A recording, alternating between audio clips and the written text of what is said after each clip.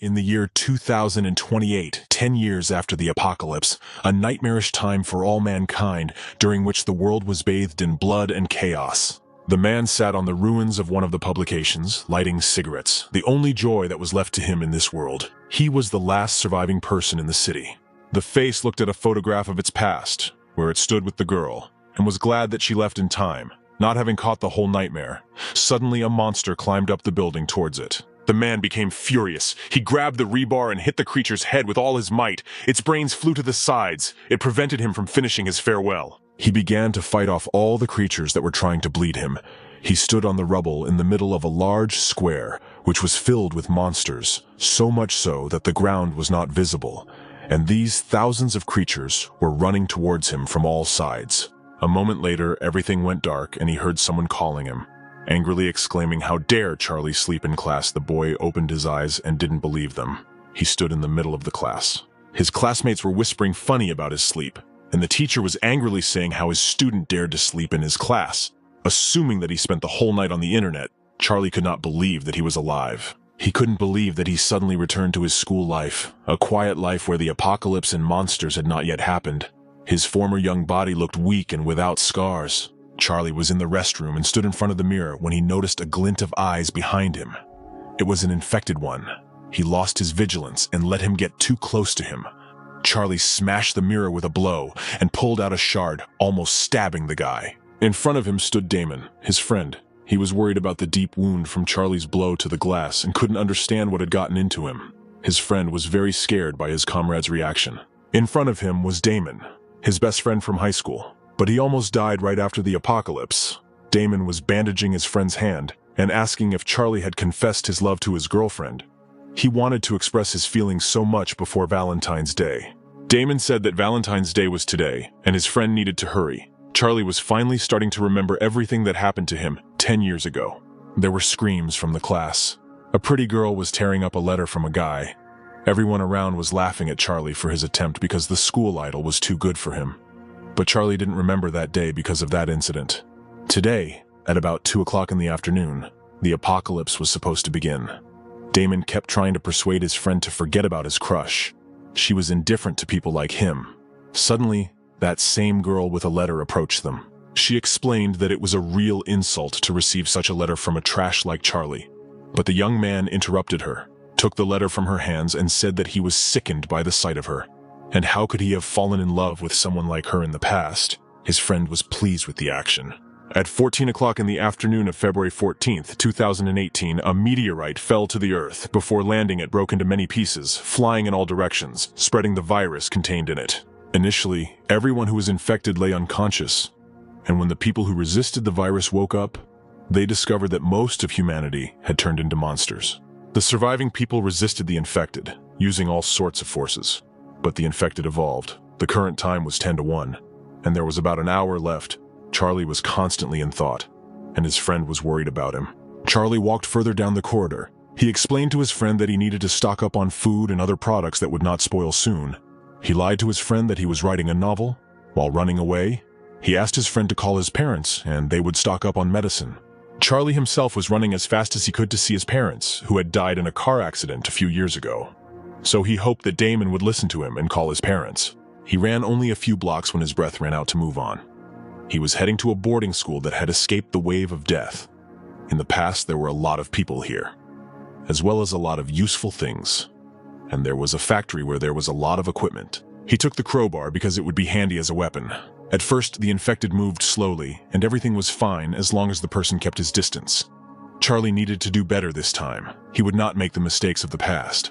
The door of the factory opened and his friend walked in. Surrounded by bouncers and the Millans, the big guys followed his friend and were going to beat the crap out of Charlie for talking inappropriately to a girl. But Charlie almost hit the main thug on the head with a crowbar with one jerk. The others tried to persuade their captain to retreat so that Charlie would not kill him. The guy himself ordered him to disappear immediately and ordered everyone else to get out of here immediately, especially Melina, who was furious at Charlie's tone. The group of hooligans, led by the girl, were leaving and talking about the recent incident with Charlie. No one could have thought that the guy could fight. Melina accused the captain of being a coward, and his body was covered in sweat. But his face was still in horror. Charlie's aura was too terrifying, and he thought that he would kill him. Melina continued to insult the captain as she noticed a large number of meteorites in the sky, although it was not even dark yet. The apocalypse has begun. A large number of meteorites bombarding the Earth were broadcast around the world. XX were seen in Japan, New York, and other major cities. At first, people started filming everything on cameras, making wishes and being surprised by the unusual event, but Charlie knew what would happen next. Suddenly, a huge earthquake broke out. The virus began to spread, and everyone lost consciousness for 20 hours. And when everyone woke up, the whole world turned into hell. In the middle of the rubble walked a girl with orange hair.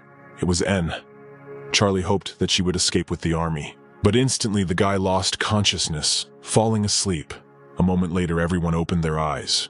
Charlie was awakened by Damon's cry. He noticed that they had been sleeping all day, and was worried that they would be punished for skipping classes. Damon looked at his friend meaningfully. Charlie was calm as a boa constrictor and warned that no one would punish them. Damon was still worried about his friend. He had been acting very strange since yesterday. Suddenly, the two boys heard a frightening roar. Damon tried to understand what that sound was. Charlie explained that they were found earlier than he expected. An infected came through the door. It seemed like it was the teacher on duty. Damon asked his friend to stand still. He was going to play the sweet and innocent student, and walked up to the staggering man, intending to start a dialogue with him. But Charlie jumped up from his seat. He threw all his force at the man's head. Blood sprayed everywhere. Damon was still trying to understand what just happened. He killed the teacher by cutting his head in half. Even though he was very afraid of being punished, he shouldn't have done it. But Charlie explained that the first rule of survival is not to hesitate when you see a zombie. He asked his friend to grab the bag and follow him. Now a real nightmare would unfold before his eyes, and he would see that this world had completely changed. The couple stood on the roof of the building and watched the hell that broke out. On the street, the infected were tearing ordinary people to pieces. Screams filled the entire street. They were noticed by another infected. But Charlie instantly, and just as completely, killed him. He told his friend to dodge so that he would not be bitten. Having finished clearing the roof, they went on. The boys heard more screams, but did not notice that Melina and one of her fans were running away from a group of zombies, but they were almost overtaking them. Suddenly, the guy changed his trajectory and hit one of the zombies, asking the girl to run as fast as she could while he stalled for time. Damon felt uncomfortable watching this and wanted to help, but Charlie told him to watch his health. The former school idol had already lost her breath while running away from one of her admirers, but her feet also tripped and she fell, rapidly approaching her death. She looked into the eyes of the dead man as the infected came extremely close to her, begging for someone to save her. But in the blink of an eye, Charlie cut off the infected's head. She fell to the ground with a crash. Melina didn't believe that Charlie saved her. She expected to meet someone else. The guys walked away, and the girl decided to follow them. Damon wanted to help the rest of the people, but Charlie was already leaving and ordered his friend to spit on the others and hurry. There was little time. Melina watched the horribly spreading corpse of the infected. She understood that being in a group there was a much better chance of survival. They hid in the school classroom, listening to the eerie cries of the infected who shuffled behind the doors. In the classroom were he and Damon, Melina, and also one of the fans. Charlie told his acquaintances to focus on recovery, and they would look for a way to escape. His body was weak, it needed to be strengthened. The girl kept complaining about the terrible situation they were in, and the boy told her to shut up. The admirer decided he was overdoing it. Charlie noticed a wound on his arm. Charlie explained that the second wave was led by infected who had been bitten. He looked at the fan with horror, and explained that this virus is called Ebola. This virus only affects people, and is spread through air, water, and contact with infected people. There was a high chance that a person would get infected from the first two. In other words, if a fan was bitten by an infected one, he would definitely become one of them. But the wounded guy tried to justify himself by saying that Charlie had watched too many horror movies, but he had already started to approach him. Charlie warned him that he could help him by ensuring his human death before he caused any harm to anyone. He put a bat in front of him, ordering him not to come closer. He would kill Charlie if he came closer, but the fan was already covered in ulcers, and his veins were bulging. He began to change. The guy approached Melina, assuring her that he would be okay, but she sent him away. Damon noticed that she instantly turned away from him, despite the fact that he protected her with his life. The teenagers heard an explosion. The director's car crashed into the wall trying to escape, and most of the infected rushed to him. It was a good chance to escape. Soon the fan would turn into an incoming mass of rotten flesh. Did he really not want Charlie to speed up his death? But he did not want to believe the words of the youth. It was a real test for him, but Charlie asked his friend to go with him. They were losing precious time. Melina rushed after her new defenders, but she was grabbed by the hand. The girl felt disgusted by this touch, but the guy only explained that he would not harm her. If he really died, then before that he would like to confess his feelings to her. But she cut his face with a blade. Melina stood and looked at him with a disgusting look. If he wanted to die, then he should do it alone. And for now, she wanted to escape. The infected had not yet evolved, so they could be easily killed by cutting off their head or back. They should have hesitated before their death. They were no longer human. Damon realized what was required of him, and brought his axe down on the head of one of the infected, chopping it into several pieces. He couldn't believe that he actually did it. Blood slowly trickled down the axe. Adrenaline made his hands tremble. He had actually cut the man down. He had never experienced anything like it. Damon was called by the girl's voice. Melina could not catch up with them. This whole situation scared her very much. She looked at Damon with the sweetest look she was capable of. But Charlie held his bloody crowbar to her throat. He couldn't understand why this girl was still pursuing them, because they had made it clear that they didn't need her help.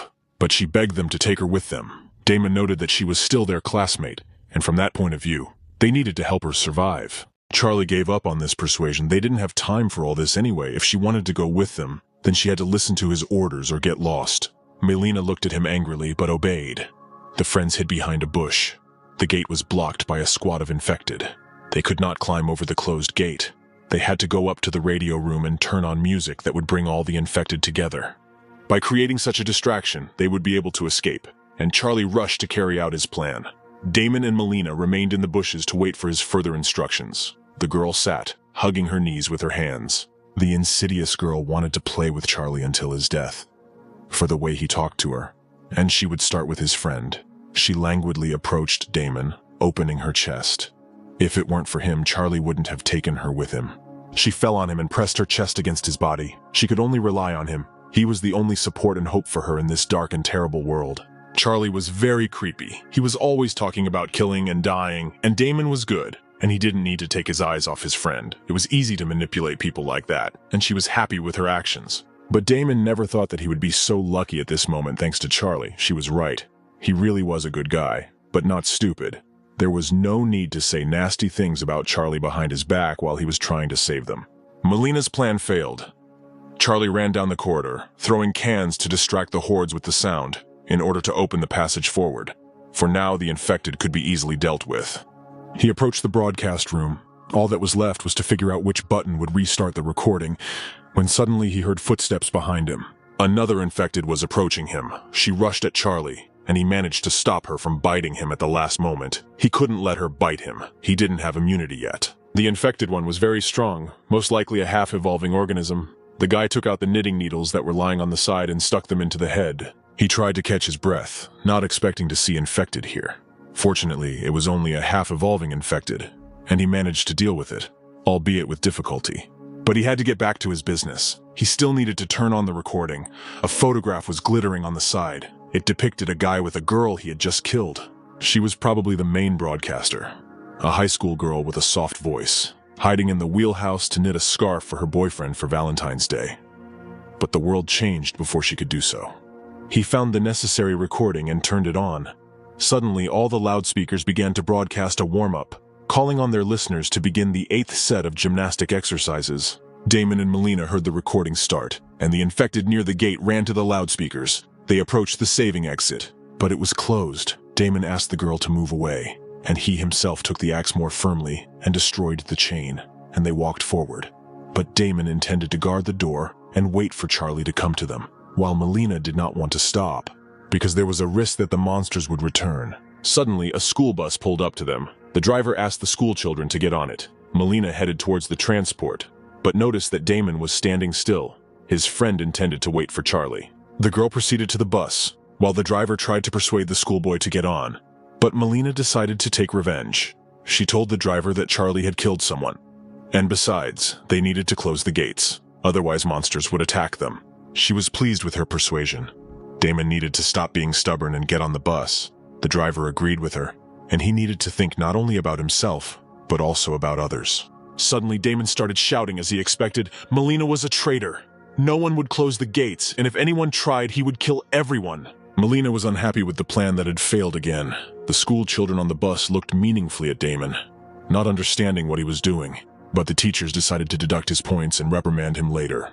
And for now, they all needed to not waste time and go to the city. Damon sighed with relief. But before he had time to properly consider his situation, the infected woman grabbed him by the collar, dragged the guy, and intended to bite him. Damon used his last strength to hold her face from his body with an axe, but his strength was leaving him. He could no longer hold her. Besides, he could not die so easily. He had never had a girlfriend before, but Charlie, who had come up, saved him. He cut off the head of the infected one and gave his hand to his friend, noting that he was almost late. They still had a lot to do. Damon told her friend what had happened. He noted that their absence from the bus was not so bad. Since being infected, Damon was furious with Melina. Now they were walking to the city. The young man thought to himself that his friend had done the right thing last time the student had hidden his wounds on the bus and had turned into a zombie right in the packed cabin. This caused the bus to crash into a pole, and many of the school children who survived the crash abandoned it and tried to survive the horde of infected that were approaching at the sound of the bus. Melina and her other fans took cover behind the garage doors, while Damon and Charlie stayed behind, realizing that they wouldn't open the gates for them. Damon looked at his friend and explained that he couldn't run anymore because of his leg wound, so Charlie needed to run without him to survive. And he had to leave his friend and run away alone. He was brought out of his thoughts by Damon, who advised him to eat well. He knew a good place not far from here. Damon handed him the bun and Charlie started to eat. He was given a second chance to do it all over again, so he had nothing to regret. This time he would do better. Finally, they came to the workshop. Damon brought them here. His relatives opened this workshop and gave him the key. The guys opened the gate and went inside. They had to be careful. Damon was trying to make contact. His family was in the village and Charlie was heading there too. But first, they had to find someone in the city. Damon couldn't believe that his friend had finally found someone. Could he really find himself a girlfriend? But Charlie noted that his friend was a real optimist. The boys sit in the dark. Charlie tells Damon not to worry. The monsters won't be able to break down the gate. He wants to teach him something. Essentially, they are infected with the same virus as these monsters. And when this virus is activated, a mutation occurs. The vast majority of people who become monsters experience a body that begins to dry out, he explains. But a small number of people can resist the virus or even control it. By controlling the evolution of their body, they can increase its capabilities, including immunity to the virus. Charlie will teach the boy a breathing technique that will speed up evolution. First, they need to gain immunity to the virus. With this rhythm, he tells Damon to focus on every inch of his body. If he feels something pricking, it is the virus hidden in his body. The virus will light up on certain parts of his body. They will determine the stage of his evolution. Just like then, his hands evolved. If the virus gathers on the hands, it forms lines. So people like Charlie are known as palm line evolvers. He learned this breathing technique to help speed up evolution. He has an absolute advantage this time. Chapley and N are running down the road. The girl trips and falls onto the asphalt. She can't get back to her feet. The zombies are hot on their heels. Anne twisted her leg and can't run any further. Charlie takes her on his back to carry her. The girl asks him not to worry about her. It's better for him to run away without her. Charlie assures him that he will do everything for her survival. The bridge ahead of them is broken. There is no way to get to the other side. The zombies continue to approach the running couple. N, in a panic and despair, asks to let her go and save himself. But the guy is adamant. He decides that there is no choice and asks her to hold on tighter. The guy jumps over the gap in the big bridge with a running start, and the girl loosens her grip in surprise. The guy lands on the other side of the bridge, and the girl, unable to hold on, falls into the abyss. Charlie screams. He wakes up from a nightmare. Damon hugs him in his sleep. Charlie screams in indignation and wakes up the blonde. He vows not to sleep in the same room with him again. In the morning, Charlie is getting ready for the road. Damon sees him off. Asks if he really needs this. Charlie claims that this person is very important to him. Damon asks him to come back with her as soon as possible. Charlie accepts his wish indulgently. Damon reports that he doesn't see any zombies outside. Charlie gets on his motorcycle, getting ready to hit the road. Charlie tells Damon to be careful and not let anyone in. The guy replies that he understands and is no longer a child. Charlie starts the vehicle and drives out of the garage at high speed. Damon asks his friend to come back quickly. Damon thinks to himself that Charlie must definitely return alive and well. The guy is driving along a deserted road. Charlie didn't tell his friend that the person he was looking for was his lover from a past life. Her name was Anne. She was the most precious person to him. But now he and she are two completely different people who have nothing to do with each other. The guy makes a stop near a 24-hour store. He has already forgotten these roads. Suddenly a tin can clanks nearby. Zombies appear from around the corner. Charlie is calm. He takes out a fire axe from behind his back, ready to fight off the monsters. Having chopped down all the monsters with an axe, he is indignant that there are too many of these monsters. He hears people in the distance. A woman and child sit in a car, surrounded by zombies. The woman tries to calm the child. One of the dead men climbs through the window into the car, getting closer to the victims. Charlie manages to grab the monster with his belt. He throws the man into the nearest wall. The child and the woman are surprised by the sudden appearance of the guy. Charlie continues to fight off the undead with hand-to-hand combat. Keeping them away from the car, the girl admires him. Watching Charlie fight and his techniques against zombies, the girl from the car admires out loud. After some time, he killed everyone with his hands and a crowbar and stood there out of breath and tired. The woman sincerely thanks the guy. He replies that it is too early for thanks. They need to leave immediately. He tells them to go to the nearest convenience store and hide there. He will come later. A woman with a tense face leads the child to the designated place. The girl wants to take the teddy bear, but her mother stops her desire. Charlie's all-round abilities are displayed as lines form as he pours gasoline from a can onto the car. The girl asks her sister if everything will be okay with the guy. She is going to check, but the girl does not want to let her sister go. In this case, they are going to go together. The girl asks not to leave her side for a single step. The zombies run towards a guy standing next to the car. He lights a cigarette and throws it onto the path of gasoline. The car explodes, killing all the monsters with fire. The girl stands with a knife and thinks about who Charlie is. Noticing the girls, Charlie asks if he told them to hide inside.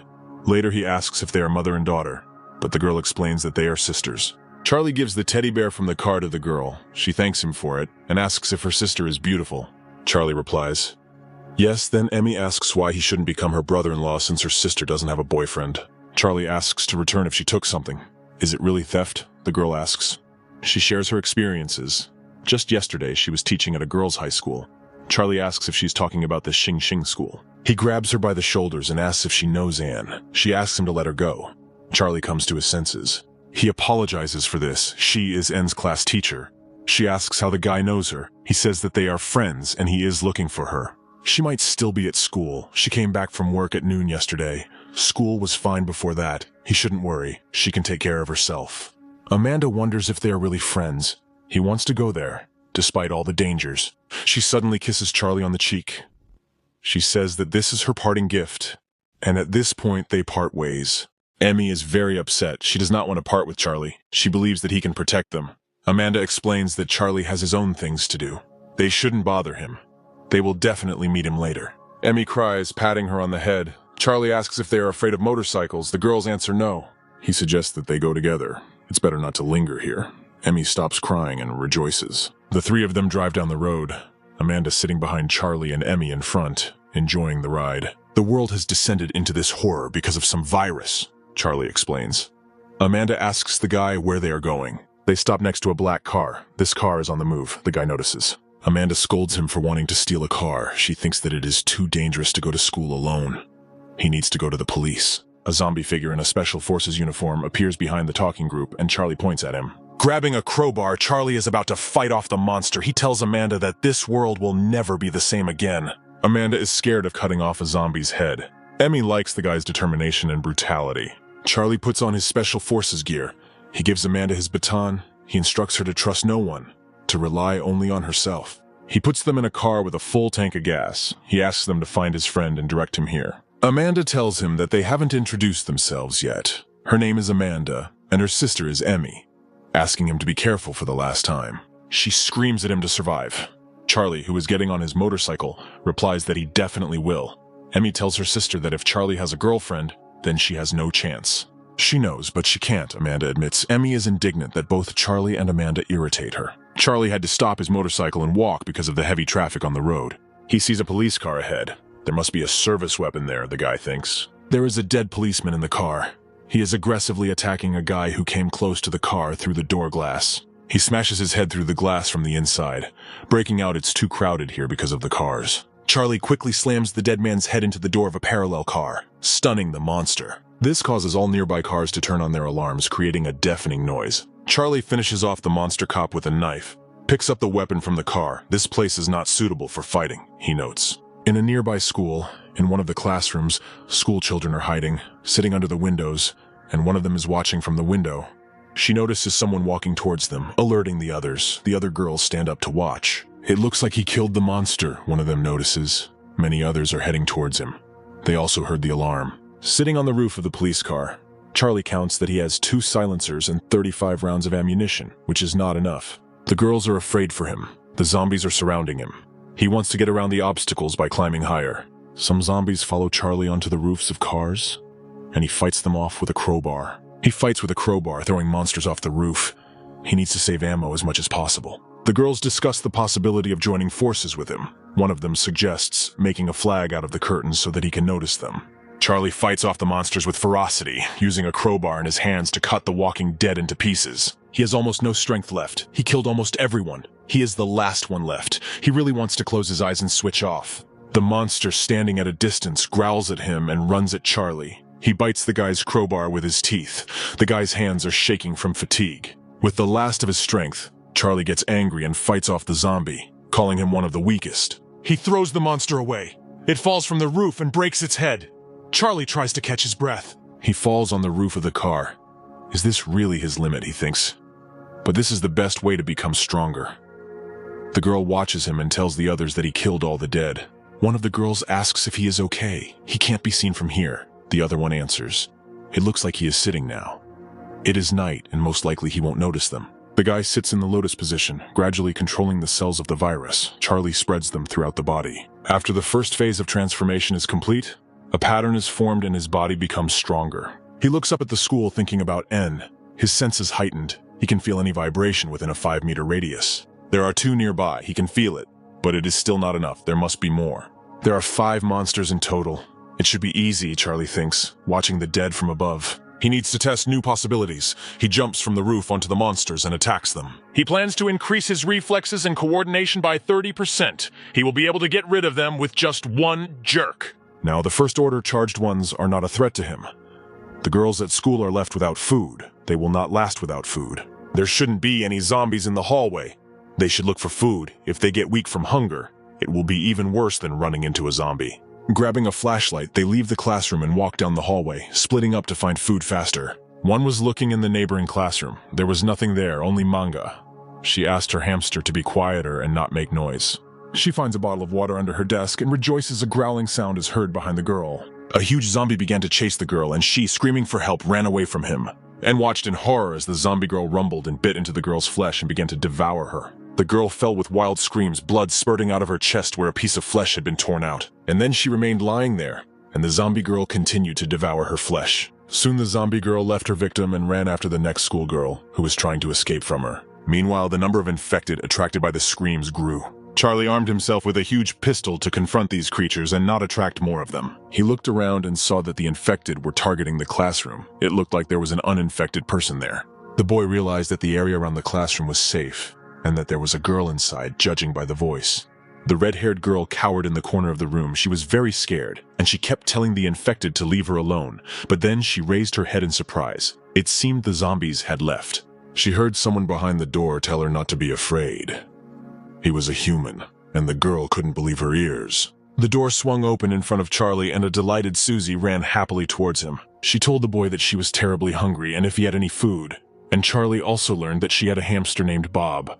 The boy shared his food with her, and while she was chewing her sandwich, he asked her if she knew who N was, and she replied that she knew that she was the most popular girl in their school.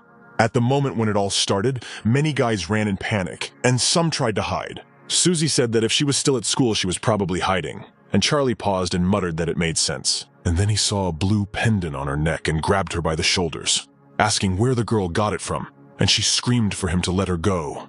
This pendant belonged to her. Charlie asked Susie if John was her father. She happily asked if Charlie knew her father, and he hesitated and replied that he was his friend, so he asked her to rely on him, and he would take the girl to her father. The girl said sharply that she did not want to see him, but she would go with Charlie, and he would share his food with her. Charlie smoked, thought, smiled at Susie, reassuring her, and then they shook hands. The boy remembered how he and John had been unable to find the material, and then he had said that that was enough for today, and that they had to return to camp. But then Charlie thought he heard something move in the doorway. He turned around and looked intently there, drawing John's attention, and he replied that he also felt something. And suddenly, some green humanoid monster appeared in this opening, who joyfully grinned, seeing them, in anticipation of prey.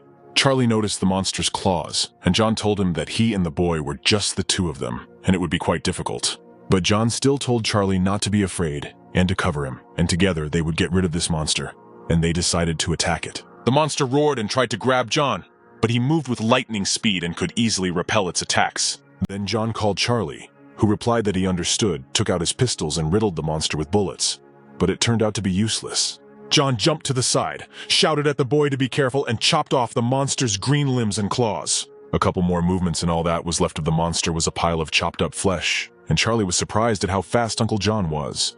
And he said that the bigger the drawing, the faster it is. And then he cursed and noticed that the tattoo had grown again. Charlie walked with John and happily told him that he was the strongest man in our camp, and he smiled and replied that he shouldn't play poor.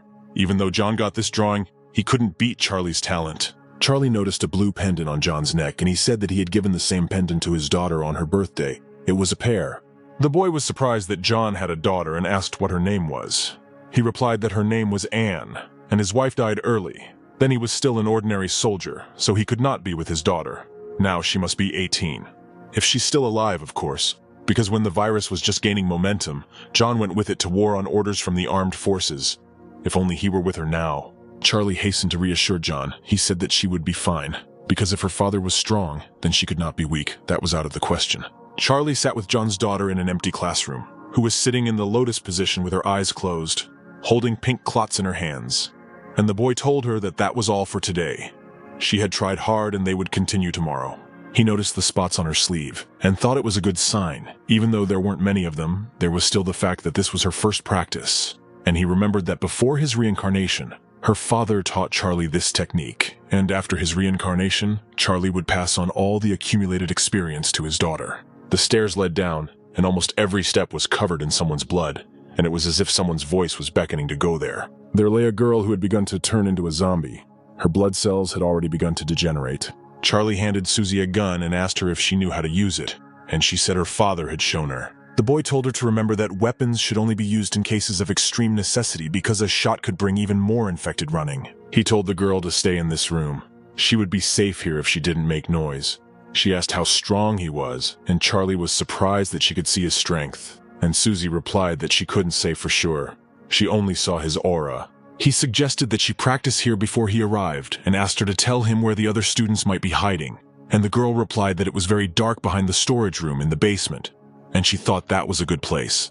Charlie thought the best way to confirm that the school was empty was to go to the school's voice broadcast room. And although he had a bad feeling, the bundle of ropes found in the police car would be useful and should be enough for the 3rd floor. This would bring him one step closer to finding her, but there were too many infected in the corridors. He couldn't waste time, so he soon found himself at the bottom of the stairs. There was a creak of the door, and Charlie, gun at the ready, found himself in front of the entrance to a dark room, the floor of which was covered in blood. Power was found, but when he tried to turn on the switch, the infected woman sitting on the chair opened her eyes. Charlie was unlucky. She came towards him growling, and the boy had to shoot back. But it got worse, and Charlie cursed as he saw a second-order infected. He noted how fast it moved, and the bones of the second-tier infected were quite strong, especially the skull. Of course, a firearm wouldn't hurt the boy, but he has to make do with what he has. Charlie cursed because his actions were having no effect and he needed to run outside. He asked the monster if he thought he could kill Charlie and thought this was his chance. With one jerk, he threw the monster down under the stairs, and it fell, spraying blood. Charlie watched him with wide eyes, and his eyes widened when he saw the monster rise to its feet and growl. At this time, Susie was sitting in an empty classroom, and suddenly she heard some sound and turned around anxiously. The sound of many feet was heard, and she couldn't count how many infected were now outside the door. And Charlie listened to the monster's growl and asked him if he wanted to call his own, and that the boy would not let him do it. The Tier 2 infected tried to reach Charlie, but he stabbed him with his weapon, screaming for him to die. And while the monster lay face down on the floor and the boy towered over him, other infected gradually descended the stairs. The monster woke up and started to rise to its feet again, and then attacked Charlie again, and the boy decided to go higher since there were too many infected. He counted about 36 zombies slowly heading towards him and rushed down the corridor away from them. He was followed by 1, 2, 3, 4. The boy wondered where the others were, and then decided that the zombie had not yet had time to evolve, because as a rule, the second-order infected can summon at least 10 first-order zombies in a short time. Charlie decided that he needed to get rid of them quickly. He raised his gun again and pointed it at the zombies. Shots rang out, bullets flew into the heads of the monsters walking towards him, and blood splashed in all directions. Small caliber weapons are no match for the second-tier infected, but if you hit them right in the head, even they'll hesitate for a while. Charlie decided that this was a great opportunity, so he took advantage of it and hit the monster's head with his club again. The second-tier zombie fell, and Charlie remembered that the two most important features of monsters at this level are a strong body and the summoning of small ones. They can almost always withstand even the heaviest blows. So he decided not to delay, staying close to the monster, but to return to the basement to turn on the power. He looked out the window and saw that the entire courtyard was swarming with infected school students, but there was no time to deal with them. Walking down the corridor, Charlie saw a medical station and went in there, where he found some medical alcohol and decided that this amount should be enough. He smashed the window glass and dumped open bottles of alcohol onto the zombies gathered below. And then he set fire to one of the bottles of alcohol and threw it down so that the zombies covered in alcohol would catch fire. At this time, Susie, sitting in an empty room, heard these sounds, which seemed loud to her, and saw reflections of light in the window. The speakers throughout the school suddenly crackled, and then Charlie's voice could be heard asking Anne if she could hear him. He said that he came to save her, and if she was still at school, to look for him at the school gates at dawn, he would wait for her there. He understands that this may seem strange to her, because they do not know each other, but asks her to trust him. The boy entered Susie's classroom, and she said that she heard his message, and it turned out that Anne did not know him. Perhaps he secretly loved her, and asked if she was right. Charlie told how one spring and sunny day he saw a beautiful girl coming out of school it was. The girl said that it was love at first sight, just stalking, and that's exactly how it was. And Charlie got angry and told her not to talk nonsense, and then suggested that they rest and set out at dawn, and the girl obediently agreed. It was dawn, and Susie said it was time to go. But when they got to the window, they saw that there was someone at the entrance. Some two girls were standing at the entrance, and not far from them, someone was tearing zombies to shreds. Charlie rushed down, calling for Anne. He hoped that it was she at the entrance and was glad about it. But there were two completely unfamiliar, ugly girls standing there, a redhead and a brunette, who knew nothing about her. They asked to go with him and said they would be good. One of them tried to stroke Charlie's face. But then Susie's hamster, who was sitting on her shoulder, began to squeal, and the unfamiliar girls fell silent. Charlie looked at the red-haired girl and asked her why she had been bitten, and she, hiding her eyes, replied that she didn't understand what he was talking about, and of course, no one had bitten her. He remembered that it takes about 20 minutes to notice the first signs, and the wound will mutate within an hour, and shouted at the redhead that she, the creature, was infected. And she tried to justify herself and said that no, it was a mistake and she was fine, and he was wrong. And then she fell to the ground, and the brunette went to Charlie, saying that she had nothing to do with the infected, and that she was fine, and let the boy help her.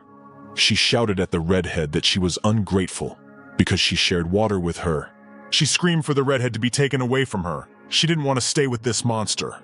She was outraged that she was called a monster, and with a bloodthirsty smile she bit her teeth into her companion's shoulder until it bled. She screamed for the redhead to let her go, and she said that now the brunette would not leave here just like that, and Charlie and Susie looked at them in horror. The boy told the brunette that she was now infected too, and she whispered that it was impossible, and the redhead laughed maliciously. The brunette fell to her knees and started crying. She said she didn't want to die. The redhead laughed louder and louder, and Charlie said they were leaving. The boy and Susie approached the gate but did not see a motorcycle there. It seemed they would have to walk. The hamster was still sitting on Susie's shoulder, and Charlie asked the girl if his name was Bob. The girl confirmed it was, and said that he could be useful. It seemed like they were evolving, and Charlie asked her if she meant to say that Bob had evolved, and she said that was possible. After all, this virus is so vast. It's only been 4 days since it started spreading, and she wonders how he knows so much. Charlie said he found a strange letter, and Susie asked if he thought what was written in the letter had anything to do with the virus. Suddenly they were startled by the sound of gunshots, and ahead, as far as they knew, there should be a police station. Susie said they should go and see, and Charlie agreed, saying that if there were still survivors there, he and the girl would be safe. A real massacre broke out near the entrance to the police station. Hordes of infected rushed toward the police officers, who were buying time at the cost of their own lives. The high density of fire provided by the police was a temporary solution, as the ammunition was running low and the number of infected was not decreasing. There was an evacuation zone behind the police contingent, so the main task of the law enforcement officers was to ensure its completion. It was necessary to shorten the line of defense. Charlie and Susie watched the carnage with interest, but they didn't need to help the survivors. They had their own things to do. The girl naively believed that this place would provide them with safety. After some time they moved inside the building. Susie still did not believe that they would abandon the remains of the police officers to their fate. But Charlie seemed not to be bothered by anything. He asked Susie to be quiet for a moment so that he could study the number of infected in the building. He ordered her to stay put and not let her guard down. Charlie sensed 4 infected. He met 3 of them on his way. The hungry monsters instantly rushed at their prey, but one of them immediately lost his head. Susie watched the fight unfold from around the corner, keeping quiet so that the infected wouldn't turn on her, and it was impossible to interfere with Charlie clearing the floor. He placed another infected person against the wall, and was about to end his life, but saw that one of the infected people was standing behind Susie. Susie only had time to look at the stinking figure, while the infected, whom Charlie had not finished off, knocked the weapon out of his hands. Needing to act quickly to save Susie, Charlie slammed his hand into the monster's jaw with all his might, knocking out its eye and breaking its jaw. The weapon was out of his reach and he had the infected pinned down, ensuring he was immobile, leaving it up to Susie. He ordered her to shoot immediately if they wanted to survive. She timidly took out her pistol, and after the monster screamed, she fired. As a result, the leader of the infected fell with half of his head. The girl was in shock, but Charlie quickly brought her to her senses. She needed to inspect the perimeter more carefully next time. The young man congratulated the girl on killing the first infected. There was a balcony outside and they could see the general situation. Susie kept trying to persuade Charlie to help the police, but the youth was impartial. A battle using small arms would lead to the infected from the surrounding area moving towards the source of the sound. They were in the city, and it was stupid to deal with several tens of thousands of infected with a dozen guns. The guy lit his cigarette and moved to the balcony. He and Susie were examining the current battlefield. When everything settled down, they would infiltrate the station and take the weapons and ammunition. The battle was in full swing when the surviving policemen were finally surrounded. So the order was given to retreat and the people began to prepare. Until now, the couple had been watching the fight that had broken out. They noticed that everyone had started evacuating, which meant that they would soon be leaving too. Charlie looked around the house and found a lot of useful things, including a key that could possibly open the SUV downstairs. Charlie handed the last clip to Susie. She grabbed the knife and tried to hit the guy, but she didn't succeed. He grabbed the blade with his fingers and gave Susie a cold look. Charlie taught Susie a lesson, and now she had a bump on her cheek. She just wanted to be useful. She also asked the young man about zombies that could evolve. He replied that only 1 in 100 infected could evolve to the second order. Despite the fact that the speed and other physical indicators of the second order increase significantly, and they still remain in human bodies, their main danger is that they can cause and other infected points. Their weak point is heavy firearms. They are unlikely to meet new infected now. Usually it takes from a week to a month to transform. Most often you meet infected who have evolved halfway. The rumble of cars was heard. The police were leaving the current battlefield. The guy decided to check the keys, and the car started. The SUV was roomy. It could be used for storing supplies. They drove up to the entrance of the police station. There might be people inside. He ordered the girl to take an empty backpack and leave her pet in the car. The binoculars clearly showed 2 figures entering the station. The henchman told his boss that the police had left the station. The zombies had followed them. But there was also a girl in the group, and a pretty one at that. The eyes of the guys in the room instantly filled with passionate lust. The boss was unhappy that his subordinate had been silent all this time. He relayed that the couple had already entered inside, so it was necessary to act quickly and intercept them before they took everything they needed. He ordered 2 of his guys to go to the police station and seize the guns, and along with that, be sure to seize the girl. The bandits moved out of the police station. 4 figures were scanning the surroundings for zombies or other survivors. The last thing they wanted was to face a surprise attack. All the guys were armed with bats. After the start of the apocalypse, they took refuge in various empty rooms and engaged in looting. Judging by the picture that opened up to Charlie, the police did not waste time and captured all the most valuable things the girl suggested that they split up. The guy agreed with her and decided to check the second floor. Susie needed to look here. He turned on his senses and found that there were no infected here, and there should have been a storage room. He felt a signal coming from the door. His instincts told him that there was something valuable there, but unfortunately the handle was locked, so he kicked the door down. The guy discovered a storage room. The room he was in was full of various types of weapons and ammunition, like a treasure trove. Charlie looked through the various boxes. Opening one of them, he noticed a pair of pistols. This was not a police arsenal. All this weaponry seemed not to be in the description, and yet he hit the jackpot if he poked around in this room a little more and found something special. Susie looked around the floor. She wasn't very lucky with her catch. There was only a police uniform, a bulletproof vest, a flare, and other equipment around. Suddenly, she heard a crash. Someone knocked over the cans. She was glad that Charlie had finally returned. She had already started to miss him and was ready to tell him what she had found in this place. But I heard a lot of voices. It wasn't him. One of the guys was ordering the others to go upstairs. The other two were supposed to stay on the first floor and find something interesting.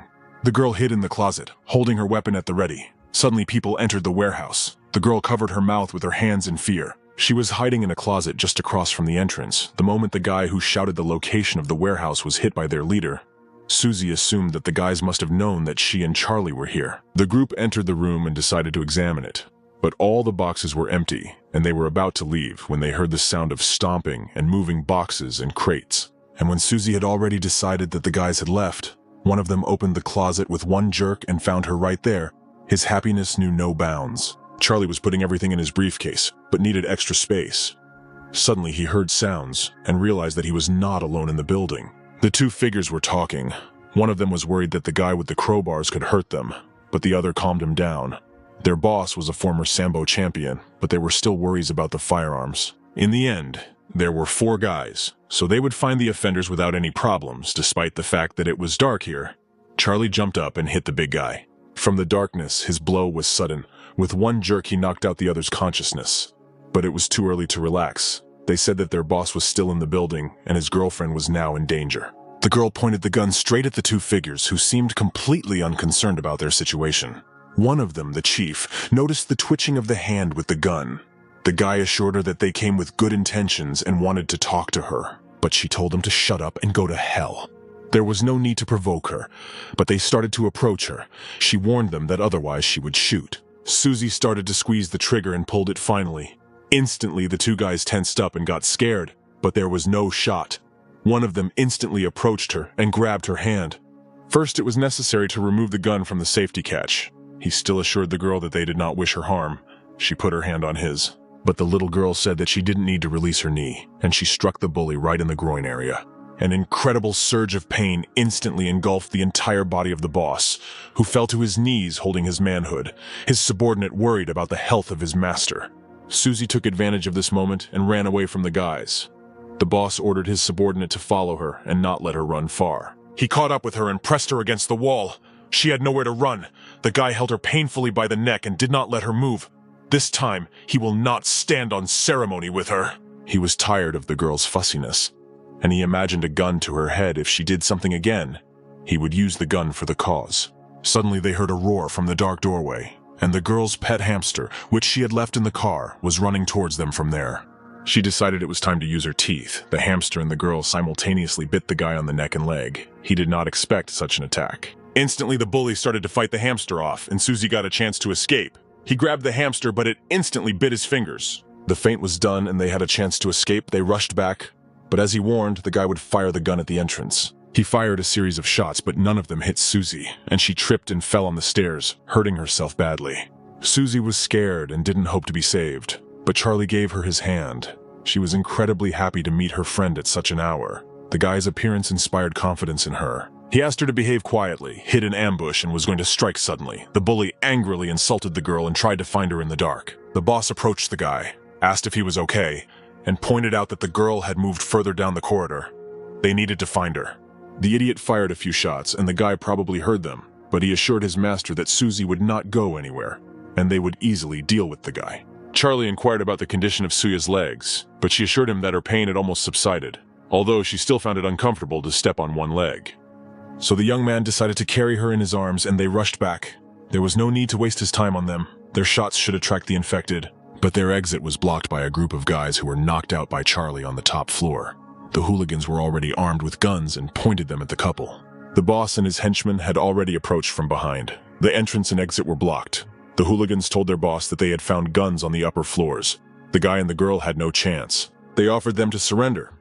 The guy thought to himself that first he needed to deal with the 2 hooligans who blocked their exit. The girl frightenedly took the young man by the hand. They offered them to surrender, but it was a very rash decision. The youth activated his bracer. It began to glow with a threatening red light. Charlie glared at the white big guy. Boss asked his subordinate to be careful. He felt that Charlie was a big danger. He rushed straight at the big guy, raising his fists, which were glowing red, to strike. The hooligan fired several shots, but none of them caught Charlie. He landed and put all his strength into one blow. The multi-kilogram bully slammed into the wall, making a small crater in it. The bully's gaze became empty. His partner pointed the gun at Charlie, intending to kill him completely, but the youth was not so easy to catch off guard. He tried to shoot but didn't have time. Charlie once again brought down his blow on him, which knocked out the second man. The entrance was open, and Charlie ordered Susie to move forward immediately so that they could hide in a safe place. There was no need to waste their time on them. The hooligans started shooting in all directions, intending to hit the girl and the boy. But they missed, and the couple managed to escape, one of the shots almost hitting the girl. But they weren't going to let them go that easily. A group of hooligans moved forward to avenge their fallen brothers. A boy and a girl found themselves in front of the window. The place they were in was not safe, but the windows looked out onto filled garbage cans, and Charlie ordered them to jump immediately in order to save themselves. The girl hesitated, and he accelerated her fall with a slap on the back of the head. The child landed right on a pile of trash, unhappy with the way Charlie treated her. Suddenly he felt 3 figures approaching them. One of the hooligans survived, and the young man decided to finally get rid of them. He took out his machetes, which were kept on his back, and stood in a stance. Charlie was elusive. A group of guys showered him with a wave of shots, but not a single bullet touched his body. Boss noted that he was a real monster. Finally, Charlie reached their head and cut off his hand. Then with one blow broke his nose and he fell into the water. Charlie did not kill him, intending to do so a little later. The other 2 rushed to their leader for rescue, but with one leap, Charlie reached them. His presence was so sudden that they noticed his presence at the last moment. He cut off the boy's fingers with one blow. Streams of blood gushed from the open wounds, painting the asphalt in burgundy shades, and a metallic smell hung in the air. The guys burst into uncontrollable screams. The guy grabbed both of them by the neck with both hands and raised them above his head. In their painful shock, they could not do anything to resist him. He didn't like killing people, but this group had forced him to, and he wasn't going to feel sorry for them, especially after the way they had bullied Susie. The boys were writhing from lack of oxygen when Charlie heard the stamping of feet. He felt the approach of a crowd of infected who had come to the noise. He wouldn't dirty his hands with these hooligans. At the moment, the main danger was the monster, and he also had to remember that there was a girl hiding somewhere nearby. He began to approach the horde, taking out his machetes along the way. He needed to hurry. He would be able to maintain this state for no more than a minute. Charlie began to cut out the infected one by one when he felt a sharp weakness, realizing that his limit was approaching and he would not be able to stand on his feet for long. There were still too many infected left, who began to approach him, but he was blinded by the headlights. The SUV made its way to the youth through the group of monsters. Susie was driving and informed him that once the cavalry arrived, Charlie noted that she had done a good job. But he had questions. Did she really know how to type? But the girl explained that her father had taught her this business before. Charlie followed into the car and the girl pressed the gas. The group of surviving hooligans were surrounded by the horde, out of weapons and weakened by the blood constantly leaking from their bodies. Susie was awakened by some noise and a sudden flood of light in her eyes. She was happy with the sun's rays, but did not find Charlie near her. Looking out the window, she noticed a young man repeating to himself the number of repetitions and push-ups he had assumed a prone position, and was already completing his 997th push-up. Susie still had doubts about whether Charlie was human. He was not happy with his result. But if he had not activated the infection last night, he could have made 1,000 more. The girl asked the guy if he had managed to recover, but he said that only at 80, about 2 more days of rest, and his strength would be fully restored. If he had almost recovered, Susie could not hold back and pressed the gas pedal to the floor. After some time, the SUV stopped at a gas station. Charlie decided to look around. He noticed that 2 steel pipes were inserted into the handle of the front door. There should have been living people inside. His intuition told him something strange. He felt that there was at least one person in the building, but it was unclear whether it was a zombie or a living organism, and he intended to find out right now. Having broken the window and penetrated inside, he found a man sitting on the floor. He was still half alive, but every second he was mutating into something. The man opened his eyes and looked at Charlie, begging him to help him. He would still be alive. Charlie asked him what happened. He himself had never encountered anything like this before. It was necessary to clarify whether he had received or been wounded in any way, and the man showed his hand. It was covered with white stripes and acquired a black color. With such a level of mutations, a person could still survive. But the young man noticed a small bump on his hand. He intended to open it and asked the man to be patient. The revealed stone was well known to Charlie. He was holding a meteorite fragment in his hands. Susie couldn't understand how it could have ended up in a man's body, but Charlie reminded her of the meteor shower. The meteorite fragment he held in his hands was the source of their troubles, but some people have a certain immunity to this type of foreign body as long as you don't touch it. This fragment could still be useful to the guy. Susie asked what they should do with the wounded man, but Charlie simply replied that nothing. He was already dead. In fact, it was a real miracle that he lived so long. Charlie noticed small movements of the man's hands. It became clear that he was not completely dead. The wounded man opened his eyes and sat up. Charlie instantly jumped back from him. The man had completely mutated, but Susie still didn't understand and remained sitting next to him. But the gist of the matter dawned on her, and she ran back. The infected rushed at Charlie, intending to open his neck, but he quickly disarmed him. The guy pinned him against the wall and shot him in the head. There was nothing he could do to help him, and all that was left was to ease the poor guy's suffering. The girl approached the boy anxiously, but he was fine. I am still surprised that they were so lucky to get a fragment of the meteorite. In his past life, a fragment of such a meteorite could be sold for an incredible price. It was almost priceless. It was necessary to protect this piece. They still had things to do, and the couple walked back to the gas station. They needed to take all the fuel they could carry. Susie was curious to know more information about this fragment. Was it dangerous? The youth explained that the first person who was able to curb the virus and control it was the person who united the first fragment of the meteorite. The girl was shocked to hear this. Was it really possible to gain some kind of superpower by combining all the fragments of this meteorite? But Charlie explained that this was not entirely true.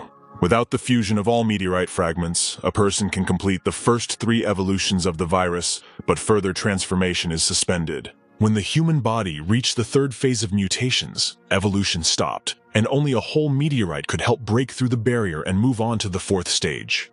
The girl asked if anyone else had been able to do this, but she had not. He assured her that no, but then why was Charlie so sure that no? And he explained that he had returned from the past. It seemed that the girl was not very surprised by this. On the contrary, it explained a lot. He could not find the last fragment of the meteorite in his previous life. But in this one, everything will be different. Finally, they arrived back at their hideout. Damon greeted the arrivals, appreciating the acquired SUV. It was very useful. Damon first saw a girl near Charlie with a small pink hamster sitting on her shoulder, and he became curious if this was the person for whom Charlie had moved to the city center. Was it really his toy?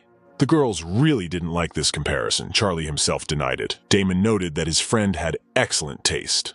The girls in the lowly class were incredibly cute, and Damon appreciated his friend's taste in girls. There was no need to be shy. Many people loved lowlies. In the end, Susie couldn't stand it and kicked Damon in the leg with all her might. He was in incredible pain, and she walked away from him. Charlie asked if his friend had met anyone during their absence, but he refused. Besides, he was forbidden to let other people in, and Charlie thought that his friends from the past in that case never came. Damon asked what he meant, but Charlie decided to remain silent. It was necessary to introduce them properly in a calmer environment. Susie was the daughter of an old friend of Charlie's. Damon was an old friend. They greeted each other, but Susie was not very pleased with their meeting. It was not easy to find her. It was too early to talk about returning to her hometown. First, they needed to go to the village. Before this, it was necessary to prepare well. Night fell, Susie and Damon were quietly snoring, but Charlie got out of his bed. Thoughts did not allow him to fall asleep. The last time he awakened the virus, he felt something. At this stage, the virus activates quite quickly, but there were also side effects. Injuries and weakness were trifles. The main thing was that the strength of the virus in the body increased. If his willpower and resistance were not enough, it could mutate or become infected. With each stage, this became more and more evident. He also had a meteorite fragment weighing 200 grams, which was not bad. In a past life, one person was also quite lucky to get a fragment weighing 103 grams. His friend began to talk in his sleep. He muttered something about huge buffers. Charlie noted that Damon was flighty-headed. He was grinning happily. He needed to sleep to gain strength. Morning came, and once again Damon and Susie were awakened by the count of Charlie's push-ups. He was already completing his 3,000th push-up, noting that his strength had returned. Of course, otherwise he would not have been able to do such a number of repetitions. He was pleased that his strength was restored, which meant he could fight at full strength. Charlie finally woke up his friends. Susie said in her sleepiness that she was about to be the second. She had not yet gotten used to the fact that the world had plunged into chaos. Before they could set off, they needed to secure their own protection. There was a pile of weapons and armor in front of them. He told his friends to take one gun each and put the rest in the car. Susie was stubborn, replying that she wanted 2 at once, but she had only just learned how to operate a firearm, and 1 gun would be enough for her. The girl clicked her tongue in displeasure, but agreed. Damon had to put on a protective suit which protected well from bites and bruises, despite the fact that it was bulky. At a critical moment, it could save his life. The guy clicked his tongue in the same displeased way that Susie had done a few seconds ago, and he also told them to take their daggers. Before the young man could finish speaking, they picked up his phrase, "They will save your life," Charlie kept saying, pleased that they remembered. Damon laid out the map and explained that it was 900 kilometers from here to the village. He estimated the journey would take about 12 hours, which meant they could arrive this evening, but Charlie stopped them. For some reason they had to go there by a longer route. The girl was unhappy because, having traveled by such a route, they would find many useful things in other cities. But the youth replied that in this area the percentage of people infected by the meteorite was more than 80%. That was about 12 million people, and in that case they would encounter huge hordes of monsters. They would be thrown straight into a hell teeming with millions of zombies. Despite the fact that they had successfully dealt with their troops before, they were not prepared to face such a number. But fortunately, there was a mountain road connecting the route. If they went along it, the distance they had to cover would increase to 1,500 kilometers, but it would be safer. Damon was worried about the fuel situation. It might not be enough. Now they only had 100 liters of gasoline, and the SUV consumed a lot of fuel. One could only hope that along the way they would stumble upon several gas stations. The friends would move forward 8 hours a day. The rest of the time they would train. If everything is done correctly, they will arrive in the city the day after tomorrow. But before that, it will be necessary to do a few more actions. Susie and Damon looked at Charlie with curiosity. Much to their misfortune, Charlie ordered them to do 500 push-ups and also 200 high jumps, an order that Susie and Damon were horrified by. After some time, they were lying on the floor trying to catch their breath. It seemed to them that a white light had already appeared in front of them. At this time, Charlie was filling up the SUV, preparing to leave. "It was only necessary to get tired when the infection was activated," Damon shouted at his friend. He was wrong. They were physically incapable of this. But Susie explained that Charlie had done 1,000 push-ups yesterday and an additional 3,000 this morning. Since the children were studying the virus, their physical characteristics would increase.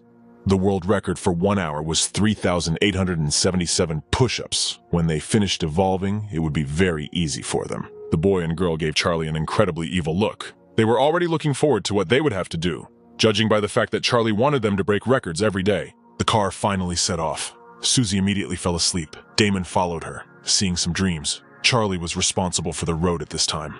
The noise of the engine woke Damon up. He was worried about his friend. He had been sitting for a long time, and he needed to give him a rest. He had driven a car since he was a child, and his driving skills were much better than Charlie could imagine. And he still decided to give the wheel to his friend. A moment after that hour, as Damon sat in the driver's seat, Charlie began to doze off, a sudden jolt causing Susie's head to hit the dashboard, while Charlie crumpled up, falling off the seat and onto the floor. Could it really be his vaunted skills? But Damon explained that there was a traffic jam ahead of them. Although Susie's bruised forehead still didn't calm down for some time, the braking was too abrupt. Suddenly, Charlie heard the infected and ordered Damon to put the pedal to the metal. It was necessary to hide from this place as quickly as possible, before the zombies surrounded them. But the young man stood still. The infected were already trying to open the door handle and were breaking into the glass. He knew how to drive, of course, but life had not prepared him for this. Charlie yelled at Damon, who was still hesitating, and the infected continued to arrive and surrounded the car from all sides. The yell helped bring the young man out of his trance, and he pressed the gas pedal. The car rushed forward, but the only area where there were no zombies was surrounded by an iron fence, and Damon warned that it would be necessary to break through it. The SUV tore through the fence and ended up on a country road. Charlie asked his friend to step on the gas because the zombies were catching up, but there were a huge number of holes and bumps on the ground. This was making the SUV difficult to drive, and it was going slower than it should have. So Charlie ordered everyone to prepare for battle. He pulled out his machine guns and opened the top hatch, spraying the zombies with a barrage of bullets. This slowed the infected down for a while. But there were too many of them for Charlie to kill them all, and they still needed more bullets later. Susie took out a gun and began to cut open the heads of the infected from the window.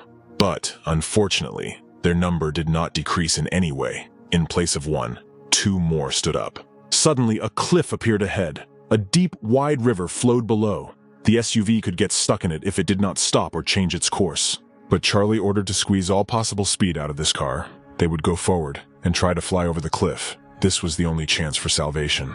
It was necessary to sharply press the gas just before the cliff. Now everything was in Damon's hands. He changed gears and drove at the maximum possible speed that the SUV was capable of. Charlie continued to shoot back at the horde. The speedometer was already showing more than 160 kilometers per hour. The hood of the car was right in front of the cliff, and Damon needed to play with the speeds wisely. He did as Charlie told him, and the car flew up over the cliff. The infected fell down, unable to follow the SUV any further. Finally, the Jeep landed with a crash. It was too much. They hadn't gone far enough to be attacked so hard. Charlie looked around. They were safe for the time being. But the car had a damaged engine, which meant they would have to spend the night in this place. Charlie decided to fix it a little later. But for now, it was necessary to look. The group moved forward. They were in the countryside. The village was incredibly strange, even creepy. Charlie had a bad feeling. It was too quiet here. You couldn't even hear the infected. A group of friends were walking around the village. There were still no sounds or other forms of life. This was starting to get on their nerves and cause even more anxiety. A sudden cracking of branches made Charlie take the gun off safety and point the barrel of the weapon in the direction of the sound. A man came out of the shadows. After such a long silence, the appearance of the man was quite frightening. He asked not to shoot him, because he was a person who was still not infected. Everyone was scared and exhaled. Charlie ordered him to drop the stick and turn around. He began to examine the man for other weapons or any wounds. He did not want to harm them. Damon asked his friend to calm down. Maybe this man was a good person. He gave the children a sweet smile. There was no need to be suspicious of him.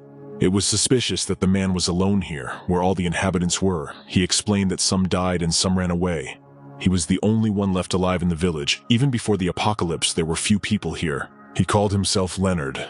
Damon asked him for permission to stay here for the night, and he allowed it because he also had not seen living people for a very long time and walked here with fear. But Charlie's suspicions did not diminish. He still considered it a bad decision. If there were no people in the village, then you could go into any hut. They did not want to interfere with the man. Damon accused Charlie of being too cautious. Susie also didn't understand why Charlie was so suspicious of the man, he thought, and assumed too much.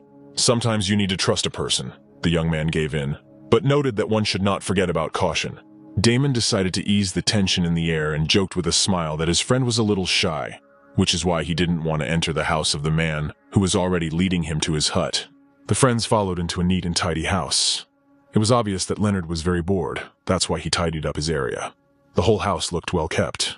In the kitchen, the man had already prepared a large number of different dishes, apologizing for the fact that the village was small and he had nothing to treat them with. But everyone sat down at the table and began to eat with great appetite. Leonard was a hospitable host and asked the children not to be shy and to eat as much as they needed. They had become unaccustomed to warm food. Charlie was calm. He put not too much food on his plate. The man asked him not to be shy to eat more. He replied that he had enough. In order to ease Charlie's tension and shyness a little, Leonard took out several bottles of alcohol from the table. Their meeting was truly fate, so he offered them a drink. The word fate thundered in Charlie's head. He doesn't know if in the future he will finally be able to meet N, whom he has been looking for all this time. If this fateful meeting will ever happen. Leonard got up from the table and poured a mug of alcohol for all the guys. Their meeting was a real miracle, so this matter needed to be washed down. A long and fun night awaited them. A few hours later, Leonard was helping Damon to his bed. He kept singing various songs, thinking that he had probably had enough alcohol. Susie was helping Charlie, who kept threatening to kill all the zombies with one blow. Finally, the guys collapsed on the bed. Charlie kept saying his girlfriend's name. Susie decided that it was the wrong decision. He remembered about Anne, and decided to achieve it with alcohol. Unfortunately, his house was very small, so the boys and the girl would sleep in the same bed. Susie thanked him for that. It was certainly more comfortable than sleeping in the car. The girl was also drinking with everyone, but it was not obvious that she was drunk. Susie admitted that she did not know how to drink, so she simply poured alcohol into an empty glass. Leonard turned pale for a moment, but pulled himself together. There was nothing terrible about it. He wished everyone good night and a good rest, and walked back himself. These children had tired him out so much that he could finally stop smiling and squinting all the time. He walked through the door and was greeted by a smell that was familiar to him. The slaughterhouse greeted him with the remains of flesh and blood. Various blades, cleavers, scissors, and saws were hung on all the walls. He wanted to kill them while they were drunk, but his plan was ruined by some pathetic girl. The guy with the gun, whom he persuaded to drink, was very strong. The sleeping pills did not have a very strong effect on him, and he still had the gun. Anyway, his wife was probably hungry, so he needed to feed her first, and then deal with the children. Leonard's empty and cold gaze glanced at the packages of flesh in the refrigerator.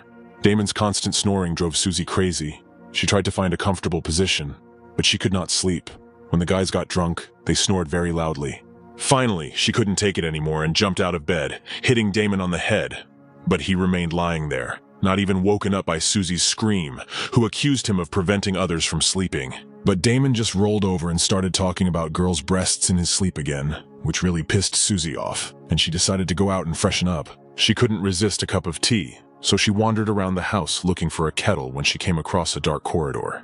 It looked a bit creepy, and she decided to see what was there. Walking forward and opening the cracked door, she saw a huge cutting room. Large and small pieces of some kind of flesh and bones were scattered everywhere. She couldn't really make out what was what. There was a very strong and persistent smell of blood here, like in a slaughterhouse. Her gaze fell on the large refrigerator at the end of the room, which she followed and opened. Noticing the human remains, she instantly slammed the door, terribly saying to herself that this was really what they ate last night. Nausea washed over her. But a terrible and bloodthirsty voice assured her that there had been pork at yesterday's dinner, so the girl had nothing to be afraid of.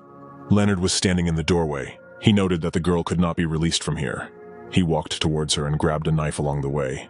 He did not need to hesitate and finish very quickly. The girl recoiled from the man and grabbed the cleaver, telling him not to come near her again if he wanted to keep the remaining parts of her body. Did this girl really think she could defeat him? Susie figured that they each had a knife, so it was unclear which of them would lose their lives today. Of course, Susie can use the power of the infected that Charlie taught her. But in that case, she won't last long. The man in front of her was a master of cold weapons, so she will act ruthlessly. Susie threw a cleaver at the head. The man did not expect such a throw and managed to dodge. It only slightly scratched his nose. Noting the excellent throw, the cleaver stuck into the wall. At this time, Susie raised her fist while Leonard was distracted. She hit him with all her strength in the balls. It seemed that the man even heard them crack. He fell to the floor, screaming from the pain, which was simply unbearable. The girl decided not to waste time and ran away. It was necessary to deal with the man, because Damon and Charlie were sleeping upstairs. It was necessary to protect them. An angry Leonard came out of the door, holding his knife at the ready. He threatened to cut off the girl's impudent head. He would cut it slowly and painfully for what she had done. But Susie just showed him the middle finger and called him a piece of goat, which made the man angry. But Susie ran away, not forgetting to insult him along the way. Despite the pain in her groin area, the man caught up with her. But Susie noticed a passage downstairs. She didn't know what she would find in the basement, but now the girl didn't have much choice. She ran down the stairs. She had to take a risk. Otherwise, she would lose her life today, thereby exposing her friends to the knife in the same way. In the basement, she noticed a woman tied to a chair, who was sitting opposite the window. The moon illuminated her appearance, so the woman was clearly visible in the black room. There were remains of flesh lying everywhere. Susie thought that Leonard had grabbed someone else and was about to release the woman immediately. She approached her and asked, "Explain everything in order." The zombie looked at her and growled. Susie jumped back in fear, slipping on the blood. She did not understand what the infected was doing in this place, and also noticed a human hand. Could it be that this man was still keeping zombies in his basement all this time? The woman did not stop trying to bite the girl. She came up with a plan. She heard Leonard's loud footsteps, still chasing her. She realized that he was almost in the room. He burst into the basement, triumphantly preparing to skin Susie. But his wife was no longer sitting opposite the window. The man was looking around. The girl was nowhere to be seen, but he finally noticed his wife to the side.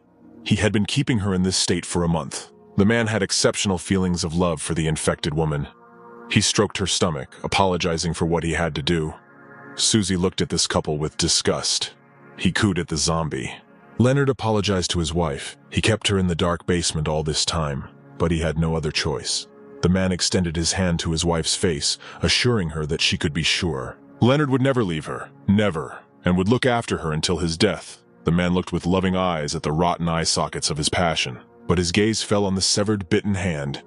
Realizing that there were still strangers in the basement, which meant all that was left was to find the girl. Susie was hiding behind a column, which the man had already looked at. He asked why the girl was hiding. She no longer needed to hide her presence, which he felt. Susie jumped out of hiding and accused Leonardo of being a psycho for locking up the zombies. But he replied that they were a married couple and were supposed to be together forever. He was a real psycho. Only death could separate them. They would be together forever. And he didn't care what she looked like. His wife was the most beloved person on Earth. Susie asked him to come back to Earth. His wife had been dead for a long time, but he denied this, arguing that she could still move.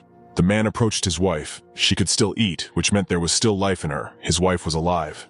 The reason she didn't look so fresh was because she hadn't eaten fresh food for a long time. He had been searching for survivors for several days now.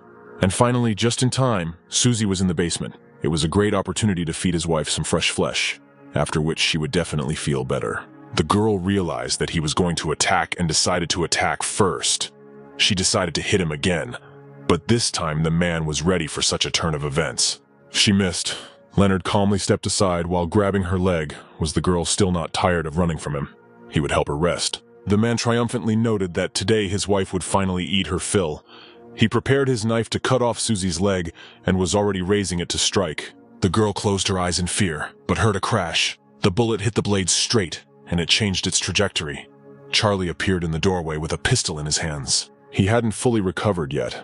Leonard ordered him to throw his into the barrel. Otherwise he would cut Susie. He screwed up this time. There was a window in the basement.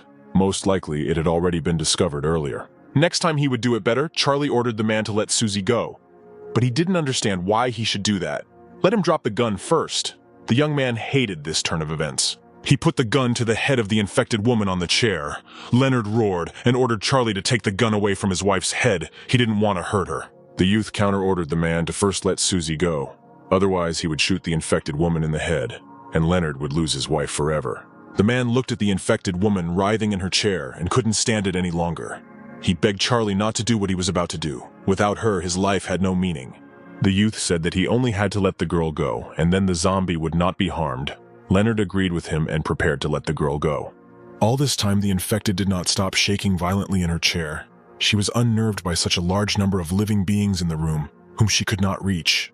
Finally, her strength was enough to tear apart the holding bands, which had already rotted and cracked and could no longer hold her. Leonard got distracted and Susie bit his hand. He jumped back, during which the girl ran to the exit. It was necessary to act quickly and get to the weapon.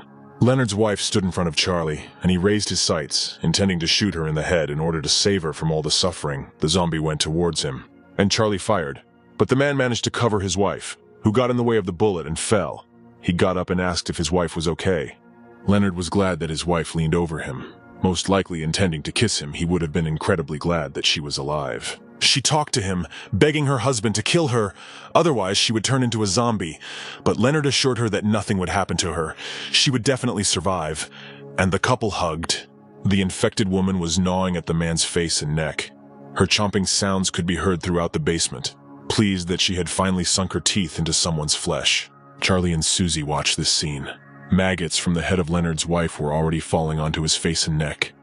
He just looked away with a blank look. Charlie decided to end this circus and shot the zombie in the head. The infected, having lost control over themselves, will never have feelings. It has always been like this. The boy headed back. Susie looked at the infected couple one last time, wondering why this world had become so cruel. If it weren't for the infection, this couple would be happy, and Charlie remembered their visit to school. When they were there, they accepted one very important fact about everything that had just happened to the world. Susie had to remember one truth. They had to survive at any cost. Damon never stopped digging under the hood of the SUV. Susie helped him and gave him the necessary tools. Damon was able to similarly disassemble his father's car for parts when he was only 10 years old. Damon asked for a wrench to get it. He pulled out from under the hood a little and looked up at Susie. She was wearing only a short skirt, and the girl hit him with that same wrench. The guy didn't look under her skirt on purpose, and besides, he wasn't a fan of boards. The girl asked him again who he dared to call a board. Charlie listened to his friend's chatter with a smile. They suited each other. Since entering the first stage, his progress in development had slowed down. More effort was needed. Damon had finally finished. While he had the tools, breakdowns were not a problem. He needed to hurry. They had lost a lot of time yesterday.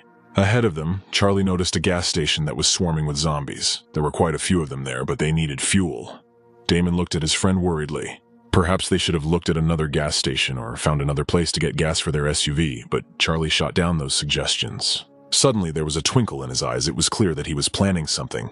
The youth looked at Damon with predatory eyes, and he felt uncomfortable. He had a little idea. Charlie gave Damon the knives. He didn't like what he would have to do, but Charlie replied that if he wanted to speed up his development, he needed to participate in a grueling battle. Susie was adding fuel to the fire. Damon was complaining like a child, but her face instantly turned white when the guy said that she would also go with him and be his partner. Charlie taught them the basic fighting technique. Did they really think that they would be weaker than the infected? But Susie was confused by the huge number of infected at the gas station.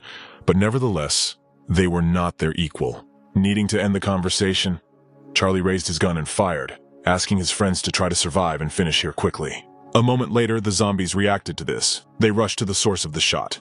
Damon and Susie did not stop fighting off this crowd. The guy wielded blades and Susie preferred pistols. The number of infected did not decrease. The couple was on the roof of the car. From here, it was convenient to fight off this horde that intended to taste their lives. One of the infected was rapidly approaching Damon from behind. He managed to block his dash with his blades, but asked Susie for help. The infected had almost bitten him when he was shot in the head by Charlie, who was sitting on the roof of the gas station drinking lemonade and spying on his friends. He won't help anymore. They need to be more careful. Their slaughter continued for several more hours. Eventually, they finished with all the zombies and lay on the grass, exhausted, surrounded by severed zombie body parts. Charlie walked up to them and replied that now was not the time to rest. It was time to train. Damon and Susie replied that it was too much even for him.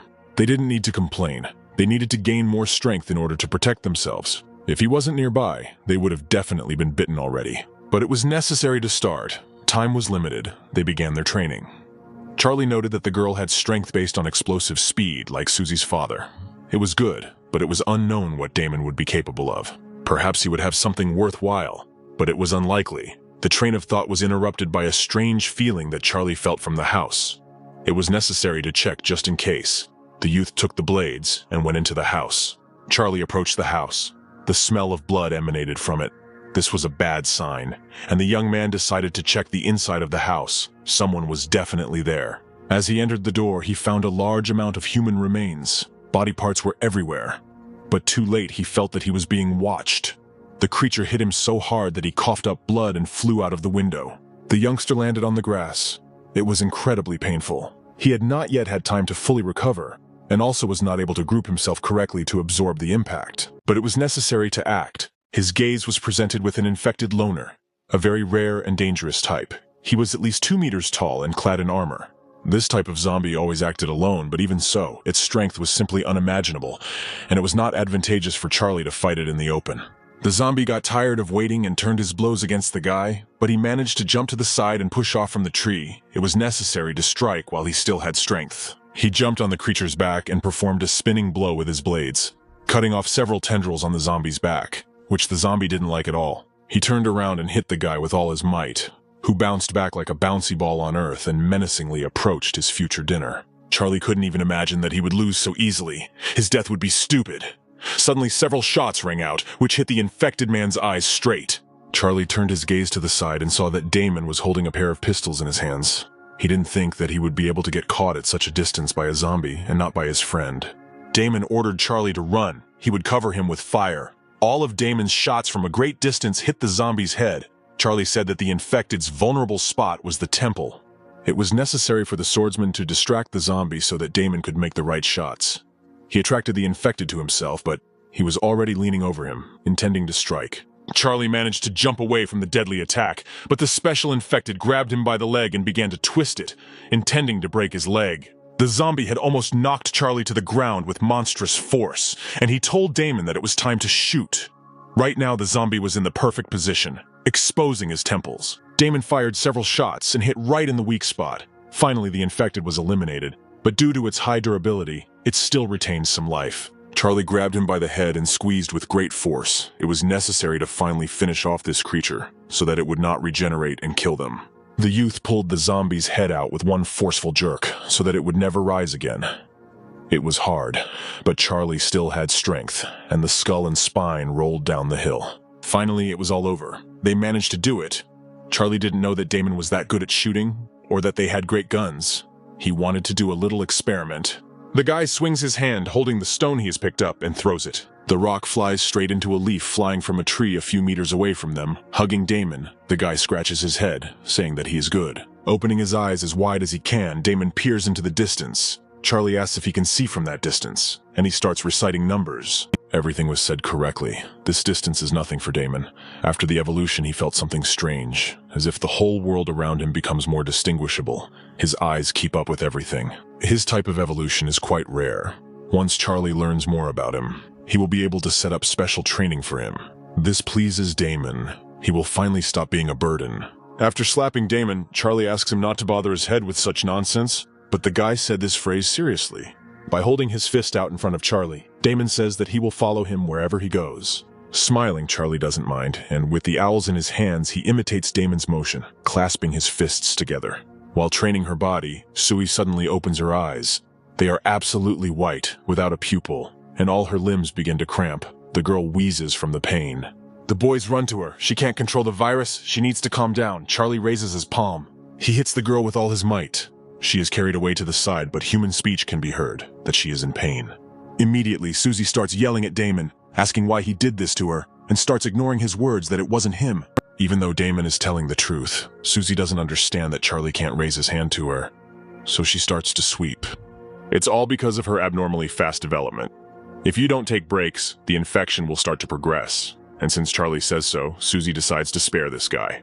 Now it's time to go. The guys will rest this night at the station, and in the morning they will set out. The fat man pushes Damon, and as he falls, he accidentally touches the girl's chest. The boys told the teacher everything, and no one listened, that he didn't do it on purpose, so they called the parents to school. The girl's mother was scolding her, asking what would happen when Damon grew up, like parents, like children. The woman didn't listen to the boy being pushed and continued to scream. Taking Damon by the hand, his mother, not listening to the nasty woman, left, even though she was not finished yet. Looking at her son's face, the mother says that she believes everything Damon said. She doesn't look upset at all. Crouching down to be level with her son, she said she knew Damon was a good boy with a sense of justice, and that at home she would prepare whatever the little boy wanted. These are Damon's memories. He was overcome with sadness. Charlie immediately asked what he was thinking about, but the answer was that it was nonsense. There are definitely infected in this place. Charlie asks to stay here, and no matter what happens, listen to him. Almost with tears in his eyes, Damon wonders if his parents are safe, but there is no point in thinking too much. They can find out about it later. The guys are standing on the street, hugging their friend. Charlie asks not to attract the attention of the infected. When they entered the tribute, they saw a terrible picture. Corpses of people mixed with infected were scattered throughout the corridor. Someone has already been here. The wounds are fresh, most likely. This happened not so long ago. From the realization, Damon breaks away from the spot and rushes down the corridor. Susie and Charlie call out to Damon to stop, but to no avail, so they start running after him. For a second, they lose sight of him, but hearing a cry of horror, they immediately head towards the sound. With a complete loss of reason, Damon stands in the hallway of some room and randomly shoots a gun, a nightmare reflected on Charlie's face. Afterwards, the guy falls to his knees, covers his head with his hands, and becomes hysterical. Charlie worries about him and sees the reason for this behavior. A woman is suspended in that room, and dead zombies are lying around her. Someone did this to her on purpose. A living zombie bait. Damon's soul is torn apart by tears. It's his mother. The one who dared to do this to her is not a human being. Damon gets up from the floor and goes to his mother, stretches his hands to her face. Her eyes open slightly. There is no longer a drop of consciousness in them. Charlie manages to push Damon away. Another moment and she would have bitten him. The guy takes off again, not listening to anyone. He runs. He has to make a stray shot. Charlie told him to stop. Little Susie tries to stop him. Charlie wonders where he's going. Damon doesn't say anything useful, only that he's going to tear those bastards apart. But since he knows who did it, Charlie wants to know how many there were and if they had guns. There's no doubt that Charlie understands that he feels very bad right now and wants to take out all his rage on those who did this. But he shouldn't act rashly. First, they have to do something. After closing the door, Charlie pointed the gun in that direction. Let him rest in peace. Opposite her grave sits Damon and continues to cry. This bitterness will remain in the soul for a long time, but in such cases you need to overcome yourself. He should calm down because his father might still be alive. This thought hits Damon's head as sharply as possible. Remembering his father, he gets up and starts walking. Susie asks if his family had any conflicts with anyone, throwing the man who is Damon's father to the floor. Thomas reports to his boss that they are back. Looking up, Christian has no trouble recognizing his business rival, the fat man Will, who is now pompously smoking a cigar. After all, Christian could not even imagine that he would ever find himself in this place. He rushes from the spot, wanting to finish off fat man Will. But from the blow, he instantly finds himself on the ground, in a pool of his own blood. And according to the boss's instructions, his subordinates tied up his wife, after which they set the zombies on her. And all this right before his eyes. The Rolex watch is sparkling. Thomas shows it to Fat Will. He found it in Christian's house. They did a good job, so Fat Will allows his subordinate Thomas to leave them. Fat Will is a business competitor of Damon's father. This man does not follow the rules, and is also connected to crime. 2 years ago, he sold counterfeit wine and cigarettes, which Christian reported. The people who came to Damon's house didn't take food and water. It doesn't look like thieves. Judging by the carnage they caused there, they wanted revenge. His parents were not in the habit of making enemies. Fat Will is the only one they crossed. Braking sharply, Charlie asks for a map.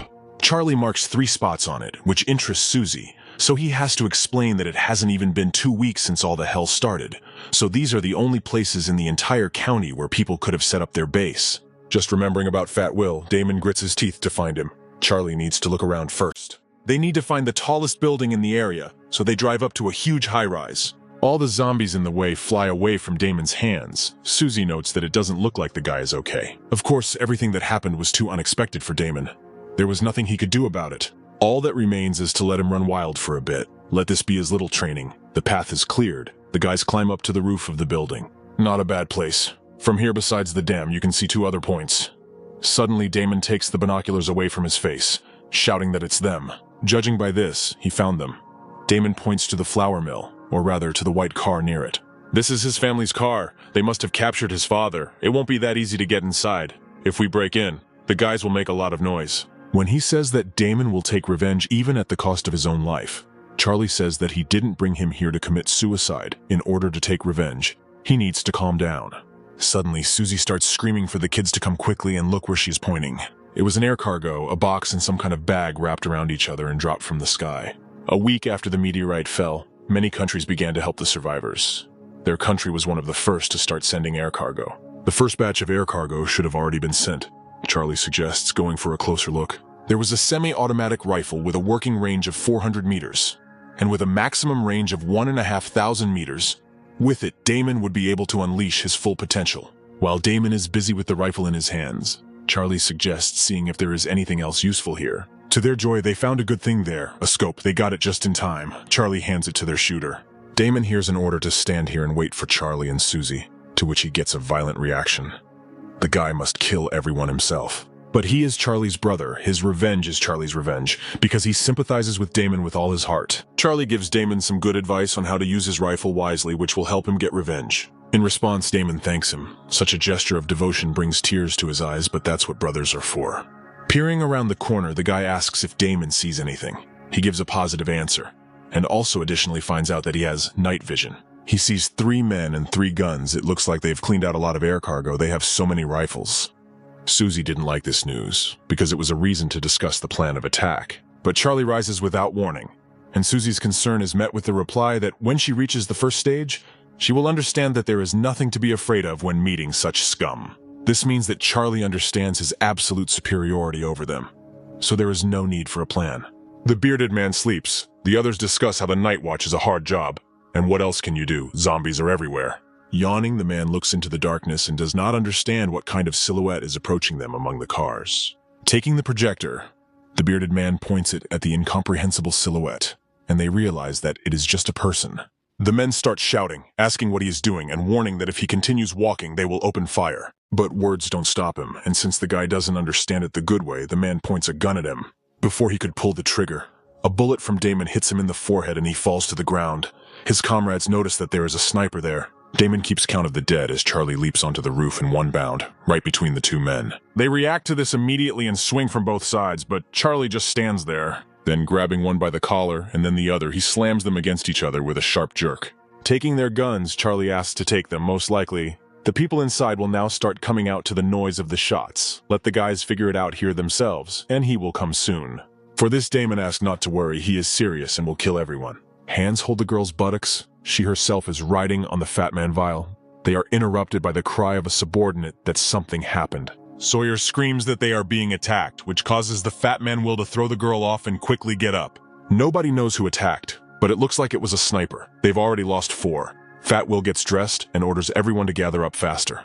Everyone is afraid. The guys argue about who will look out to sea, but everyone wants to live.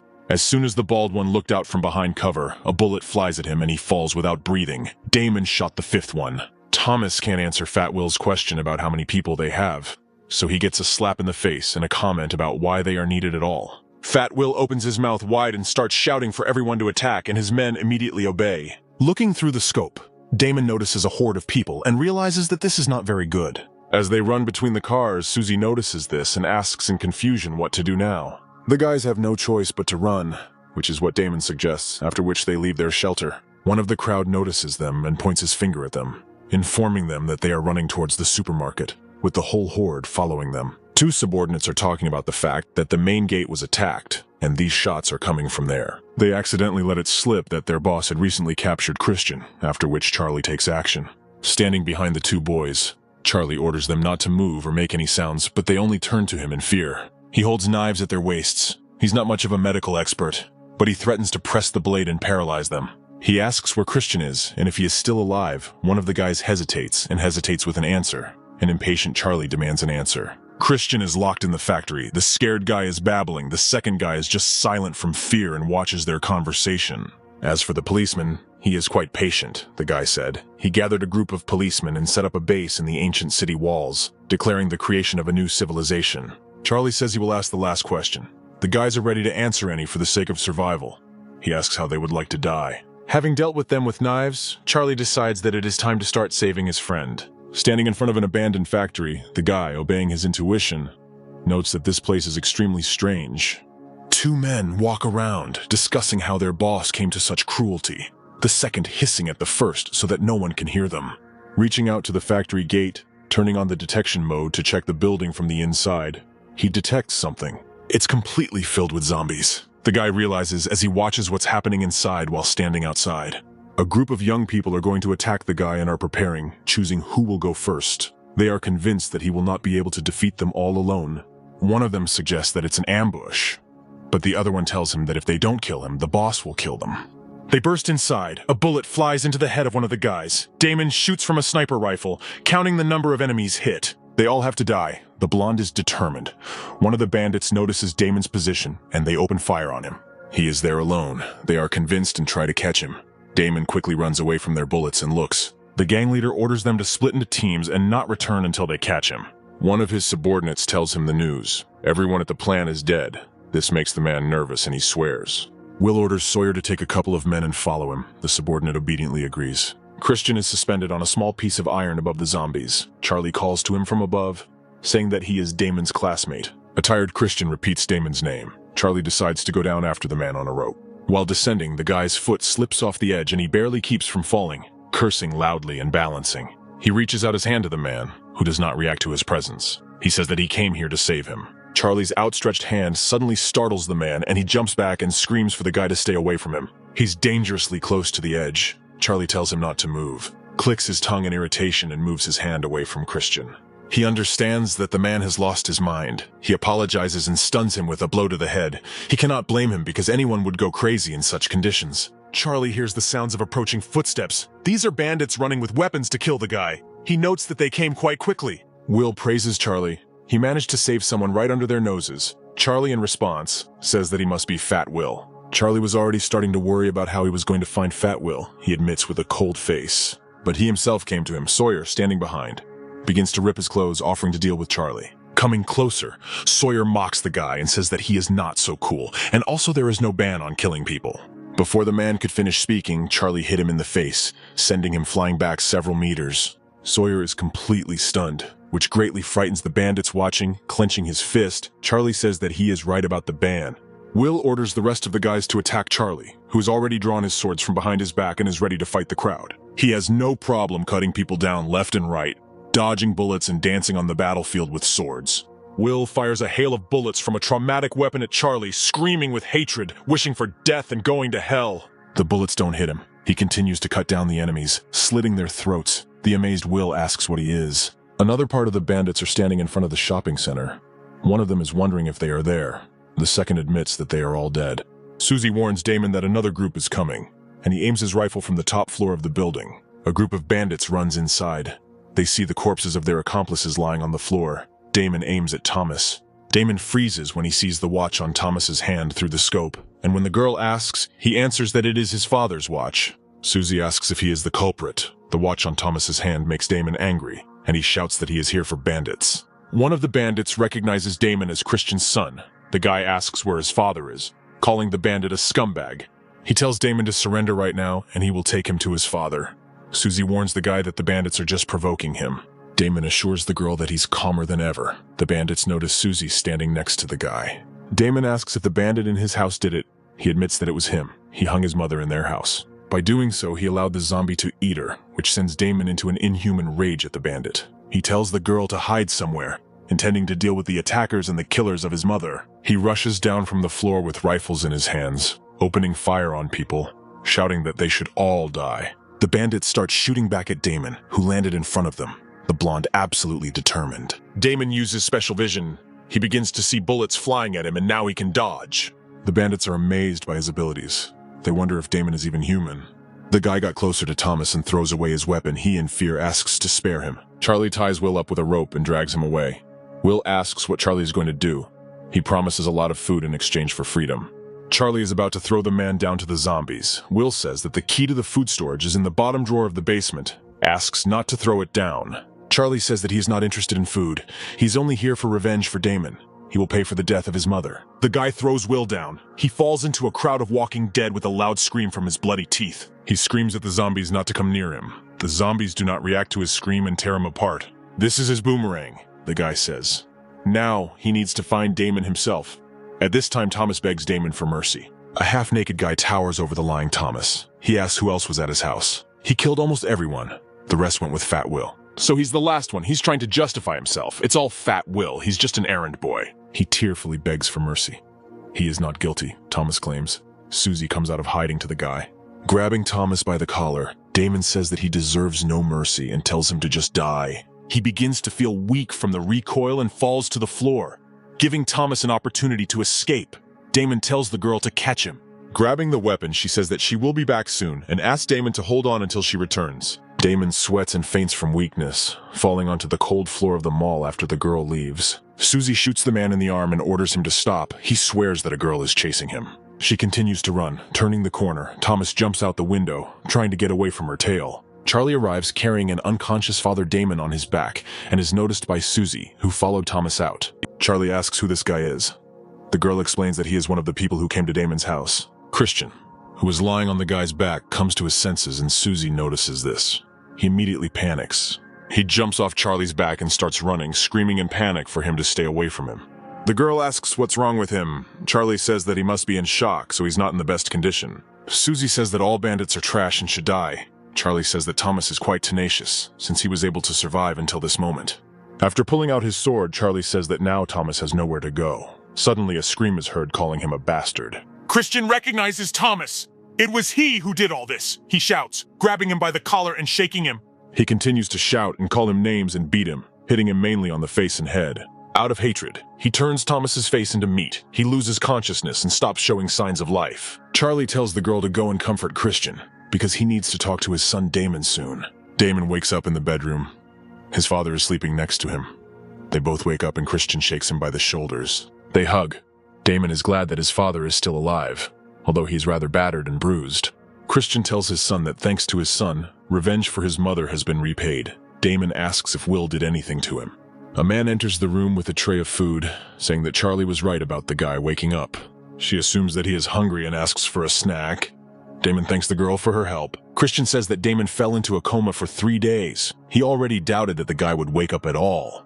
Damon is amazed that he slept for 3 whole days. Susie found all the food on the tray in the kitchen. Charlie comes into the room and immediately says that he was too impulsive. He told him not to awaken the Abalu unless there was a good reason to do so. Damon says he couldn't just accept it when he recognized Thomas.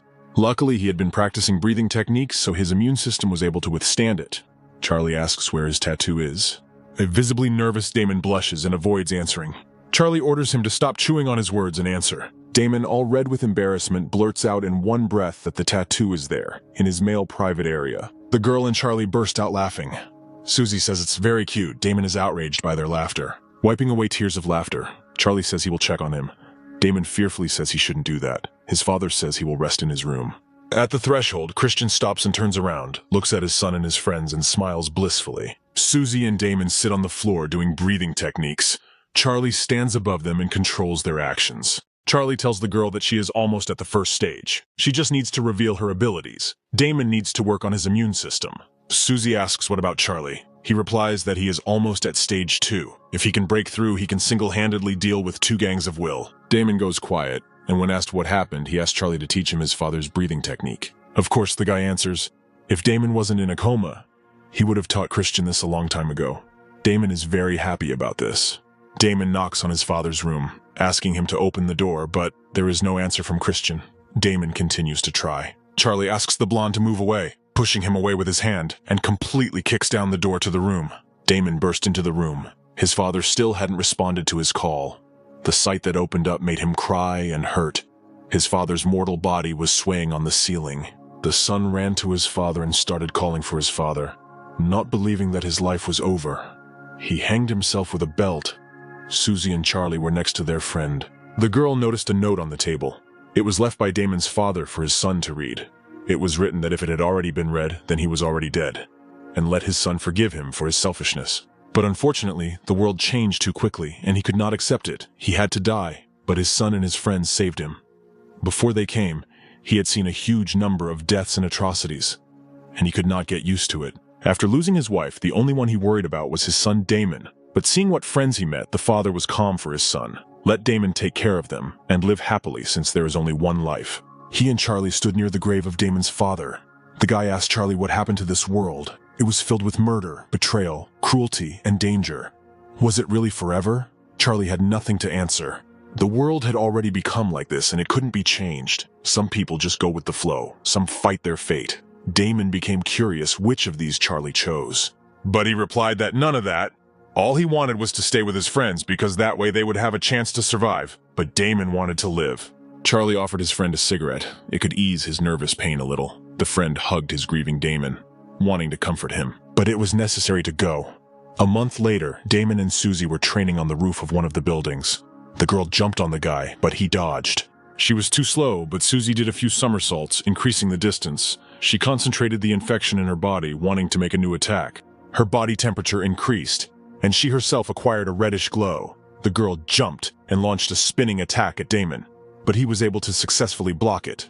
However, Susie did not give up. This was not all she was capable of. The girl took out a knife and put it to Damon's belly, who at the same time also took out his knife and put it to his throat. Another draw was formed. Charlie noted that they both had significantly honed their reactions. The guy had been standing and looking through binoculars for 2 days already. But Charlie noticed something. The friends looked at the fat man's factory. There had been people and machines there for the last few days. Everything opposite the factory had been stolen. Perhaps they were going to take all the supplies from there, but it didn't matter. They had already recovered enough and needed to move on.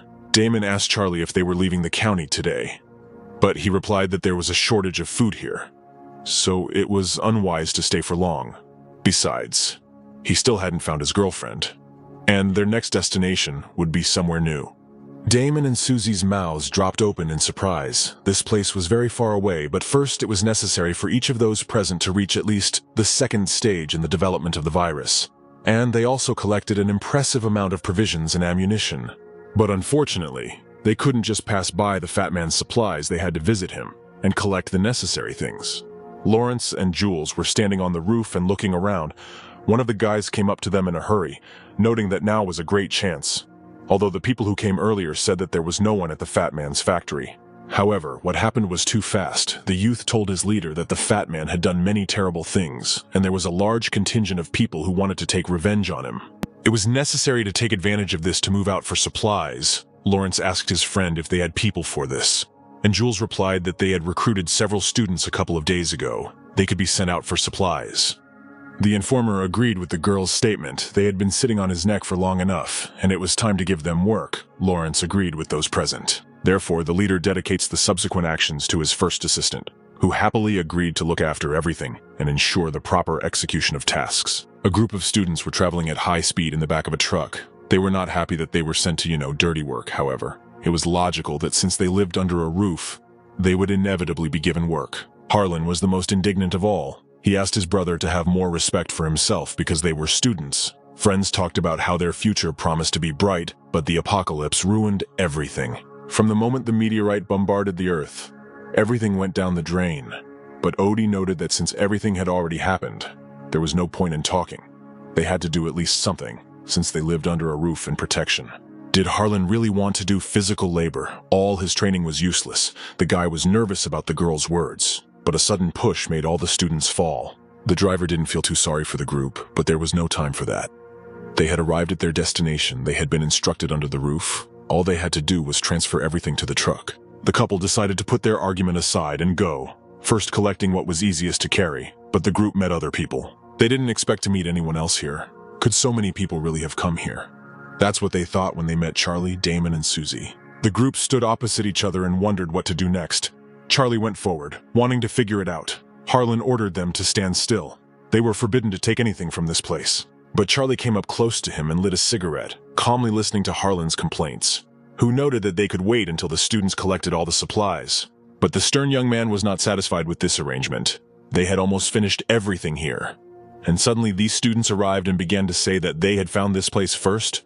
Charlie was outraged by the fact that they were going to appropriate everything for themselves. Harlan had no intention of sharing the loot with them, but Odie advised him to retreat. The warehouse was already very large, so none of them could take everything anyway. But Harlan explained that in this case, they would take all the most valuable. Anyway, there were only 3 of them, and one of them was a child. It was very sad that they couldn't stop paying attention to them. Harlan was outraged again. Why didn't his friends feel sorry for him? One of the girls suggested to Odie an idea that since they were all young, they could be invited to join them. And the girl asked if they would like to join a group of students in order to increase their chances of survival. But Charlie just turned away and said that there was no need for that. Let the guys take their things and he and his friends theirs. And Susie and Damon continued loading boxes into the SUV. Harlan was finally angry. They could have forced them to give the things back. They had more people, but Odie advised him not to be so petty. They were all already in a difficult situation and they were losing time. They needed to find supplies. Damon wasn't happy. Maybe they should teach the boys a lesson. But Charlie pointed out that there was no point. Harlan was upset. It looked like his friends were innocent and he was the villain. But an untouched warehouse opened up before them. Another informer ran towards Lawrence as fast as he could. He asked his boss if he had sent a group of students to the fat man's warehouse. But he replied that he had sent them to load everything necessary. There was a large quantity of valuable supplies there. After these words, the informer's face turned pale. Word got out that there was a huge number of zombies in the fat man's factory. It was completely filled with them. Lawrence instantly became more serious. It was necessary to act quickly. He ordered that Jules be called to him immediately. It was necessary to save the university students before it was too late, and they walked away into the building. The friends were pleased with their catch. They had collected a huge amount of food. Charlie asked if there were cigarettes. Damon pleased his friend. There was a whole box. It was necessary to prepare for departure. But the girl ran up to them again. Odie tried to persuade her friends to go with them. They had a shelter. Charlie asked how many people were there. The girl answered that there were about 100. In the present time, it was necessary to help each other, but Charlie cut off her offer. They intended to go themselves. But the girl realized that she could not persuade them and took out some object. In her hands, she held a pistol, which she handed to Charlie. Let it be for good luck. Charlie was flattered by such a gift. Since they were still young, it would be more useful to them. Charlie asked Damon to leave them some medicine. He liked this girl, and he decided to thank them in this way. They were already in the car. They had a long way to go, and as Charlie settled into his seat, Susie noticed that the students were rummaging around in front of the entrance to one of the warehouses. The car was picking up speed, but Charlie instantly tensed up and stood up from the seat. At this time, 2 guys were trying to open the central gate of the warehouse. Charlie asked her to clarify which warehouse exactly. She noted that it was the closest one, the one that could be seen at the main gate. It was necessary to immediately turn the car around. It was necessary to stop the students as soon as possible. They still had a chance to save them from imminent death. Harlan and his friend were swarming around the gate. The boy noted that he had a bad feeling about this, but Harlan reassured him by noting that there should have been a large amount of supplies in the warehouse. The lock wouldn't budge against his picks. The bespectacled man got angry at the stereotype from the movies and took out his pistol, intending to shoot through the chain. A loud shot rang out, and finally they were able to open the warehouse gates. The lock and chain fell noisily to the ground. The guys headed inside. But a foul, putrid smell poured out on them like a stream. Harlan could not understand where it came from when his leg was grabbed by one of the zombies, which bit his leg. He knocked the zombie's face off his leg with one blow and shouted for help. The warehouse was teeming with hordes of zombies, and the guys rushed out of it as fast as they could. Hundreds of zombies ran after them, attracted by the noise and smell of fresh flesh. The guys stumbling tried to escape from these hungry creatures. In April 2020, after the Day of Judgment, the survivors' camp faced a crisis of food and medicine.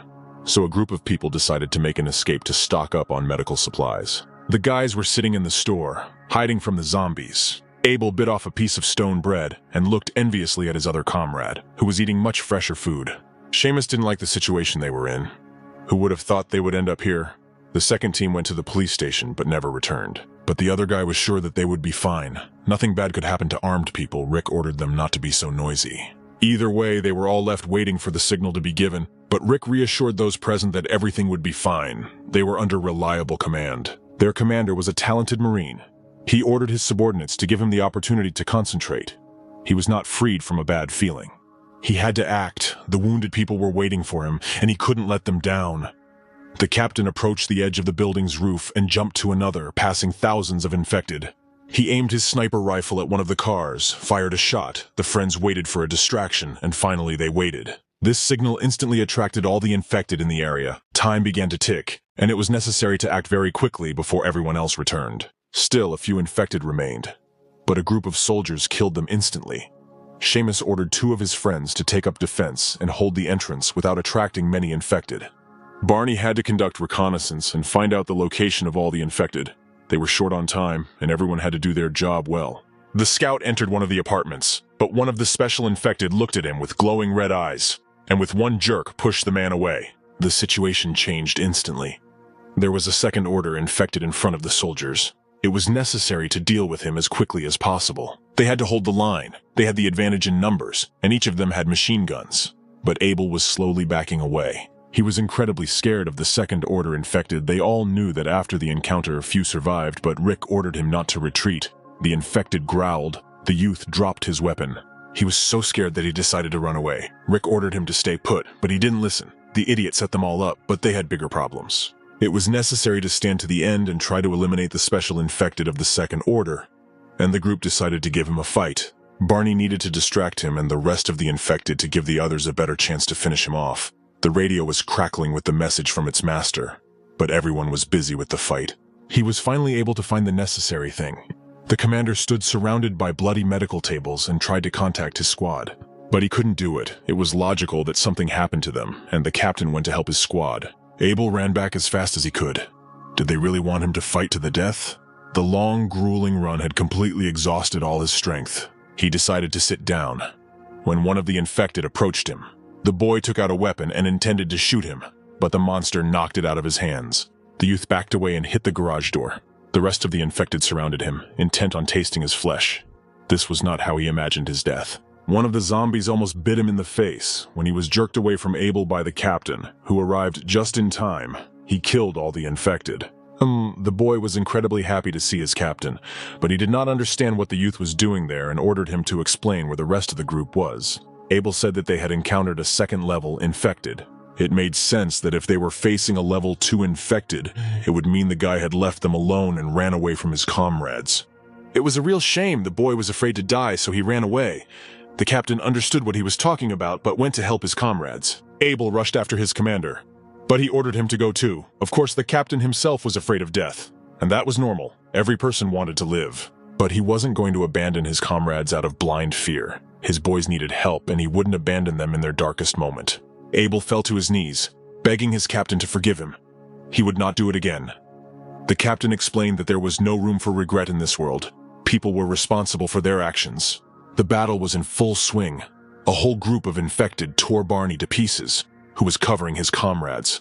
Seamus only managed to scream, but Rick pulled his captain away. They needed to run as quickly as possible. Now was not the time to regret. Their friend had not died in vain. They needed to survive. He was still in a bit of a daze, and Rick grabbed him by the chest and shook him hard. In the situation they were in, a cool head was needed. Would their friend's death really be in vain? These words affected the soldier, and he decided not to let his friend die in vain. Suddenly, a mutant tore out the nearest door, which flew at Rick. He flew off with a crash. His friend was crushed by the door. Then the mutant struck it, crushing all the bones and organs. Seamus doused the monster with a hail of shots. He covered himself with his hands, and the bullets did not harm him. In the end, he pulled the pin from the grenade and threw it at the mutant. There was a strong explosion that was supposed to destroy the monster. The soldier had no more strength left for anything, and when the dust settled, their captain suddenly appeared. What was very strange was that he was only wearing trousers and boots. The upper part of his body was naked. On his back, he had a tattoo of wings. He walked up to Seamus and took his hand. The radio was crackling that a police station had been found. This was very good news. The squad informed the captain that the sounds of gunfire had reached them. They needed to find out what the current situation was with the first squad. The captain had transmitted that the zombies were approaching, and in that case they would be trapped, so the captain would figure out how to get the people out, and they needed to leave the place immediately. But Seamus couldn't go any further. His leg was badly damaged. He would become a burden. Based on his abilities now, he would be of very little use, and he would only delay the captain. He leaned over his subordinate and ordered him to return, but the soldier could no longer feel his leg. Perhaps he would be fine for a while, but he had only enough strength for one last action. He took out a knife and was about to insert it into himself to end the torment and not become infected.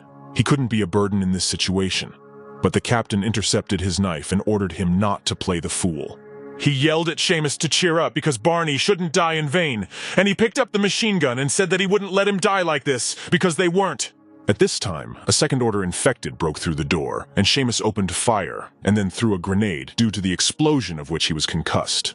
But then, John appeared, who said that a wave of zombies was approaching, but that he would figure out how to get Seamus out, and suggested that he return to his place. John threw a grenade into the crowd of zombies, and then picked up Seamus on his shoulders since he had injured his leg and told him not to underestimate him. He could get out even if he took him. After leaving the building, John hurried away with Seamus on his shoulders, and he noticed that the explosion had attracted a lot of infected, and John told him to keep an eye on his back. They moved along the deserted streets, and Seamus noticed that everything looked very strange, because there were so many corpses behind, and not a single infected here.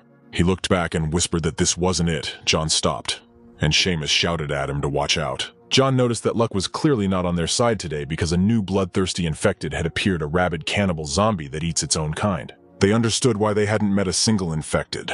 It was his doing. This creature would drive out all infected below the second order within 500 meters, but he was very strong. Seamus suggested that John leave because his speed was not suitable for fighting this infected, and he ordered him to shut up. Today, he will show how to kill these monsters. He pounced on the bloodthirsty cannibal with 2 knives and stabbed him in the arm with the blade. The monster roared, but John was unable to hold onto the knife, which fell to the ground, and the man cursed. John said that this infected's weakness is in his temple, but close combat with him is too dangerous. Seamus, who was behind the monster, shot at it, trying to distract its attention. The cannibal began to turn slowly.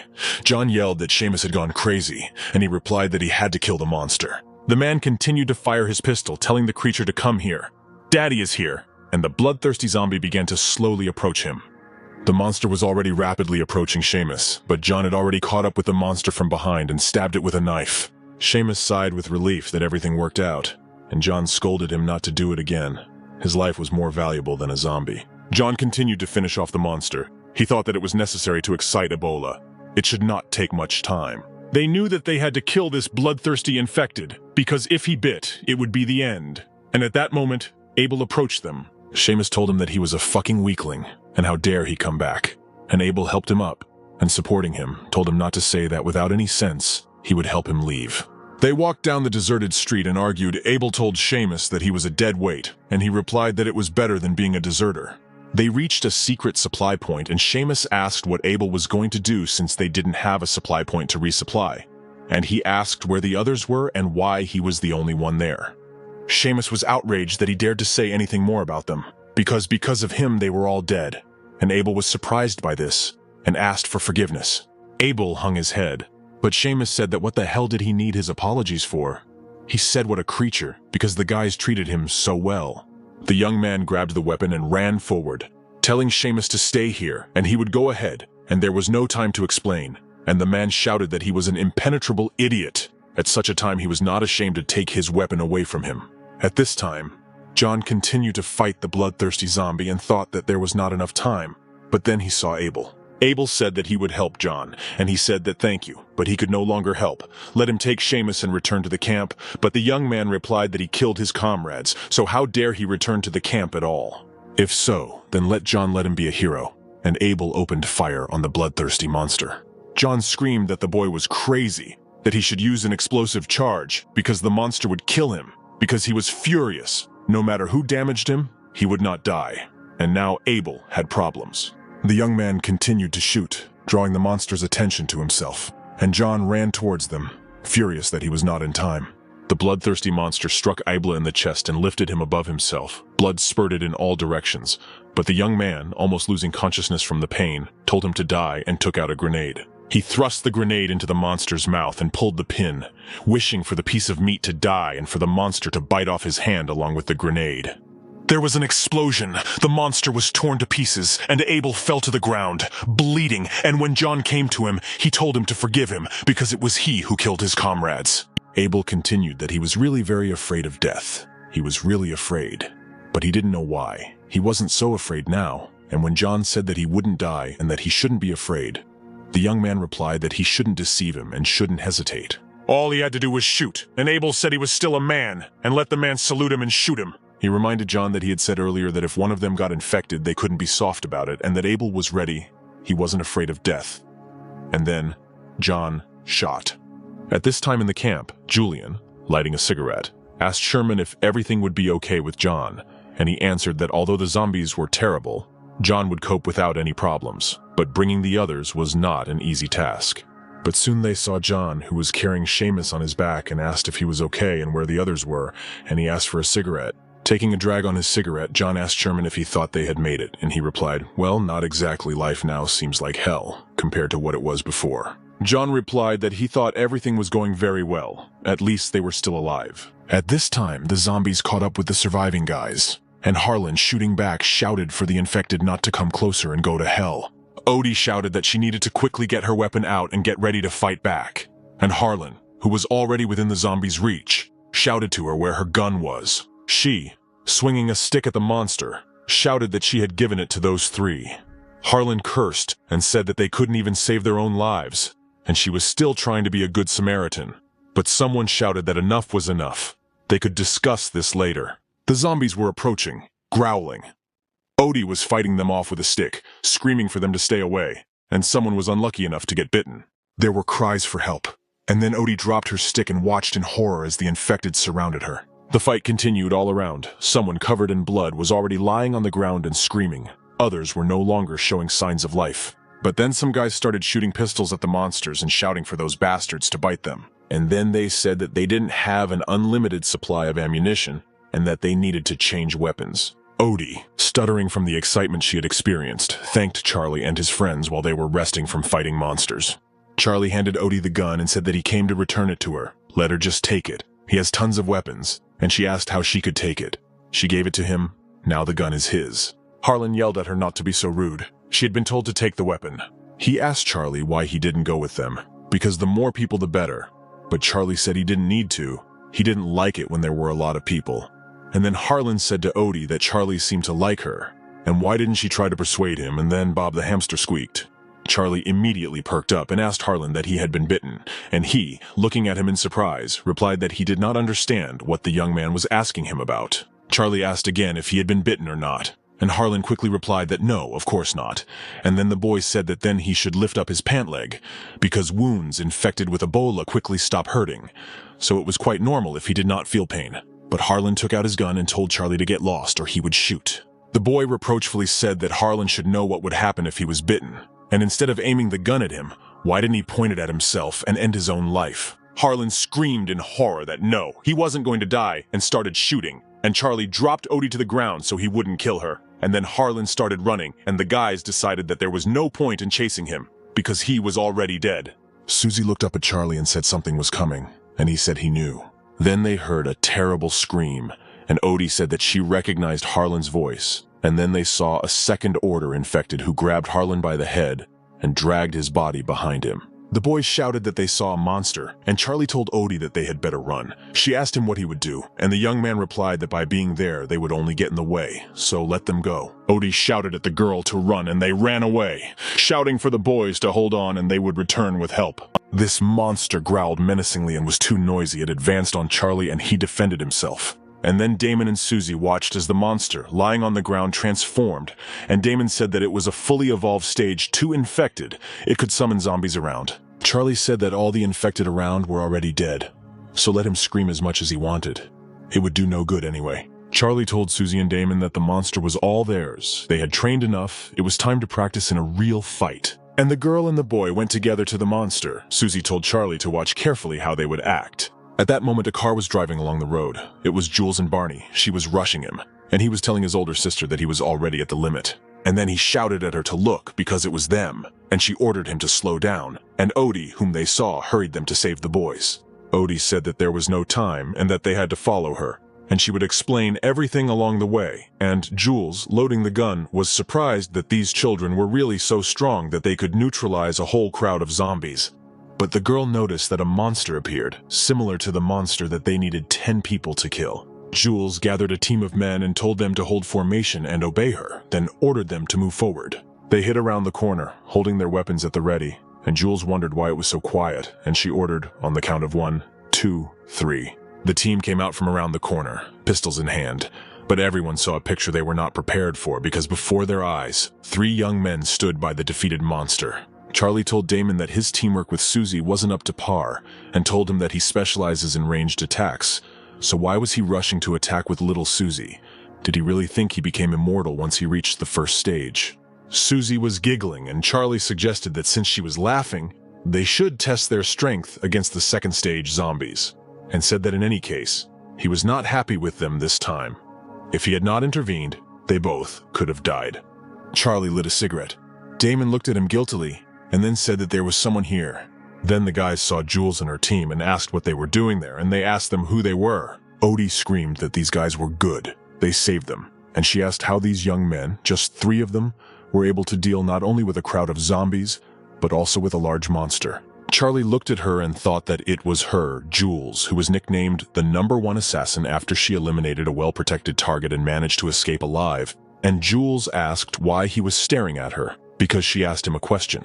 The woman asked Charlie with displeasure if he was perhaps deaf since he was not answering her question, and he replied that no, she simply reminded him very much of someone. Jules folded her arms across her chest and told the guy that he was pretty bad at picking up. He thought she was as pompous as ever, and Odie suggested that Jules invite him to the base because he was pretty strong. Jules told the children, who seemed quite strong to her, to follow them, and Susie was offended that they were called children. The boy asked Jules if she was the leader of the base, but she replied that it was Lawrence. And Damon asked Charlie if Lawrence was the guy who solved the red butterfly case. Charlie was surprised, and Damon said that it was quite normal that he didn't know. This was the biggest serial murder case, the victims of which were only high-ranking officials and wealthy merchants. And next to each victim, there was a drawing of a red butterfly. Officer Lawrence turned out to be much tougher than the serial killer. He was able to catch this criminal on his own.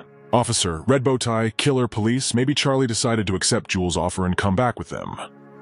At this time, 3 men were talking in the car. One of them said that Fat Will's plant had been cleared out too quickly, and the other asked what they should do now because the boss had said to act carefully and not make unnecessary movements. But they couldn't return empty-handed. One of the men told the other brother, Clint, to hurry up and think of something to tell the boss when they got back, and he said stop yapping because they had found a convenience store. We need to check this store first, but it would be a good idea to grab a weapon just in case. The 3 of them entered the shop, and one of them, having first checked whether there was anyone in it, told the others to go in and start taking everything out. Then there was a crunching sound, and Clint immediately pointed the barrel of his gun in that direction and told them to get out of there or he would shoot, and a voice was heard telling them not to shoot. They were people, and a beautiful girl in glasses came out into the light, with a girl hiding behind her. At this time, Charlie and his company were sitting and eating at a large table set with food. Jules and her brother asked Charlie to forgive them for such meager hospitality, but he said that they were too kind. It was more than enough. Everything was delicious, too delicious. And Charlie thought to himself that, as he had guessed, this was Lawrence, the leader from his past life. He owned one of the largest refugee bases, and he was quite lucky to have met the famous Red Butterfly and the leader. Lawrence told Charlie that they were very young, but at the same time quite impressive, and maybe they practiced some martial art. And he replied that they constantly hardened their bodies. It was some kind of hobby. Then Brother Jules said that then the 3 of them were very talented. And Odie noted that Charlie and his group were able to deal with the big guy. They were very strong. The squad members said they saw Charlie and the boys kill the monster using only knives, and it was incredible. And Lawrence offered him to stay with them so they could help each other in the future, and he could give the team under his leadership. Here Kenny intervened. He was outraged that Lawrence made such an offer, because he said that he was going to give the command to him. This is their most powerful weapon. How can he give it to some strangers? Lawrence ordered Kenny to sit down and not to speak in such a tone in front of the guests. He replied that he didn't care because this team was the hope of the base, and he couldn't allow it to be given to just anyone, not to mention that they were children. Then Susie was indignant that he called them children. Kenny said he was so scared of them, those fucking kids. Susie screamed that she was going to kill him and swung a chair at him, and Charlie ordered her to sit down. Damon told Susie to calm down because girls who are always angry get wrinkles. And Clint told Lawrence that he had things to do and would be leaving them. With these words, he led Kenny away. The leader Lawrence told Charlie that his subordinates had an eccentric character, and that he hoped that it did not hurt him too much. And he reassured him that it was nothing to worry about. Charlie said he didn't come here because he wanted to join them. He wanted to make a deal with them. And Jules asked Odie to get everyone out. They needed to discuss something. Lawrence was interested in Charlie's proposal and decided to clarify what kind of deal they were talking about. It was strange to hear such statements from this child. But it seemed that nothing bothered the young man. He needed equipment, ammunition, heavy weapons, and definitely a sniper rifle. Everyone knew that in this world, guns were a very important part of survival. Which is why Charlie did not come empty-handed. He has resources that are comparable in importance. He means medicines. There should have been enough of them for Lawrence's shelter. He knew that they were in short supply. They had antibiotics, medicines for many diseases, bandages, and much more. Jewel listened attentively to the young man's proposal and turned to her leader, of course. The proposal was tempting, but it needed to be discussed with everyone else. Two of their master's subordinates walked and discussed the recent meeting between Lawrence and Charlie. Clint didn't like that some kids were negotiating with their management, but the big guy didn't understand what he meant. There were 3 teams in their district, and it would be better if their leader gave them the most unnecessary one. Although it still raised questions about some newcomers leading anyone, he had sacrificed a lot to achieve his position, and he would not allow children to be equal to him. As Clint left, he noticed his leader saying goodbye to the children. Their leader claimed that Charlie had handled the alcohol very well. Next time he would make sure there was more alcohol. After exchanging pleasantries, the faces went about their business. The leader ordered his closest deputy, Jules, to do everything possible to please this group of people, even better if she could make them want to stay. The girl understood everything. She led the group of people to their overnight stay, deciding to personally show them all the surrounding areas so that they could see the full grandeur of their shelter. Jules led them to the royal room. The ancient walls were used as a tourist spot. It was built by order of the royal family, so the surroundings were appropriate. The girl noticed the girl take the vase and replied that everything here was a priceless antique and had to be kept safe and sound. They were only allowed to spend the night here. Clint and Kenny looked with envy at the room where the children were. Their leader would give them royal chambers, although Kenny himself still lived in a tent. He decided that he would not tolerate this. He burst into the room and ordered everyone to get out of there immediately. Jules looked at him in surprise. What was he going to do? Clint was behind him. He was wondering what his friend would do. Charlie approached him and asked what exactly he was going to do. Kenny extended his hand because he was glad to meet him. But the young man was not so easy to fool. He was suspicious. Kenny didn't understand why Charlie wasn't shaking his hand. He was just trying to be polite, and everyone here was their guest. In fact, his grip strength was 170 kilograms. He was simply going to crush Charlie's hand. He finally extended his hand and shook it. Jules looked at this gesture with fear, but watched.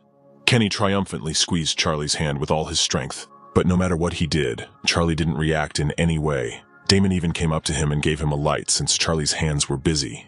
He stood as if nothing had happened. He was already tired of the fact that he was still squeezing his hand. Kenny decided not to give in so easily and clenched all his muscles that tore his shirt to pieces, assessing how much longer Charlie could resist him.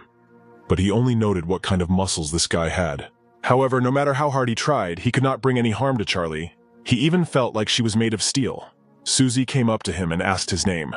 She also introduced herself and extended her hand to him, wanting to teach him a little lesson for what he was about to do to their friend. Squeezing his hand with dragon strength, Kenny screamed throughout the area. His pride and honor were completely stained forever. He ran out of the room with tears in his eyes and other sobs. He needed to be alone. Clint watched him go when Jules came up to him. She warned him not to try anything crazy. She could feel everything he was going to do.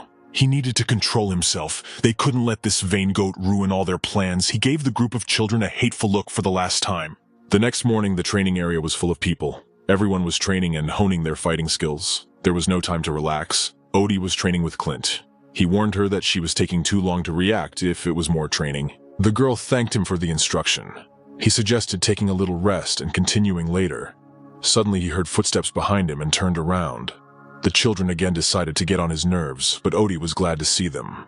She happily ran up to Jules, who was leading the whole procession, explained that she was showing them around the area, and asked if the girl was used to their training, which she was doing well. Their leader valued talented people very much, so if they were going to stay, they would be welcome. But Charlie only said that they should think about his offer. Everyone around them paid attention to them. Since the last conflict, Charlie gained great fame, but he himself replied that such fame was quite troublesome. The boys, one after another, asked Charlie to train him. Others begged him to become their coach, because he was much stronger than Clint. He listened with irritation. The children decided to show off again. He barked at his students to continue training again. Time was passing and there was still a lot of work. He noted with an undisguised tone in his voice that this was a training ground, and outsiders were not allowed to enter. But Odie stood up for the children, especially Charlie. He saved them all. Jules asked him not to overdo it with his strictness, but the last word on the training ground was his. Today, they were practicing martial arts. There was no place for extras here. Susie laughingly noted who really needed his martial arts. They had to go anyway if they weren't welcome. Susie made a parting grimace at Clint. They walked back and Jules caught up with them. She apologized for him with all her might. 11 asked Charlie not to be angry with Clint. He emphasized that his meeting with the inhabitants of the shelter could affect their fate, so he would allow himself to give one piece of advice. People like Clint would drive everyone around him to the grave. Jules didn't immediately understand who he was talking to, but she heard him clearly, and then realized Charlie's voice was merciless. Clint was finally fed up with this. Some brat dared to make fun of him. He himself did a huge amount of everything to occupy his current position. So why did they treat Charlie the same way from the moment he arrived? Clint decided to teach him a lesson by challenging him to see if this boy could defeat him. If he could, then the training ground would be entirely his to use. Charlie took his words back. This fool would only be able to drive himself into the grave. He didn't have enough intelligence for everyone around him. Clint glared at him angrily and walked forward. He raised his fist to punch and wanted to leave a big bruise on Charlie's face, but his blow was intercepted by Damon, who was behind his friend. If Clint wanted to challenge Charlie, he should have dealt with Damon first to make room for his hater. Clint decided to fulfill Damon's wish and raised his leg to strike. He was going to put these upstarts in their place and show them their place. But he was not ready for that. That Damon's counterpunch would be so strong that blood would gush from his nose like a fountain. She delivered a straight kick to Clint's nose, and he flew forward several meters. Jules noted how quickly the boy acted. There was nothing left for them to do here, and they went. Clint returned to his leader and demanded that he drive away the aliens, but he replied that these aliens saved their people, but Clint stood his ground. They could not give him any of the commands. Lawrence had already talked to Clint about this topic. He shouldn't have been so critical and strict with all the new arrivals, but he replied that this time everything was different. In any case, Charlie had abilities, but he had nothing. Information reached him about what happened to Kenny. If Clint did something like that again, he could not blame the leader for the subsequent consequences. He was already fed up with Clint's sarcasm. Someone just clenched his jaw. He couldn't do anything against Lawrence, and obeyed his order, noting that he understood everything that was required of him. He would no longer be a problem. Rumors that Clint had been razed to the ground spread throughout the shelter very quickly. He decided to leave the shelter for a while. The man got into the car and ordered the gates to be opened. To say that he was angry is to say nothing, but he had to leave. For everyone, it became a small question, and yet no one began to question him about the reasons for leaving. The gates were opened. Clint immediately stepped on the gas. The image of Charlie still stuck in his head. He wasn't going to just let him get away with humiliating him. He was going to show him what he was capable of yet. Lawrence and Charlie were sitting in the garden. The leader noted that Charlie was doing a great job with his drink. He responded with a courtesy of his own. The leader decided not to hide it and said directly that he wanted the children to be here. He really needed such people. But the youth immediately calmed the headman's ardor. He replied that he shouldn't even think about it. He had another proposal. It wasn't worth staying in this district. It was necessary to find a new place. Lawrence had already been told about this. Their district was a small place with few people and resources. It was suitable for the first time. But nothing more. In the future, it would be difficult to survive here. From his past life, Charlie remembered that Lawrence stayed in the city, but they had to overcome some difficulties. It would be interesting to see what would happen to them if he proposed earlier. He proposed Huabei City, which is the largest city in central China. There were mountains around it, as well as a river that flowed through the city, forming a natural barrier. and there was also a military base there that had a huge amount of equipment.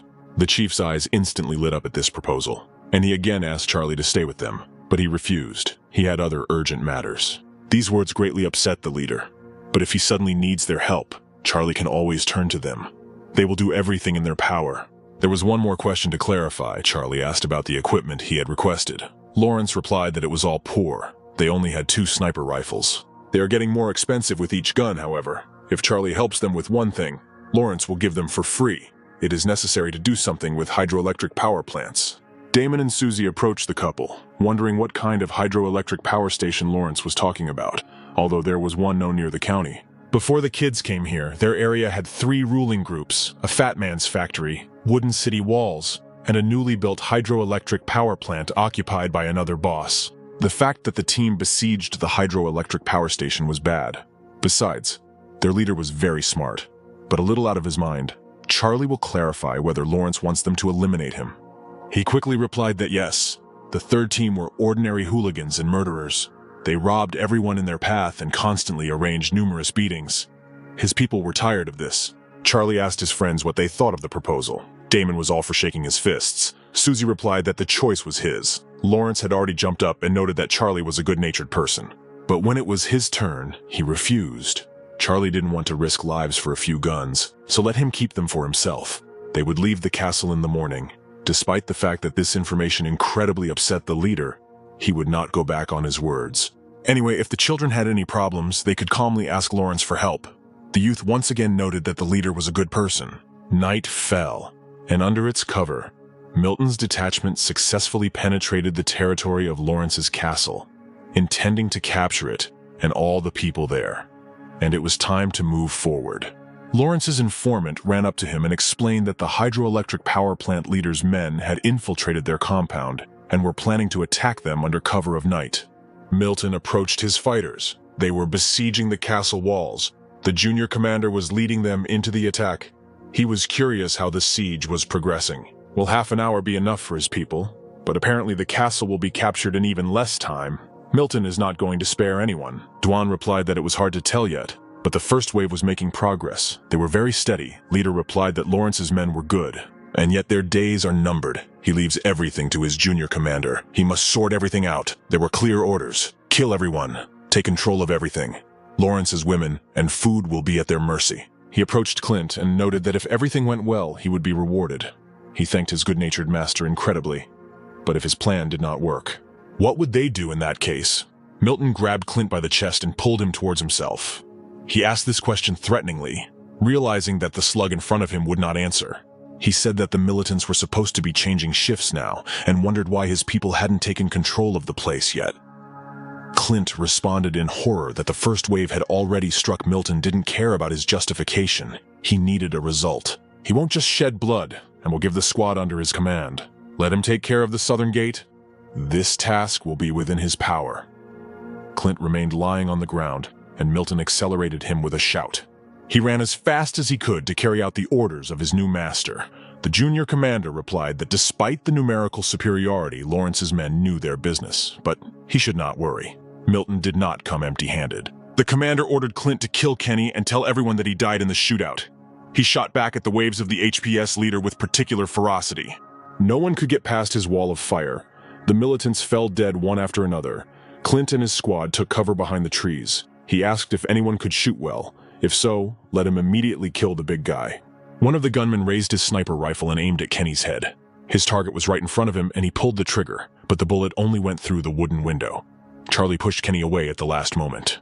He thanked him for saving him. The sniper missed. Charlie leaves the rest to Damon, who picked up a sniper rifle and took aim. He noticed the sniper who wanted to kill Kenny in his sights if he wanted to play around. Then Damon didn't mind at all. He took aim and shot right between the eyes. His dead body scared his comrades. Susie asked the big guy what was wrong with his hand, whether it had managed to heal after their last meeting. Kenny still didn't understand what they were doing here, but there was no time for chatter. Charlie and his team would sort things out in this wing. Kenny had to gather his people and help the leader. Susie had started to warm up. He wondered how 3 children could handle the waves, but Damon assured him that he just had to trust them all, not underestimate them. Charlie and Susie took their guns and jumped off the walls into the thick of Milton's fighters. Tonight promises to be a lot of fun. and they are going to have a blast. One of Milton's troops tried to break through the northern gate, where Lawrence was holding the defense, and he ordered them to hold the defense. They couldn't get through. The battle was in full swing. They were being overwhelmed by numbers. It was necessary to send people to the south gate, but they did not have enough fighters, and it was also necessary to deal with Milton. In these new situations, Jules was not able to do this. She watched the fighting through her binoculars and noticed that the leader of the militants was much more cautious than she thought, hiding in a secluded place so that it was difficult to get to him. Her observation was interrupted by another burst of machine gun fire. Lawrence suggested asking Charlie and his team for help, but Jules replied that they were their guests and were not obliged to risk their lives for them. It was their problem, so they had to solve it themselves. Milton got into the truck. He ordered one of the junior commanders to take the team with him. There was no need to kill them. It was only necessary to crush them. He ran and took the team. Duan went to his leader. He noted that a huge number of bullets were wasted. It was expensive. Milton replied that, speaking about combat experience and experience in handling weapons, Lawrence and his fighters were much more experienced, so victory would not be so quick. He's going to force Lawrence to redirect most of his men to the southern gate, so Milton's men can easily deal with the northern ones. The commander admired the sharp mind of his leader, but it was too early for praise. The gates of Lawrence continued to press. They were finally pushed through by machine gun fire so that they could not stick out. If this continues, they will have to go help with the south gate. Suddenly, Kenny came on stage. He noted that apparently he arrived just in time. Charlie was worried if Kenny and his team were here, then who was guarding the south gate? But he reassured his leader and replied that Charlie and his team were there. There was no need to worry. They were very strong. The battle outside the walls was in full swing. Susie was wielding 2 pistols and sending Milton's fighters to the next world in whole packs.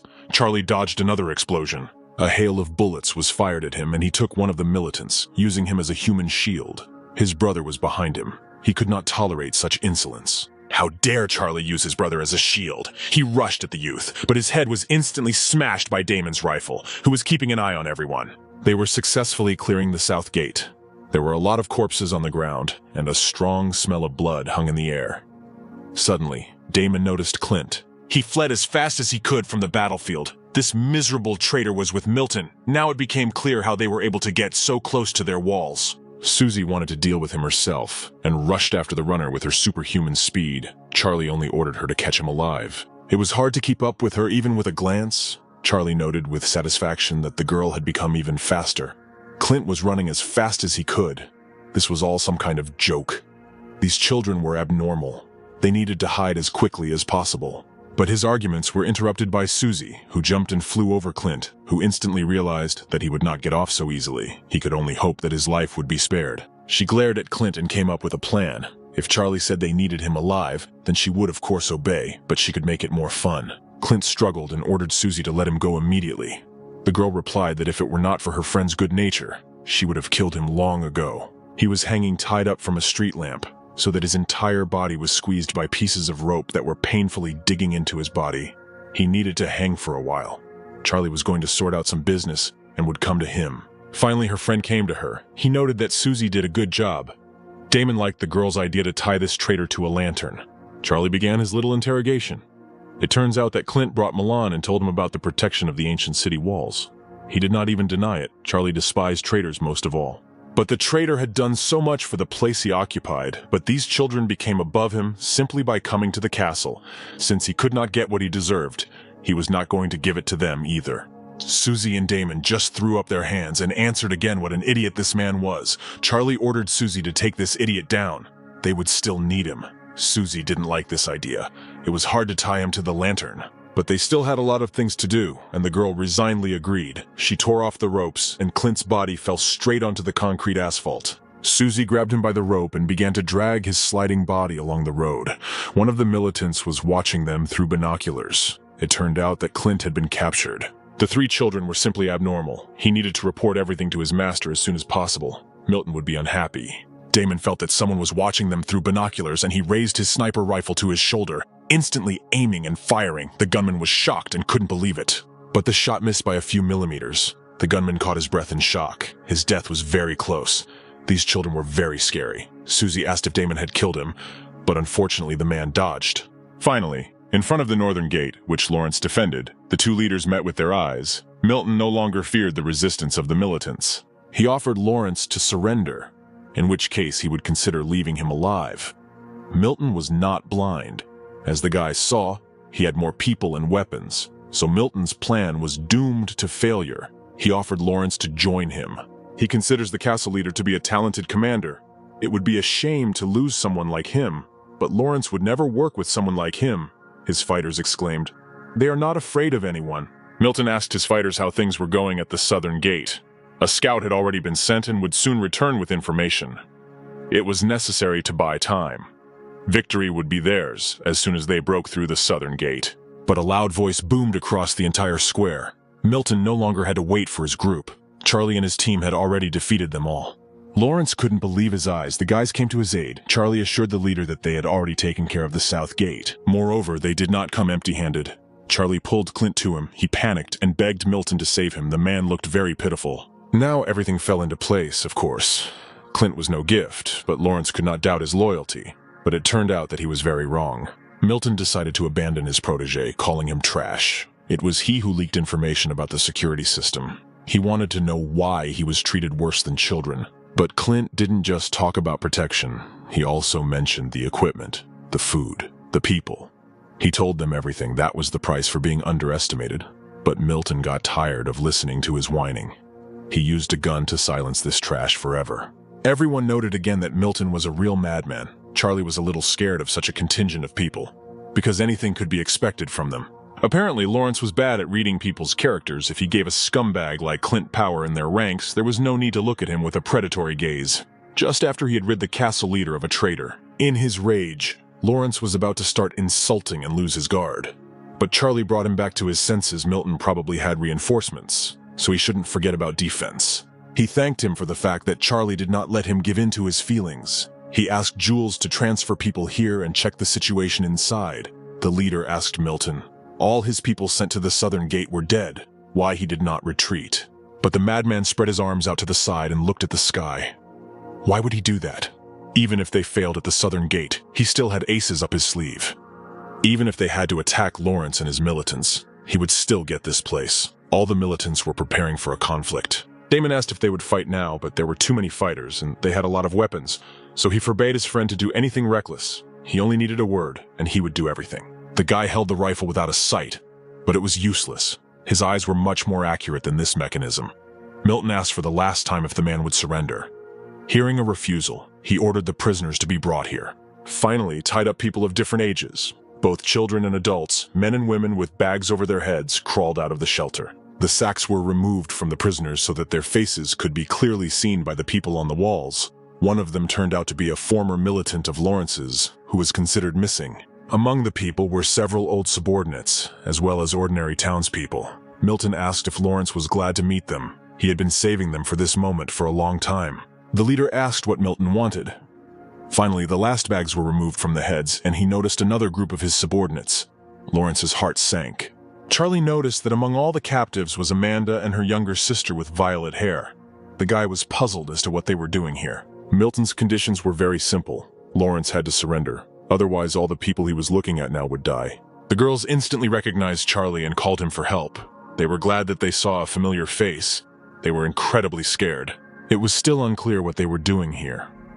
Damon noted that while he was away, his friend had not wasted time. Milton noted that the faces knew each other.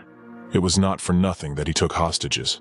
Did Lawrence really think he was good at what he did just because he built a base for himself, and also dared to set some laws and rules? After the apocalypse, everything was decided by guns. Everything that Lawrence came up with was nonsense. He took one of Lawrence's former subordinates. He had an old man in his hands. And in an instant he pulled the trigger. The militant's brains scattered all over the tiles of the castle. Lawrence promised that he would definitely kill him, but he openly mocked him. He couldn't even protect his ally. Charlie remembered that in his past life, one of those who competed with Lawrence was Milton. It was a pity that he remembered it so late. The madman ordered the gates to be opened. Otherwise, the prisoners would not see a new day. In a past life, this killer's team sent hordes of zombies to other bases to capture them. They needed to hide because they were hunted by everyone without exception. He cannot allow him to harm the girls. He needed to act quickly. He ordered Damon to get his sniper rifle ready. Susie would go with him. Lawrence would cover them. Charlie gave the orders and jumped off the walls. The leader didn't have time to finish speaking, and Charlie simply jumped. The militants below were sure that he would crash. Milton became interested in this young man and wanted to catch him alive. The youth landed without any damage. Thugs immediately rushed towards him.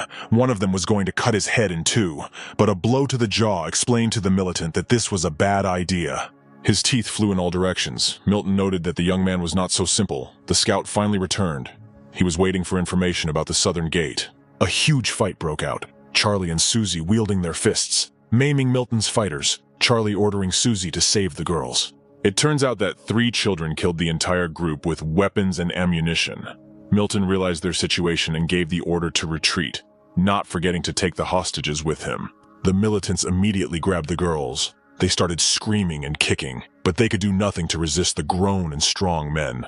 Susie noticed that the militants were carrying away the hostages. Now it was up to Damon. He needed to do his job. Charlie began to make his way to the hostages. One of the militants who was holding the little girl spun around and threw her high into the air. Such a fall could have resulted in serious injury. The girl only spread her arms to her sister, but Charlie arrived in time. He caught the girl in midair, and she landed safely. But the older sister was still out of reach. She was already being hidden by the militants. The girl noted that it seemed that Charlie had become even stronger. He carried her to a safe place and rushed further into the battle. Dwan was waiting for his master's command. One word, and they would shoot this upstart. But Milton wanted to watch. The young man was a very interesting specimen, but it was necessary to finish and hide in a safe place. They got into the truck and prepared to leave. The girl was thrown into the luggage compartment, and she managed to scream for Charlie not to come back for her and not to worry about her condition. Let him take care of her sister. Charlie got fed up with all this and knocked down another militant with one blow, rushing after the truck. But a hail of bullets forced the youth to retreat back. The truck was lost. It was already down below within reach. Dwan checked with his master if it was really necessary to leave it alive. But Milton knew that it would come to them itself. There was no doubt about it for a second. He could clearly see the guy's reaction to the girl they had grabbed with them.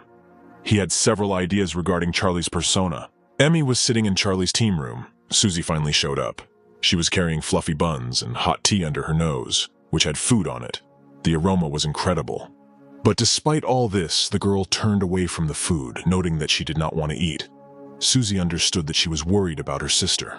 But there was no need to worry. Charlie would definitely find Amanda. Susie tried to persuade the girl to try the food. She wanted to see Charlie, so Susie would take her to the guy when she ate everything, but she didn't want to eat. She just wanted to see Charlie. A young man came to the raised scream and asked what was happening here. Emmy looked at him with joyful eyes, finally a familiar and kind face. She threw herself into his arms. Charlie asked why she didn't listen to him. The girl explained that Amanda didn't want to cause him any more trouble. But when they were at the convenience store, they ran into some militants. He dropped to one knee and looked at the girl, asking if she believed him. She nodded her head so darkly, then let her be a good girl and eat. At this time, Charlie will save Amanda. The young man wanted someone else to look after Emmy. He needed Susie on a mission to save people, but she wanted to see that the girl ate everything to the last crumb first. When Charlie left for the car, she turned her gaze to Emma. The girl obediently gobbled up all the food, while angrily chewing and biting off the buns. Irritation was visible on her face. Susie smiled delightedly. She guessed that the girl did all this on purpose, pretending to be a poor thing, so that Charlie would save her sister. But she turned away in embarrassment. Susie promised that she wouldn't tell Charlie about it. Emmy gave her an angry look, let her not worry. They would definitely save her sister, and who knew that Charlie was so soft-hearted? As far as the girl remembered, Charlie went to school to save Susie. Could she really be the woman who was in the boy's heart? Susie approached the girl and asked if she was jealous. Now everything was clear to her.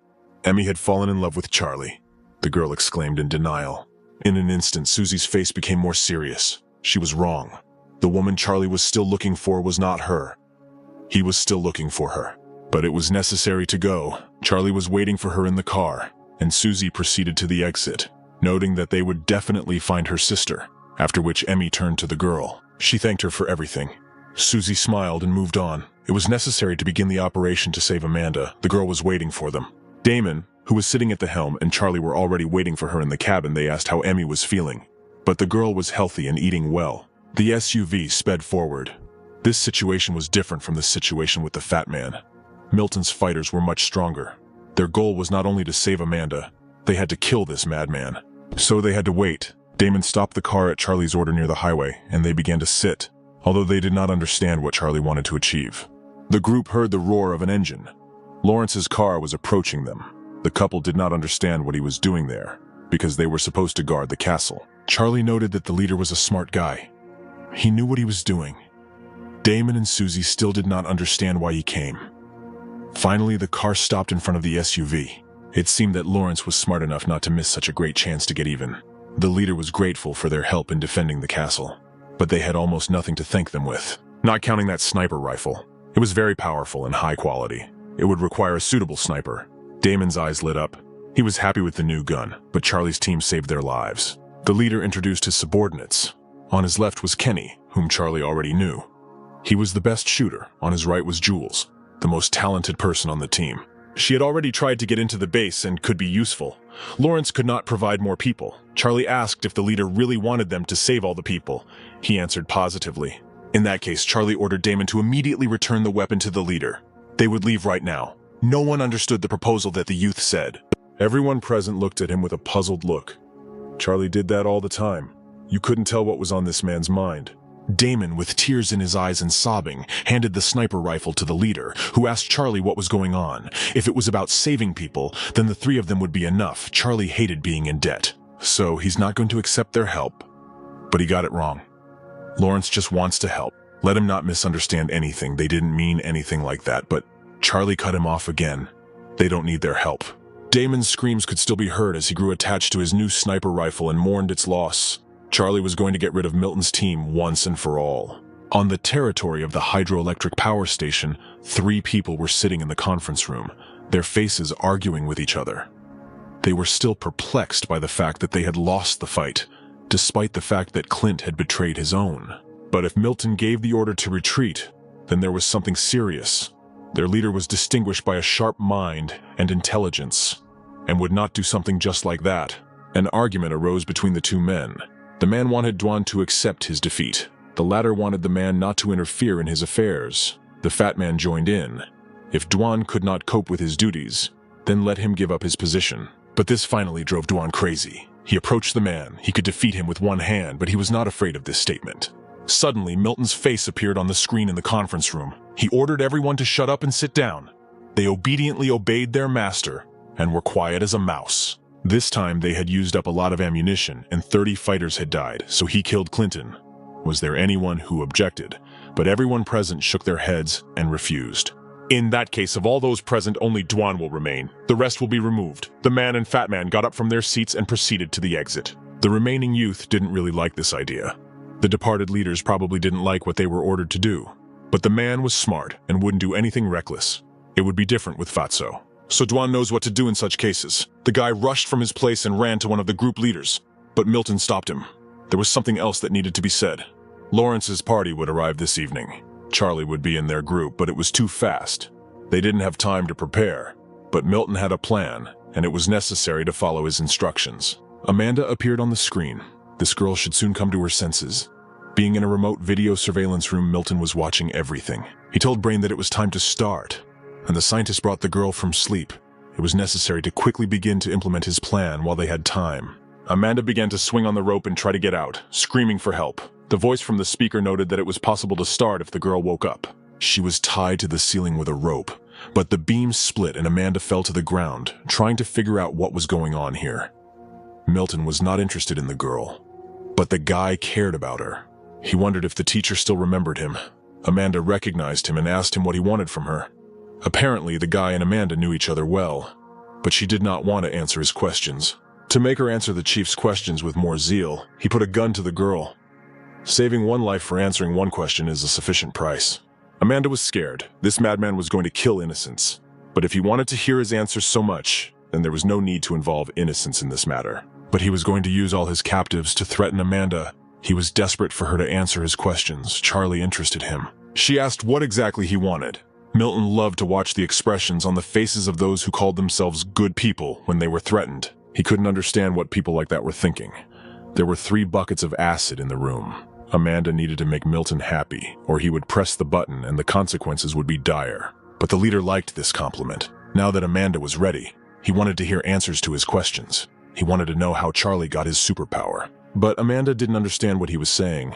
Charlie was able to clear out an entire group with his 2 partners. Ordinary people weren't capable of that. But the girl didn't understand. They were completely ordinary people. As far as the young man knew, a person could not possess such enormous power. Even special forces did not possess it. The girl realized that Milton wanted to get Charlie's superpower, but she knew nothing about its nature. Every person had their own weaknesses, and Amanda was living proof of that. If he rushed to save her, he would come for her even in such a dangerous place. But apparently, Amanda really didn't know anything about his superpowers, so it was possible to play another game with her. If she could get out of the maze, she would be rewarded, but the punishment for failure would be serious.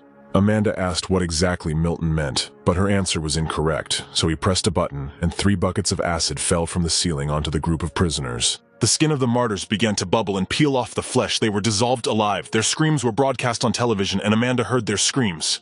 There was a knife in the room where she was sitting. Amanda needed to use it to free herself. Was she really not having as much fun as he was? She sat still, and Milton wanted to hurry her up. If he didn't like something, he would show her more of these cruel scenes, so she shouldn't upset him and do what he said. Charles and his friends, and Lawrence's men, stood in front of the entrance to the hydroelectric power station. It had 2 entrances, both of which were at the foot of the mountain. As it was clear, both were well guarded. If they had gone straight ahead, they would not have survived. It was possible to get there from the air. It was night now, and they would not see them. If they opened the gates of the reservoir, it would flood everything. But Milton would hardly do such a thing, although Charlie would not be surprised if this madman did such a thing. Suddenly, the speaker that was in Jules's ear screamed so loudly that she jumped on the spot. Charlie was right. That's why they didn't attack the hydroelectric power station. Jules asked to speak more quietly. She almost went deaf from the sound. The friends looked at the extension. There was a red door. Inside was the control room. Jules stumbled upon it by accident several years ago. Charlie ordered Damon to shoot if anyone came out of there. The next steps were up to the leader and his other subordinates. They needed to create noise in order to distract Milton's fighters.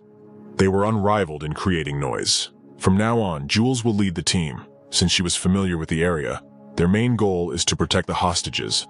But until then, they needed to help the enemies spend a lot of ammo. The scout approached Milton, who was sitting in front of a large screen. He said that the patrol team had discovered Lawrence's car. He asked if everything was ready, and the young man replied that the preparations were complete. Finally, there would be something interesting. Lawrence's group hid in the bushes and watched Milton's fighters. They did not expect their attack at all, and at the signal, they jumped out of the bushes, pouring lead on those present. The militants shouted that they were under attack. The fight began. The team was going to retreat and bring Lawrence's people into the forest, where it would be easier to kill them. The group reached the red door, but apparently they were already expected there. A greeting to the team was written above the door. Susie didn't like it. Everyone was openly mocking them. Charlie knocked down the door with one blow and looked at the picture that opened up. It was very suspicious to see such a spacious building. The group was met by a long, clean corridor. Milton's greeting boomed from the speakers. He had been waiting for Charlie for a long time and was going to have a great time with him. The madman watched the group of children from his screen, anticipating further torture and other fun that he had prepared for the invaders. Charlie warned him that if he did not release the hostages, he would take great pleasure in killing the man, no matter what it cost him. Milton wasn't used to being threatened, and in his opinion, Charlie still didn't understand what situation he was in. But a sudden gift on the screen that was broadcasting Milton's face refracted the display. Of course, the masochist was confident of his victory. If he wanted to play so much, then Charlie would see what this idiot had prepared for him. Milton angrily hit the console. The image on his screen disappeared. Brain told his master that the youth had broken the camera, in which case it was necessary to switch to another point. The group of friends exited the elevator. The control panel was in the southwest of the building, so they had to overcome 3 blocks. The sound came from the speakers again. Milton was polite to Charlie, and he treated him so badly and did not even listen. Charlie was tired of this importunity, and he shot through another camera. The guy was already tired of empty chatter, so if Milton wanted to play with him, then let him start already. He ordered the scientists to open the first cage. Susie decided to take the hamster with her. Charlie couldn't understand why she brought it along at all. But the girl had a premonition that her little animal would be useful. A loud roar echoed throughout the entire building, making it clear that they were not alone at the hydroelectric power station. They were most likely surrounded. Someone suddenly turned off all the lights, and they found themselves in pitch darkness. Susie had a feeling that hundreds of zombies were approaching them. although it was unclear from where. They had to act quickly. Charlie ordered Susie and Jules to immediately proceed to the elevator shaft. They would not be able to fight the infected in the dark. They had to split up. The youth opened the elevator doors. The infected were rapidly approaching them. They needed to immediately proceed to the shaft. The couple hesitated. Jules did not listen to Charlie at first, but Susie ordered her to listen to what he said. She did not doubt his mastery of the situation. Finally, the girls disappeared into the mine. Charlie was glad to finally get some exercise, and he charged at the hordes of infected that were closing in on him from all sides, crowbar at the ready and ready to have some fun. Brain warned his master that the boy had reached the 3rd floor. Although he was alone, it was unclear how he could kill the infected with his eyes closed. The scientist was afraid that as soon as they let Charlie get closer to them, he would instantly cut them all down. But Milton needed his superpower. He ordered to open a group every 2 minutes. He was bound to get tired of this. The leader also clarified how Dwan was doing. The first cell was almost empty. The subordinate was almost finished. He found Fatso. He was in a room, in front of the door near which there were 2 militants. Dwan asked where Fat Man was. They needed to talk immediately. The guys explained that he was having fun inside.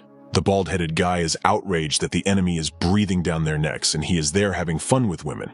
His interlocutor replies that they can't do anything. Suddenly, a figure with a weapon appears. He points the guns at the guys. They didn't expect it. At this time, the massive man is sleeping with a woman. A guy appears behind him and tells the man to be happy because he will die in the arms of such a beautiful woman. After shooting the man, he takes the flash drive and radios his superior that everything is done, who gives the order to return. Walking around the lying corpses, the guy reports on the radio that he is already on his way, leaving behind a group of lifeless bodies. Milton wants Charlie to waste all his energy, but it's not yet clear who will waste whose. The hamster squeaks. Charlie is annoyed by the sounds it makes. He says that he is brave since he is still here. The hamster grabs the weapon and runs away. Charlie, who didn't expect this, curses at him and starts running after him. Charlie runs after him, ordering him to stop. The guy runs after the rodent into the room. He lowers himself onto the floor next to him, says that now is not the time to play. The hamster squeaks, drawing attention to something. Charlie notices a bright red motorcycle in a dark corner of the room. He comments that it is interesting. He rides a 2-wheeled steed down the corridor towards a crowd of zombies, chopping them down with an axe at full speed. The man calls Charlie a robber and a thief. He cries for his Yamaha. His colleague tries to calm him down, saying that on the other hand, this woman has almost moved on to the 2nd stage. It works, and the man exhales with a sinister face and says that indeed, it is wonderful. The wounded girl barely walks down the corridor, trying to escape. She moves her legs tiredly, covered in bruises. She is very tired. The voice through the speakers tells her that this is only the 1st stage, and she is already so tired. The girl angrily asks what he wants. A trap opens under her feet. She falls into the pit. Her legs give way and she begins to swear. The girl finds herself in an iron cage. She doesn't want to hear anything, but a man's voice says that he himself will choose good or bad news for her. The good news is that the guy came to save her. This gives her hope for salvation, but a voice cuts off her joy, saying that there is still bad news. They will all die, the voice declares, but the girl objects. He's not worthy of being Charlie's opponent, so he used her to threaten him. He wants to know the secret of super strength, but he will still not become as strong, says the girl. The offended man asks how dare she mock him. He hates people like her who never listen, the man shouts in response to the girl covering her ears. Okay, says the man. He wants to see how long he can last. Turning on the bright lights, the girl whimpers in the cage. Under a pile of hanging iron cages, growling monsters crowd in search of fresh food. This is a game that he prepared especially for her. The frightened girl asks what he is going to do. He only orders not to interrupt her. He says that his favorite TV show is Questions and Answers, because every question decides the fate of the participant. One mistake and he loses. The girl says that he is crazy. He only thanks for the compliment. There will be 20 questions in total. If she answers each question correctly, they will all be able to get out. But if she makes a mistake, then everything will depend on his mood. Amanda will answer all the questions. The first question he asks is if she likes oranges. The guy in the cage is outraged by the stupidity of the questions. Who even decides which answers are correct and which are not? He asks, ignoring him. The man tells the girl to answer faster. Otherwise, he will get angry. Under the tents, counting out loud, Amanda can't decide, thinking carefully about what she will answer, because the question may be tricky. At the end of the count, the girl manages to shout out that she loves to eat oranges. He says that he loves them too, but the answer is incorrect. From the cells, there are complaints about the illogicality of the game. An axe falls on the guy in the cell, almost killing him. Milton says that he is lucky. The floor above him opens up and he falls. The man wishes him luck and tells him not to die. The zombies surround the fallen guy. The man tells Amanda that the fate of everyone is in her hands and asks how she feels about it. She calls him a bastard. Milton confidently says that yes, he is a bastard, but he is distracted by Brain. On the cameras, they see the girls walking down the corridor. The man orders them to inform the security in the second building. Brain runs to carry out the assignment. At this time, a guy comes up to Milton and gives him a flash drive, thanks to which they will not have a chance of survival. The girl with orange hair asks how many people are in the second building. 10 people and all armed. They answer her, also asking if she can handle them. It would be difficult if Jules were closer to evolution. It would be possible. Then she would have an idea. At this time, a group of guys are sitting on the floor. The leader asks them to cheer up, but it's too boring, which makes them want to sleep. If only there was a girl. Suddenly, something attracts their attention. At first, they think it's a zombie and get up from their seats to greet the uninvited guest. But it's not a zombie. It turns out that it is a little girl that Susie is dressed up as, and the men cannot take their lustful glances off her. She acts out the scene, plaintively telling how her parents were bitten by monsters and she was left all alone. Charlie is talking on the phone with Lawrence, asking how they are doing. The enemies are pretty tough, so it's pretty tough. He asks in response how they are doing. They are fine. Charlie tells him that they got separated from the girls. Charlie tells Lawrence to back off. He feels like something is wrong here. Charlie joins the conversation with Damon, who is watching the action through his rifle, and says that he couldn't see where they were retreating because of a tree blocking his view. He hasn't found any hostages, but he assumes they are inside the building. Looks like he'll have to interrogate people, Charlie concludes. He finally refuses Damon's help and tells him to keep watching so they don't move the hostages, while a group of guys ask Susie to come to them. One of them shouts that something is clearly wrong here, while the second one objects to him, saying that if something happens, he will take responsibility. Susie pretends to be stupid and asks for food. The man obscenely says that he has a sausage and he will give it to her when they go inside. At this time, they are informed over the radio that opponents, a man and 2 women, are coming towards them. A message comes over the radio to kill any strangers in sight. What a failure. Susie almost completed her plan and has to threaten with a gun. The guys start arguing among themselves. Their leader says that if they give up this position, he will not be able to count on Milton. Jules appears from the corner and puts a knife near the leader's throat. If he tries, she cuts his throat, which causes him to order him not to shoot and to do what she tells him to do. But the guys don't listen to him. They apologize, saying that if they give up this position, they will be killed too. They seem to have a bad habit of betraying their team members, despite the leader's cries not to do so. They prepare to attack.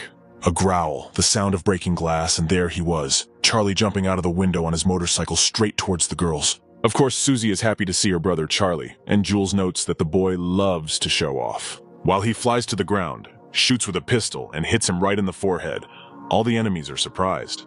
Upon landing, there is a lot of smoke around the red motorcycle, and Charlie, sitting on it like a horse, asks if they are okay. Those who remain immediately raise their hands up, thereby making it clear that they surrender. Susie asks what they will do with these 3. Without delay, Charlie shot 2. The third asks for mercy, but it must be earned. There are only 3 questions. Where is Milton, the hostages, and the rest of the guards? But the guy replies that he can't say and falls to his knees. If he says a word, Milton will kill him. If he doesn't tell, Charlie will kill him right now.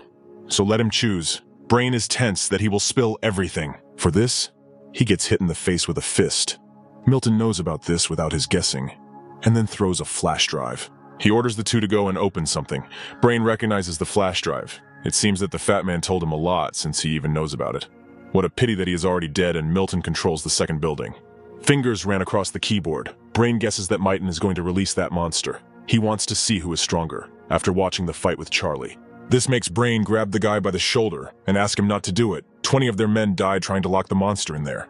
But it is not up to him to decide what Milton should do and what not. Why Brain falls and bows to the ground. His own brother died at the hands of this monster before his eyes. Smiling, Milton says that he understands that Brain is a sentimental person. He will not see anything that will remind him of his brother again, for which he immediately receives gratitude from the guy. But there's no need to thank him. Milton takes out a gun and puts it to Brain's head, firing.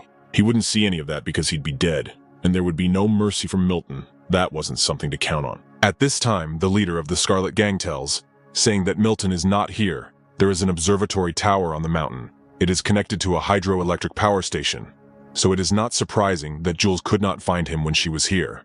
The hostages are in the basement of the third building. The rest Milton ordered to move, and also to immediately kill anyone who acts as bait. Hearing this, The guys immediately understand that the leader Lawrence is in danger. Charlie tries to shout to him through the earpiece.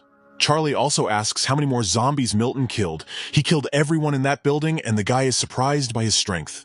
The zombies are in the basement of the second and third buildings. Milton said it was for protection. They were filled to the brim with them. It looks very much like him. Charlie asks to be taken to the hostages. The second and third buildings are connected. There is only one door that can be used now, and they go through it. A talking Milton appears on the TV in the room. Charlie lived up to his expectations, dealing with 100 zombies alone. Without thinking, the young man points a gun at the screen, but there is no need to rush if he's going to save the hostages. A shabby Amanda appears on the screen. Milton assumes that she's his lover. He asked him to play a game, but Charlie was so rude that he did not even let him finish, and this is very upsetting. Charlie starts screaming, "What is this crazy guy doing? And the game is simple. You need to go and find Amanda. The faster the better, otherwise she will die." The guy stands in an incomprehensible pose. Charlie swears at him for standing up and asks him to show him the way. As soon as he saw the guy's face, he realized that he was starting to turn around, but it was unclear how this was possible. After doing a somersault, the guy knocks everything out of Charlie's hands, so you have to grab his hands. Something is wrong with his strength. But pure brute force doesn't work on Charlie, so with one jerk he knocks the guy to the ground. On his back he sees a parasite, a small green creature that has penetrated the boy's brain with its tongue. The parasite is the second stage of the infected's mutation, very rare, good at stealth, and can hide its presence from most human senses. It can attach itself to the host, controlling it. The parasite itself is weak, but it increases the strength of the host. Charlie begins to attack it randomly. Having been hit in the face, the parasite cannot stand it and begins to run away, but Charlie catches him. Squeezing his head as hard as he can, Charlie throws the monster away. Milton is quite strong. He even dared to hold such creatures. Encountering parasites here is a bad sign, so you should activate detection mode. Along with its progress, not only has its detection radius increased, it has also become easier to use. Now it can be used on the go. Maybe the parasites are able to hide from human senses, but not from the detection mode. As long as Charlie can stop the parasite from setting up an ambush, there won't be any problems. But there's still a feeling that something is wrong. It soon became clear where this feeling came from. In front of him was a parasite in the second stage of infection. Charlie barely manages to jump away from the attack, which is why there are so many evolved infected here. The second stage infected under the control of the parasite receives not only enormous power, but also a new mutation. Charlie needs to kill him before this happens. Going around from behind, Charlie hits the creature from top to bottom, thereby knocking it away from the infected. On the other side, an attack is already flying from another infected with a parasite. Charlie does not have time to react and receives a strong blow.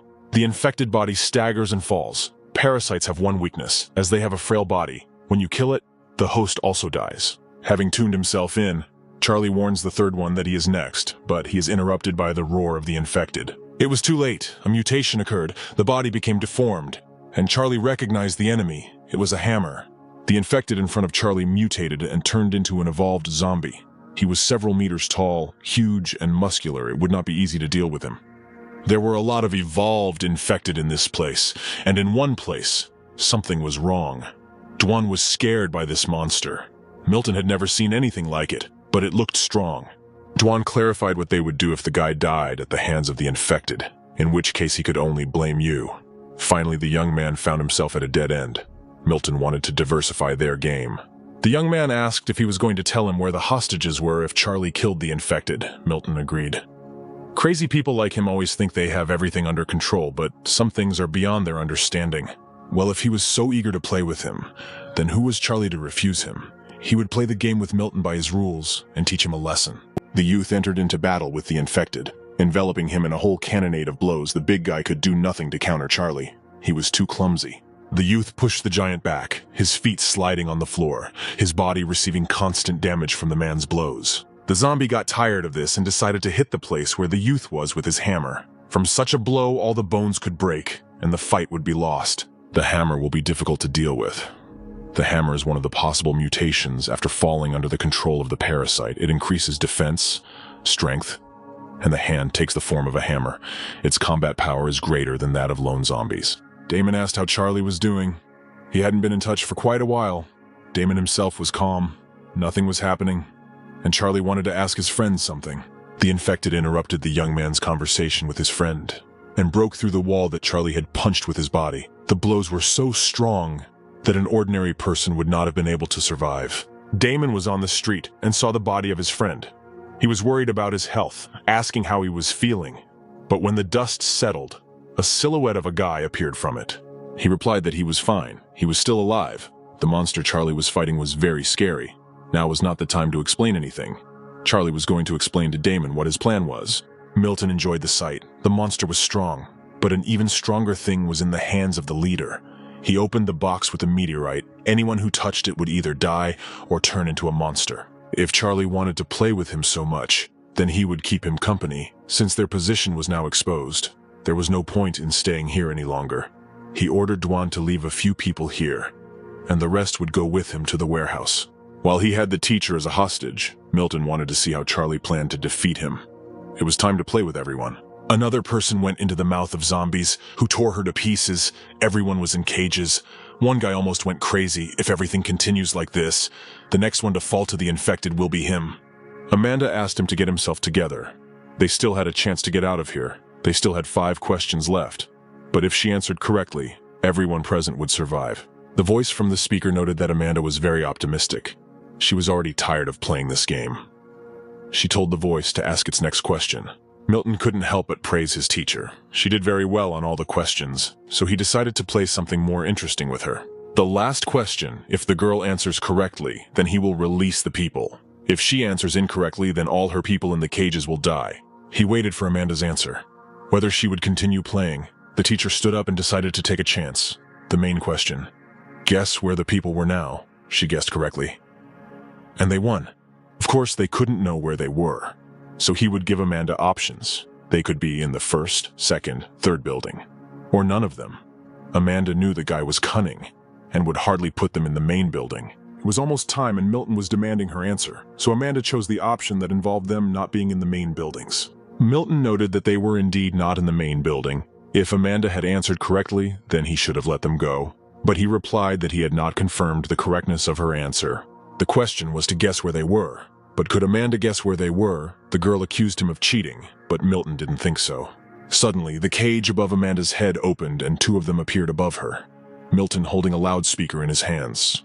The teacher was still in his hands, and he was going to use her to the maximum benefit. She would still serve him, whether she wanted it or not. The fight with the infected was grueling, and Charlie finally finished explaining his plan to Damon. The creature raised its hand with a hammer once again, and the youth managed to return. Damon had a little understanding of the plan, so it was desirable that Charlie explain everything again, but he was in no position to explain anything to his friend. There was too much information and he couldn't remember it all. Lawrence intervened in their conversation. He understood everything. Let Charlie give him this plan. Thanks to Charlie's help, they had already finished dealing with the militants. The youth did not stop dodging the constant blows of the infected. If the leader was with them, then he could calmly leave his 2 friends in his care. Let them listen to Lawrence for now, and Charlie will start. The fight with the infected is in full swing. The leader will first explain Charlie's plan. The man began to draw several circles on the ground. He explained that Susie and Jules would go to the observatory. If Milton was there, they would have to kill him. If he's not there, which is the second part of the plan, which is most likely, then they'll still need to go to the observatory, because it's the tallest building in the area.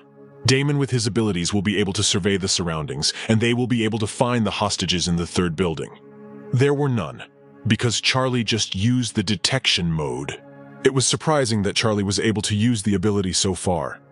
But as long as he controlled the detection range in a straight line, it was possible to cover huge distances, a method that required a lot of concentration. Lawrence needed to get his men down to the bottom of the mountain. He probably understood why Milton wanted to lure him there. Damon was still confused about what everyone was talking about. But with Charlie's current strength, he couldn't defeat the infected, and he needed to reach the 2nd stage. Damon and Susie thought with fear that this would be very dangerous, but now there was no need to take it into their heads.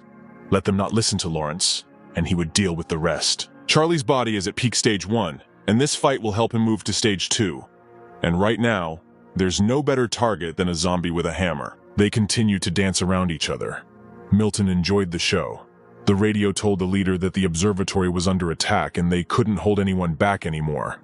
Dwan started to panic. Milton ordered to hold the positions. Whoever dared to escape would be skinned. Dwan didn't like his plan. There were too few people there, and they definitely wouldn't cope. But did the man really think that Milton hadn't calculated this? If Lawrence brought his elite, it means the walls of the ancient city are empty. There is no better time to capture the castle. He ordered to bring 10 people. Today, they will capture the walls of the ancient city. Damon was searching and finally found him. He did not stop shooting at Milton's fighters.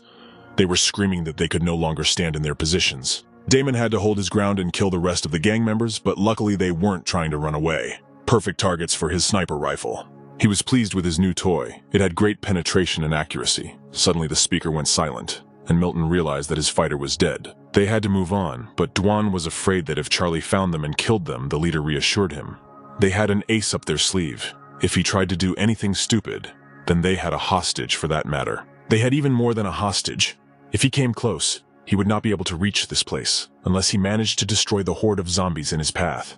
Charlie delivered another kick to the Hammerman's head, who staggered back but managed to stay on his feet, not forgetting to counterattack. They had been fighting for about an hour. Charlie felt like his body was in peak condition, but he was starting to get tired a little. The blows were not bringing any results. The infected was unharmed. And no reaction. Maybe it's too early to raise the level, but Charlie is sure this body has reached the peak of the first stage. Damon's voice is heard. They found a yellow warehouse north of Charlie. It's being guarded. It's definitely him. Suddenly, unexpectedly for Charlie, a mutated zombie appears. He waves his hand, but the guy manages to dodge. Hearing an incomprehensible sound, Damon begins to worry about his friend and ask what is going on there. In front of him stood a double hammer. He completely merged with the parasite, in terms of strength, clearly at the peak of the second stage. Then it's time for Charlie to activate the tattoo and take his fight to the next level, clenching his fists as he tries to draw out all his strength. The hammer reacts instantly to where Charlie is and destroys everything around it. Its speed has also increased. The countdown begins from 3. As the time passes, a bright glow engulfs the dark forest. The hammer flies away, and Charlie raises his fist up. Breaking through to a new level is always such a hassle, so the guy looks tired, but he looks strong. Rising to his feet, the hammer groans and again runs into Charlie, not satisfied with the defeat. It seemed like the swing of the hammer was insanely strong, but Charlie stops it with one hand. After reaching the second stage, using the virus is no longer so harmful. This is the power that's why Stage 2 people almost always defeat Stage 3 infected, so Charlie will clearly bring death to the hammer. One blow and the giant flies into a tree. The neighboring trunks are cut off by the airflow. The hammer is a strong little thing. The attack did not cause any serious damage, so Charlie begins to strengthen his arm. This is a new ability of the second stage. Muscle strengthening. Instead of skin, Charlie has red and strong tissue on his arm. Bent so high that he flies over the hammer, Charlie throws a punch that sends the ground flying out from under his feet. Looking at the screen, Milton can't believe what's happening. How did the guy become so strong? Suddenly he catches his gaze, from which it is immediately clear that Charlie knows that they are watching. In hysterics, Milton orders everyone to come to him quickly, and although they have few people left, he needs everyone who's there. The guys have lost contact with Charlie. If something is happening, they can't sit still, but at the foot of the mountain, perhaps it is the leader Lawrence. While Damon thinks that he is too far away, the signal is not reaching, and the leader Lawrence has encountered the enemy, and there is no communication with him, Susie swears.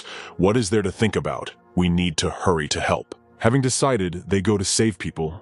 Charlie is much stronger than Damon. He can definitely handle one monster. He doesn't need help. The little girl immediately agrees with this.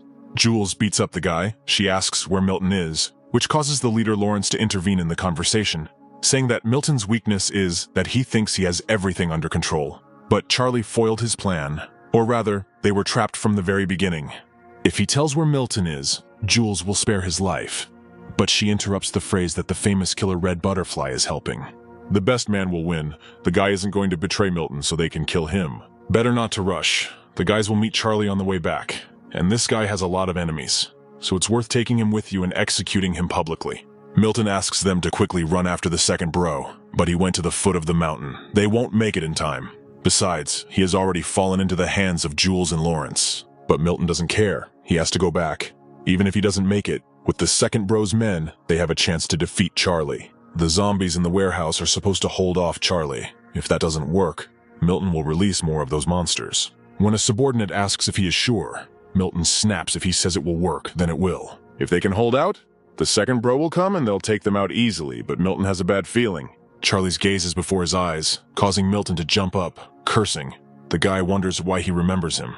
He's not really afraid. Slamming his palm on the table, Milton tries to cheer himself up, thinking that he has everything under control and everything will be fine. The mission will soon be completed. The phrase "you're afraid" grates on Milton's ears. This is Amanda saying that Charlie will kill him because he can't foresee it. At this, the guy yells at her to shut up, but Milton has done so much harm. He will die today and no one will save him. Even if Charlie comes here, he has Amanda as a hostage, after which, exhaling, Milton calms down. Having collected his thoughts, Milton orders them not to talk nonsense to him. Nothing will come of it anyway, and talking about fear only makes him angry. The radio goes off, announcing that Charlie is already there, and Milton is beyond surprised. The wall shakes, a red fist appears in it, and then Charlie himself appears with a warning for Milton to prepare to die. Looking at his tablet, Milton is overcome with horror, now that he has confirmed for himself that Charlie is indeed here. All the zombies rush into the hole Charlie made, as he sees Milton has made a habit of collecting them. Jumping from a tree branch, Charlie is about to deal with the others playfully. Milton yells that this is not fair. Charlie released all the zombies, even though he had been collecting them for so long. And for Amanda's phrase that he shouldn't worry about that, he hits her in the face so that she would mind her own business. The rest, Milton believes, should remember that if he dies, everyone will follow him. Charlie's clothes are blown up by the wind. There are several mutants standing in front of him. Apparently, Milton has a few aces up his sleeve. Charlie hears Milton's offer to reveal the secret of his strength to him in order to receive mercy, and in case of refusal, to become dinner for these monsters. One begins to wonder whether Milton is really that stupid or just pretending, since his situation is just as desperate. Taking a proper swing, Charlie delivers a punch with his strengthened muscles, and all the monsters fly away. If Charlie doesn't hold back, the second stage infected won't do anything to him, and he'll finally have the power he once had. Sitting in his chair, Milton is absolutely depressed. This is the end for him. It is too late to do anything. It is his turn. A subordinate's nervous cry can be heard on the radio. Charlie is already inside. The bullets can't get to him. They can't hold him back. After this, Milton gets up and approaches the tied-up Amanda, reminding her that he will take someone with him. Taking a piece of the meteorite, he forces Amanda to eat it. And even though she doesn't want to, Milton does it by force. By this time, Charlie appears and pushes the madman away.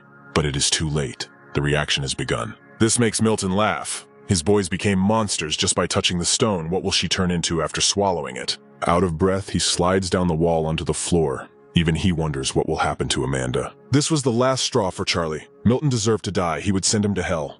In his place, Milton would have turned around because behind Charlie's back, Amanda is mutating in full swing. Her entire body is covered in a strong black fabric and her eyes glow bright red. This is black armor. Even Charlie has a hard time standing up to her, so now he's already flying in the opposite direction from Amanda. Trying to break, his leg can't withstand the pressure and crunches where his ankle is, but Charlie doesn't show it. Black armor is a rare mutation. The carrier remains conscious, but most of his body is covered in black scales. Charlie did not think that the meteorite would give teacher Amanda this. It is not clear whether this is good or bad, but we need to figure out how to get the shard out of her chest. Otherwise, she will not calm down. Milton starts walking somewhere. He is too stubborn. At this time, Amanda begins to attack the closest one, that is Charlie, while Milton begins to go into the woods. After apologizing for the sake of decency, Charlie swings and pierces the teacher's chest, where there is a shard. Without the meteorite piece, she finally calmed down. If you pierce a person's chest, they will die, but those with black armor will return to normal in a few minutes. Throwing Amanda over his shoulder, Charlie headed into the woods, and it was Milton's turn. Milton runs along the trees and swears out loud that they are all monsters, and they need to urgently find Scar and the second bro. Together they have a chance. Damon breaks into the hopeful monologue, saying that he no longer has a chance. There are other guys standing behind Milton. The leader, Lawrence, says that since he doesn't have much time left, why is he resisting? Scar and the second bro are also with them. They are ambushed. Lawrence orders everyone to be tied up to arrange a public execution. Milton begins to laugh, and then it turns into hysteria and screaming. Turning around, Milton notices Charlie with Amanda in his arms. For him, this is great news. Everyone is here. The guys immediately rush to ask questions at Charlie's brother, but now is not the time. It is better to keep an eye on Milton so that the crazy guy does not do anything. Milton begins to undress. An order is heard for everyone to move away from him. And will they have time? Charlie notices a device on his chest, and Milton also said that if he dies, he will take everyone with him. Everyone understands that there is a detonator on him. An order is heard not to let him die, but it is too late. Pressing the gun to his temple, Milton pulls the trigger and kills himself, the device on his chest clicking. The earth begins to shake, and a bright flame is seen. An explosion has occurred. Everyone looks in that direction and sees how a huge stream of water is approaching them, and before they can do anything, they are washed away. Damon yells at Charlie that he can't swim, so the guy gives him a tree trunk, but he himself does not notice that from behind, from above, a huge boulder is flying straight at him. After being hit on the head, Charlie loses consciousness and slowly but quickly sinks to the bottom. But a hand grabs him. It's Amanda in black armor, lifting him up from the bottom. The guy wakes up from the shaking and is greeted with a cry by a nice girl. Charlie jumps up asking who she is and what he's doing here. This girl, Odie. They found him by the road. He probably escaped from the nearby county. There was a flood. Apparently Milton's explosion caused the flood. No one else was seen there. We need to figure out how to find Damon, little Susie, and Amanda. The flood was strong. Odie thinks it will be difficult to find them. The guy joins her words, saying that it is pointless and most likely everyone drowned. The girl doesn't like this. She yells at Lucas that it's not easy for the guy, but who has it easy these days? Touching Charlie's shoulder, Lucas says that he's still too young, and if he wants to live, he needs guns and bullets, not compassion. The guys start arguing because Odie asks to leave Charlie alone. Their showdown is interrupted by sudden braking, from which Lucas falls on his side. This makes Lucas unable to restrain himself, and he scolds the driver, saying that he doesn't know how to drive, but it's time for lunch. Let's take a break. The noodles are boiling in the pot. Lucas is looking at Charlie with an angry look, and Odie is more awkward and concerned. At this time, Charlie is eating noodles, and when Lucas asks how much he ate, Odie replies that it was about 5 bowls. It's impossible to hold back any longer. The man is screaming again. Charlie has eaten enough lunch for 5 and is not full. He's been out cold for a long time and is hungry, which is normal, but Lucas can't take it anymore and calls a meeting.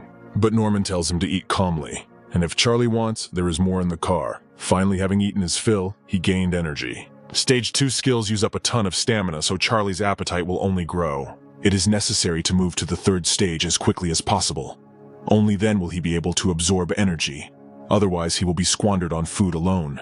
Suddenly, a cry is heard that Charlie must leave. This is Lucas shouting to the others that Charlie did nothing, but ate more than the 4 of them.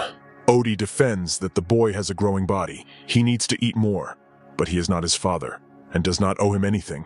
Only it is completely empty here, and leaving him here is the same as killing him. To the fact that the more of them, the better. Norman receives a shout from Lucas that next time he should give him his portion himself. They are interrupted by Charlie's question about where they are going. Charlie heard what the teenagers were talking about, and decided to approach them in order to find out where they were heading, and decide whether he would stay with them or not. Lou didn't want Charlie to think they wanted to kick him out, although Lucas noted that he didn't want to take on more mouths to feed, and he wouldn't have anything to do at camp. She yelled at her friend. Right now he was talking complete nonsense. They needed all the survivors. Lucas was telling the pure truth. The answer took him back to May 14th. He would never forget that day, nor all those who made him suffer. He must definitely get even with his tormentors. Lou continued to ask Charlie to stay with them in the city. Being alone would be like going to certain death, but Luca replied that they did not need slackers on the base. The argument between the friends got serious. Charlie got tired of it and said that he would get to this city himself, although this would mean changing his plans.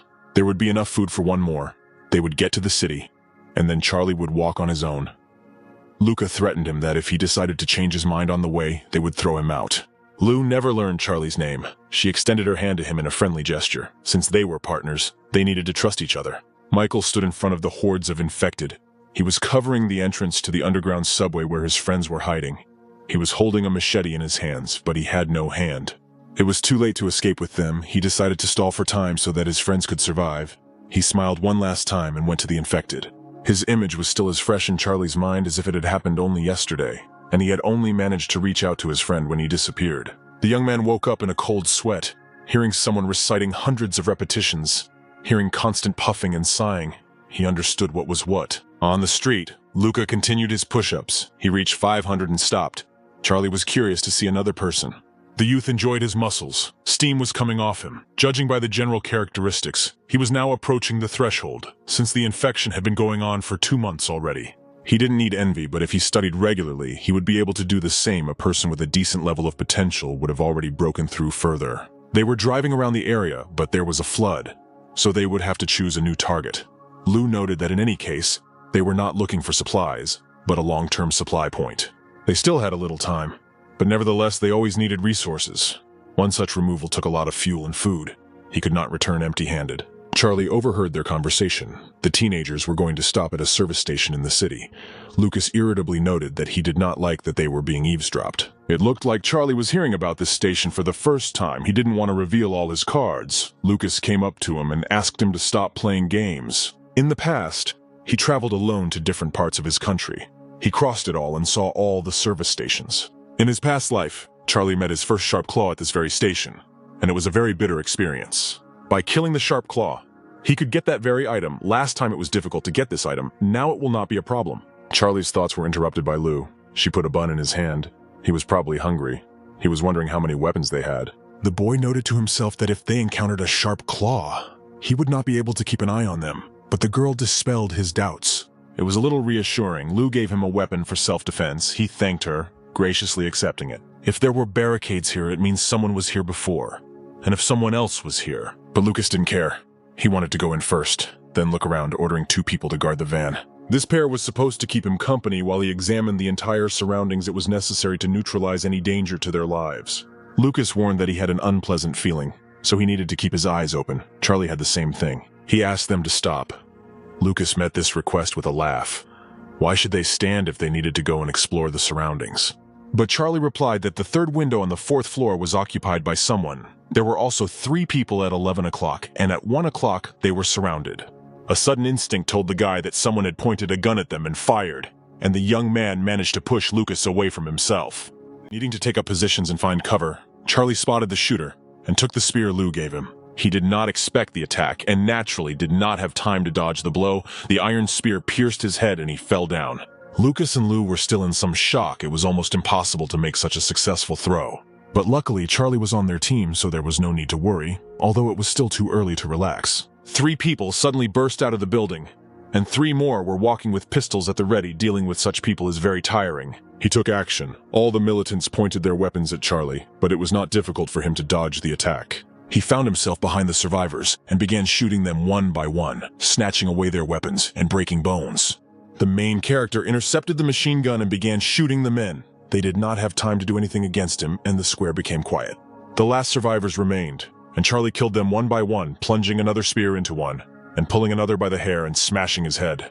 The last of the militants decided to surrender. Charlie ordered him to be tied up and asked 2 questions, but he fearfully decided to tell everything. The guy thought they were a rescue team and asked if they had seen anything suspicious, but he replied that everything was quiet. What was wrong with you here? Charlie immediately felt a powerful energy here, and the person in front of him was unlikely to be lying. The main character decided to go on reconnaissance and left the guy in the care of those present. It was necessary to study everything personally, but as we climbed the stairs, the energy decreased. There were no infected people in this building. Suddenly he heard a scream. Someone was begging for help. 2 men wanted to rape the girl and were tired of her stubbornness. The woman had already lost hope of being saved. She looked hopefully at the other prisoners, but they only looked away. One of the rapists looked at the crowd of tied-up men. All the men looked at the floor, afraid to answer anything. The guy was already approaching, undressing the girl. No one was going to save her, when he was interrupted by the voice of some boy. He ordered them to stop immediately. The men looked at the daredevil in surprise. The boy's classmates tried to persuade him to calm down and sit down. His showing off would be of no use, otherwise they would be killed. But Lucas couldn't accept the fact that his classmate would be raped in front of their eyes. They were all classmates, and how could his friend have the audacity to turn a blind eye to this? 2 rapists were watching classmates quarreling. The girl looked at her defender. He warned that he was not afraid of them. The man got tired and shot himself in the leg to stop the yapping of this puppy. He dared to interfere with them enjoying the girl. The guy didn't expect them to actually shoot and grabbed his shot leg. It was incredibly painful, and he writhed on the floor from painful spasms. The man stepped on his head. He would have gladly shot him, but today he was in a good mood. The thug asked just in case if those present had any other objections, but his classmates said that they would not be distracted. It was necessary to continue. Since they were so unceremoniously interrupted, he would find a secluded place to finish what he started. They burst through the door. Charlie stood with a spear at the ready and ordered that Janet be released immediately. He would not tolerate abuse against her. The thug asked irritably who this young man was. He was already starting to get tired of all the different brave teenagers. Janet could not believe her eyes. The girl asked what Charlie was doing there. His former classmates looked at Charlie. One of the rapists pointed a gun at him. He pointed demonstratively at the guy cowering on the floor, whose leg they had shot. That's what happens to upstarts like that. Their boss and the others were standing guard, and it was unclear how this kid managed to get in.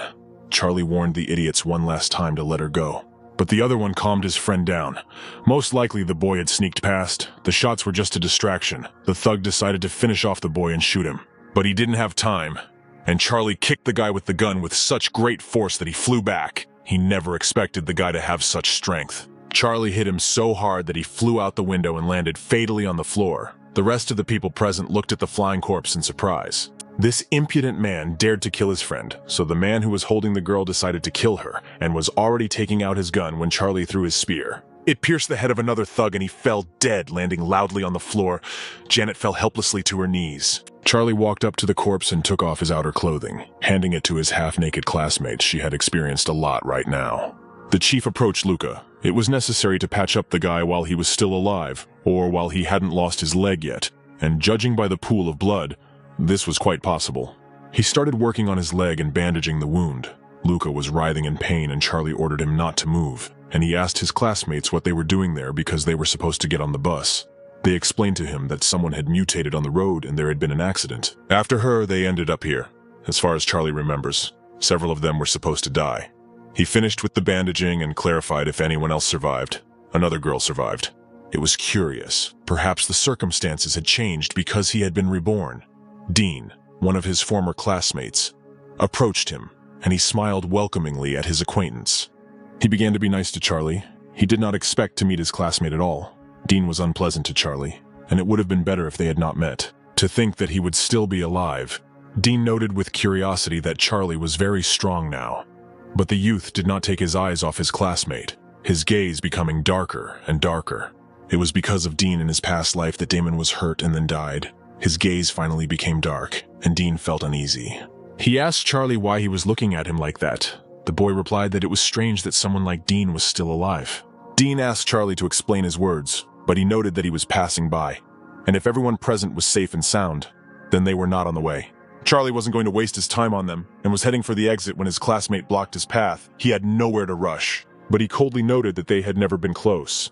He had helped only because they had studied together and had been nearby, and now their paths were diverging. The guy hugged Charlie's head.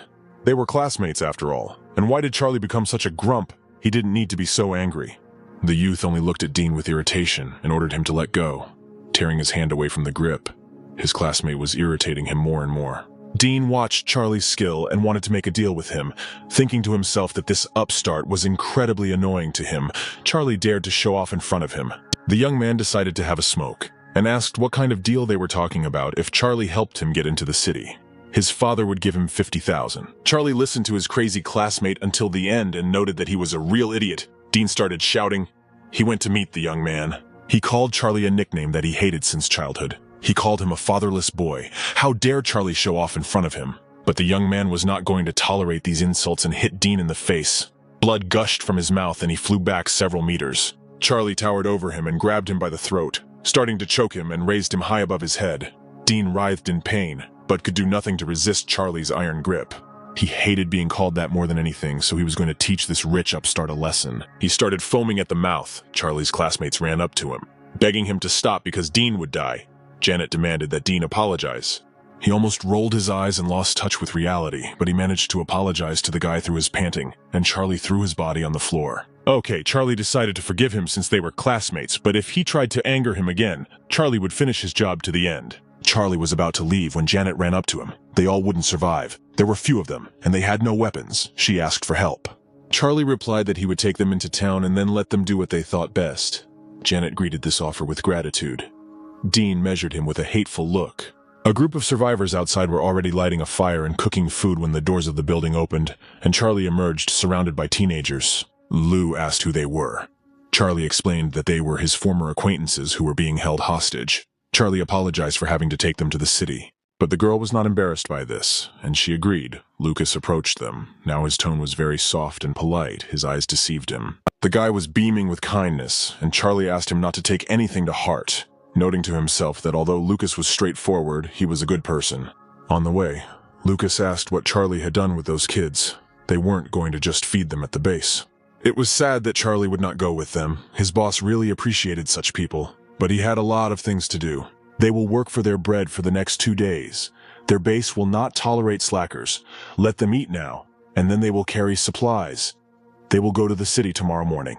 The youth found a secluded place at night and began to meditate, increasing the strength of his infection, his body emitting a reddish glow. At the second level, his progress from breathing techniques slowed down at this rate.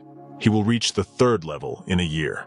With the survivors, he wanted to get to the province to collect supplies, then wait for Susie and Damon to break through to the 2nd level. There was still Michael. He had lost his arm in the city. There was a gang in red clothes involved in it that needed to be dealt with. Anne and Charlie met on June 18th. The province where it happened was not far from the city. His route was almost unchanged. Even now there were doubts that he would be able to survive this. If he could go to the 3rd level, going to the province without Damon and Susie would be too dangerous. Sudden feelings struck Charlie.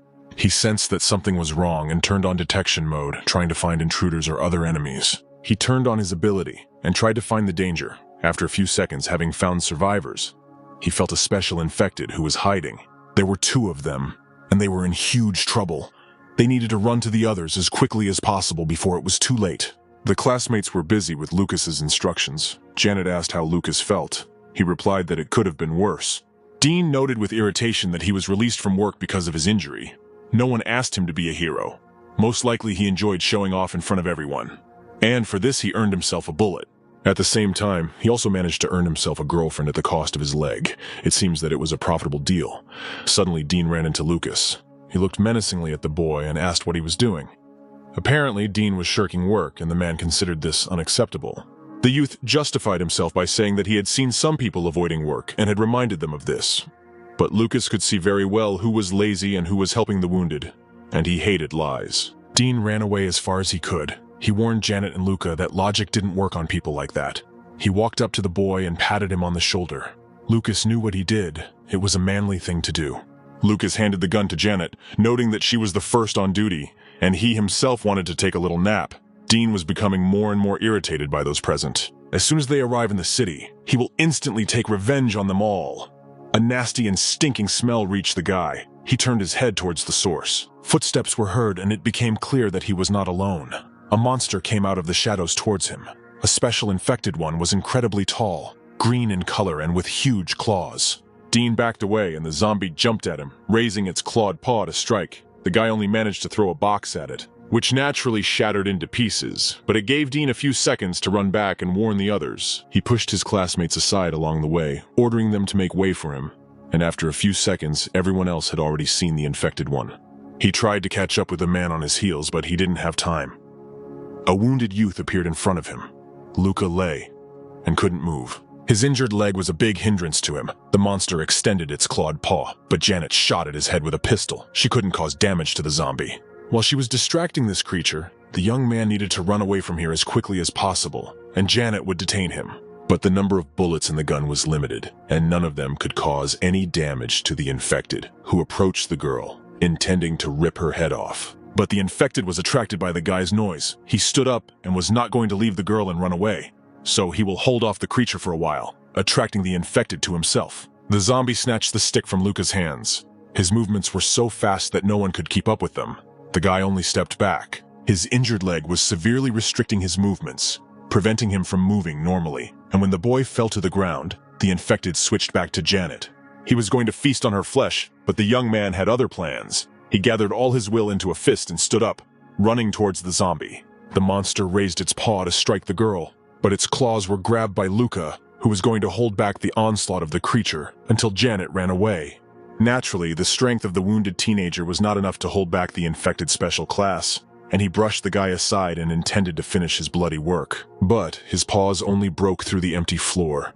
There was emptiness where his claws had been, and he turned his gaze to the 3 people already there, Charlie holding Luca by the shoulder. He asked Janet to take him away, and the infected person had to be left with him. The girl was worried about the guy, whether he would cope. But Charlie knew his business.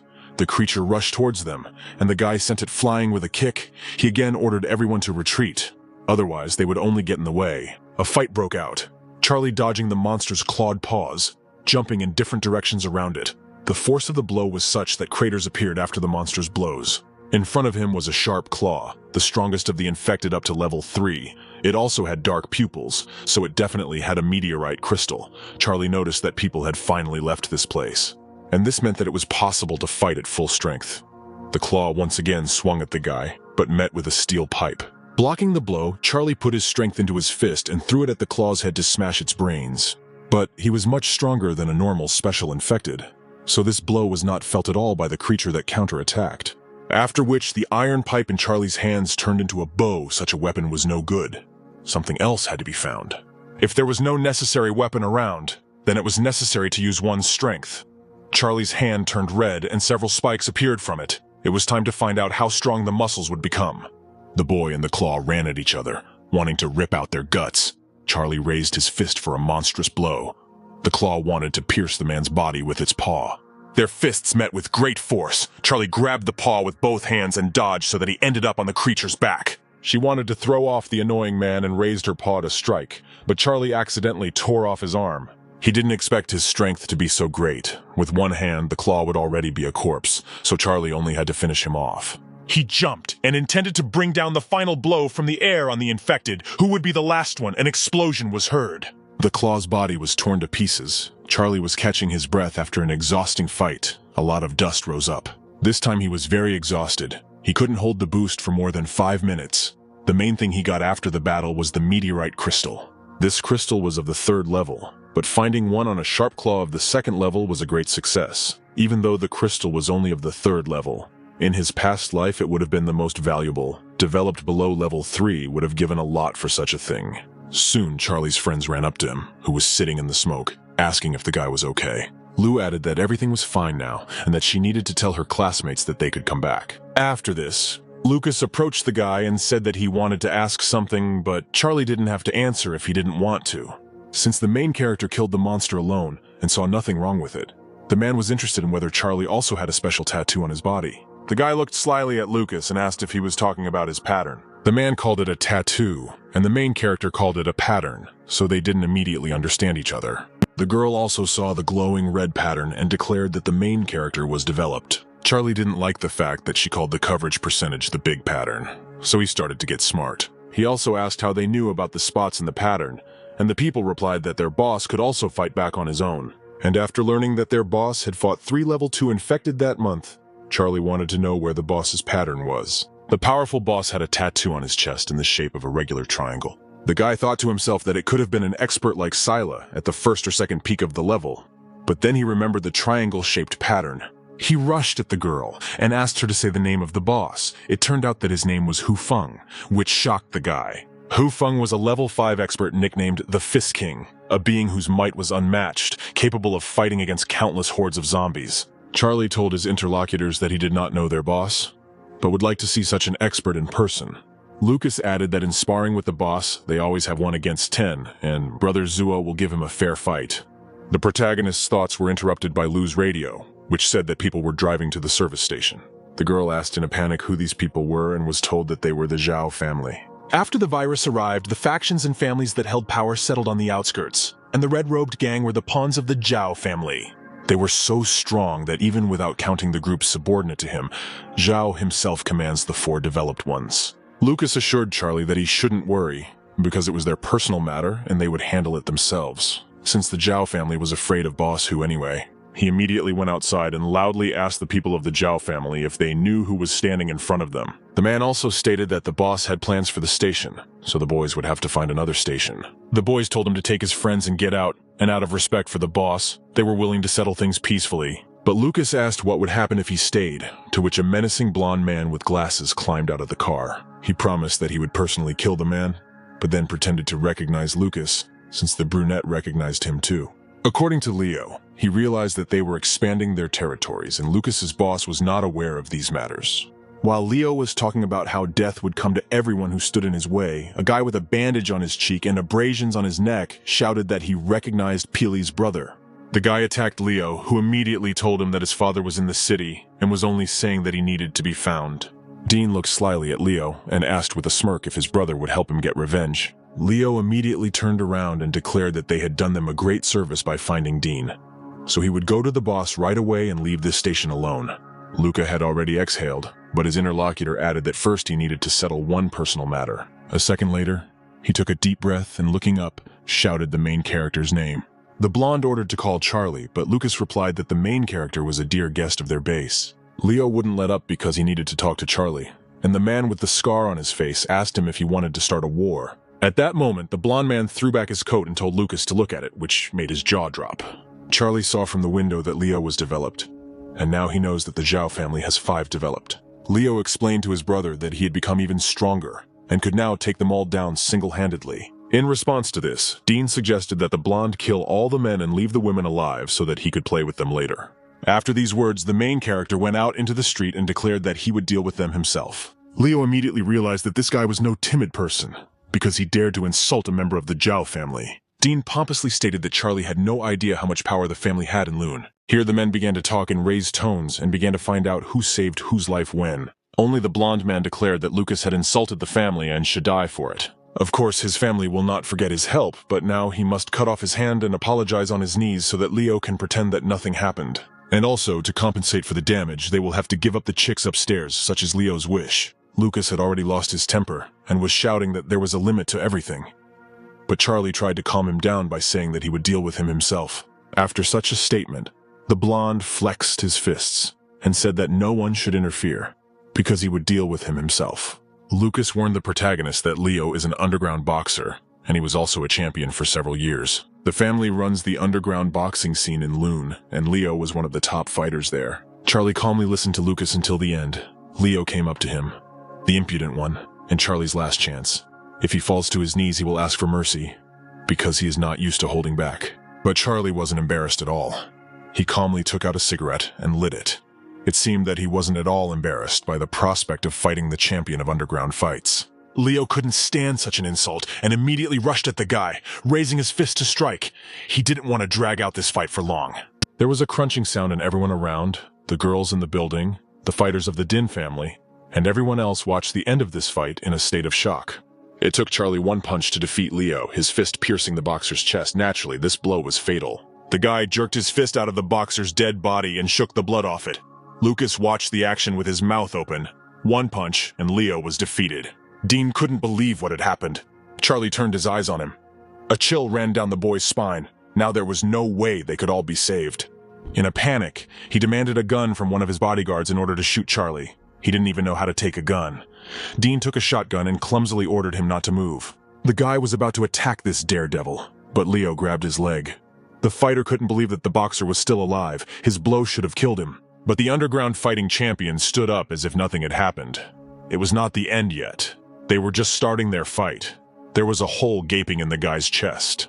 Dean was incredibly happy about the revival of his servant. Lucas watched with curiosity what was happening. He witnessed the true power of the developed. Dean was jealous. Charlie punched a hole in a man. Another one still managed to survive after that. He also wanted to gain such power. The wound on Leo's chest slowly began to heal, accompanied by a reddish glow. This is the power that evolution gave him, hyper-regeneration. Although it had to be used only now, Charlie was really surprised. With such an ability, one could climb to the forefront of the attack. Leo was surprised that the guy was aware of such power, noting to himself that the daredevil was incredibly strong. Even though he himself had opened himself up and missed the blow, he clearly had the power of a developed one. Leo revealed his cards, but still did not know how strong Charlie was. At this point, you can't lose your head, so you had to do the right thing. Leo walked past Charlie to Dean. He looked at his bodyguard in surprise. The boxer explained that Dean didn't know a lot. He would explain everything to him in the city. Now he had no chance to defeat Charlie.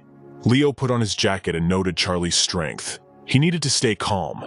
The boy knew what Leo was capable of, so he didn't go into battle. Thinking to himself that he couldn't lose face in front of people, if they were both developed, then he could stop. Leo had urgent matters. He took Dean's hand and they walked to the car. But Dean snatched her from the grip. Leo promised to cut off Charlie's hand. The boxer accused his master of nonsense and wanted to leave here as soon as possible. Dean was not happy with the fact that Leo was giving a chance to the one who humiliated him. Was Leo really that afraid of him? The champion was about to yank his master into the car when Charlie raised his voice during this whole time. They were about to leave, but no one allowed them to do so. The boxer cursed to himself. He didn't want all the complications. Let Charlie go to meet him and take care of this incident. No one was hurt, but Charlie didn't want to leave so easily. He asked what would happen to him for this. Charlie noted that he had already forgiven Dean once. And did he really think he could get away with it again? The rich upstart still didn't understand what he had gotten himself into.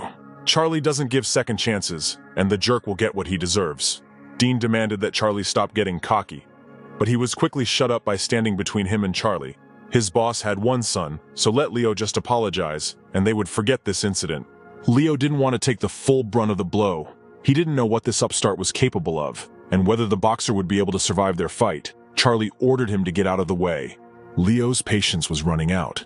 He suggested that they settle everything peacefully, that they go their separate ways, that there was no point in tempting fate.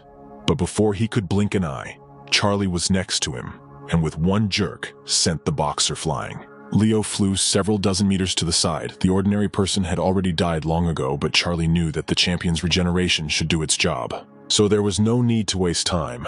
Charlie approached the fallen Dean, who was fearfully trying to get away from his relentless classmate on all fours. In fear, he asked what Charlie really wanted, and he replied that he forgave the impudent fellow not because of old friendship, but rather because he was too lazy to dirty his hands with such scum. But if such trash imagined itself to be something more, then why not squash it? Charlie grabbed Michael Dean and raised him above his head. He did it all with one hand.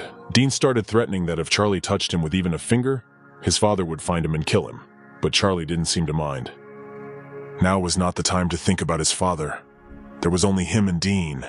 In fear, the young master turned to his bodyguards, ordering me to stand still and do at least something.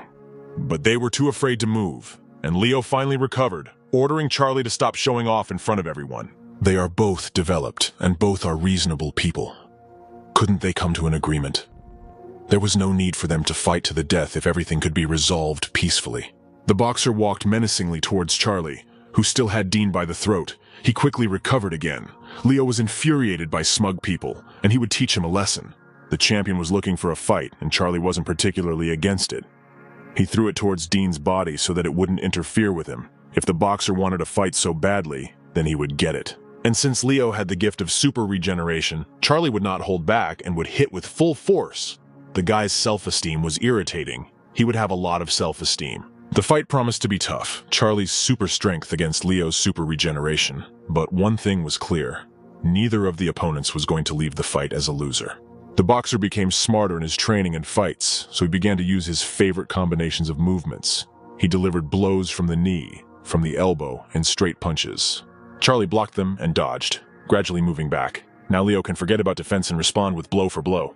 As soon as Charlie opened up, Leo would instantly take advantage of it. The guy raised his straight punch again, intending to crush the guy's head, but he stopped his hand and squeezed it so hard that Leo couldn't move it. He took Leo's other hand, which he intended to hit in the face. As a result, Charlie clamped Leo's hands and he could not move. The guy did not have hands, but real clamps. If Leo wanted to fight back so badly, then let him try. It was interesting to see who would overpower whom.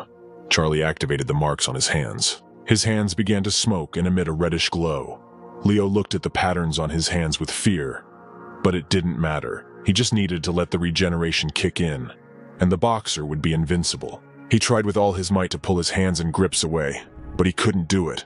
Not understanding why the brat was so strong because Leo was also far from weak, Charlie decided to end the fight. It was much more boring than he thought, and the guy began to squeeze his hands with monstrous force. Leo felt his bones crunch. Charlie clenched his hands so hard that Leo's bones shattered into many small fragments, and he screamed throughout the area, looking at his shapeless and twisted hands. It was very difficult to turn on his regeneration. Charlie began to move away from him, and Leo ordered him to stay put. They were not finished yet, but the boxer was no match for him. They were just wasting their time. Charlie ordered him to get away from this place immediately. Leo guessed how it happened. He can't just leave Charlie. Let him go. It was already hard for him to fight the other evolved ones. Now another one has been added to them, but Leo hasn't lost yet. He activated his pattern at full power, and it now covered the boxer's entire body, his arms instantly healing. This is Leo's most powerful technique. He saved it for another. With it, he will kill Charlie. The guy guessed that Leo spent a lot of energy to heal the wound on his chest. This idiot really didn't understand how his experiments could end. At this rate, the pattern would swallow him up, and Leo would die painfully. The guy was reveling in his power. Charlie had no idea how much power was in the tattoos, and Leo looked like a madman who had gone crazy. He turned his face to the sky and began to laugh hysterically. His body began to gradually deteriorate, although the champion himself found that he was recovering. His resistance to the virus was incredibly low, and how was Leo going to draw out the power if he didn't have it completely? The boxer fell to his knees. Lucas ran up to Charlie trying to find out what happened. The champion fell to his knees and steam was coming out of him. The patterns had disappeared from his body, and his body itself had a withered appearance. The fallen were developed humans who had lost the path of evolution. The resistance to the virus in developed humans grows as they evolve, and the power they extract grows accordingly. Some developed ones extract power without any measure, and when their stability is not enough, they mutate and lose their minds. Charlie ordered everyone to take shelter in the building. The fallen of the first level rises to the second. So now Leo was placed on the second level? His hyper-regeneration would be difficult to cope with? The guy would need all his strength to win. Leo had completely turned into a monster, and he rushed at Charlie with his fists, intending to tear him to pieces. The guy dodged his blows. He activated all his power to resist the infected, and hit him in the face with all his might. The blow sent the monster flying several meters. Lucas and Lou watched the fight with interest. Most likely, this was Charlie's maximum. The guy was able to kill the sharp claw, but he didn't have time to recover when the monster appeared. The blow he just used cost him 30% of energy. There was still a maximum of 20 left in reserve. A monster emerged from the dust, half of whose body had disappeared, but was gradually regenerating. The monster was stronger than a sharp claw. It would be harder to deal with. If Charlie were to strike again with the same force right now, he would surely kill the infected. But suddenly he looked at the guy with stupid eyes. A second later, the special infected ran to the side as fast as he could, running away at a tremendous speed, his eyes looking in all directions, and he had a stupid look. Charlie noted that he was fast on his feet. He may have been fallen, but he had some sense left. He could have killed him. Charlie ordered the people still present to leave this place immediately before the infected killed them, and one ran after everyone. He was already looking forward to their next meeting. The boy would not forgive him for all the humiliations as soon as he returned to the city and met his father. Together, he would not make you wait long. But Charlie didn't let him go. He saved him. One stabbed him in the back when a sharp claw appeared. The boy thought only of himself, using others as a shield. And that's not to mention how many classmates died because of him in his past life. For misdeeds you have to pay with death. Dean fell to his knees and begged him to forgive him. He started to choke Dean again and lifted him above his head. Lucas ran up to him begging him to listen to him. He himself didn't like Dean, but his family had a lot of power in the city. And because of Charlie, they could all get into big trouble. So this boy should have been let go, but Charlie refused to do that. If he survived, he would come back and cause trouble.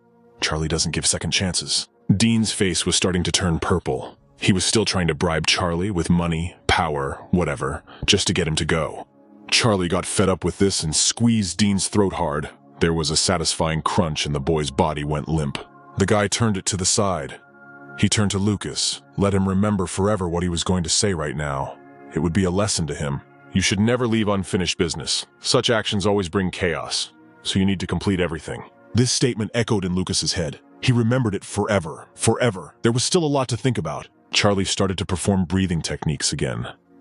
A lot of strange things happened today. He felt 2 high-level infected, but only found a sharp claw. The second one disappeared. The fallen was also far away, and Charlie couldn't detect him. And now he didn't sense anyone. Was his detection failing him? But that didn't matter. Now the most important thing was to become stronger. Nothing a little effort, and his pattern will cover the whole hand. It's time to collect spots into new patterns. When he moved to level 2, the percentage of coverage increased, and with it, the strength of the virus. In order to better control it, it was necessary to assemble a new pattern.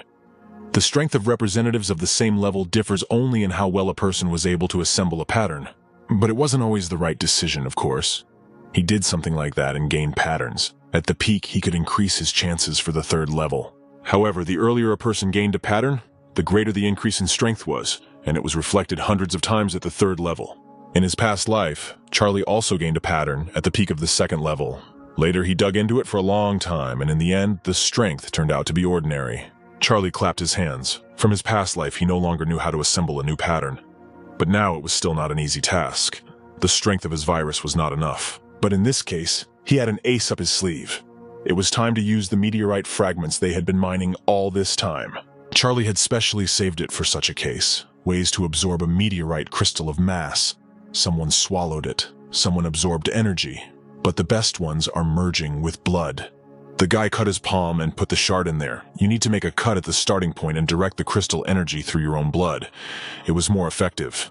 Of course, he could break through to the middle of the 2nd level right away with a 3rd level crystal, but it's better to assemble a pattern with its help. This would be a more intelligent decision. Charlie absorbed the crystal and felt the meteorite energy flowing through his veins. He was overflowing with power, and now he had to use it wisely. There was so much energy that Charlie let out a thunderous cry. All the friends came running to the sound. They intended to find out if Charlie was okay. They were already expecting the worst, but they stood in a stupor. The The guy stood in front of the window with a cigarette in his teeth and calmed people down, saying that he had a nightmare and woke up in fear. Charlie gave Lou a real fright. He was sweating and she handed him some tissues. It was time to go back to sleep, so they said goodnight to Charlie. The door closed and Charlie exhaled. Collecting patterns seemed like a painful task and he couldn't hold back a scream. But fortunately, everything worked out. Assembling the pattern was like creating a core that regulated the power of the virus. Now he could better control the power. He needed to try it out. Charlie activated the virus, and both of his fists grew in size, and all of his arms became much more muscular when activated. In his past lives, he achieved this only at the 3rd level, but now he is using it right now. It was an important advantage. Even though the energy consumption had doubled, the power output had more than doubled, which was a good sign. He is also still at the beginning of the 2nd level, but the benefits of the new pattern are much greater than those of leveling up. Charlie did not waste the meteorite crystal in vain. Charlie's thoughts were interrupted by some object that broke through the window where the guy was standing. This was a big surprise for him. A package flew in through the window, containing various amounts of Charlie's things, but the most interesting thing was that it contained a couple of meteorite fragments. Charlie ran to the window and rushed forward, trying to spot the one who threw him this package. On the street, he noticed a figure in a cloak whose head was hidden by a hood. Charlie couldn't understand who it was, and when they met, the stranger turned sharply and rushed back. Charlie jumped through the window and began to catch up with him. He ran after the stranger, but he was incredibly fast. Charlie could barely keep up with him, even using his strength. He really has to strain himself running after the man in the cloak. Charlie felt some familiar sensation, trying to remember what he felt. The stranger's hands were in his pocket, but literally for a second, a palm appeared from the pocket, which was black with square red lines. Charlie didn't need any more time. He immediately understood who was in front of him. The girl stopped in place. Her heels stopped making noise throughout the area. In front of him was his teacher, Amanda, who looked at her former student with pitiful eyes. Black spear-shaped tattoos appeared around the girl's face. The guy asked her if she really pulled him out of the water. Amanda confirmed. But there was a question why she was so afraid of him. The girl answered that she did not want anyone to see her like that. Amanda gave him the items and now wanted to leave. Charlie immediately realized that she had not eaten for 3 days. The girl turned sharply and replied that she had eaten and was not hungry. But the thing was that she was afraid to eat, so she starved herself so as not to harm anyone. Charlie immediately understood what the matter was. Her mutation was called Black Armor. It increased strength, agility, and intelligence, the substance in her body, the calling card of Black Armor. It gives not only protection, but also good attacking ability. By receiving Black Armor, a person retained his sanity and memory, but from then on he had to eat raw meat and drink fresh blood, human blood being the best. Amanda ordered him to shut up immediately. Charlie cut his hand with Link. The teacher needed to eat, or she would die of starvation.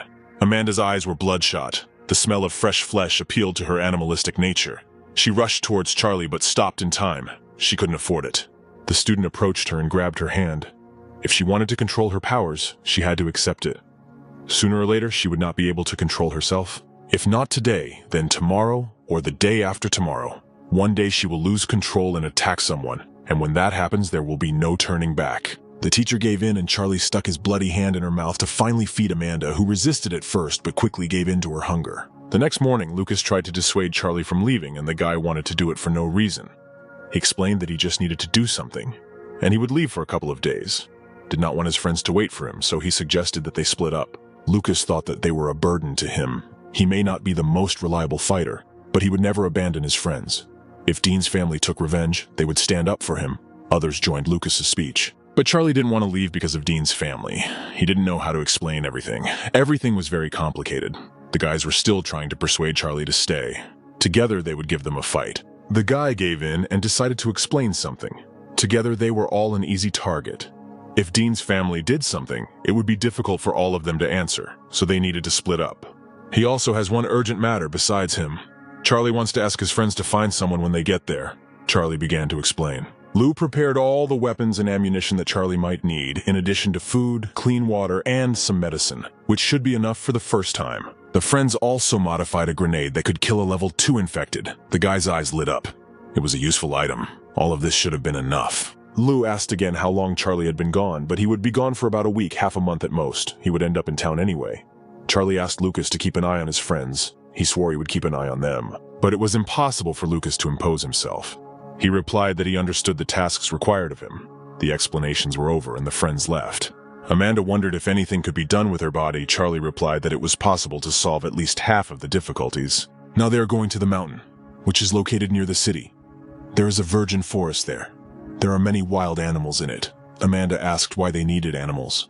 Charlie began to explain that for the teacher, human blood was a huge temptation, but it could be replaced with animal blood. Amanda did not like the prospect of living as a predator. Charlie advised her to pour blood into a glass and consider it wine. In a high tower in the forest, one of the bandits noticed someone driving along the road to the mountains. This was just in time. They were almost out of supplies. It was possible to get something from them. They were left to do the same thing they always did. Their second brother was dead, and they had a wounded man with a broken arm. So they didn't have much choice. That goat with 2 machetes was to blame for all of this, but they had to stop talking. That was the past. The jeep had driven into virgin forest. It was an amazing place to be on a route, but Barry had seen it through his binoculars and he couldn't lie. They needed to be dealt with. Amanda sat at the edge of the forest and meditated. As Charlie had taught her, she was learning very quickly. This was a good sign. So controlled the breathing technique, her body should be in the middle of the second level. In Amanda's case, the pattern, this black armor on her body. You need to use the technique to take control of it. Start such practices late. So Charlie will teach her to dial the pattern. It was necessary to concentrate on the starting point until all the armor is collected together. Then she will have complete control. The teacher became curious if she could remove and return the scales when needed, and the boy agreed with her statement. There won't be any problems with this. But will she still have the same thirst? She's unlikely to last more than a week. She could kill someone. She is tormented by thirst because the body needs blood and meat. When she breaks through to a higher level, she will be able to absorb energy from the environment, and it will be easier. For now, she needs to practice breathing techniques to curb her thirst. Animal blood will also help. Amanda concentrated her energy and found that her starting point was on her chest, which was where she needed to concentrate her energy further. Charlie noticed how the black armor was giving in to the teacher. The dark substance slowly leaving her body, revealing Amanda's native skin. But typing the pattern was incredibly painful. If she could no longer continue, then she should slow down and rest. But Amanda did not listen to Charlie. She continued, and fiery threads enveloped her. It was necessary to stop immediately, and colossal pain pierced Amanda's body. From such agony, she screamed throughout the forest. She needed to catch her breath. Charlie warned her not to rush, because she could only make things worse for herself. But the girl wanted to finish as soon as possible. But no matter how hard she tried, she still couldn't do everything she needed to do in one day. She had to continue. But more slowly, Charlie decided to go look for food. Amanda was supposed to set up the tent, and after a while, when she had just finished setting up the yellow structure, Charlie threw her a dead tiger. The teacher was shocked by such a carcass, but in order to collect the black armor, a lot of energy is needed. It is necessary to eat it. If she does not have enough of this carcass, then Charlie will find more. The guy also handed her a mug of tiger blood. She had to drink it. While she was absorbing the bloody substance, Charlie noted that he saw a bear's den and would visit it tomorrow. Amanda couldn't believe they were going to eat 1 tiger a day, but she needed to gorge herself on all the meat he brought. It took a huge amount of energy for the black armor. Even Charlie's pattern didn't need that much. For her, even 10 crystals for the 3rd level might not be enough. But Amanda was embarrassed by the raw tiger meat. Charlie took out a knife, and if the teacher wanted, he could cut it into small pieces. 3 days later, a group of bandits were still trying to find those survivors. They had to walk carefully. They could run into the beast. They had been looking for them for 3 days now, and Ernest smelled blood. They needed to see if it was the prey of a bear or a tiger. They could find something interesting. When they arrived at the place, they discovered an unfamiliar skull. It was completely gnawed down to the last piece of meat. It was hard to understand who it was. This beast was much larger than a man, and these remains resembled a tiger skull. Ernest realized that it was a man who did this. He collected everything edible and left the bones. Animals couldn't do that. He was sure it was a person. Maybe it was the people they were looking for. Scott found traces. It seemed they were on the trail of the survivors. They needed to check all the necessary information and follow the trail. Amanda continued her meditation. She had already collected a lot of energy and was almost ready. The girl decided to take a little rest. She put on a sweater and noted that while she was dressed, no one would notice anything suspicious. Amanda was watched by Ernest and his bandits. They enjoyed the sweet picture that opened up for the eyes. They finally found people. The guys rushed to the girl, complaining along the way that they had not seen a single human soul for a very long time. Amanda asked who they were. The bandits introduced themselves as 3 brothers who were hunting nearby, but encountered a pack of wolves and barely managed to escape, and a tiger bit off his brother's hand when he defended him. Amanda found it strange to listen to these acquaintances. They explained to her that at first the guys encountered wolves, and then they met a tiger and they barely managed to escape. And one of their brothers was killed by that same tiger, and the bandits began to imitate crying. The teacher asked if they were hungry. She could cook them some food. The three brothers fell to their knees and began to thank the girl with all their hearts. She'd been incredibly generous and kind to them. Amanda asked them to wait where they were while she brought food. Ernest grinned. It seemed this girl was a simpleton. They needed to look for supplies in the car. Barry opened the car and found a huge amount of supplies. There was everything: food, water, weapons, ammunition, and other useful things. They discovered a real treasure. Ernest even found a grenade, which he decided to take in his hands to examine properly. He did not hear how Amanda did not approach. She asked the strangers what they were doing. Ernest immediately hid the grenade in his belt. Barry again began to cry that his brother loved cars and could not hold back when he found it. The girl put a bucket of water on the ground and looked for the necessary products in the car, asking the guys to make a fire. The guys watched her luscious figure as she searched for things in the car, and only her elastic body part remained on the street, which instantly attracted the attention of the guys who were hungry for a woman's body. Finally, Amanda started cooking food for everyone. Barry said that they needed to discuss something, but he only voiced general thoughts. He hadn't seen women for almost 3 months, and in front of them was a real beauty. He was ready to pounce on her right now. Everyone was barely holding back, but he had to wait for the opportunity. The guys openly stared at Amanda's ass, enjoying every fold of her body while she stood over the fire and cooked food. She stood up and called everyone to the table. The food was ready, and the guys were already anticipating not only the future meal of their stomachs, but also their passions. The bandits began to gnaw the meat that Amanda was preparing with great pleasure and greed. She explained that it was tiger meat, which her friend had caught. The bandits choked on the meat. Could it really be that her friend killed the tiger whose skull they had seen earlier? It was a bit creepy. Amanda asked if they had really seen that tiger, but the boys immediately began to whine and cry again, explaining that they were all afraid of tigers like the ones that had bitten off their hands. Barry asked what Amanda's friend's name was. She said Charlie. It was very familiar to the bandits. They looked thoughtful. Barry explained that they had never met him. They just thought the name was really cool, and they all liked it. Amanda laughed and said that Barry was funny. He smiled stupidly. He was pleased with the smile and the expression on the girl's face. She decided to bring water to the strangers. Barry couldn't take it anymore. He wanted the girl right now, and he couldn't take it any longer. He and his brothers decided that when she came, they would deceive her. Amanda came with a bottle in her hands, wanting to give the travelers something to drink in order to calm them down a little. They had been crying and whining pitifully all day. The boys fell to their knees and begged her to agree to their request. But before she agreed, Amanda wanted to know what was going on. The brothers explained that they had a seriously ill mother at home who was dying. They had no medicine or doctors. Her sons did everything they could. But Amanda waited for Charlie until he returned from hunting, and upon hearing this, the bandits began to shout and beg her to help them with even greater zeal. In the end, Amanda gave in. She decided to go get some medicine, and they would go to her mother. The guys tearfully began to thank the girl. When they found themselves on their territory, she wouldn't even have time to squeak. After some time, Amanda returned with a box containing essential supplies. They were ready to leave. Charlie's sudden arrival took everyone by surprise. The guy was holding a dead bear carcass on his right shoulder. He asked where Amanda wanted to go. For the three brothers, Charlie's arrival was a complete surprise. They were already ready to leave. Having arrived in the middle of the camp, Charlie threw off his carcass. Amanda explained that they had been injured by wolves and tigers, so she had fed them. Charlie asked why she needed a bag in that case, but their mother was sick at home, and Amanda had some skills as a healer and was going to go with them. Charlie grinned at the strong guys. They were able to get to this place from their garbage town. The guys stood in fear and could not move. Amanda asked what was the matter. Charlie replied that she had been deceived. He had torn off their arms 3 months ago. Also, they had no mother, and they were brave. They wanted to take not only supplies, but also people with them. That time they were lucky and were able to escape.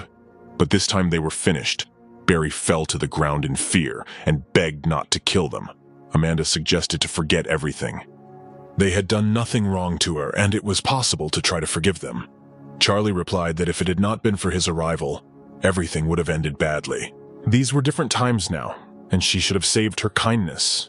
She couldn't blindly trust people. Today they would let them go, and tomorrow they would harm others. Even though Amanda's power was equal to Charlie's, she didn't deserve it. So the guy hopes that she will deal with these strangers herself. Whatever happens, Charlie will not interfere in her affairs, so he leaves them to her and will observe her actions himself. The guys looked at Charlie in surprise. They didn't understand what was going on, but it looked like the guy was going to teach Amanda to fight them. This was their chance. If they won, they would stay alive.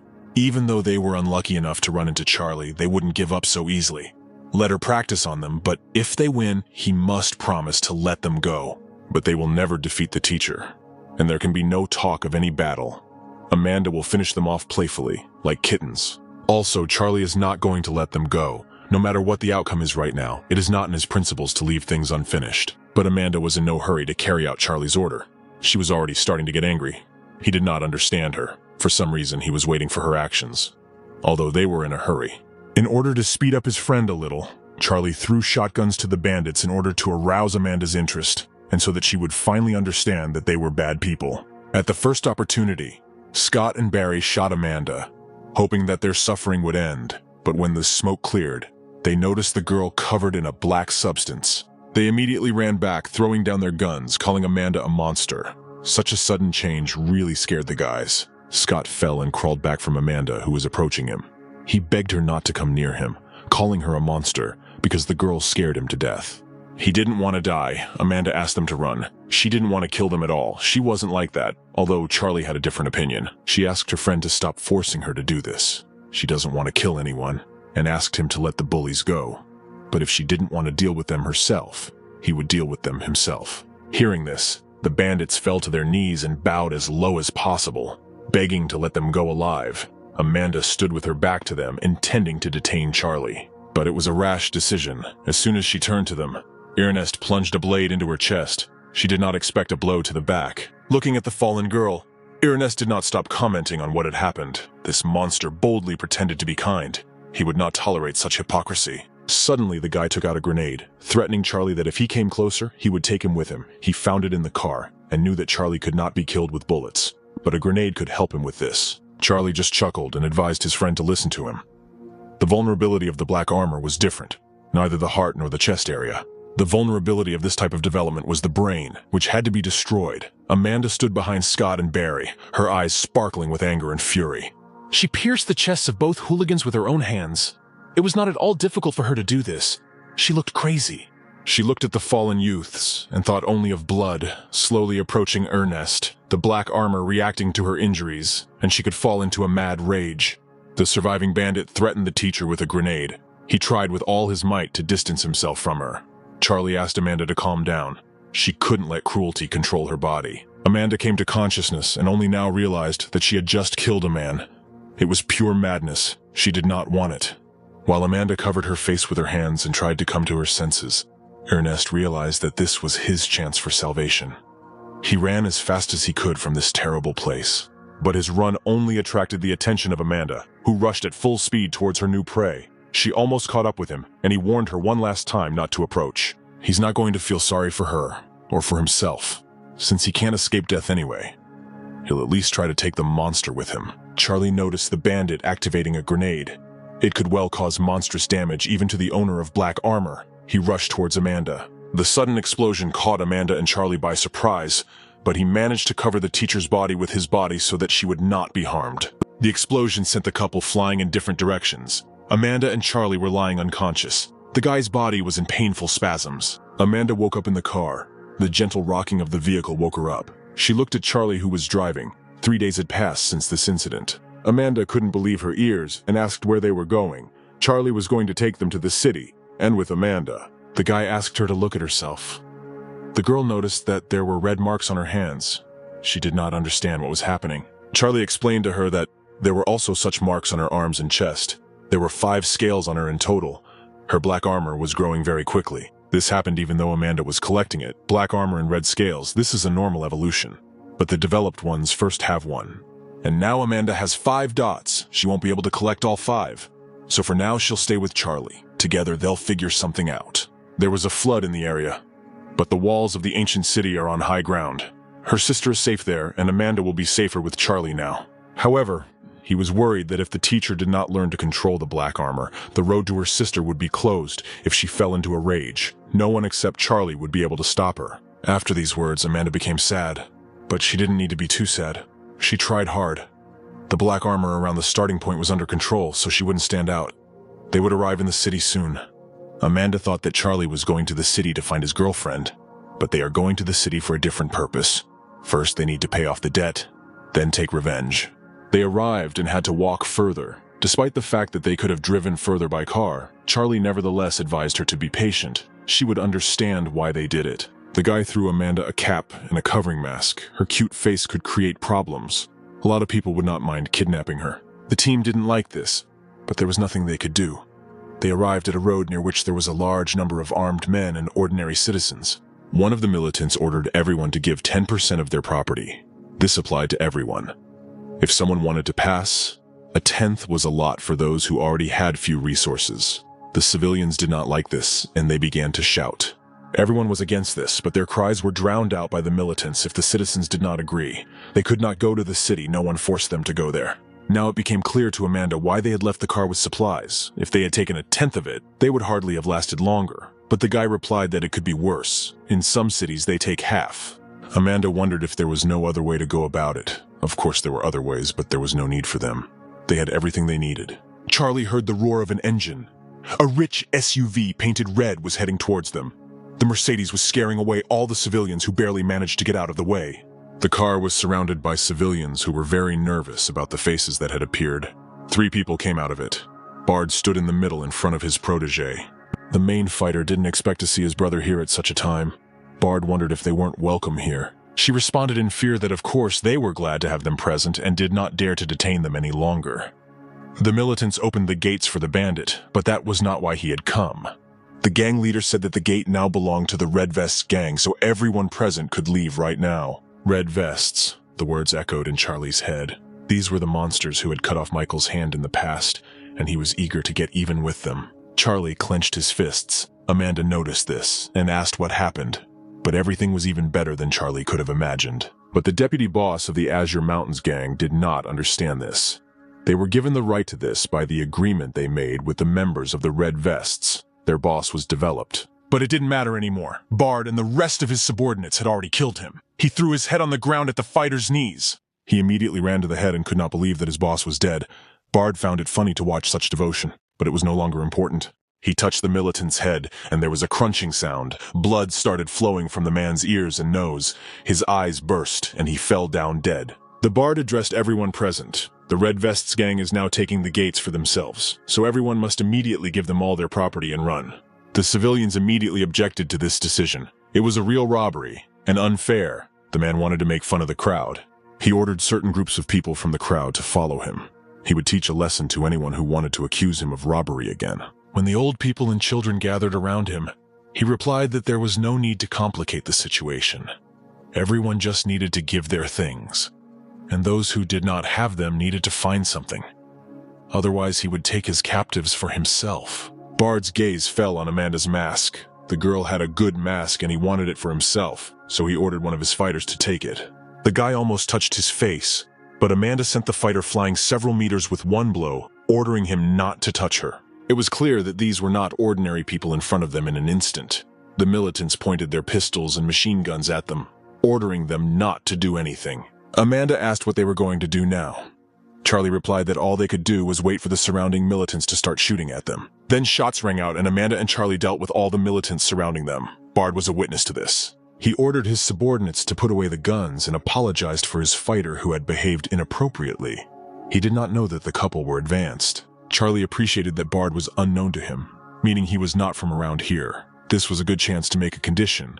Bard introduced himself and noted that he was the second in command of the Red Vests gang. Charlie asked if they had any more developed ones. The bandit answered positively. There were 2 more, and Charlie noted that this was not enough. Perhaps they were developed, but too impudent. Charlie never introduced himself, and Bard reproached him for this, for he had said his name. But it was illogical to be polite to those who had one foot in the grave. The bandit asked him to explain what Charlie meant. His face instantly changed from good-natured to serious tones. The guy in front of him was dangerous. Charlie ordered to convey to everyone that by May 14th, that is in 3 days, the entire gang of Red Vests had to be disbanded. This had to be done without fail. If the gang is not disbanded, then all the people who were part of it will be dead. Bard could no longer tolerate such impudence, and decided to teach the impudent man a lesson. He activated his power and strengthened his body. Instantly, all the outer clothing on Bard's body was torn to shreds, revealing a powerful and muscular body. However, this did not bother Charlie at all. Bard was about to hit the guy, but he killed the big guy with one blow. Blood splashes flew all over the area. Everyone present looked at this picture with fear. Bard was one of the strongest in their gang, and he died so easily. Charlie ordered the gang member to freeze in place and the rest to leave immediately. The militants immediately fell to their knees and begged for mercy. Charlie repeated his order again. Within 3 days, each member of the gang must disband. Otherwise, he would deal with them all personally.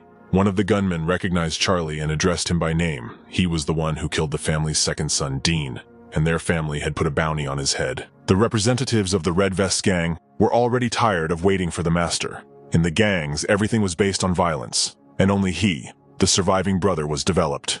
In this city, his power was small, and of course the great family doesn't care about them. One of the militants asked what they should do. Charlie killed Bard with one blow. They had to wait. The family and Charlie had their own conflicts. The voice that the surviving brother disliked so much rang out. 3 brothers came to them. The 3 of them were developed. All 3 brothers had caps, white, black, and blue. The white one turned to the remaining brother. He heard that his brother, Bard, was killed. But the boy did not like it. Even if the 3 brothers served the family, they were not untouchable. The brothers took off their caps, and lines appeared on their heads, meaning that they had broken through to a new level. The white one replied that last time the remaining brother had defeated him. This time, everything could be different. But Boone, who appeared, replied that the 3 brothers were already fighters of the great family. Boone was the representative of the family, and their master. He reminded the 3 brothers what they needed to do, and they hurried to set out, but he took the first brother with him.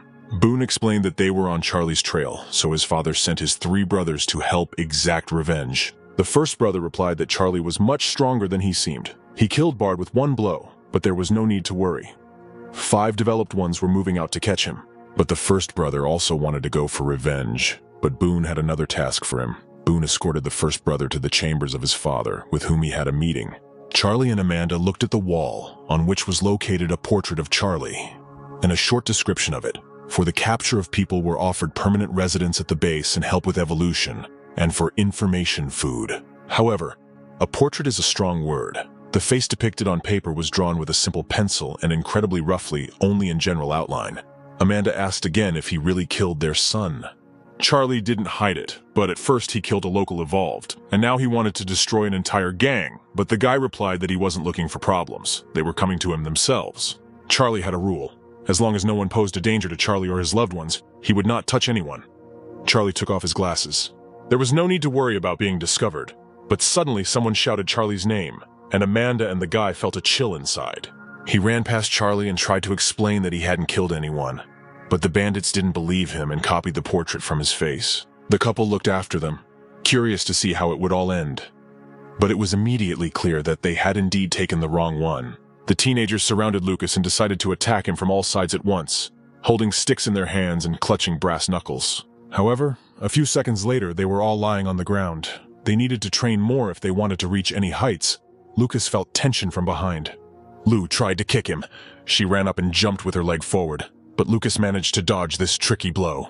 He noted that the blow was not bad. She was close to touching, but Lou herself had a different opinion. She was not happy. She saw a huge difference. Last week she could still fight Lucas on equal terms, but now she didn't have that opportunity. The group heard someone start clapping. The man noted that the rate of progress of those who had broken through was much higher. Jonathan was pleased with the results. Lou and Lucas ran up to their boss. None of them were his equals. But the boss noted that the pair had a good foundation and strong skills. They were already strong competitors. However, he is not here to praise them. According to rumors, Charlie was captured, and right now he is being taken to the square to be executed. Lucas did not believe it. Charlie could not let you be captured. He was too strong for that. However, Jonathan replied that everyone in the area had heard it, so it was unlikely to be a hoax. There was other news that needed to be verified personally. According to the information the boss has, Charlie has a way to speed up evolution. With it, people could break through to a new level very quickly. Lou can't believe his ears. No one knew that evolution could be sped up. But one way or another, Charlie's fate is not to be envied, Jonathan agreed. If they find out about this, the whole city, everyone will be engulfed in chaos. That's why Lucas and Lou go to see and will act according to the situation. It will be necessary to scout everything to understand where the truth is and where the lie is. In front of the three brothers sat a figure with a bag on his head, and in front of them a huge number of bandits had gathered, wanting to watch the massacre. In this crowd, Lucas and his partner actually saw Charlie's characteristic clothes. They had to save him immediately, but there were a huge number of people around. But someone threw a small bundle of paper at them. Lou opened it and saw two words. Someone asked them to turn their heads. The friends looked to the side and saw a woman in a cloak. They thought that one of the developed ones was in front of them, but they needed to check. As they walked, they tried to talk to the stranger. As far as Lucas knew, she was not one of those who ran everything. But the girl replied that she was not the one looking for them. Finally, Amanda led the couple to a hidden location where Charlie met them and congratulated the boy and girl on taking them to the next level. Lucas was surprised. He thought that Charlie would be executed. But the family caught the wrong one. The couple breathed a sigh of relief. Since it wasn't him there, it meant they could go to the base. But Charlie wasn't here for that. Several people were lying in ambush. There were about 20 of them. Did Lucas know anything about this? He noted that the news of the guy's capture spread around the area very quickly. But Charlie didn't know anything about this. They say that he could speed up evolution and knew how to quickly break through to a new level. But Amanda noted that these were not just rumors. They said this specifically about Charlie. They caught someone else and spread the rumors. This was part of someone's plan. Charlie thought to himself that this was actually the truth, spread as a rumor. Amanda asked if Charlie was going to get to the truth, but he had to leave. Someone came up with a plan to catch him, which means they didn't know what he looked like. And since they caught the wrong person, Charlie doesn't care. Charlie asked if Lucas or Lou had been able to find out anything about the friends he had asked them to gather information about. But they had only found one of them, even though their paths had crossed. Charlie killed the second in command of the Red Vests, just on the day of their arrival. The leader of their main rivals, the Azure Mountain Gang, was a friend of Charlie's. Instantly, the boy wanted to know as much information about him as possible. But that week, he became developed, and the strength of the Azure Mountain Gang increased, so they started a conflict with the Red Vests. As a result, his friend was not yet in town, which was a good sign, so Charlie still had time to finish one thing. Charlie will protect the Azure Mountain Gang until his friend returns, while everyone else needs to take cover and stay out of trouble. But a second later, Susie the hamster appeared before Charlie's eyes. It was unclear what this little one was doing in this place, but the guess was already in his head. Amanda also ran to the window. There was noise and rumble in the street. A large number of people started a fight. It was interesting to watch. Amanda was immediately joined by everyone else. Someone had come for the prisoner and was going to free the false Charlie. But the guy immediately guessed who it was. Once he realized that this was how it would all end, Charlie forgot a little about the fact that his friends would come to his rescue. A minute earlier, one of the three brothers raised his blade over the captive. He killed the second young master from their family, and also beat his brothers in front of everyone. He would not pity him. Anyone who would sow chaos and discord in the family and the city would face death, but the three brothers were not liked by those around them. One of the brothers finally raised his blade and was about to strike at the neck, but the characteristic crack of steel on steel was heard throughout the entire area. The iron bat covered his neck and collided with the blade of one of the three brothers. He did not like it very much, and he hastened to turn his attention to the stranger. Damon still couldn't believe that their Charlie, had been captured by such weaklings, and the brothers were trying to find out the identity of the stranger. However, Damon wanted to know the answers to his questions. Charlie always had a plan for everything, and he was also the strongest man on Earth. One of the brothers did not like such talk, and he raised his cleaver to cut Damon in half. No one dared to take a prisoner from them.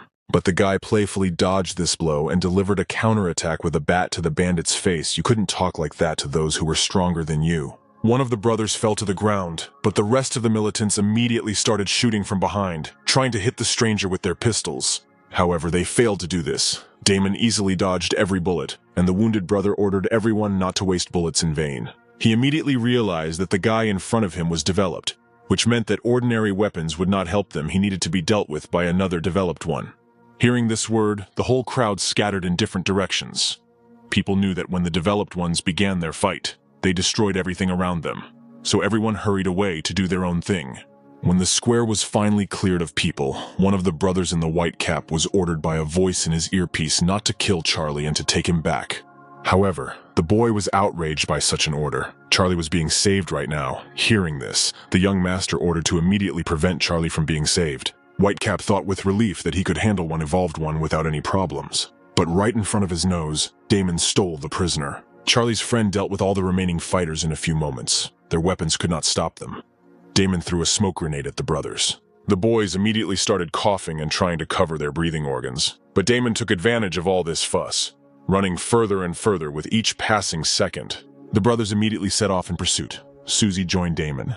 He asked her if she had found her hamster, which had run away. But Susie explained that she asked her hamster to find Charlie and distract the militants. But her faithful friend ran away from her, which really offended the girl. But Damon warned her that the hamster was absolutely useless. But now was not the time for arguments. They needed to get Charlie to a safe place. Damon ran with him, throwing the body over his shoulder. It was unclear to his friend how these weaklings were able to catch him. Susie assumed that they had done something mean.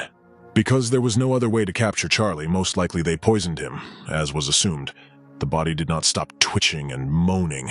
Ahead, Susie noticed several people, one of them holding a cigarette in his teeth, and remarked that a huge number of developed people had recently arrived in the city. The second man supported him. It was a great way to warm up. Lynn and Lucas looked with pleasure at the couple who were approaching them.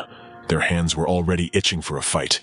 There were few worthy opponents left in the world. Damon stopped and prepared to run back, but their path was blocked by three brothers who still managed to catch up with them. They were surrounded by 5 people with tattoos against 2. Damon regretted not taking his gun. It was not a pity to kill these people, but it was too late to regret anything. He needed to get out of the situation. The prisoner began to scream again and wave his tied body. Susie thought that Charlie was worried about the situation. She calmed him down, assuring him that they would untie him soon. It was clear that Susie and Damon would not be able to resist 5 and developed at the same time. It was necessary to understand how to help them correctly. The advanced ones who were lying in ambush caught up with them and were waiting at the exits if they all attacked at the same time. Even Charlie and Amanda wouldn't be able to break through. But there are gangs in the city that are little known, but nevertheless they enjoy some popularity and can throw out various situations. Lucas remembered that there was a biker gang in the city. They all wore black bandanas and hung out outside the city. The men rarely fought for territory. 3 of them were developed. It was possible to use this. Amanda looked through the binoculars and noticed one of the members of this society. He was waiting at the northern alley. Charlie realized that the time had come. He would be perfect for his plan. Everyone else looked at Charlie questioningly and waited for his further instructions. Damon put Charlie on the ground and calmed him down. The battle promised to be difficult. He needed to stay away and not get involved in the conflict. The prisoner began to sob. Tears began to form through his headbag. Damon had never seen Charlie cry. Today had brought him a huge number of surprises. Susie and Damon tried to find out what happened to their friend. The prisoner replied that the whole situation was incredibly touching. Damon tried to understand what Charlie was getting at, but he replied that he didn't want to set up his friends and stop them from saving his life. But suddenly the guy threw off the bag. He replied that the family needs Charlie's life. Let everyone present, let Susie and Damon go, and he will answer for his sins. The friends looked at the stranger in shock, trying to understand who they were. Susie was furious and did not understand why they were saving him. Damon asked to introduce himself again. The guy replied that his name was Farley. Now everything fell into place. It was a matter of pronunciation of the name. That's why everyone confused him with Charlie. Lynn immediately realized and noted that his friends should have listened better to this man's name pronunciation had a big impact. Since this happened, Damon presented Farley to Lynn.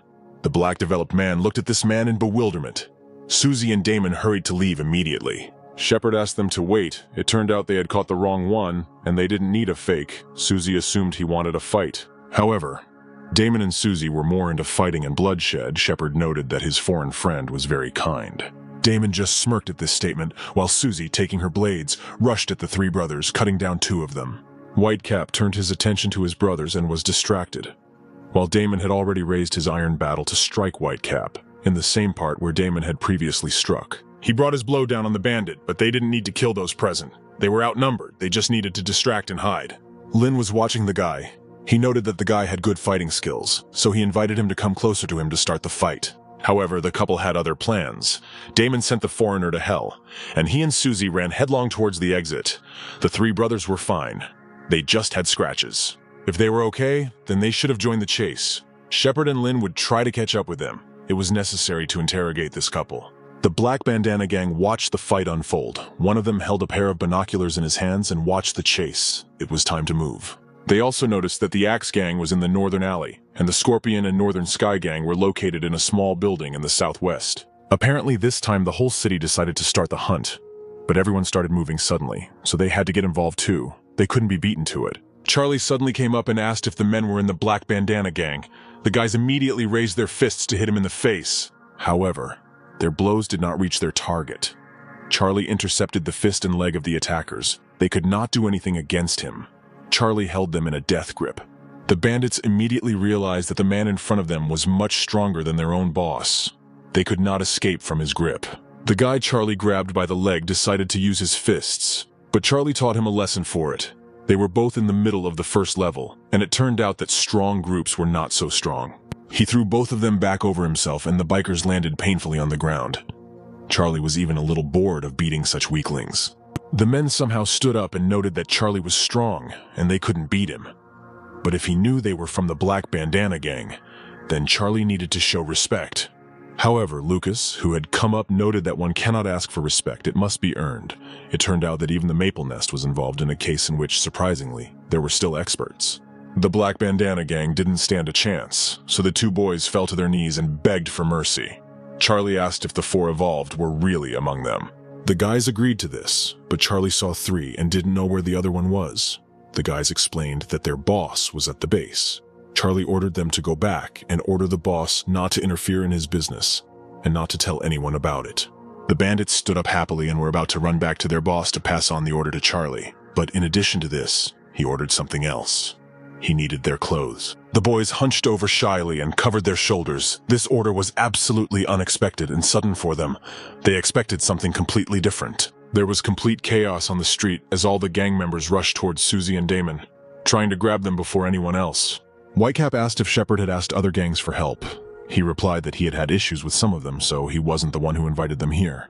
The guy decided that at least one of them should be saved. But Susie was much faster than him, so he ordered her to run ahead and not wait for him. She didn't like that statement. She wanted them to leave together, but they didn't have time.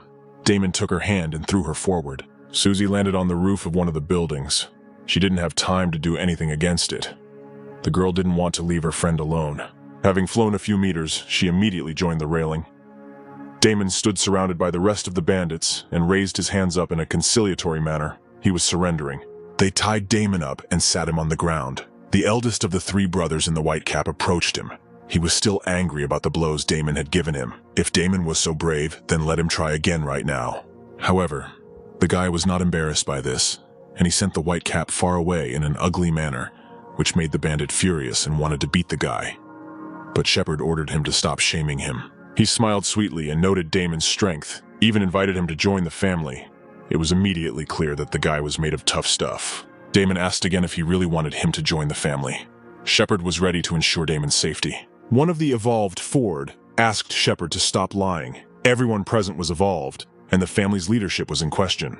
The gang leader agreed that the family was one of the strongest organizations, but they were not the masters here today. Damon got tired of listening to this pointless argument and said that he would go to those who could ensure his safety. However, another leader told Ford not to embarrass himself in front of everyone. Damon had to go to them. There were more people in their gang. After this statement, everyone started arguing. Shepard approached Damon and explained that everyone present was strong, but brainless. Damon wondered what this man wanted from him. A bandit in a traditional Chinese robe approached Damon and replied that he believed in Damon. Let him go with him, and Shepard would ensure complete safety and security. But Shepard didn't move his lips. Damon realized that he had an ability called sound transmission. It was a very useful ability for transmitting information. Damon replied that he was a spineless young man. In his class he was called a loser. Shepard liked this character, but the guy replied that he also had dignity. He always chose the right leader. And in Damon's opinion, Shepard was not a worthy boss for the young man. His experience told him that Shepard would not be able to lead people and become a great boss. The bandit was surprised that someone called the guy spineless. Damon was too stubborn a young man for such a statement. Susie didn't stop running. Something had to be done to save her friend. She continued to wind through the city maze. They didn't find Charlie and Damon was captured. She really wanted to cry, but she had to act. A man blocked her path. Susie stopped. Lucas replied that if the girl had any problems, she should have trusted him, and told him everything the man would not stand aside and would help. The girl was very angry about this. She ordered him to get out of the way, taking the blade at the ready. Lucas did not expect the girl to be so hot-tempered, and expected a different answer. Charlie approached and answered that he was afraid of a lousy ally, and there was no need to be afraid of a strong enemy. Susie and Damon were nothing but trouble. They were constantly getting into some kind of trouble. Susie looked happily at Charlie. Michael sat in front of his brother's photograph and placed incense in front of his portrait. He did everything that was required of him. Hard times had come. But his brother had no need to fear. Michael would not let the Red Vests get away with it after all the suffering they had brought his family. One of the Azure Mountain Gang burst into the room. He replied that there was news about Charlie. Right now in the center of the safe zone, the family captured him and intended to kill him. Michael greeted this news with caution, but wanted his friend to stay here. Michael would go personally, despite the fact that it was very dangerous. His older brother was dead. He had no choice. His patron was in danger, and Michael couldn't stand aside. If he didn't return, then he would become the head of the Azure Mountain Gang. The arguments and quarrels in the square between all the gangs were gaining more and more momentum a little more, and the conflict would have escalated into a real fight. Ford and the other gang leader were arguing non-stop. The old man was enjoying himself by mocking the Axe Gang. Led by Ford, Shepard ordered an end to the quarrels. Everyone present knew why they were there. Damon had saved Charlie at the cost of his life. As a result, he was connected to him. While the guy was with them, they could find clues to Charlie. Ford asked if it would be a one-out duel. Shepard answered in the affirmative. If the Axes agreed, then Shepard would represent the family and fight first. The Maple Nest Gang entered the conflict. Lucas noted that the family was doing just fine. The rest of his gang gathered behind him. Shepard was surprised that Lucas came without his boss. But the man was not so simple-minded. Damon was surprised that the Maple Nest had also entered the conflict. There was a huge number of different developed ones in the city. Damon noticed Charlie, and he hastened to put his finger to his lips, calling for silence. But Shepard replied that Lucas was late. He had nothing to do among them now, but the leader had completely different plans and views on this situation. The bandit noted that he had managed to catch the girl they were chasing, but Lucas replied that the girl had been caught by the Black Bandana Gang. It was a great luck to meet representatives of this gang as well.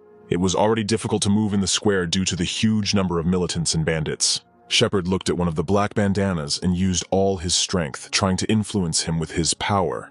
But the stranger did not even move. His power had no effect on him. Even within a radius of 5 meters, it turned out that the stranger's mind power was much stronger than Shepard's. The bandit replied that the Black Bandana Gang was very secretive and had a lot of talent in it, noting to himself that the strength of the mind does not matter. The main thing is the strength of the fighter. Shepard was surprised by Lucas's greed. He was missing just Susie, and now he wants Damon too.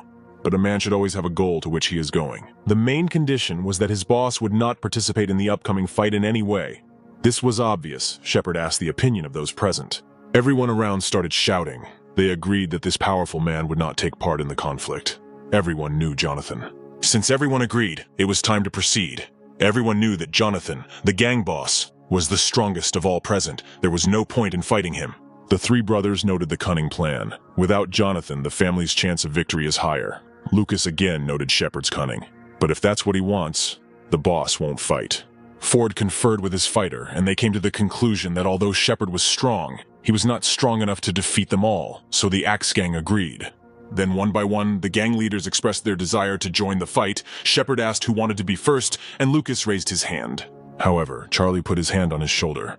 He wanted to be the first to deal with everyone. Shepard looked angrily at the stranger. His power did not affect him. Lucas noted that it was not worth being the first to go out in a duel, but Charlie was not embarrassed by this. People with the development type of reason were the first to go out in duels. Shepard nominated the eldest of the three brothers, who with great pleasure decided to enter the conflict and open this competition. Charlie and the White Cap stood opposite each other and prepared to attack. Shepard noted that the eldest of the three brothers was average at best. The fight started abruptly, and Charlie sent the White Cap flying into the crowd with one punch. The guy landed with great force into the people who surrounded the makeshift ring. White Cap didn't want to get up. The guy in front of him was too strong. Shepard didn't expect the eldest of the brothers to fly out so quickly. This guy in front of them, who sent the members of three brothers flying with one blow, was much stronger than Shepard had imagined. Ford's fighter noted that the older brother flew out in 1 second. The guy was so fast that the White Cap did not have time to react. Shepard asked how the alien assessed his chances. He answered with inaccuracy. They still did not know what the chances of victory over this stranger were, so they had to wait. Next in line was Reynard. He had to try, since the Black Bandanas were climbing into the development areas. They were automatically playing with fire. Reynard gave Charlie a chance, but he stood as if nothing had happened and waited for the big guy to go into battle. But the man stood still and ordered his subordinates to bring his sword. But it was hard to call his huge cleaver a sword. This type of cold weapon was carried by 3 people at the same time. Some were glad to finally see it in person. The sword was larger than any of the people present. Reynard threw it over his shoulder and warned Charlie not to complain, but he did not have time to finish his sentence. Charlie ended up behind him and Reynard managed to swing his blade back. The guy ducked and from this position struck him in the jaw. One blow and Reynard fell, blood still streaming from his mouth. Charlie did not want to waste time and asked those present to hurry. He waited for his next opponent. Lucas noted that Charlie had recently fought at a slower speed at the tech station. The foreigner raised his blade and prepared to attack. His opponent was very excited, and he did not want to postpone the duel for a longer period. Lin and Charlie's fists collided at the same time. They were equal in strength, at least in speed. After such a pirouette, they jumped away from each other. Charlie recognized this type of mutation. Lin had speed at the peak of the first stage, which gave him a great advantage and tremendous speed. He was incredibly fast, and after the jump, he immediately rushed at Charlie, attacking him from different sides at the same time. He was as fast as Susie, so it was necessary to play differently. Shepard didn't like the situation. At this rate, even if Lin won, he would lose the next fight. But judging by what he saw, it was not a fact that the foreigner would defeat Charlie. Now everything was in his hands. He glanced meaningfully at Ford, who did not take his eyes off the duelists. He watched, devouring their movements. Ford and his men were guessing whether Lin Charlie would win or not. Of course, the foreigner had the advantage, but he would not last long. Suddenly, the gang leader heard a voice in his head. Shepard started a dialogue with him. He had the same opinion about his subordinate. The man did not immediately understand where the sound was coming from, but he immediately realized that it was Shepard's doing. He asked what he wanted from him, and the head of the family gang began to tell him his last chance plan. The fight did not stop. Lin was already sweating all over. Sweat was dripping off him in streams. Charlie didn't even have a single muscle on his face tense. The foreigner wanted to know Charlie's name. He spoke broken English, so the guy asked him to speak so that it would be understandable. And Charlie gave a fake name. It was impossible for him to be revealed. The crowd heard the name and noted that he was the second most senior member of the Black Bandanas. If the guy's that strong, Lin won't hold back his strength and will fight with all his might. The African-American pulled out brass knuckles from his huge, fluffy hairdo. Now there was no need to hold back, and Lin wanted another round. After all, this foreigner had attracted Charlie's attention a little. He was at the peak of the first stage without breathing techniques, and already had such speed and power. The man was a real genius. Charlie said out loud that although Lin was for a fair fight, some in the crowd were against it, and he named everyone present who wanted to interfere with them. One man was hiding in the building opposite. Another was a red-haired youth in the middle of the crowd, and the whole chain was closed by Lin's acquaintance. He exposed Shepard. It was his plan. He was going to block all the exits and wanted to kill Charlie. Shepard played innocent too. However, Charlie knew that he was right. The power of reason, of course, was not the main thing for the guy. But Charlie had enough intelligence to understand this plan. 6 of his people were under his supervision. On the roof of the building stood Lucas and his friends. They watched all the people. One of the many bosses approached them. They hadn't seen Lucas for a long time. Ford watched everything and ordered everyone to stand still. Lucas wanted to intervene, but Lou stopped him. Once they understood everything, then Shepard could be frank. The Black Bandana Society will disappear today. All the gangs present will contribute to this. Ford took Amanda by the hand and replied that today they would drive the Black Bandanas out of the city. The guy squeezed the teacher's hand painfully, and she couldn't hold back. Amanda landed a powerful kick to the jaw, and Ford flew to the side, unconscious. Amanda's strength was great. Ford was once again surprised that the Black Bandanas had a large number of strong fighters. Lucas and Lou looked at Amanda with curiosity. She had great strength.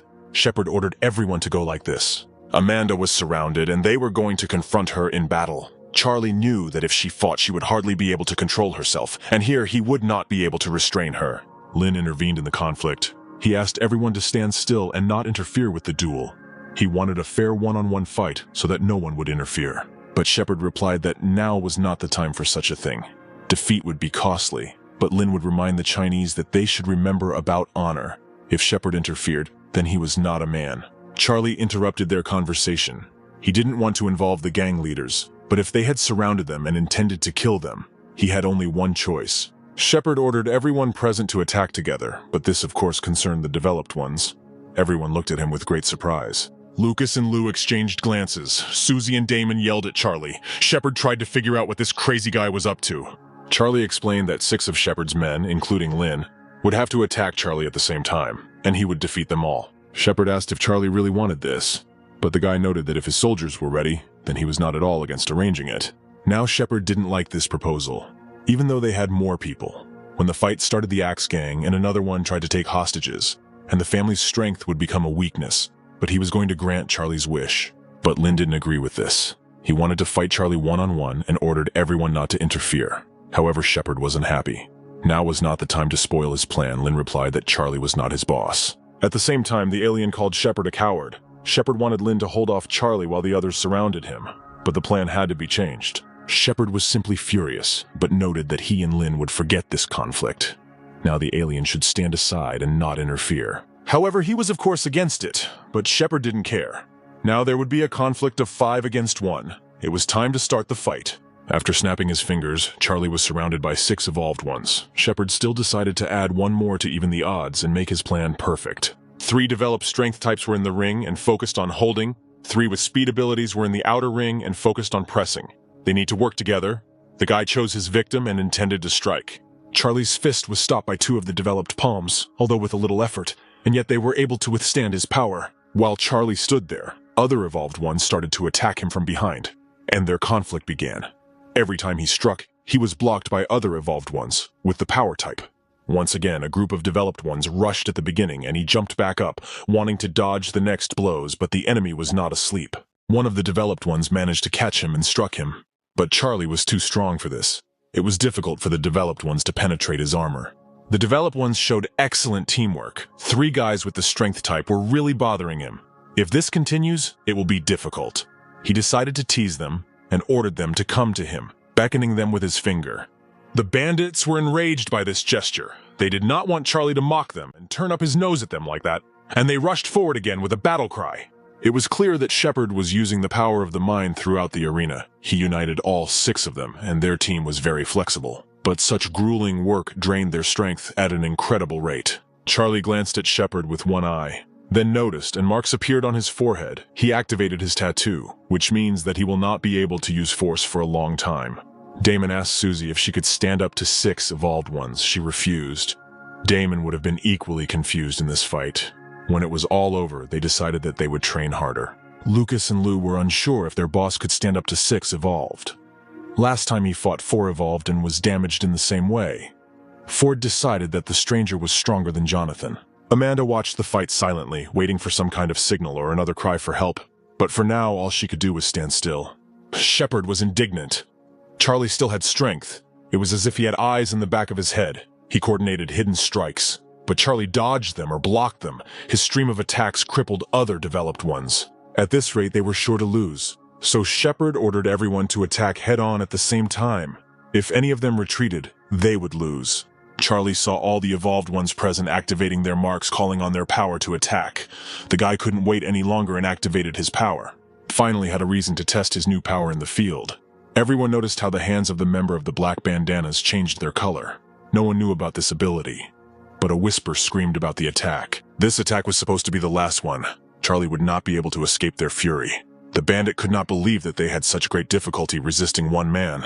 But Charlie did not retreat and did not intend to defend himself. He prepared his fist for a new type of blow. It was necessary to destroy everyone at once. Charlie raised a large red whirlwind that scattered all the evolved that attacked him at that moment, blood dripping from the whirlwind. When the dust finally settled, Charlie stood in the middle of everything his power had raised. All the evolved ones that had opposed him were lying in different parts of the arena. Damon and Susie were gaping. Amanda breathed a sigh of relief. She was very worried about her friend. If something happened to him, she would not know what to do next. Lucas shouted that Charlie won. The evolved were battered. Their faces were covered in bloody bruises and not very deep cuts. But they all fell to their knees and admitted defeat, thanking Charlie for sparing their lives. Shepard was depressed. Charlie was able to withstand the attack of 6 developed ones. The guy was not simple, so he would have to call his uncle or the young master. The bandit intended to leave, but Charlie ordered him to stop. He knew what he was planning.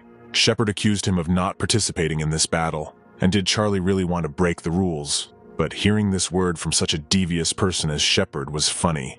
It was too late to defend himself in any way. Charlie approached Shepard and struck him. He wanted revenge and teach this impudent man a lesson.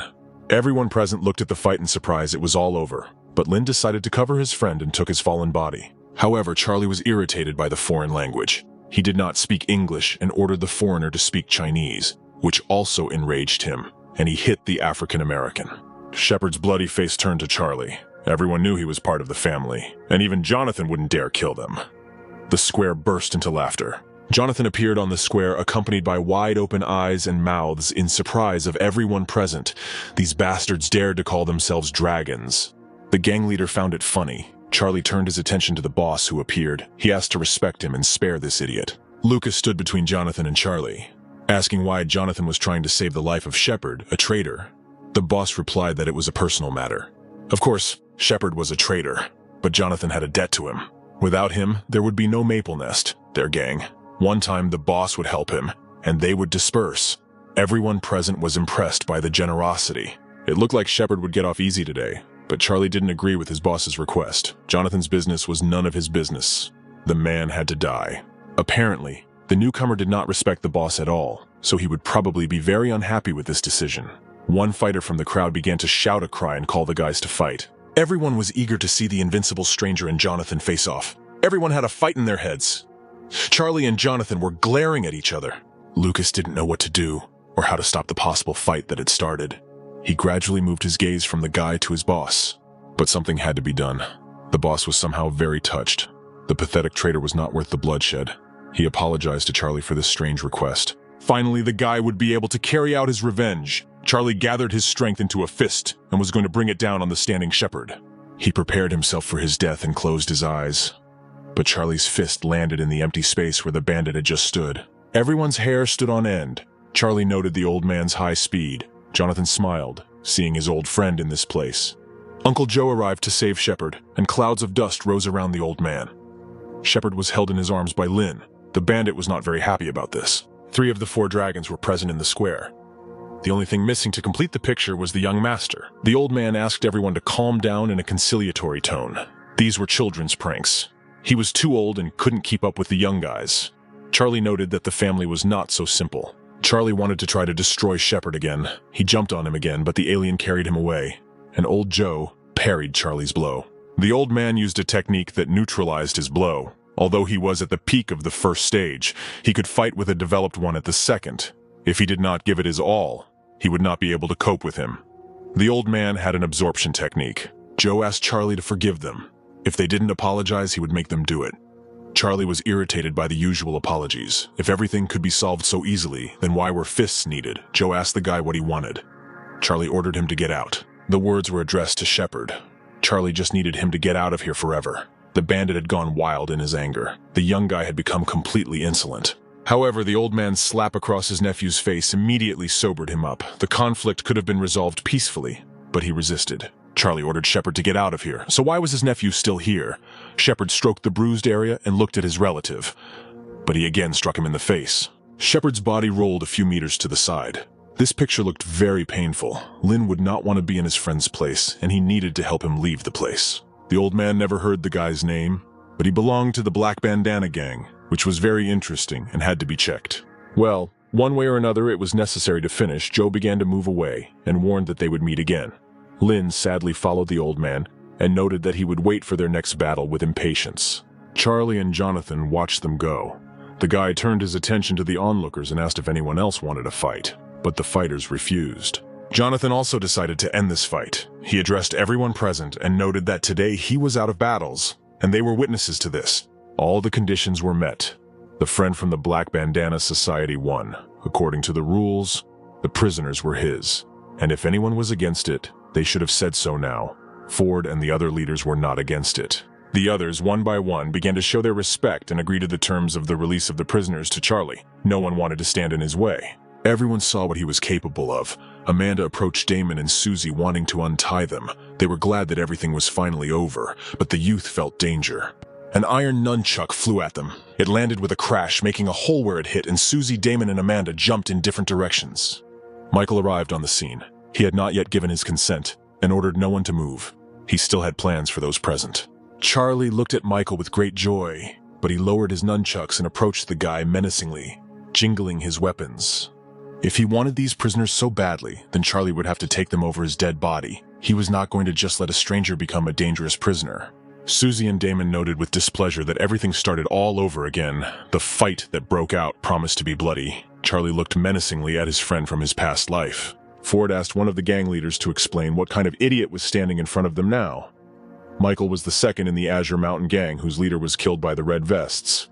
The present evolved, noted that the daredevil had only recently broken through to a new level, but he would not survive against Charlie. He asked Michael one question: why did he need Damon and Susie? If the leader wanted to take them, then he needed to give a reason. Charlie wanted to know. After everything that happened in this square, Charlie's negotiations with Michael were a real surprise. Perhaps the daredevil was also an expert. Michael replied that he did not need prisoners. This was for Charlie, who helped him in the past. The guy looked meaningfully at Michael. He was tired of this look. If that's what he wanted, then they would fight. Charlie noted that he was the same as I remember him in the past and asked Michael to leave. He didn't belong here. However, he was not going to leave. His reasons? It was his business. Charlie replied that he was not ready to protect them, but Michael did not intend to leave the prisoners to a stranger. He was tired of empty chatter. He realized that they would not come to an agreement and it was necessary to fight. Michael took his nunchucks and rushed into battle. With the nunchucks, Michael was much stronger than without them. Charlie began to dodge his swift blows. This was logical. Usually, weapons were too fragile for advanced ones, so they were rarely used. But something simple like nunchucks was a good solution. Charlie decided that in the future he would get himself a pair. He needed to take such a weapon too. But another blow from Michael brought him out of his thoughts. He waited for the right moment and tried to cut off the stranger's head, but the guy intercepted his nunchaku without striking back. Jonathan watched the fight with curiosity. Charlie asked Michael to listen to him, but he did not want to talk about anything. The gang leader let go of his weapon and raised his fist to strike, a feint he often used in duels and would use now. Michael punched Charlie in the face, his fist connecting with his target. Susie and Damon screamed throughout the area. This couldn't be happening. Everyone present watched with glassy eyes. Michael didn't expect that he would succeed. It was clear that Charlie had deliberately set himself up, but he intercepted the leader's hand. He knocked Michael to the ground, breaking his arm in the process, and knocked him out with one blow to the neck. The fighter's body went limp, and he did nothing more. Charlie ordered Lucas and Lou to take Michael with them as well. Charlie said all this in an angry tone, as if the leader of the Azure Mountain Gang had angered him. It was clear to everyone that Michael was a goner, and his gang members could have been finished. But Amanda saw that Charlie had deliberately missed the blow and pretended to be angry. However, Michael's body began to move. Charlie noticed this. It was not over yet. Michael began to stand up on his feet, swaying as he walked. Michael wasn't going to lose that easily. And did Charlie really think that victory would come to him so quickly and fleetingly? Charlie hated being in debt. He preferred to take instant revenge or pay back for the kindness shown to him. Michael stood in front of Damon and Susie. Charlie would only get these two at the cost of his own life. The guy hit himself on the chest and stood in a stance. Michael decided that he would not give up the prisoners as long as he was alive. The guy approached Damon and Susie. While not taking his eyes off Charlie, he had to keep his ears open. As long as he was here, no one present would touch them. But Damon and Susie asked him to run, even though they didn't even know each other. Susie looked at Michael with displeasure, but Damon was touched by such courage. Susie scolded him. Charlie replied that it was certain death, but Michael decided that the stranger would not get his. Apparently, this idiot had an active tattoo. It will be difficult to subdue him without crippling him. Everything needs to be done quickly before things turn out even worse. However, Jonathan intervened in the conflict. He jumped from his place and approached Michael with the speed of the wind. Flying over his head, he grabbed the guy's shoulders and neck with his hands. After making some movement with his fingers, Michael fell, losing consciousness, this time completely. Jonathan looked at his body and sighed with relief. The gang leaders had never seen such a move from Jonathan, but Ford knew it. The move was called the Tangled Dragon Hand. The boss learned it in martial arts school. And this move required dislocating the arm, which Jonathan promptly put back in place. He warned Charlie that Michael would sleep for about an hour, and it was up to the guy to decide what to do with him. Charlie thanked him for his help. It was time to go about his business, and Jonathan decided it was time to return home. He called Lucas and Lou to him. Charlie noted the strength of this man, who was called the King of the Fist. He was truly a master of his craft. Lucas praised his boss. He began to respect him even more. Ford and the other leader of the gang approached Charlie. They promised to make amends and asked for forgiveness for the insult. Charlie looked at them like a wolf and ordered them to get out. The men's heels were just sparkling. Lou approached Charlie and invited him to the Maple Nest. He was in the city for the first time and had nowhere to go, but Charlie still had something to do.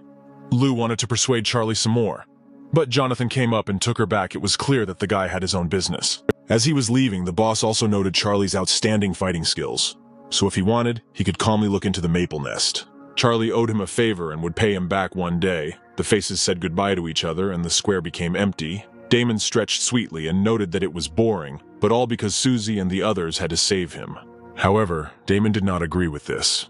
If it were not for him, Susie would not have met Charlie. The girl was irritated. How could he bring himself to say that? Damon had special eyes, and he could not recognize Charlie with them. He only smiled embarrassedly. Susie's faithful hamster came running to her, squealing loudly at the sight of his owner, happily greeting her.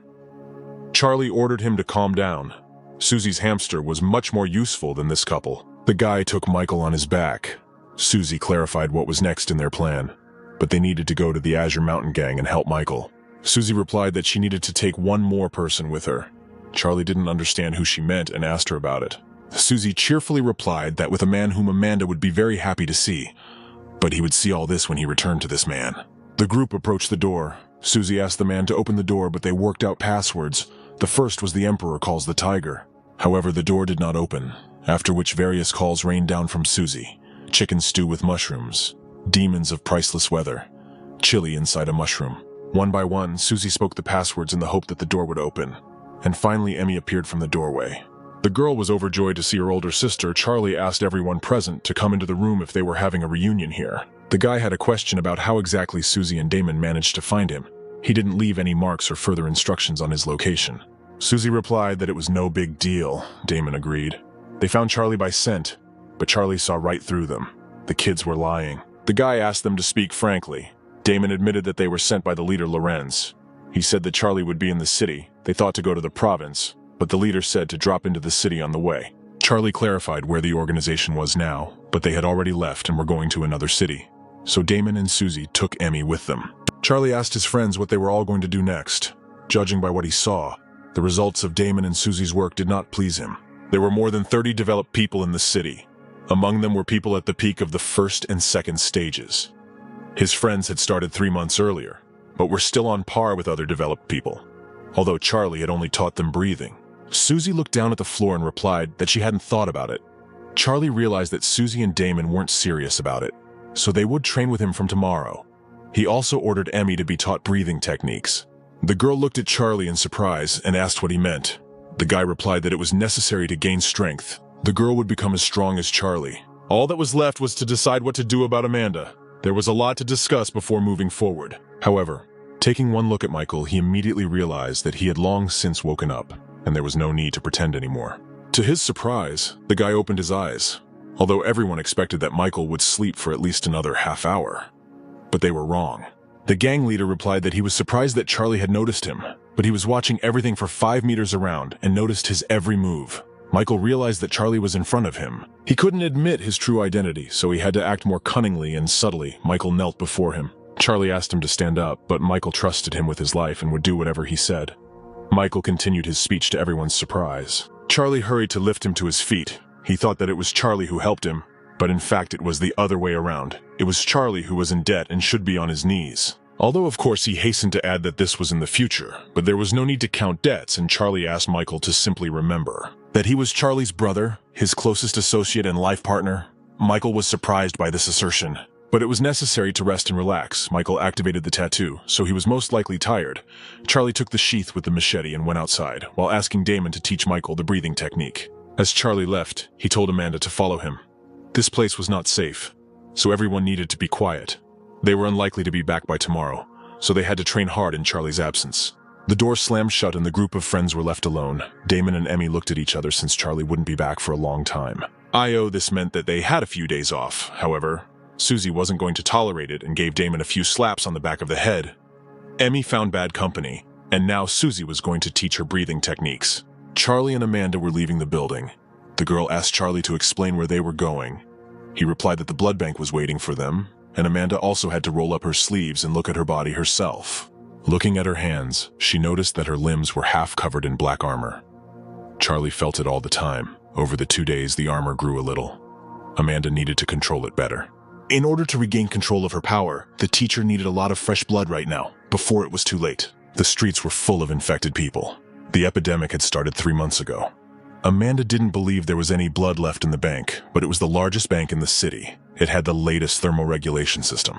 There had to be something left, if nothing happened. Without electricity, the plasma would be in excellent condition for another year. Amanda was surprised that she could even drink blood plasma, but she could also absorb red blood cells. Everything from here would be fine for her, but there were a huge number of infected here. and Charlie sensed someone else, much more dangerous. However, the couple's conversation was interrupted by the sudden sound of a car. The car broke through a group of infected and distracted them. All the infected who surrounded the blood bank immediately ran after the foreign car. Charlie immediately realized that someone else was involved here. This someone was taking the infected to themselves, which meant someone else needed a blood bank. They needed to move out, while the survivors distracted the zombies. Another car drove up and cleared the area. The people managed to clear the area. The stranger knew exactly what he was doing. He was clearly not a newbie. Amanda noticed someone getting out of the car. The group proceeded to the bank, killing the infected they encountered who did not run after the car. Charlie set off immediately after them with Amanda. The entire group of militants was led by a guy with a scar on his right eye with a blade on his back. They had to act quickly. The infected could return. Finally, the survivors finished clearing the perimeter and the first floor. Amanda and Charlie watched them and the walls. Amanda asked Charlie's assessment. He replied that the guy with the sword was a first-stage developed one. He didn't sense it. The creature he sensed was of a high level, but it disappeared. The developed one was not dangerous. However, the high-level enemy did not leave. Charlie prepared to take out his blade.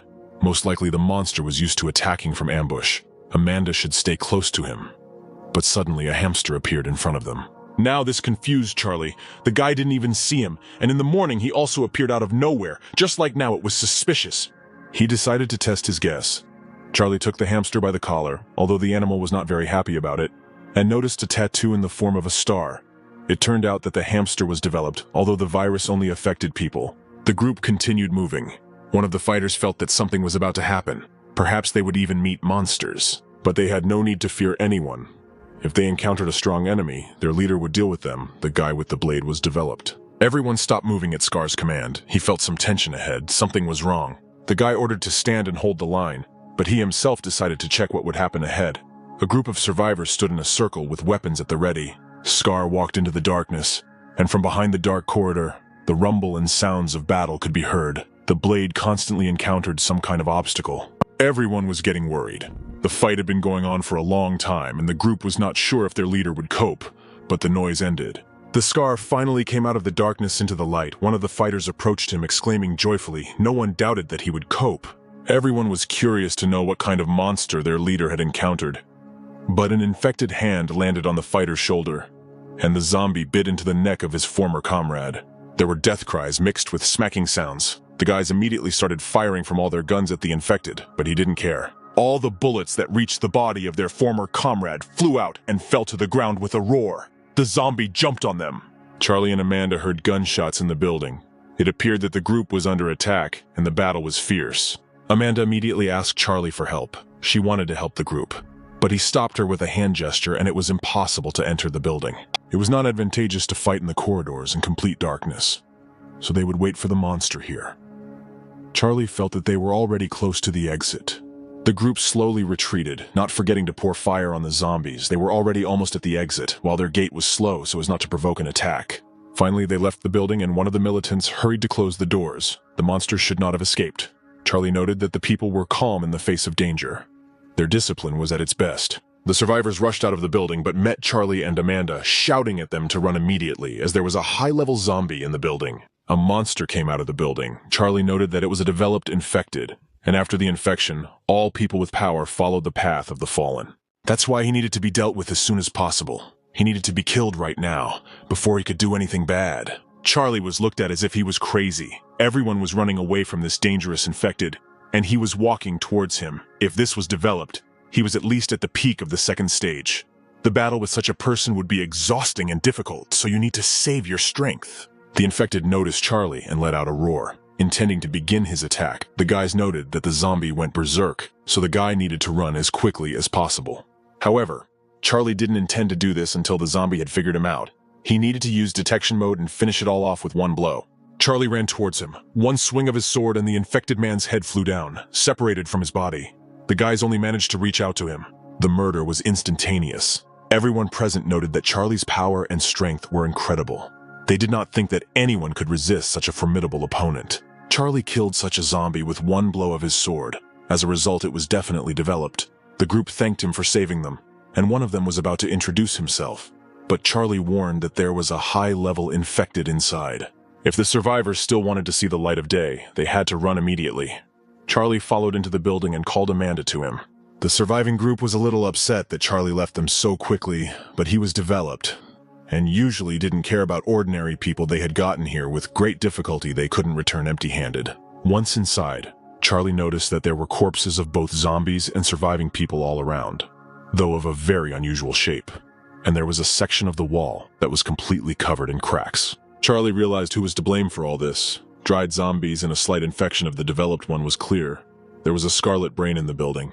Amanda asked Charlie to explain to her what this meant, but he ordered her not to go further than 3 meters from Charlie. Scarlet Brain was a level 3 infected that only attacked from ambush. He was one of the most dangerous infected. In battle, he was slightly stronger than the second level, but his main trump card was the power of conversion. The Scarlet Brain loved to hide among people and attack the weak, developed ones, making them slaves. Of course, for a time the slave's strength grows, but later the Scarlet Brain drinks its slaves dry, and eventually they dry up and become mummies. Charlie had already expanded the detection radius. If the Scarlet Brain was close, he would feel it. He needed to keep an eye on the hamster. He didn't need to just run around. The Scarlet Brain loved human blood and brains, and now their immunity wouldn't stop the conversion. Amanda called the hamster to her, who landed on her hands. This Scarlet Brain used the slave to break the door and get to the blood. Apparently he broke through recently, which means he hasn't climbed inside yet. The door was very badly damaged, but Charlie should have had enough strength to break through it. He called on his power and tore the door open. The iron structure fell with a crash, and Charlie was enveloped in a cold fog. The blood freezers were incredibly cold. Amanda, who had entered, had to warm her shoulders with her hands. But without energy, it would have become warmer here, and the blood would already have been spoiled. However, there was a gas leak, which is why it was so cold here. They were lucky. Fresh blood is not stored in severe frost. It will coagulate, but for Amanda, any will do. The main thing is fresh. It was necessary to start immediately. Charlie noticed a refrigerator with blood in the corner, and Amanda needed to start with it. Charlie heard some rustling and noise in the doorway he had made. The Scarlet Brain was here. He needed to lure it out. The hamster began to scream and squeal, but Charlie put his finger to his lips, calling for silence. He said out loud that some of the blood was still spoiled, and threw several bags of blood on the ground. They shattered into pieces. Amanda did not understand what Charlie had in mind, but he also asked her to shut up. She had to wait. The hamster walked up to Charlie's boot and tremblingly took hold of it. They began to listen, and Charlie felt someone moving quickly on the ceiling of the freezer. Everyone heard the roar of the Scarlet Brain. It was sitting on the cabinet and opened its mouth, from which a long tentacle extended towards Charlie's ear. The guy noticed the infected person. Apparently he was completely hungry, since he decided to act so openly and unsafely. Charlie grabbed his tongue and pulled it hard. The Scarlet Brain never expected that someone would manage to spot him and that his victim would fight back. Charlie pulled down hard, and the Scarlet Brain fell onto the tiled floor, scattering the dust with a huge crash and scream. The infected began to come to his senses. Charlie grinned, holding his tentacle in his hands. He asked out loud how much the infected needed his thing. The guy didn't play with the zombie for long and tore his tentacles from his mouth into pieces. The zombie wanted to stop him, but didn't have time. Charlie pulled the infected one's tentacles out of his mouth, and he whined in agony, wanting to take revenge on the impudent man. The Scarlet Brain had lost its power to convert other people, and now its level was no more than 2. The infected looked angrily at the survivor. The zombie rushed at Charlie, maneuvering between the shelves with blood and pushing off from the ceiling. The monster jumped on the guy, but he only smashed his face with his elbow. Apparently, this Scarlet Brain had broken through only recently, and it had not yet managed to create a meteorite crystal, which was a shame. However, they had to pack up and leave, but they took several boxes of blood with them. This was the maximum they could not take. Amanda asked why they could not stay here. Charlie explained that the bank on the first floor was vulnerable. There were a huge number of strong infected and zombies wandering around. Amanda became sad. The blood bags would not last long. Charlie replied that the black armor could not be assembled instantly. It would take time. Several cars pulled up to the clinic, and Charlie and Amanda noticed from the window a group of people led by a woman. It was necessary to see who came to them. The militants explained to Lisa that it was the same developed one who defeated the strong infected. The guy noticed how Amanda tensed up. She immediately kept her black armor ready. If the militants attacked unexpectedly, she would be able to defend herself immediately. This was a good sign. Based on the past, she learned from her mistakes. She is no longer the same as before. Charlie put down the boxes of blood, and the militants immediately pointed their guns at him. Amanda tensed and prepared to attack. She was positively radiating anger and a desire to defend herself. If they provoked her, they would not live. However, Charlie was nearby. Lisa ordered everyone not to disgrace her name and to lower their weapons. In front of them was a developed one. Lisa approached Charlie and Amanda conciliatorily and explained that she was from a peaceful region. Charlie had never heard of such a thing, and Lisa realized that they were not locals, but rather that people were gathering in a peaceful region, like areas for development. It made sense. The city they were in would be very large, so a second safe zone could be created. But Lisa first wanted to express gratitude for saving her people. Charlie killed the monster, and the prey was his. However, at the moment they needed blood, and she asked Charlie to give in. He replied that they took what they needed. The rest was theirs. However, Lisa was not sure if it was all the blood, and if there was anything left. Charlie explained that they needed the blood just as much. But Lisa did not give up. They had many pregnant wounded. Without this blood, they would not survive. Of course, they were going to pay in exchange by giving priceless items. Charlie asked her to explain, and Lisa threw a bag at him. When Charlie opened it, he saw meteorite crystals. Lisa explained that they would buy one refrigerator and that such a price was sufficient for it. But just in case, she asked if it was enough, and Charlie agreed, giving the box to her. Amanda and the guy had to go about their business, and they left the place. As they left, the militants watched them with anger. They turned to their commander. If it weren't for her presence, they wouldn't have sorted things out so diplomatically. With these resources, blood, they treated people and did not understand why Lisa gave it away. Because of the blood they lost developed and also valuable items, the price was too high, and the militants offered, if not to kill them, then at least to put pressure.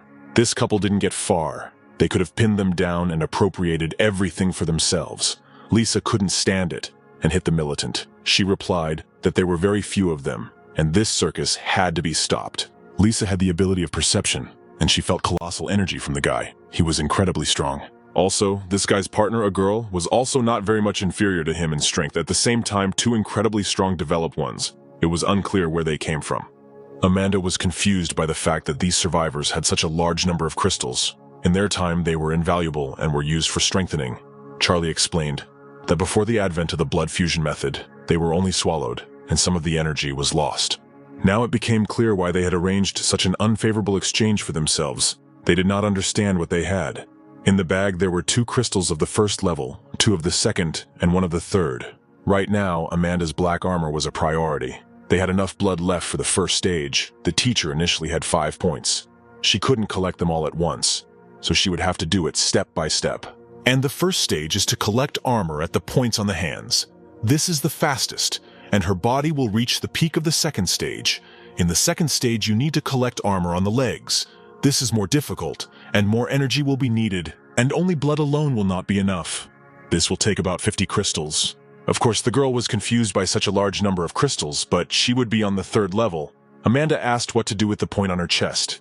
It should be the most difficult there, Charlie agreed. Not only crystals would be needed there, but also fusion with a piece of meteorite.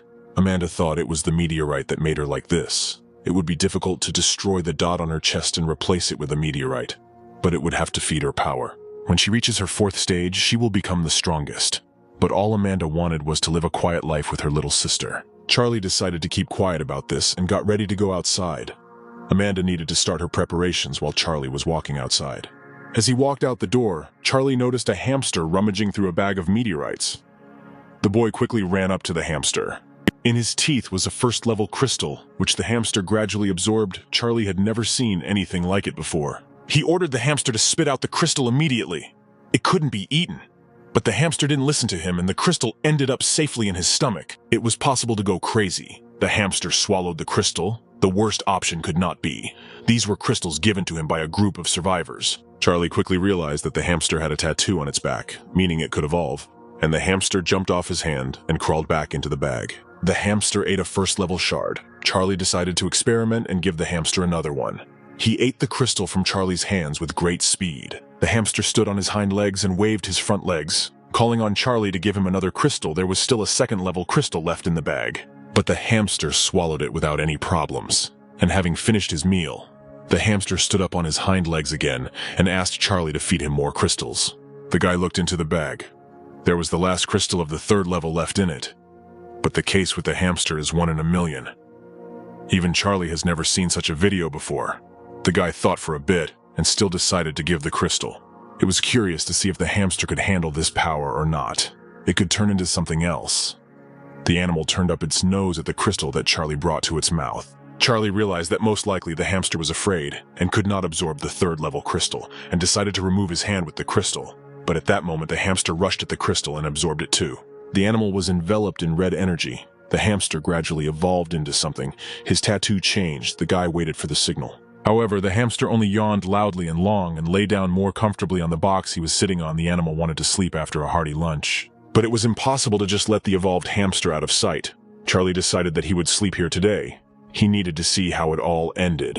Then it blossomed. The sun rose from the horizon and illuminated Amanda, who was in the lotus position meditating as Charlie had taught her. She was finally able to complete her first stage as Charlie had predicted, with bags of blood scattered around her, and she hurried to share the news with her friend.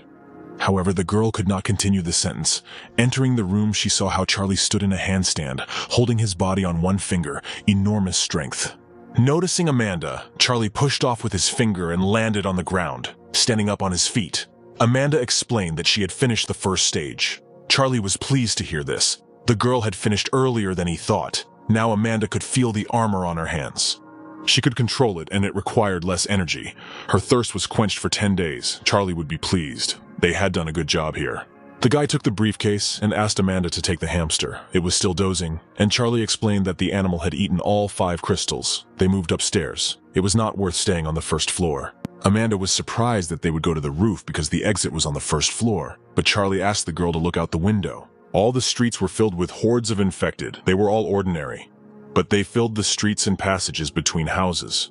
Even though everything was fine yesterday, Charlie explained that the zombies came at midnight. They gathered naturally. There were no strong infected among them. Amanda suggested going around them and getting into the city from another gate. Charlie agreed. If they were lucky, they would only meet a strong infected. But now 2 level 4 crystals were needed for the guy to reach level 2.5. The girl was surprised that there were so many.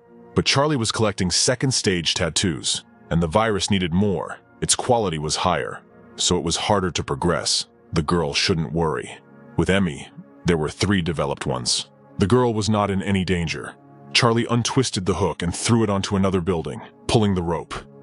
Yesterday he did not have this. Charlie explained that he found the rope while Amanda was collecting armor. Charlie asked to give him the hamster. Amanda was about to hand it over when the animal suddenly opened its eyes. The hamster stood on its hind legs and did several bodybuilding poses. The strength of his body increased many times. The hamster developed muscles and steel cubes, and there was an aura of strength and power around him. The hamster decided not to wait to be carried over the rope, and ran over it himself. The speed was such that it was difficult for the eyes to follow. The hamster became twice as fast. Apparently the crystals he had absorbed the day before had not been wasted, but there was no need to lag behind. They still had things to do. Charlie stepped onto the rope and ran to catch up with the hamster. Amanda could not walk as easily as Charlie on the rope and grabbed the rope with her legs and hands. Luckily for them, the infected rarely raised their heads to see the 2 survivors crossing the zombie-filled street. Damon and the others looked at the infected. The guy asked Michael if he knew another way. He knew one, but he needed to act quickly. The zombies could get there too. Emmy was worried about her sister, but Damon calmed the girl down. Charlie was stronger than all the evolved in this city. Susie looked at the ground. There was a chance that Charlie and Amanda were stuck. They most likely went around. Michael replied that they could go back, but it would not be easy. In this area, almost everyone wished ill on their group, so it would be difficult to break through. But Damon and Susie didn't care. Even if everyone came to them at the same time, they would easily deal with them at the first meeting. Michael wanted to object to the children, but they took him by the hands and walked forward, saying that none, but if necessary, they would walk over corpses. But there was no need to rush. They needed a plan. Although Damon and Susie still weren't listening to it, they needed to hurry. Everyone had finally noticed that the hamster was gone. Charlie and Amanda climbed over the rope and tried to catch up with the hamster, who had long since moved forward. Charlie no longer felt the hamster, but it was clear that the floor below them was filled with infected. Charlie advised Amanda to be careful. There weren't as many of them as she thought. Although Charlie didn't know where the hamster was, he couldn't have gone far. As Charlie walked down the stairs, he gestured for Amanda to stand still. The boys smelled a strong smell of blood, which was alarming. The hamster was on the floor where Charlie and Amanda were now. The guy asked the girl not to go far from him and stay close. Having gone down to the floor, they noticed mountains of corpses. It was surprising to see what their former harmless hamster had become, which had gnawed out the brains of the infected. Charlie turned one over and saw that they were mature specimens, only slightly weaker than the second stage. that walked in groups. Only those infected with the third stage could create them. Almost all the infected of the 3.5 level could turn others. It was their instinct, Amanda clarified. Whether this meant that in the future, all zombies will become mature. Charlie agreed. It will be in 5 years. 5 years is a very short period of time, but zombies developed faster than anyone could imagine. In their past life, almost all people broke through to the 2nd level after 5 years. The 2nd and 3rd levels were not uncommon. Charlie couldn't fight off 10 mature infected at the same time. He had to be on guard. In his past life, when everyone had levels, it was possible for all people to fight hordes of special infected at the same time. But it was necessary to finish here. The couple continued down the corridor and noticed their hamster, who settled down near the head of one of the mature ones. The animal was absorbing the brains. It was clear that the hamster was at a new stage. His ears twitched, and he turned his head. Charlie covered Amanda with his arms. The hamster looked menacing, but a second later he threw his paws up and began jumping in different directions with joy at the sight of his friends. Luckily for them, the hamster remained the same as they knew him. Perhaps he needed the brain of a mature infected to become stronger. The hamster ate his fill, settling more comfortably in Amanda's arms. The guy again noted pleasantly that the crystals had not been wasted. Now the hamster had become incredibly strong, but he still had to keep his ears open. Where there are many mature infected, there is always a 3rd level infected, and when they are killed, you can get 4th level crystals. The guy approached the hamster and asked him if he wanted to try some more brains. He happily twitched his paws in anticipation of the upcoming feast. Today they would look for rarities in this building. The group of survivors did not stop shooting back at the infected. Fortunately, their numbers were reduced to 0. One of the guys asked another to guard the objects. The wave of ordinary zombies was already the last. As the last infected fell dead, the survivors heard a rumble on the nearby road. They looked there and turned deathly pale. Mature infected were running towards them at full speed. The leader of the survivors ordered everyone to rush into the car and forget about the objects. Their lives were more important. The door slammed shut and the guy pressed the gas pedal, but the car treacherously refused to move. It simply stalled. It was too late. The mature infected had surrounded the car from all sides and began to kill the survivors one by one, tasting their flesh. The hamster followed the smell and tensed his body, preparing for another feast. The infected were finishing off the survivors that had been caught this morning. The animal was elusive, one after another. All the mature ones fell dead to the surprise of the others. The hamster was almost impossible to notice. The animal bounced from one mature to another, killing another zombie with its jump, and the street quickly began to empty. It was clear that the hamster's strength was that others did not notice him. No matter whether the zombie was developed or mature, it was simply difficult to see him. Even if the adults could feel it, the first blow was always the hamster's.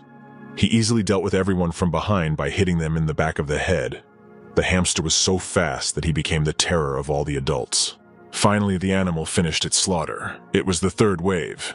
There were plenty of mature ones, however. They had not yet encountered a single 3rd stage infected person. The hamster had not eaten his fill. But we had to hurry. It was almost night.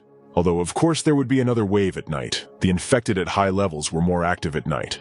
Suddenly, the hamster tensed up and ran away. Charlie and Amanda ran after him, trying to catch up with the elusive animal. Sometimes the hamster looked to see if they were running after him or not. Previously, the animal ran away and did not wait for them, but now the hamster sat in place and waited for his friends. It was necessary to continue chasing him. Finally, Charlie and Amanda found themselves on the roof, with an amazing sight before them. 2 developed 3rd levels standing opposite each other on one of the streets, with crowds of mature people lining up behind them. The specially developed zombies couldn't take their eyes off each other. They grinned and screamed. Charlie was looking at a real jackpot. He asked the hamster if this was what he wanted to show him. He beeped affirmatively. There was a ripper on the square, a 3rd stage mutant, attacking from behind, opposite a sharp 3rd stage claw, completely red. 2 infected with a penchant for territory would likely fight over it. Both were at least mid-stage 3, and they definitely had meteorite crystals, so it was necessary to take advantage of the situation.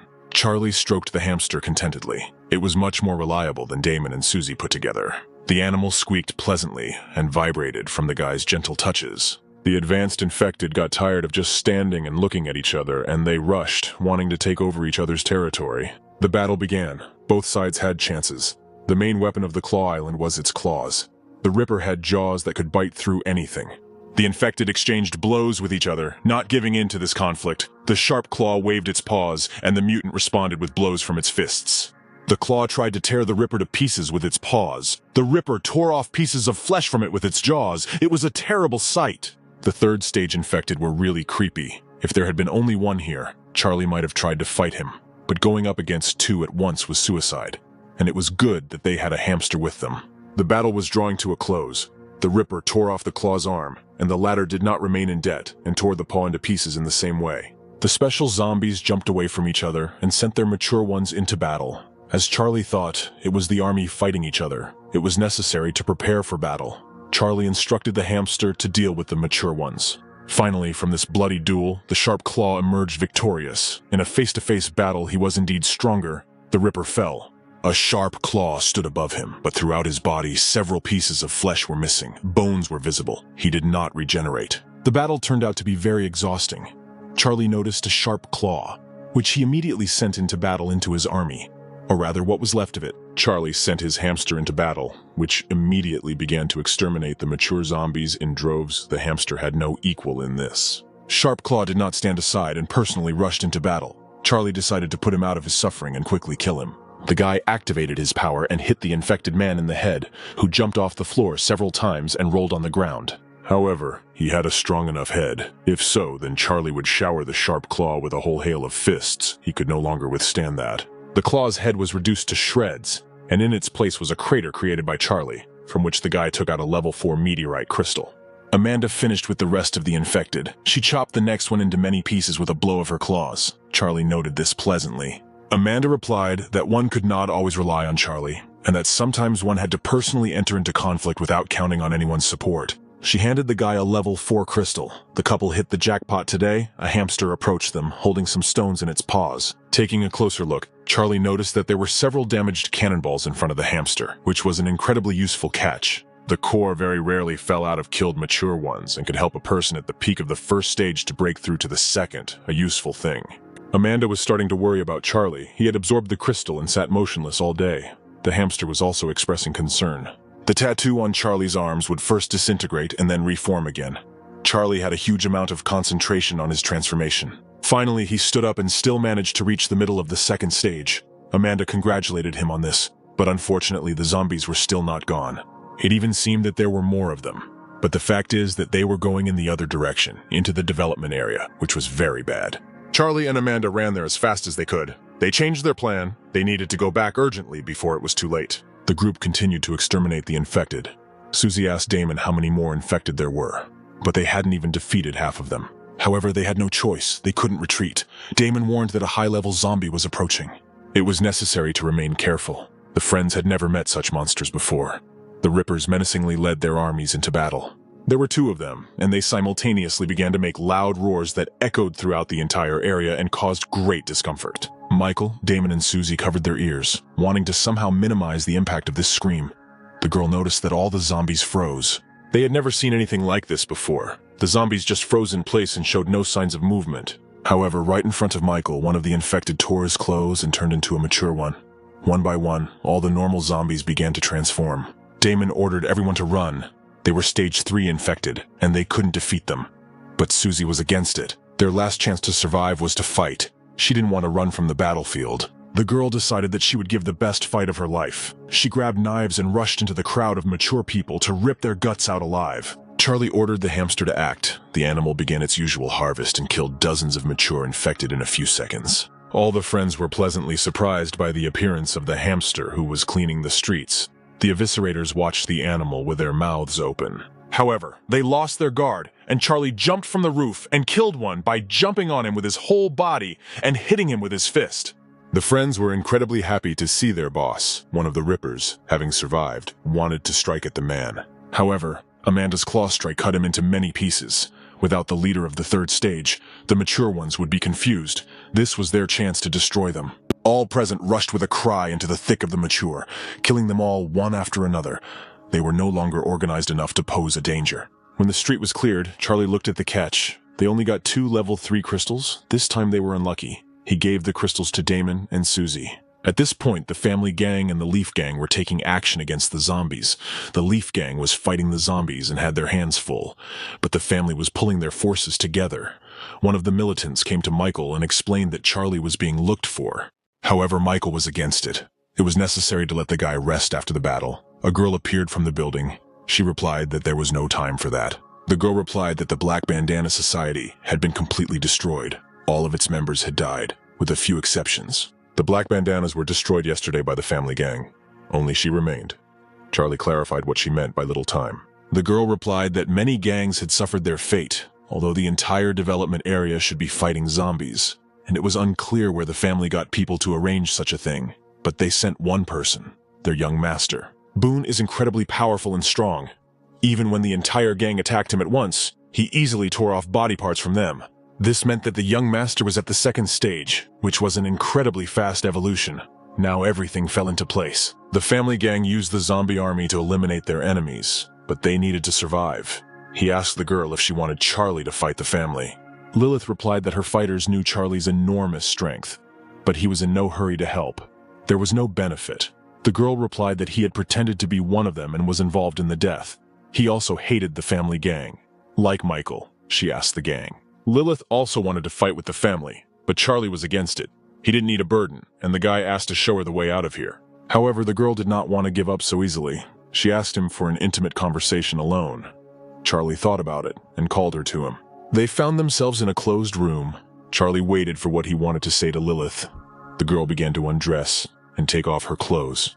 Eventually, Lilith's entire upper body except her chest was exposed, and she wanted to persuade Charlie to help her with his body.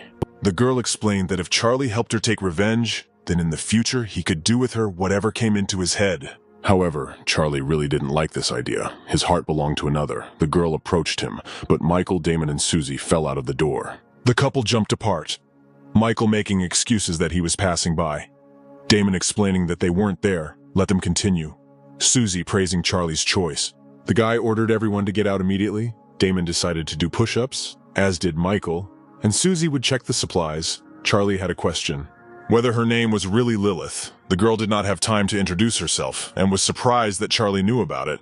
The guy allowed her to stay with the team, but on the condition that she helped them make weapons. Lilith was a gunsmith, a big shot in his past life, and he didn't think she was the boss of the Black Bandanas.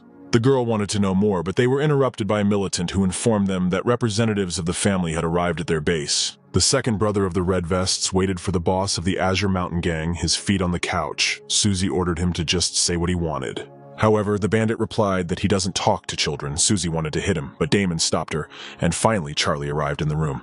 The second brother was unfamiliar with this man and wanted to see Michael. But Charlie named this Red Vest representative, and he was surprised. Few people knew him. If Charlie was not a fool, then he should get lost. He has no time for Michael's subordinates and henchmen.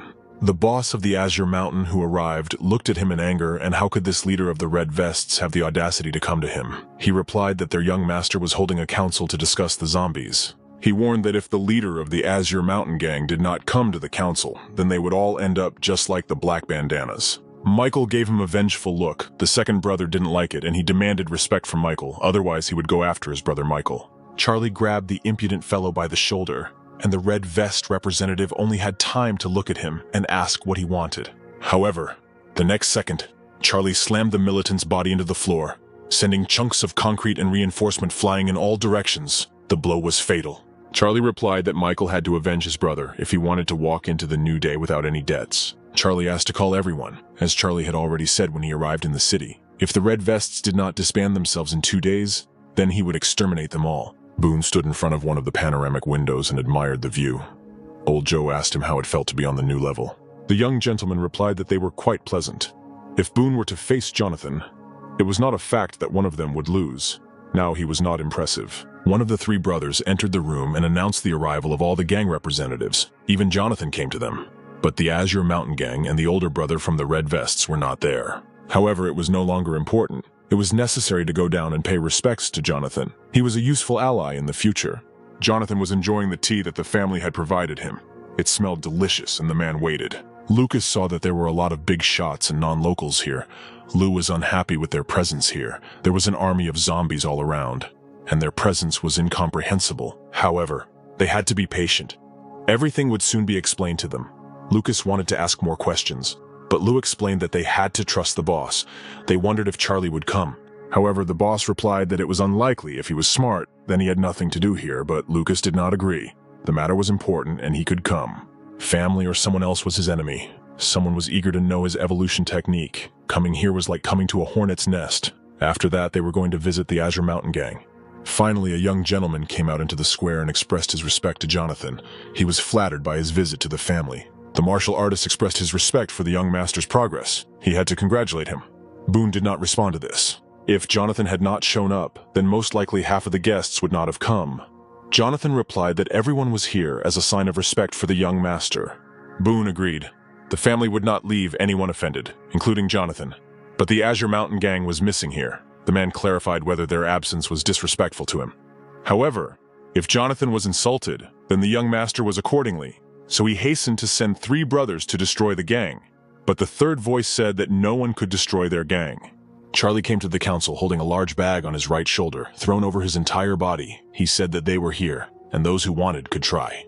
The brother of the red vests was supposed to invite them, but he was not in the procession.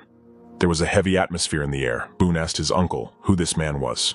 Jonathan laughed. The atmosphere was very oppressive, and he hastened to relax it a little. He sat at the table opposite Boone. The man asked Charlie to show respect and apologize for his behavior. Charlie was surprised by such a statement. He threw off his bag, from which appeared the head of his brother from the red vests. Charlie asked whether it was necessary to ask forgiveness from this dead man. The guy turned the body of the red vest fighter around with his foot so that everyone could see his face and what awaited everyone in his gang. The young gentleman replied that the brother from the red vests was a member of the family, their gang.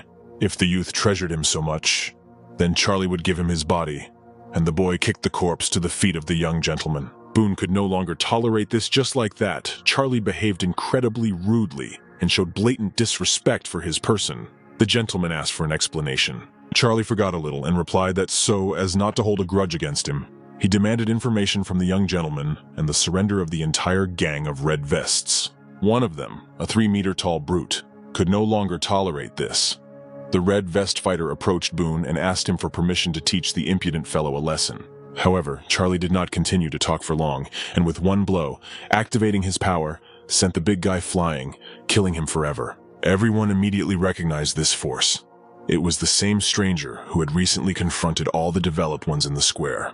But no one thought that he was a member of the Azure Mountain Gang. Everyone started whispering to each other. Boone thought that they had killed all the representatives of the Black Bandanas yesterday, but it turned out that the face in front of him was real. Yesterday they had killed the wrong one. Apparently, some of the Black Bandanas were still alive, so these remnants needed to be dealt with once and for all. The young master ordered his old man, Uncle Joe, to deal with them right away.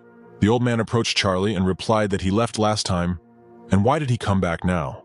The young gentleman apologized to Jonathan for the scene. It was awkward.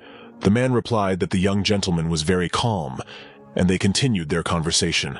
Before it could even begin, however, old Joe flew past Boone's face, sending bloody shreds flying in all directions. The old man landed with a thud against the wall, creating a crater in it, and there was a large hole in his chest, the mark of a fist. The young master was shocked. His uncle lost in martial arts. Lou and Lucas realized that Charlie had become even stronger. Charlie replied that he had come for some individuals and hoped that the young gentleman would cooperate with him.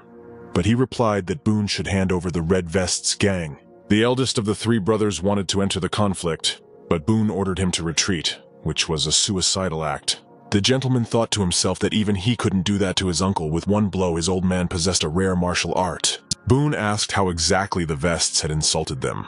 He could have punished them on behalf of Charlie and the entire Azure Mountain Gang, but the guy asked them to stop talking nonsense.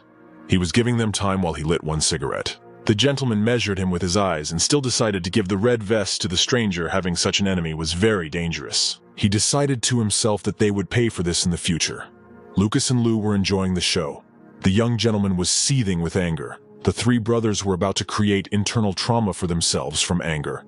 Jonathan replied that Charlie was very dangerous. It wasn't easy to do this to the most powerful organization in the city, but finally the 3 brothers gathered the Red Vest representatives together and tied them up. The whole crowd looked on in surprise as the family provided them with people, but they agreed. The Red Vests had done a lot of evil, but it turned out that the family's influence was over. It was interesting to see how they would regain respect after that. Charlie asked Michael if he wanted to check if they were Red Vests, but Michael would have recognized them no matter what form they took. The guy thanked the young gentleman for the people he provided. He was glad that they were happy, and he was able to put on a show. The gentleman asked the militants to escort them to the exit. However, that was not all. Charlie asked him not to rush. The Red Vests served the family, But should the victim really punish the dogs instead of their owner? Boone is not happy. This stranger took on too much. He demanded great humiliation from the young master in front of everyone. However, Charlie replied that this was exactly what he wanted with all his heart. If the young master wanted peace, then he should do it. Charlie demanded that the head of the family organization, the strongest among them, publicly apologize to everyone. The gentleman was in no hurry to give his answer. He was a member of the family gang, but this did not bother Charlie. Was he really afraid of getting his hands dirty? Charlie set him the same conditions again while he was smoking a cigarette. The gentleman had to give him the correct answer, and the count went on. The three brothers were shocked by such boorish behavior. The upstart thought too much of himself. They could teach him a lesson. Jonathan was tense about the whole situation. Their target today was the young master, and he couldn't let Charlie ruin everything. Boone raised his hand and with one movement of his hand killed all the red vests that were tied up. Everyone noted that he had become even stronger. Charlie realized that he had the skill level 2 speed. But there was something else special. Boone answered that Jonathan had transferred some of the red vests to himself, and what Charlie would do with them. It was obvious that the young gentleman was playing very meanly. Soon all the red vests would be developed, and their issuance would be a great loss. Michael asked Charlie to forget about it. The guy said that next time he would leave this cigarette for the boss, but Jonathan did not want to contradict him. The Red Vests gang deserved their punishment, and they would not hide them. Jonathan ordered Lucas to bring them. Now that everyone was happy, Charlie wouldn't waste the man's time. Michael would take them to the Azure Mountain gang. The boss replied that he had other things to do and would have to take his leave. But Charlie replied that they were not finished yet. The boy explained that one of the three brothers had just looked at him badly and wanted to explain what to do about it. But Boone hit his subordinate, hoping that Charlie would finally be pleased, but he had not asked him for anything like that. The young gentleman violated all principles. No one asked him to beat him.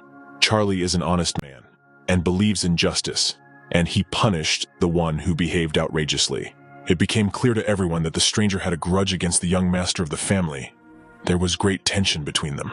Charlie said in a cold voice that the young gentleman finally understood it. Jonathan let out a nervous laugh. He still had things to do, and he felt that the atmosphere was extremely tense. Jonathan warned everyone about his departure, deciding that he would be the first to leave the place.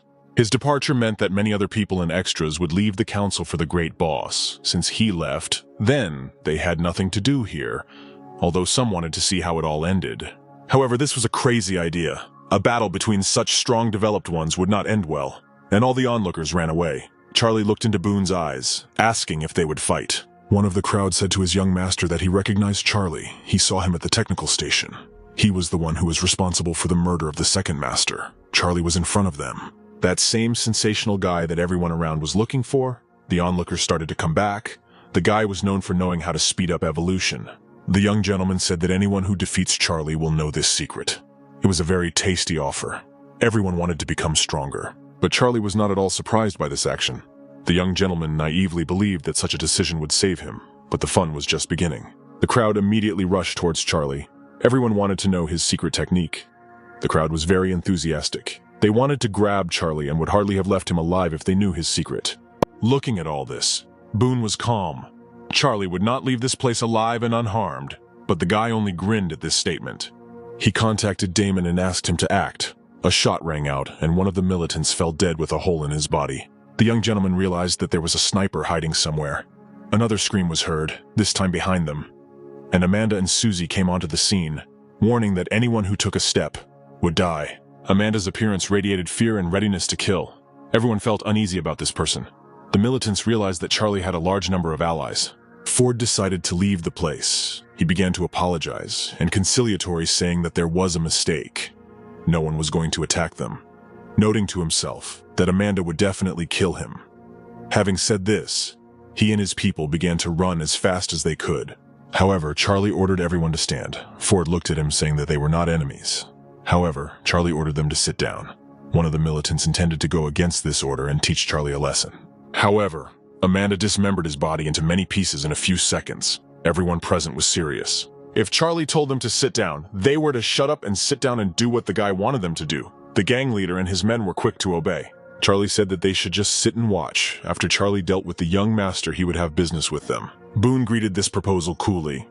He took meteorite crystals from his pocket and called 3 brothers to him, to whom he gave the crystals. All 3 brothers took turns eating the crystals and touched the young master's body with their palms, concentrating their power. They activated their tattoos and began to pour energy into his body. greatly strengthening their owner and transferring power to him. It was interesting to watch. The brothers ate the crystals and transferred energy to someone else's body, raising its level. But for a time they will become ordinary people, and are not able to resist Charlie. 3 meteorite crystals were wasted. Steam was coming from Boone's body. He ordered his brothers to call their father. The effect would be short-lived. Today in the battle between the families and Charlie, only one of them would remain alive. The young gentleman took out a shock baton from his bosom. An electric current was already running through its iron frame. The young master strengthened his electric baton and rushed at his enemy. He was going to punish Charlie doubly for everything he did here. Charlie activated the power of his hand. The club and his hand collided with each other. A lot of sparks and energy came out from the impact point. Using electric current as a weapon was tricky. Charlie also felt that the youth immediately activated his abilities, concluding that Boone was serious about the fight. The young man jumped and struck with his knee. Charlie bounced back from the blow and jumped back. The guy had destructive power. His powers controlled electric current. Boone replied that his enhanced hand was not capable of grounding current. However, this was good news. Charlie had been missing worthy opponents for a long time, so he ordered the young master to try even harder. The guy also replied that Boone shouldn't disappoint him too much. He has big plans for this fight and he wants to have a lot of fun. The conflict continued, with Boone and Charlie dancing with each other and exchanging blows, although Charlie mostly dodged the blows and threw back. The young gentleman missed one of Charlie's kicks and flew back but managed to stay on his feet. His body was incredibly strong. At this rate, he won't wait for his father, so he should finish everything as quickly as possible. Boone pulled out another crystal, which he quickly absorbed. By swallowing the meteorite crystal, the young gentleman will spend most of his energy on healing, and his strength will hardly increase. Besides, a person at the second stage cannot absorb so many crystals at one time. Boone was satisfied with the result. The guy would make sure Charlie paid for his murders. He concentrated the electric current and hit the ground with it. But Charlie was too smart to expose himself to such a strong blow. He jumped away from it, around the crack that the blow formed. Stones flew in different directions. The young master ordered to stand still. Ford noted with a nearby gunman that it was a good decision for them to stand back and watch. Insulting Charlie would be a murderous act. The second gunman wondered if Charlie would kill them when he was done with the young master. A truck drove up to the square. From it, the highest Lilith, who noted that everything was ready. Ford and the other militants looked at her questioningly. The girl noted that Susie and Amanda had managed to gather a large number of people. Damon hastened to say that they had forgotten him. Time was almost up and they needed to hurry. Lilith pointed her fingers at Ford and the other gang leader. One was to take the Axe Gang and provide a diversion. The other was to look for people and plant explosives. She also pointed to 3 people. Their task would be to set traps. Ford exploded. He did not want to become a slave, but Lilith approached him and replied that today they were all her slaves. If they did not want to work with her, they could talk to Amanda. After these words, all the fighters instantly became kinder and got to work. Susie noted that only Amanda could make everyone work. Now it was only up to Charlie. The fight continued.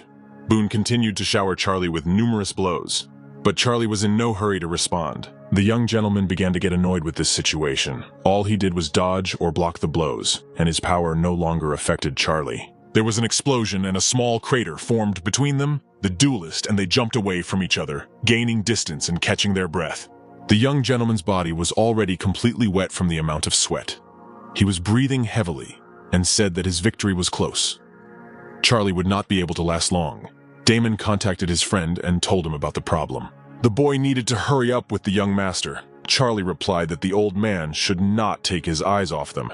He completely ignored Boone, who became a laughing stock.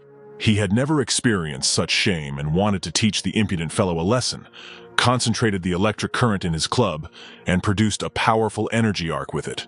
However, this force only pierced the air. Charlie jumped over it. He stopped Boone's hands with his own, taking them in a grip, and decided to answer something. The young gentleman still didn't understand. His body was on the edge and could turn into a zombie at any second. If he had immediately squeezed the maximum out of himself, he would have had a chance. But he began to change, and his current no longer hurt Charlie. It was necessary to put an end to this whole circus, and Charlie with one jerk sent Boone into a long flight forward. He dropped his club, which broke into several pieces. The young gentleman's body broke through the wall, but he found the strength to get up, not understanding why Charlie was so strong. The eldest of the 3 brothers ran to him. He replied that his father had left, and that he had taken all his men and left the area. Boone could not believe that his own man had done this to him. One of the 3 brothers told his boss that they needed to go to the rescue right away. The young master would not be able to stand alone in a fight with Charlie. Howard couldn't believe that there was such a strong man. The foreigner standing next to him told his boss that he had long wanted to fight this guy. However, the boss ordered everyone to gather and call the elite, or rather, what was left of it. They would leave. The African-American asked Howard if he was really going to leave his son. The grief-stricken father said that he couldn't even avenge his younger brother. Boone was a real disgrace. He didn't recognize people like him. Now they would leave and later use the chance to take revenge. The eldest of the three brothers said that his father had taken the foreigner with him, and now there were few people left in the city. No one would help him. However, he did not respond to this statement. Boone decided to finish his business with Charlie. The guy came out of the crack in the wall with a staggering gait. As he left the building, the young master began to laugh madly. His subordinates looked at him with fear. He grabbed the chest of the eldest of the three brothers and asked him to repeat whose master Boone was. He suffered so much for his father, captured the region, wanted to avenge his own and dear son, his brother, and with this he repaid him for his kindness. All this torment was because the young gentleman was Howard's illegitimate son. Tears rolled from the eyes of Boone, who did not stop screaming. He let go of his fighter and walked on, accusing Charlie that it was he who was to blame for all of this.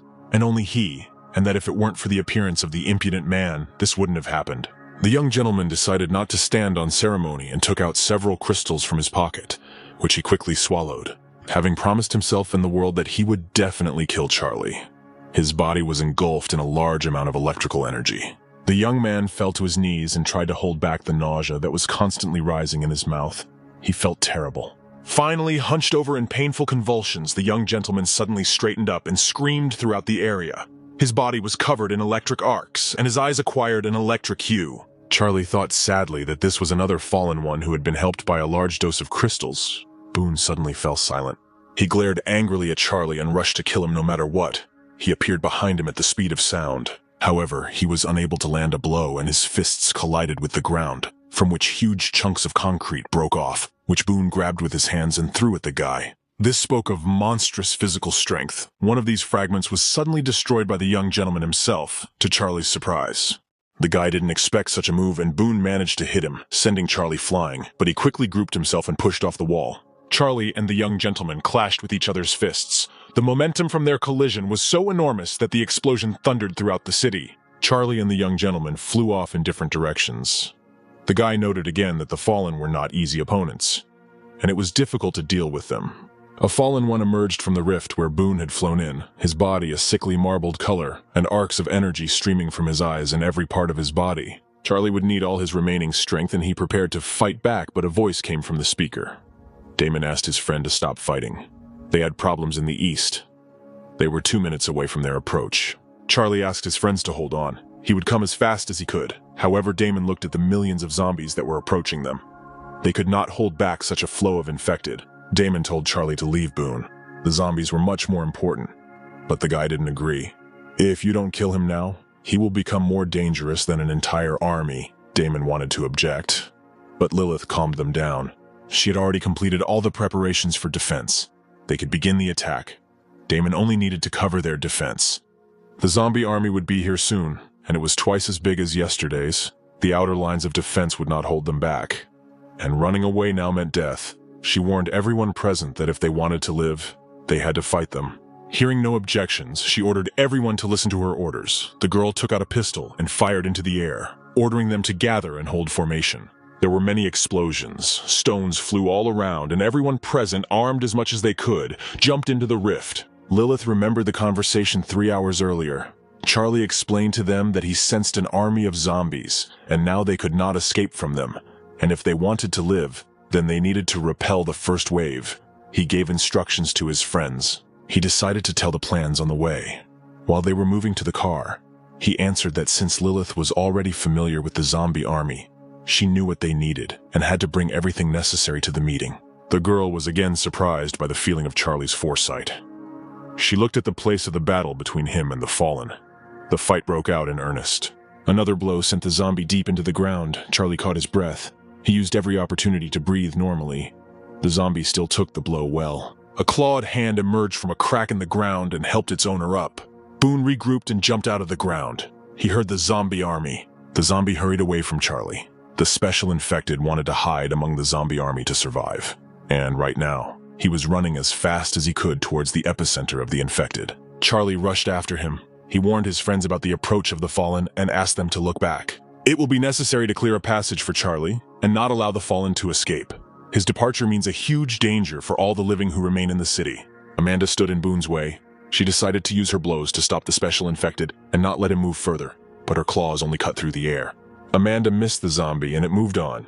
Charlie warned that it was still intelligent. The zombie was already in the crowd of infected. Charlie rushed after him, warning Damon to apprehend the former young master as quickly as possible. He understood his task and, taking good aim with his rifle, shot straight at the head. The bullet hit the eye, but the zombie was too strong. Damon was unable to break through it, but all he had to do was simply hold off the special infected until Charlie arrived. He began to break through the zombies, which greatly delayed his pursuit of Boone. Eventually he got tired of this and jumped from the back of one of the zombies, raising his hands to strike. The young gentleman sensed danger from Charlie and ordered the other zombies to form ranks. Charlie's powerful blow killed dozens of the infected, but not Boone. He was already able to control the infected. He definitely needed to be killed. However, the zombies continued to march in a straight line. Amanda warned Charlie that there were fewer and fewer of them, and it was necessary to retreat, but the guy was determined to kill Boone. Charlie ordered Damon to watch the young master and not take his eyes off him. The boy concentrated his power and began to conduct a tornado, which he used in the battle with other developed ones. Damon was his adjutant. He spoke to Charlie about all the movements of the special infected. Right now, after the start of the hurricane of blades, the young gentleman turned left. Charlie ran after him. Finally, he found himself opposite the especially infected one. All that was left was to close the distance between them. Finally pushing off the ground, Charlie was able to grab Boone by the hair and slam him into the ground, but he immediately called the infected to help him. They all pounced on Charlie and surrounded him. The young master caught his breath while his servants held the man back. Charlie ordered Damon not to let him leave. Damon took good aim and shot the zombie in the knees and began to fire a barrage of shots at him, all the bullets hitting their targets.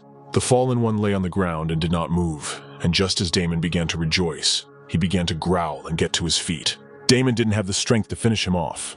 Charlie quickly ordered Amanda to activate her black armor. She obeyed her friend.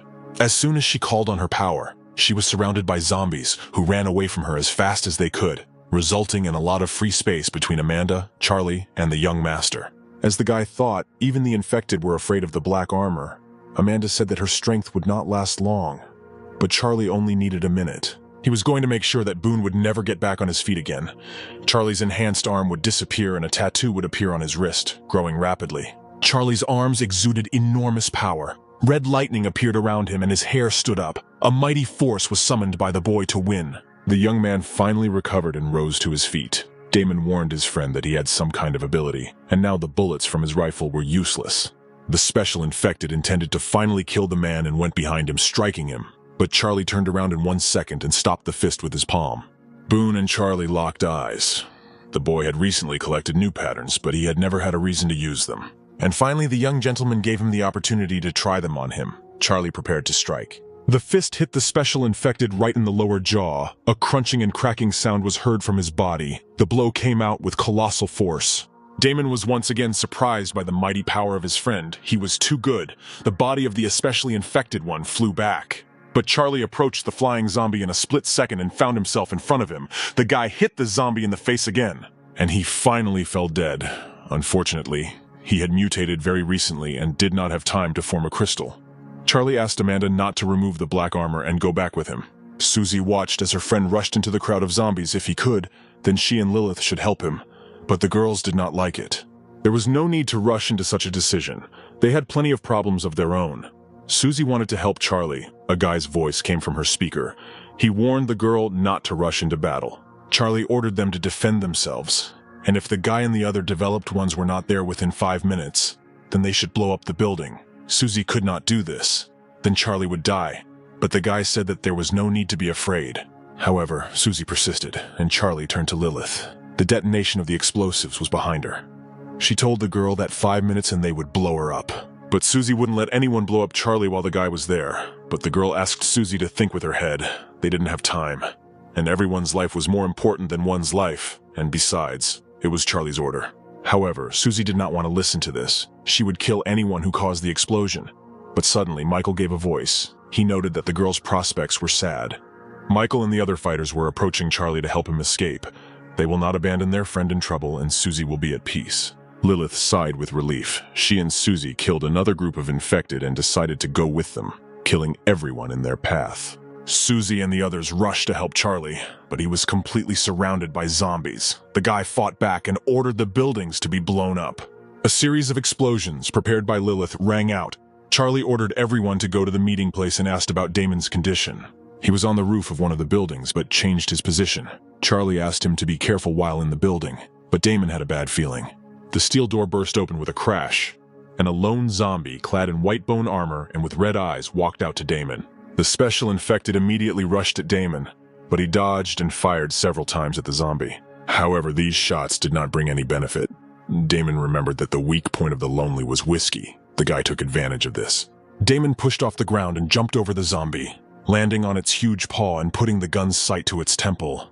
The shots that rang out killed the monster, but a new feeling struck the guy, and he joined the edge of the roof. The shooter noticed that a huge crowd of infected had gathered below him.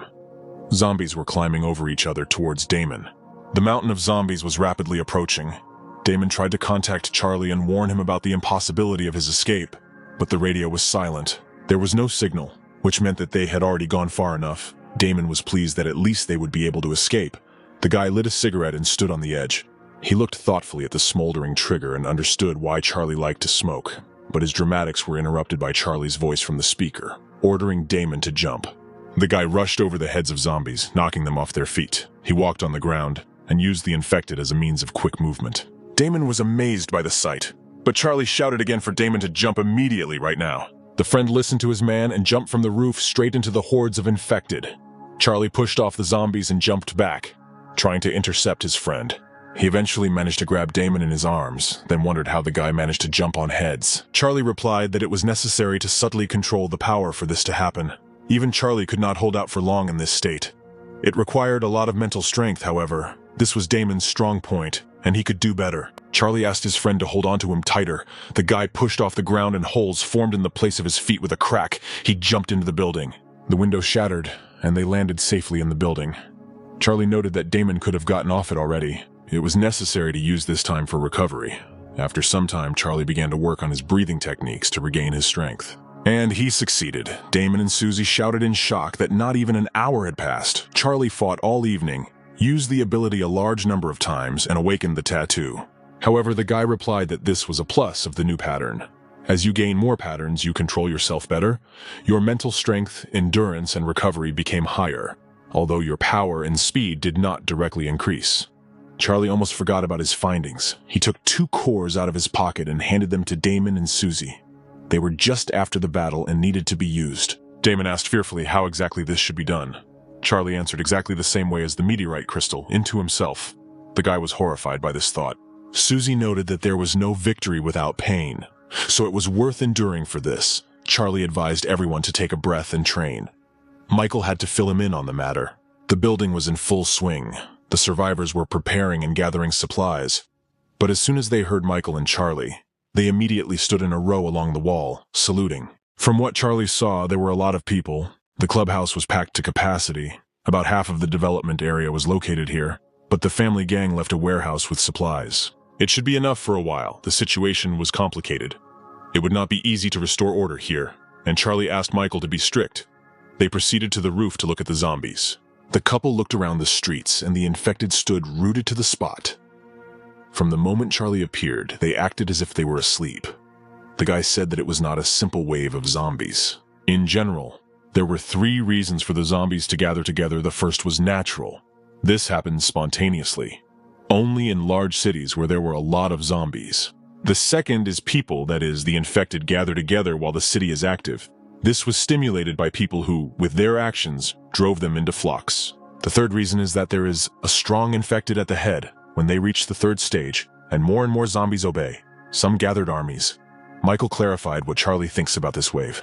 The guy said that the infected usually pursue their prey while it is alive, but these ones don't touch anyone and stand still. The back rows have completely scattered. This was not typical for the horde. It may be due to the presence of a special infected person, but there is not enough information. Today, it is better for them to rest. The problem cannot be solved in one go. Michael and Charlie followed the militants, The leader of the Azure Mountain Gang ordered his subordinates to be careful. They were still undeveloped. The infected could scratch and bite them. Their task is to push back the enemy, protect the line of defense, but in no case to fight. The guys said their statement with a battle cry. Seeing the good mood of his gang, Michael ordered the gates to be opened, and zombies immediately poured out from behind the rift. The infected tried to taste human flesh, but the Azure Mountain Gang was equipped with suppression shields, hammers, clubs, and body armor. They pushed the zombies back. As some zombies broke through the line of shields, some fighters used their hammers to knock down the infected. The zombies tried to break through the defense, but the humans clung to the shields with all their might. Finally, the exit from the building was open. Charlie didn't even think that the family gang had such ammunition in their warehouse. Michael was pleased. With the shields and weapons of the police, it was easier to fight the zombies. One of the infected jumped over the shields intending to bite people, but Charlie immediately sent him flying with a kick. It was necessary to increase the pressure to gain room to maneuver. Damon said that all the people were already ready. Susie and Amanda were waiting for orders. The survivors managed to push them back. Susie and Damon had to defend the southeast. Amanda and Lilith defend the southwest. However, the ranks of the infected became denser and denser, and some of them began to break through the ranks of the Azure Mountain Gang. There were too many zombies, and the survivors couldn't hold them off for long, but it didn't take long. Now it was Charlie's turn. With one blow, the guy sent most of the zombies back. They needed to defend the front. The militants were amazed by Charlie's mighty power. In their opinion, he alone could destroy the zombie army. Their plan included several stages. Charlie gathered his people to explain to them the further course of events, but he would explain it only once. Michael and his gang were to work with Charlie to push back the infected across the street. Susie and Damon were to take the Axe and Cleaver gang, take the building to the southeast, and set up a line of defense. Amanda was supposed to take the rest and move to the southwest and also occupy the building defending the defensive line. All the lines form a triangle. This area will be free. Michael liked their plan. Michael had finished his part of the job. His area was completely clear. Lilith and Amanda's area was also ready. Everything was safe. Charlie was finishing up with the other infected. He would need to kill them all and clear the area of all infected. Finally, after a few hours, the area was cleared of zombies. There was smoke and flames all around. A group of militants did not believe that they would survive. One of them had fought zombies many times, but for the first time, no one died. Charlie was incredibly strong, all thanks to him. He alone was able to defeat and break up the family gang and scare the youngest gentleman. As soon as they said this, Charlie appeared in front of them, surrounded by Michael and Damon. With the family's supplies, they could hold out for about a month, during which time they needed to solve the zombie problem. The area was full of infected. They wouldn't be able to leave the city. They needed to find out where the armies came from. However, if Charlie were to test this, people would become unpredictable. They would not listen to anyone except Charlie himself. But if Damon had a distant view, he himself could study the situation. Michael suggested taking people and looking. You have to be at stage 2 or higher to break through the army. But Susie's sudden voice took Charlie by surprise and she offered her candidacy. The guy didn't even notice her. She managed to break through, and very quickly. She also recently became an expert of the second stage. However, not only she, but also Damon. Charlie did not know about it. He did not feel anything, but his friend had a type of mind, and he could not show it. Apparently those 2 cores that came before Charlie were not wasted. At the second stage they will gain a special skill, and you need to be patient to master it. Susie held a suitcase in her hands. She suggested using the one inside as reconnaissance, and a hamster came out of the suitcase. Susie replied that it was he who found the mechanism, and opening the suitcase completely, Charlie noticed a fully working and new drone. Damon was pleased with the find. It was perfect for reconnaissance, but he didn't have a camera and they wouldn't see anything. It wouldn't be enough. Susie released the hamster and it moved with lightning speed straight towards Damon's leg, penetrating through his pant leg towards him. The guy started laughing and laughing on the ground. The furry body of the animal tickled his legs very hard, and he begged Susie to end this experiment. It was already funny to the point of tears. Charlie watched and tried to understand what Susie was getting at. Damon did not stop laughing with joy and crying. Suddenly, Susie mentioned that Damon was currently wearing blue boxer shorts. He looked at her confused and asked how she knew. Michael and Charlie looked at each other. They were just beginning to understand what Susie was talking about, but the hamster decided to move on and climbed under the pants. Susie noted that he did not want to see this. However, Damon could not stand it and screamed. Susie hit the guy after seeing such debauchery. She did not want to look at all the charms. Besides, he had a tattoo in that area, but Damon didn't ask anyone to look, and a second later everyone became interested in how exactly Susie found out about it. The girl ordered the hamster to get out of that place. It became clear that Susie could see through the eyes of the hamster, a very useful ability for them. The hamster had been sleeping all this time, but she realized that she had only acquired this ability today when he woke up. Charlie once again noted that the cores had not been wasted. The guy put a hamster on a drone. Apparently this mechanism will still be of some use. In their reality, it is an ideal reconnaissance vehicle. The drone began to move, its noise attracting the attention of the infected, who began to scream. But the mechanism was out of their reach. Susie asked Damon to take it higher. Charlie asked what the zombies were doing at the moment, but the girl noticed that something was wrong. It seemed like they were walking without a goal. Besides, all the zombies were moving in one direction. Susie had never seen anything like that before. Unfortunately, Charlie's guesses turned out to be true. There was a monstrous roar so loud that the hamster reared up and Susie screamed from a safe place. Charlie asked her to tell him what she saw or heard. Damon managed to level the drone despite his fear. The girl was fine, but there was something strange ahead. Damon moved the drone a little closer and higher. They were getting closer to their target. The roar was heard louder and louder, and the hamster's eyes saw an unpleasant sight.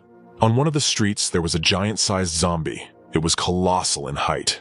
Several tens of meters high, it was surrounded by zombies on all sides. Susie tried to understand what was happening. Many zombies were trying to bite the huge infected. He was growling and waving them off. Charlie asked to tell what she saw. The girl explained that she had to meet a monster as tall as a 4-story building, and Charlie understood who she had seen. Apparently, the zombie was at least at the peak of the 3rd stage or 4th, although most likely it was already at the 5th stage. The girl also explained that there were ordinary zombies that attacked him. Charlie asked Susie to return the drone. The girls needed to rest. She spent a lot of energy. He called his friends for a talk. They all immediately came to his call. Charlie was urging them on, and it was unclear what the rush was for. The guy asked his friends if there was anything unusual in the city before the invasion. Perhaps something strange, unusual, and especially in the center? Michael remembered that a meteorite fell. One of them fell straight into the center. There was a meteor shower that day, and Michael saw with his own eyes how one large one fell into the very epicenter of the city.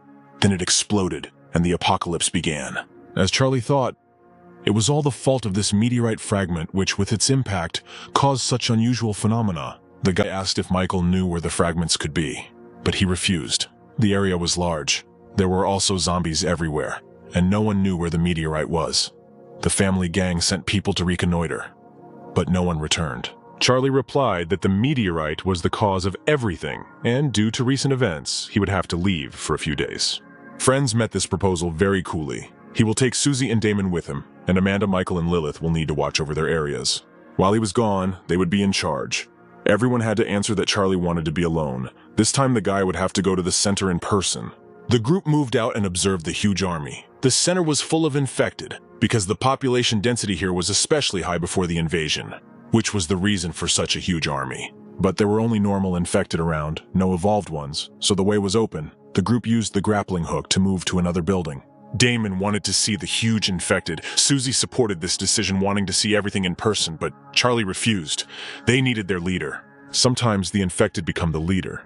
Their shapes and sizes were unusual. Some could control an army of zombies. The giant infected that Susie saw was also a leader, but his evolution went through the path of increasing physical strength, but not leadership abilities. Another leader set his army on him. However, for the giant, the common infected were like mosquitoes. There were many meteorite fragments around. If he swallowed the heavily infected, he could become the leader. The drone could not go far, so they had to go themselves. Damon noticed an interesting thing. He drew the attention of his friends to an unusual street, which in their reality was crazy. This street was absolutely empty, despite the fact that all the others were filled with infected. No one could understand what caused this. It was very quiet. In the distance, the guy noticed a group of people. Damon strengthened his vision and in the same way noticed a group of survivors walking along this street. There really were people there. Charlie wanted to take a closer look at them. The militants asked their boss about the infected, but the leader sent people to reconnaissance. This street was empty. Triss asked his boss if his brother was already there. Chester replied that the place was full of supplies, easy to defend, and easy to survive. If they made it to this place, they would definitely survive the invasion. But Chester, looking at his fighters, saw sadness and apathy in their eyes.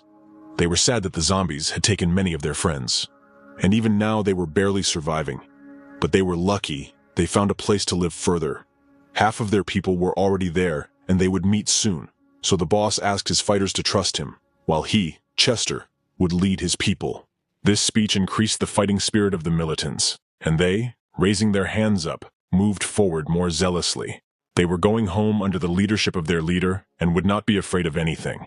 Chester was pleased with the result of his speech, but after walking a few meters, a can of soda rolled out of the alley. The boss immediately raised his sword forward and ordered everyone to come out of hiding. Damon and Susie appeared from the corner.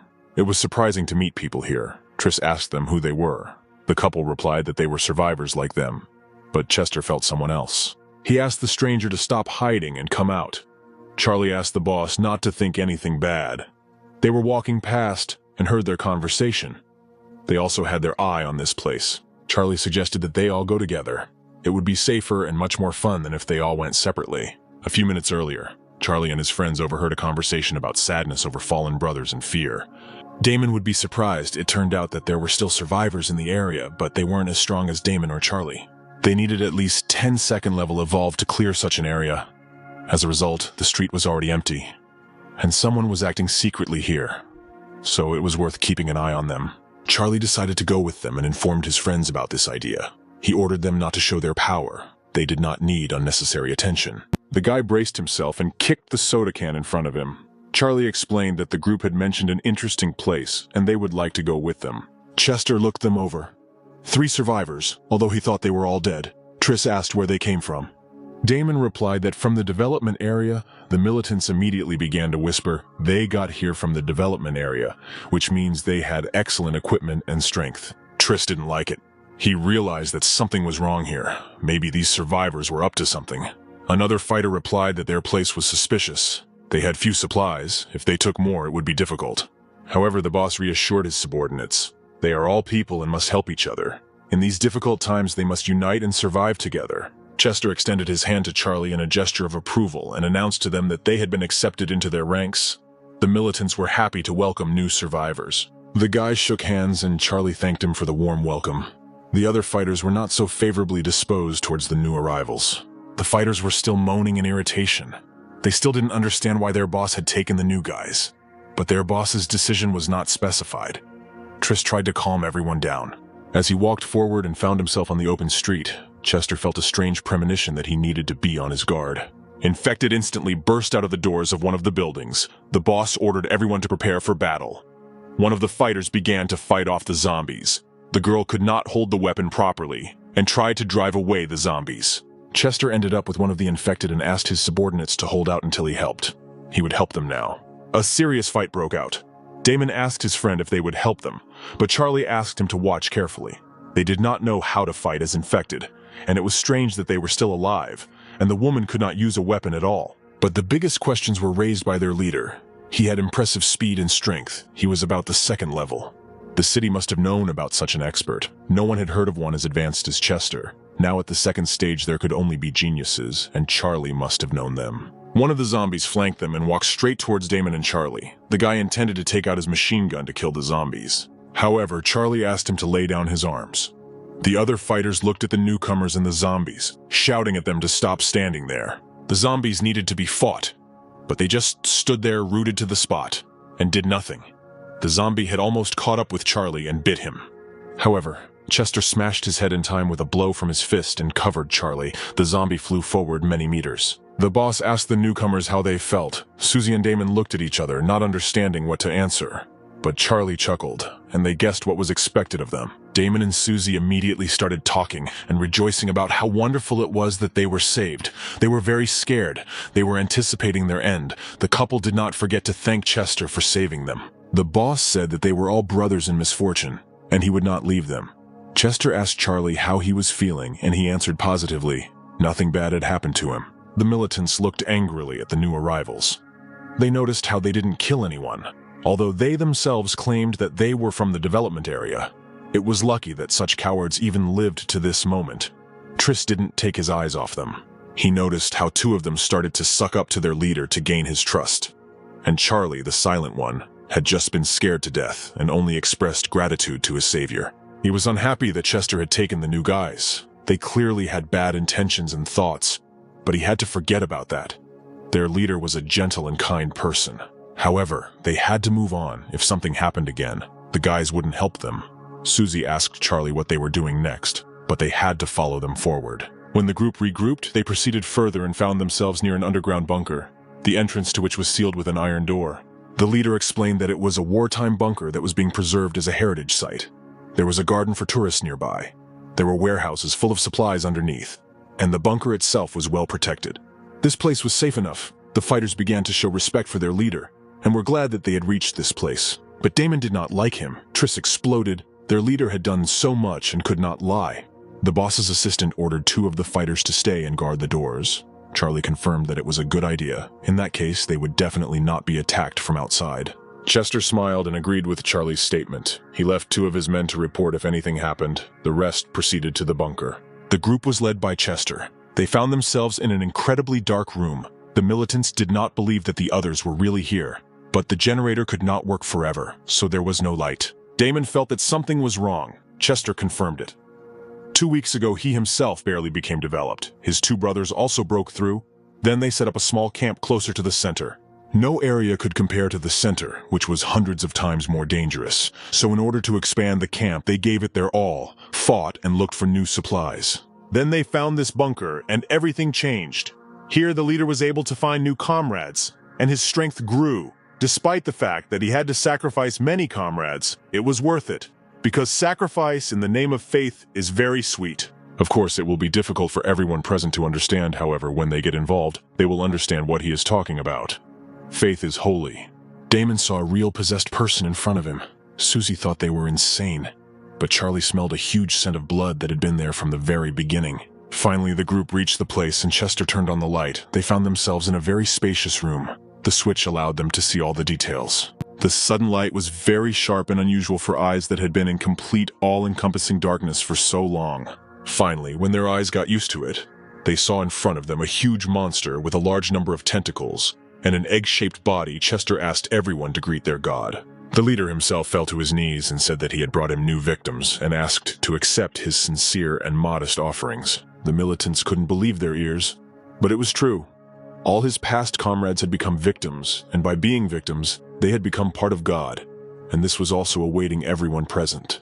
It was madness. It turned out that Chester gave his comrades over to be eaten by a monster, but the leader asked them to be proud of their fate. Not everyone is given the opportunity to become part of God.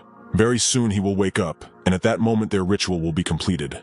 Then they will all become one big sacrifice in his name. He asked his men to come closer and sacrifice their flesh to the god. But the fighters were in no hurry to move forward. No one would jump into his mouth. The militants who were at the entrance ran inside. They explained that the entrance was full of zombies and they had to run from this place. One of them came very close to their leader. He explained that they needed to hurry. The zombies had already penetrated the bunker, but Chester pierced the man's chest with his hand. The guy still couldn't believe that his beloved leader did this to him, but he said that the guy would be the first victim. He threw the dead man to his god, from whose mouth tentacles appeared, and he immediately caught his future meal on the fly. The tongue sucked in the new body and the whole room heard the crunch of crushed bones. The monster's chomping was very loud, its toothy mouth crushing the bones. It ended with one person. Chester was glad. His god told him that today he was happy, and everyone present would become victims. Charlie stepped forward. He said that the leader was doing well, but the guy had figured him out long ago. He cleared the way, blocking it from the zombies, and also led the entire army. His plan was good. He did so much to lure people here, and it's all for the sake of a new zombie that needs to eat people in order to evolve. True. Charlie felt sorry. He knew everything from the very beginning, and it was a little boring. Chester was nervous about this puppy, but the fact that he knew would not save him. Before God, everyone was weak. The leader spread his arms out to the sides and said that all those present would definitely become victims of their admirer. However, the guy was already bored with this nonsense. He took the butt of his cigarette and sent it forward with the movements of his fingers. The cigarette flew into Chester's skull with lightning speed, and he fell down dead. Charlie did not want the leader to misunderstand him. There was no God in this world. However, if there was such a thing, then this God would definitely be Charlie. Only he had enough strength and knowledge to be in such a rank. Damon and Susie were pleased with their friend, but tentacles burst out of the mouth and followed them to their former admirer. They grabbed Chester and he opened his eyes. The monster healed his servant and he became even stronger than before. He landed on the ground looking at everyone with an angry look. Charlie asked Damon to take the fighters outside and stop the zombies. Susie was supposed to provide them with support. They will definitely cope. In front of him you have the ability to zombify. It added strength to Chester. Charlie rushed at the infected and struck him. His fist hit him in the shoulder area. The former leader's arm was torn off and flew to the side. However, as soon as this happened, the monster's tentacles approached Chester. The tentacles began to heal the wound and build up the fanatic's muscles. The guy will grow in strength if he is not dealt with quickly. In place of the severed arm, there was a huge fist, 4 times bigger than the other arm. The zombies continued to attack the militants. The girl was bitten and dead. Trish should not have trusted the leader, now they would all die. However, Susie and Damon had other plans. The militant was surprised by the abilities of the new arrivals. Damon turned to him and replied that if he came to fight zombies, they feed them. Then he should have concentrated. However, there was no particular benefit from the action movie. Damon was unhappy. He was constantly getting this kind of work. Susie said that he could join Charlie and fight the monster. However, Damon was quick to assure his girlfriend that he preferred this kind of work compared to the monster, and that he would engage in more stylish combat. Susie called the other fighters over. If they wanted to live, they had to stick together. The fighters kept their eyes on the people they considered weak. The fight between the infected and Charlie was in full swing. The guy constantly delivered a series of blows to the zombie, but the monster immediately covered him. The guy once again dealt the monster a series of blows, and he hurried to retreat back. Tentacles immediately approached him. Charlie realized that until he got rid of the monster, he would not be able to cope with Chester. It was necessary to end this fight. Charlie took the sword on his back and threw it forward with great force, his strength gradually running out. The monster dodged the blow and grinned with all his teeth. But Charlie asked him to look back. A sword was about to be thrust into the monster. Charlie was aiming at the main body, not the leader. Chester screamed and rushed to help his god, but Charlie walked around the infected much faster, noting his great and rare loyalty. The guy raised his fist and was going to destroy forever the bloody monster that had already killed several dozen people. Charlie's fist landed straight into the monster's body. The tentacles that had been healing Chester all this time dried up, and he himself began to wither and die. In the end, all that was left was a withered and bony corpse. It was clear that the monster had drunk him dry. But Charlie noticed something strange. The monster evolved and turned into many eggs that began to move and vibrate. Charlie was right in front of them. The speaker said that the couple, together with the militants, were able to stop the zombies, and clarified Charlie's condition and the general situation with him. The guy replied that the monster had just woken up. A huge eye surrounded by tentacles was looking at him. The monster remembered Charlie, who had hurt him. The monster immediately tried to kill the man. It directed its tentacles straight at the man, but Charlie managed to dodge them. The second wave of tentacles was approaching. Charlie began to run and dodge. The tentacles left large craters and holes in the floor. The guy pushed off the wall and dodged another series of blows. He turned his body and prepared to strike. Charlie used her tornado technique. All the tentacles that tried to kill the man were torn to pieces. As a result, all of the monster's tentacles were broken, and it was possible to strike at the main body, but the monster began to regenerate. The monster had an advanced evolution, but to control an army it must be much stronger. Damon and the others held the line, but the zombies got angry. Charlie said that something was wrong. The shape-shifting monsters were the leader, but there was still someone strong, and that monster was probably close. Damon would keep his eyes open. The boy turned around and noticed a light in front of him. He couldn't believe his eyes. In front of him was his mother, who was approaching her son. It couldn't be. Charlie tried to contact Damon, but he didn't answer. But through the speaker, he heard that Damon was talking to his mother. She really missed her son. The boy felt uneasy and apologized to his mother for returning late, but she asked her son not to worry. She knew he was a good boy. She trusts him, and so thanks him for her loyalty. The mask on Damon's mother's face began to fall apart, revealing rotten flesh. Damon started screaming through the speaker, and Charlie tried to contact him, but realized that it was the work of a monster. The guy asked Susie to help Damon, but she saw her father in front of her. He was glad to see his girl grown up and very strong. Susie immediately rushed into her father's arms. Charlie tried to convey to them that all these were illusions. However, even Susie was caught in the trap. It was no longer possible to pull. His strength and muscles alone would not be enough in the fight against the creature. The creature tried to inflict a series of blows on Charlie, but this could not stop him. The guy jumped and plunged his blade straight into the monster's eye. However, right in front of him, his beloved appeared with a sword in her stomach. Although Charlie promised to protect her, N hated him for it. Charlie took his blade with both hands. The girl said that all the suffering was precisely because of Charlie. She would never forgive him for everything he did here. Half of the girl's face was destroyed and revealed a large amount of muscle and other ugliness. Charlie promised that he would come and find her. He promised that he would never leave her. However, N did not understand why Charlie abandoned her, why he left her alone in this world. The girl raised her hand behind her back, which she turned into a blade. She accused Charlie of being a liar his entire life and now wanting him dead, and she pointed her blade straight at the guy's head. However, he pointed the blades upward and cut N in half. She didn't understand why he could still resist. But Charlie was a versatile type. Although mental abilities were not his strong point, they were enough. The girl cursed again and fell. Gradually, her body turned into writhing tentacles. The creature dared to use its tricks on Charlie. She would pay for it. Now Charlie is seriously determined to kill the monster. And to do it in the most cruel and bloody way, he will not spare the monster. Charlie tensed all his muscles and made one powerful jerk. The monster did not have time to notice anything, as it was split in two. Damon and Susie passed out, as did the rest of the zombies who were nearby. Charlie noticed a huge meteorite crystal that fell from the body of the infected. However, this was an unusual fragment. The creature absorbed it and then created another one. A meteorite fragment of this type contained more energy. It is much more useful, but has an increased chance of causing uncontrolled metamorphosis. So Charlie decided to absorb him in the future. Susie woke up first, as did the rest of the fighters, but Damon still hadn't come to his senses. The girl shook him in different directions and called for him to wake up. Charlie asked what happened here. Susie answered that everyone just passed out and offered to give him a couple of slaps.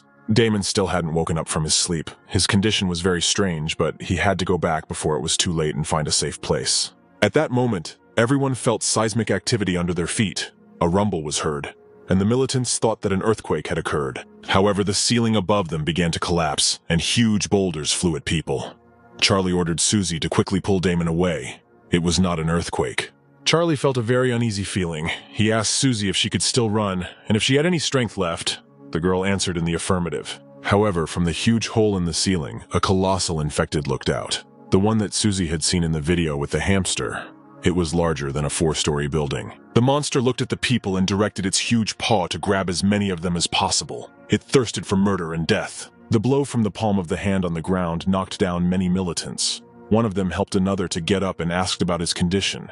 They needed to run. However, before they could finish their sentence, the giant crushed both of them with his palm at the same time. If this continues, the entire bunker will collapse. They need to run as quickly as possible. But if they do nothing, the giant will definitely kill them. Charlie ordered Susie to take Damon and run.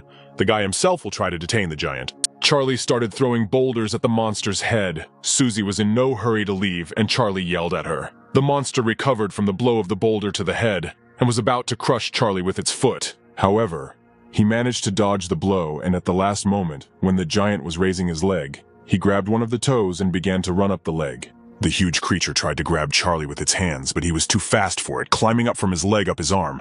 Charlie jumped into the monster's face. Taking the blade, he cut the monster's face as deep as the blade would allow. Susie said that they had managed to get out. The survivors watched Charlie's fight with the giant. The spectacle was very exciting and interesting. The giant did not have time to do anything with the impudent man. Susie looked at Charlie worriedly. He has to survive. He has been fighting for so long, and the giant is still healing his wounds. Right now, the difference in their strength is huge. If this continues, he will be in trouble. He has to run. Charlie took a grenade from his bosom and removed the pin from it. It was necessary to detain the giant, and he threw the grenade straight into the zombie's mouth. From such a shot, the big guy began to fall to the ground. Susie noted the good work of their friend. Charlie used this to retreat. Charlie finally managed to run to them. He warned his friends that the giant would not die from one grenade. They needed to hide from his sight as quickly as possible. The gang did not stop clearing the neighborhoods and buildings from zombies. Finally, the north became clear. The militant transmitted this information by radio. Michael was pleased with the results. The horde was gone, and there were few zombies nearby. He and Amanda sat at a table in the conference room. However, the teacher was worried about Charlie's absence. The horde had left, and he still hadn't returned. Michael said that the horde had retreated a few days ago. Today was the second day. If Charlie had succeeded, he would have already returned.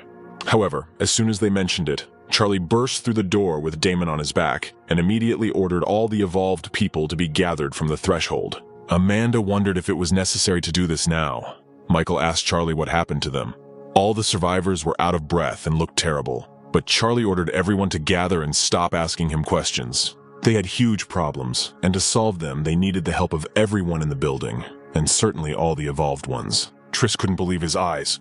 A chill ran down his spine. Charlie had 10 evolved under his command. When everyone finally gathered, Lilith asked why Charlie had called everyone together so urgently. Everyone was waiting for answers from him. In the city, those who had developed were feared, and Charlie had 10 of them, but he had few subordinates, only 5 and only the first stage. Although in connection with the losses, this was good. As for the mutant, Charlie just explained to everyone in hopes for everyone's understanding they need to act in a coordinated manner. The mutant can determine the location of the crystal that Charlie just took from the monster he killed, which means the giant will come to them soon. Ford clarified why they couldn't just throw the crystal away. Charlie replied that if the mutant got this fragment, he would be able to evolve again or gain intelligence.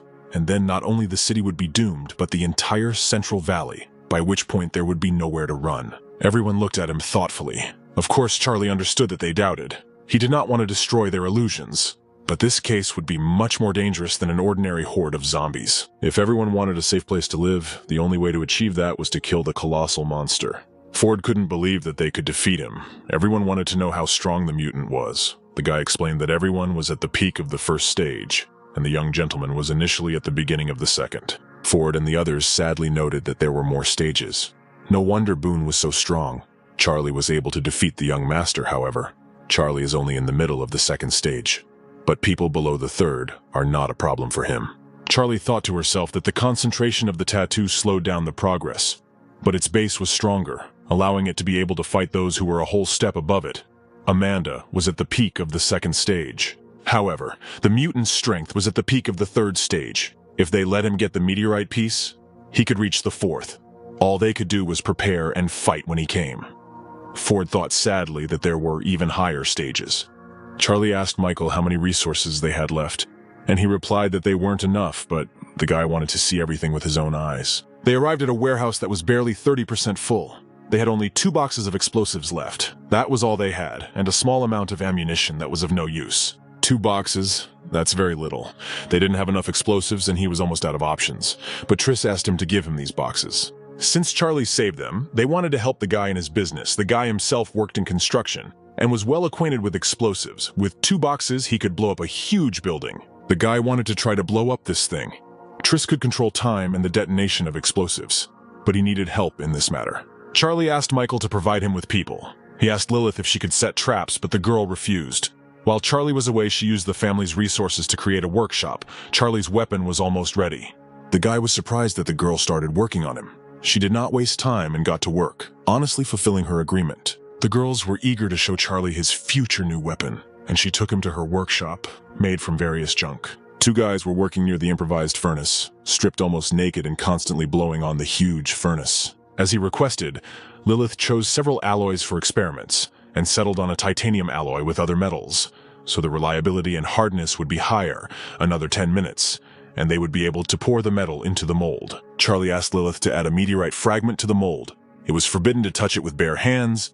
It contained a high concentration of the virus. The girl took the meteorite with tongs and added it to the molten metal. Instantly, the metal turned from a light and hot substance into black-brown shades. Lilith silently cursed these changes. The metal needed to be poured into the mold immediately, so she put on her gloves and ordered her assistants to open the container. Lilith took a huge steel mold and opened it, eventually pouring molten metal into it, which began to interact with a crackling sound and be cooled by the air. Typically, it took about 3 days from the moment the molten metal entered the mold until the hardening process, but it evolved and gained the ability to affect forging. The girl used her power and directed it at the molten metal. Tattoos appeared on her forehead. She used transformation and control of the metal, which instantly acquired the shape of a huge blade. With her knowledge of metal forging and her ability to bring molten metals to their perfect state, it was no wonder her skill was so great. The girl took the metal with tongs and ran to cool it. Everyone who was in the way barely dodged the hot metal. It is not surprising that she was called the #1 blacksmith. As a result, the girl dipped the melted blades into the water. They already had a shape. Charlie was surprised that Lilith provided this so quickly. Next, she will have to polish it, sharpen it, and add a few finishing touches before it can be used. Lilith will need half a day for all this. Her ability is not strong enough for sharpening, so it will have to be done manually. Charlie left the girl with a light heart. The faster she brings the weapon to the battlefield, the better. Charlie headed back to the building and met Susie. Damon still hasn't woken up. The girl tried to wake him up in different ways, but he doesn't respond. If Damon wasn't breathing, she would have thought he was dead. Charlie decided to take a look at his friend in person. He was lying on the bed. He asked Susie how long he had been in a coma. Damon had been in it for about 2 days, without showing any signs of waking up. This shouldn't be the case. He shouldn't be unconscious for so long after being hit by the monster's ability. He should have the ability to resist. Charlie asked Susie to turn away and opened the blanket with a t-shirt. looking at his friend's torso. As he thought, his tattoo is spreading while he's in deep sleep. This will not end well for Damon. Usually only those who reach the third stage and merge with the meteorite fragment will enter deep sleep. This can help the user improve their body, increase immunity against the virus. Susie was surprised. Wasn't that good news? Now Damon would be very strong. Of course, deep sleep was good, but he had a big problem. There were inner demons. A deep sleep of this kind would awaken his worst nightmares, insecurities, or worries. And the guy is not strong enough. He could go crazy and turn into a fallen one. Charlie needed to continue working. He asked Susie to find someone to guard the room. They could only wish him luck. Touching the handle, he looked at his friend's carefree face for the last time. Leaving the room, he ordered the fighter to find security and keep an eye on Damon. Susie thought sadly that when she broke through to the third stage, she would also have the same condition, she thought sadly, and Charlie called out to her. He was worried about her. However, they were interrupted by a sudden voice informing everyone that the zombies had already arrived. Everyone was surprised by such a quick arrival. It was necessary to immediately move towards the giant. Charlie called Susie to him and they rushed forward. It was necessary to meet the infected. Triss said that the zombie arrived too quickly. He did not have time to finish with the explosives, but Charlie warned him not to get distracted. The giant was rapidly approaching them and destroying all the buildings in his path. He destroyed one of them with his fist and tore another in half. Charlie asked if the guy was finished with the explosives, but he still needed at least 10 minutes. Charlie advised Triss not to get distracted, and he himself would try to delay the monster to defeat it. It was necessary to give as much time as possible to all key persons. One of the fighters pointed into the distance. The giant tore off a piece of a building and threw it at another. Everyone watched in shock as the city was destroyed. The monster's strength was so great that it sent a huge boulder forward several hundred meters, and it landed in another building. The giant noticed the survivors standing on the street and walked towards them. His steps echoed loudly and thunderously. The militants decided that they were finished, but Michael ordered them to get back to work. If they wanted to live, they had to do everything faster. The militants understood their master's order and continued their work. Michael warned Charlie that the giant had noticed them and was heading this way. The boy wanted to attract the monster's attention. He took as much air into his lungs as he could and called the giant a big club. The trick worked and the monster turned its attention to him. Charlie took out the shard and asked the monster if this was what he was looking for. The monster abandoned its usual path and headed straight for the roof of the building where Charlie was currently standing, the giant intending to get the shard. He began to climb the glass skyscraper, leaving behind only emptiness, millions of fragments falling dangerously to the ground. Eventually, the monster reached the rooftops. It couldn't be hurt with a regular sword, but Triss was almost done. Charlie provoked the monster again with a shard. If it wanted this meteorite so badly, then it should go and take it. If it dared, Charlie jumped off the roof face up. The guy flew down, and a giant jumped after him. He pushed off the floor and intended to catch up with the survivor to take the crystal from him. However, Charlie, although he jumped down, nevertheless thrust his blade into the window of the skyscraper, thus holding on to the building. The creature flew down and landed on the ground with a monstrous roar. Only 10 minutes passed.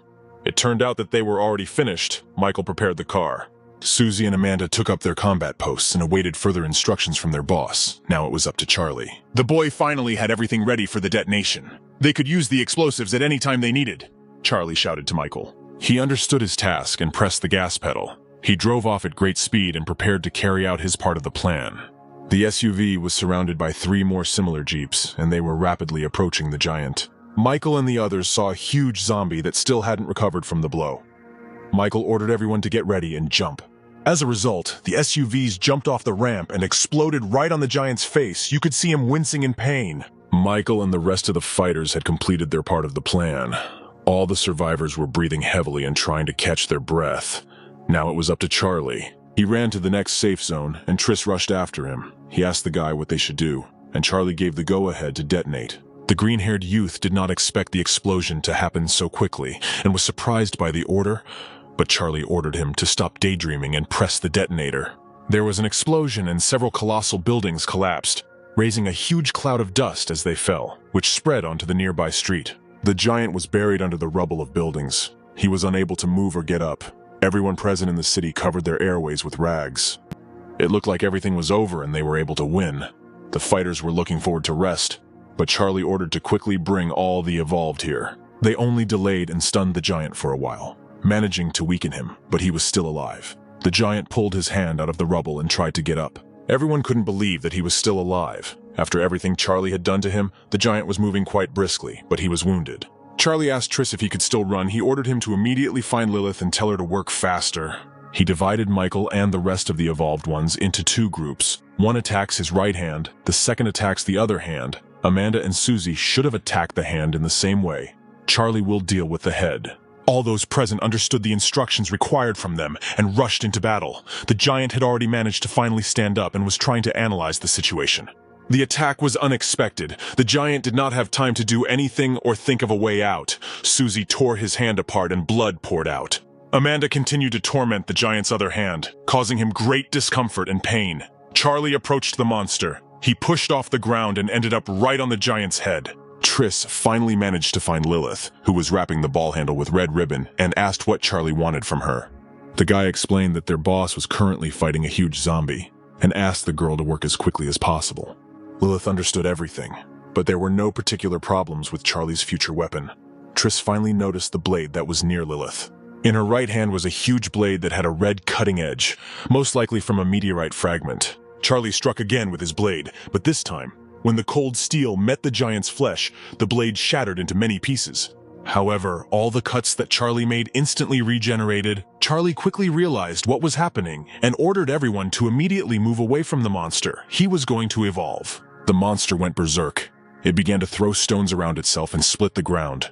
Boulders rained down on all the survivors who were near the monster at that moment. Ford tried to understand what was going on, but the militants took their leader back if he wanted to live. He had to run away as quickly as possible. It was necessary to add 1+1, super strong protection, insane regeneration speed. The giant had already evolved to the 4th stage. While he was thinking about it, a hand appeared behind him. The blow was so strong that Charlie flew hundreds of meters forward, drilling into the ground. A crater formed at the place where he fell. The giant was about to crush the immobilized man with his foot. However, Susie decided to cover her friend and started shooting at his face. She wanted to redirect the monster's attention to herself. The monster almost managed to crush the girl with his hand. Susie felt like a colossal structure was approaching to crush her. However, at the last moment, Susie decided to help Charlie. He approached the hand and supported the giant's limbs so that it would not fall. Blood was coming out of his mouth and he shouted for Susie to leave immediately. The girl managed to hide, but the giant still slammed his hand shut. Charlie managed to run out at the last moment. He asked Amanda and Susie to run. The monster had already reached the 4th stage. Now it could attract hordes of zombies. Charlie sent his friends to help the others defend themselves, and he would take on the monster himself. Amanda and Susie quickly left and left Charlie. The other survivors were starting to have problems with the infected that the giant was summoning. Charlie got the shard. He had serious injuries, no weapons and almost no energy left, but Willie used the shard. His conclusion was interrupted by Lilith. She was approaching Charlie on a bike. As soon as she got a little closer to the guy, the girl threw a blade at him. The giant was already approaching his palm to finish off the man, but Charlie managed to grab the blade and made several swings. The giant roared in pain. Charlie again noted that Lilith had a wonderful and very useful technique for all of them. She knew how to make real works of art. Several of the giant's fingers fell next to Charlie. The blade Lilith had made was excellent and cut through everything like a knife through butter.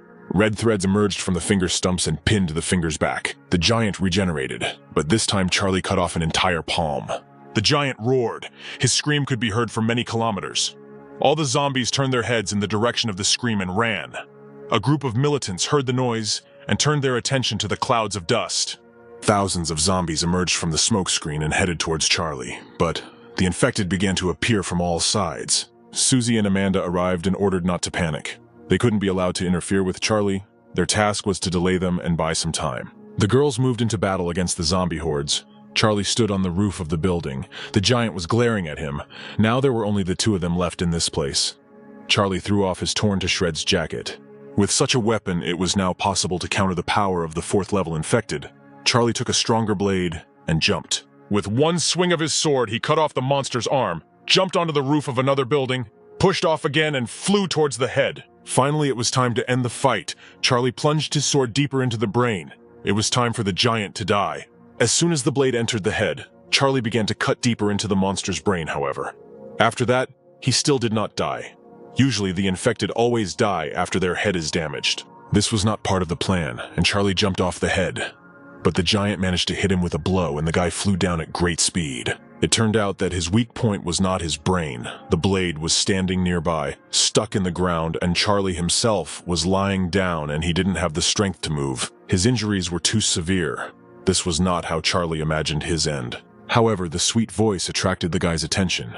The voice for which he lived in the past. Anne appeared in front of him. She reminded him that he would protect her, but Charlie could not even climb the stairs. It was a fragment from a past life. Charlie was completely out of breath as he flew up the flights of stairs. The infected settled behind him. Then they made a promise to each other that they would always be together. Until the very end, Charlie remembered these words for the rest of his life. He confirmed, they made a promise to each other. Anne gave her hand to make it easier for the guy to climb the stairs. They grabbed each other's hands. Charlie remembered the promise he made. He couldn't just lose now. He squeezed the shard tighter and swallowed it. A sudden, monstrous flash of pain swept through the guy's entire body. Tattoos lined up on it. The pain was simply unbearable. The giant watched the guy evolve. He roared again for the zombies to help him, and they became even more enraged. The group heard Charlie scream. However, Susie ordered them to do their job. Now there was no way they could be distracted by anything, although Susie herself had plenty of doubts about this. Finally, the metamorphosis was complete. When the clouds of smoke cleared, a new Charlie appeared. He had black whites of his eyes with orange irises. The giant intended to kill the man, but Charlie took the blade and cut off the monster's hand again. This time, all his movements were much faster. The monster did not expect such an onslaught at all, but now Charlie was much stronger than the giant's strength. He was scared. Charlie was not satisfied with the result. He took the blade stronger, and smiling ran towards the monster. He did not want to die and began to run away from the man, demolishing all the buildings in his path. However, Charlie was not going to let him go. He clenched the blade and threw it with all his strength at the fleeing monster. The blade pierced the monster's heart. The giant fell. Charlie caught up with the giant in one jump. He noticed a gleam inside him. It was a crystal. Charlie found himself inside a zombie. He intended to destroy the infected from the inside and with one jump flew through the entire body of the monster, flying out through the head. As a result, the monster was killed. Charlie landed and felt weak. The black armor left his body. His eyes and hair acquired their usual shade. Michael and the rest of the fighters ran to Charlie. They needed to help him as soon as possible. They noticed his body, and Michael prepared for the worst. Taking the guy by the head, he brought his face to himself. Michael was able to catch a faint breath, which meant the guy was still alive. One of the militants tried to unclench his fingers with the shrapnel, but Charlie's hand was clenched too tightly. He couldn't unclench it. And Michael ordered him to be carried just like that. The pair loaded Charlie into the truck, and they raced back to base. Charlie's body beginning to be covered in tattoos again, his sword still clutched. Another tattoo in the form of an infinity sign appeared on his forehead. He opened his eyes and found himself in a white place, surrounded by 3 clots. This was his spiritual space. However, there were clots of energy that balanced each other. Thanks to this, Charlie did not mutate and did not harm himself, but he will pump out the power and make it his own. This is a long process. 2 weeks later, the truck with the survivors arrived at a gas station. Everything was fine on their side. Michael asked them over the radio to be careful on the way back. Triss was pleased. Things had been going well for them lately. After they got rid of the giant zombie, their base was expanding rapidly. One of the fighters ran up to the guy. He informed Triss that Jonathan and his gang were in this place. This was unexpected news. The two groups stood opposite each other. The survivors glared at each other and showed no signs of retreating. Tension hung in the air. Triss asked him why he didn't see their boss among the group, but one of the fighters replied that they could handle the small matter themselves. Triss realized that Jonathan wasn't here. They were almost done packing up here, and it didn't seem right for the gang's fighters to interfere. Now Jonathan wasn't number one. He sent a gunman back to ask where the boss was when the horde came and when they fought the giant zombie. The fighter didn't like this. The guy needed to watch his words and not show disrespect to Jonathan. The gang boss said that he hadn't seen Charlie for half a month, and he had heard rumors that the boy was badly injured. Jonathan asked how Charlie was feeling now. Triss said that he was fine and thanked the boss for his concern. Charlie became the hero of the city after killing the giant zombie. The boss admired this. His men had caused problems for the militants, so Jonathan asked to convey his apologies to Charlie when they returned. But it was just a small misunderstanding. The guy said goodbye to the departing gang. He ordered to leave everything else. First they would take away what they had already collected. The militant said that there was no need to pretend to be tough now. One of the fighters walking next to Jonathan said that they had been looking at this place for a long time. Would they really let them go so easily? However, Jonathan assured his colleagues that they should not worry. They would get what was theirs anyway. Michael couldn't believe that Jonathan had intervened. He asked about what the boss had done, but he was just asking about Charlie. Lilith was glad. All this time they had a bad relationship with his gang. But now he expressed respect, but Michael sensed a catch. It remains to be hoped that Damon and Charlie will wake up soon. a militant arrived and announced that 6 evolved people from the peaceful area had arrived to them. Michael asked to bring them to the guest room, and while he was looking for Amanda and Susie, the girls trained among themselves and honed their fighting skills. Susie was furious. She remembered Charlie's bloody face all cut and bruised, and how she had barely gotten out of there alive. She hadn't been strong enough, still not strong enough. Amanda had hit, and Susie had been sent flying backwards. However, the girl was not going to give up so easily. She landed and pushed forward with great force. The speed of her movement was such that it exceeded the speed of sound. Apparently, breaking the sound barrier was Susie's second stage ability, and the girl decided to call this ability the Sonic Flash. This move could instantly kill anyone below the middle of the second stage. However, Susie was not satisfied. She was still far from Amanda's strength. However, even so, the girl was very strong and capable of breaking through to the middle of the second stage. Susie stood up and asked again, but she was too impatient. Improving too quickly would not lead to anything good. She should learn from Charlie. Consistent development of the base would play a good role. Michael was here. He said that the peaceful area sent several evolved to them, and he needs the help of these 2. The opposite side sent all the evolved to them, and Michael is still in the first stage, so he wouldn't be able to cope if a conflict started. Susie gave in, and she and Amanda followed Michael. Lisa was unhappy. She expected to see Charlie among them, but Michael was sitting at the head of the table. She asked about Charlie.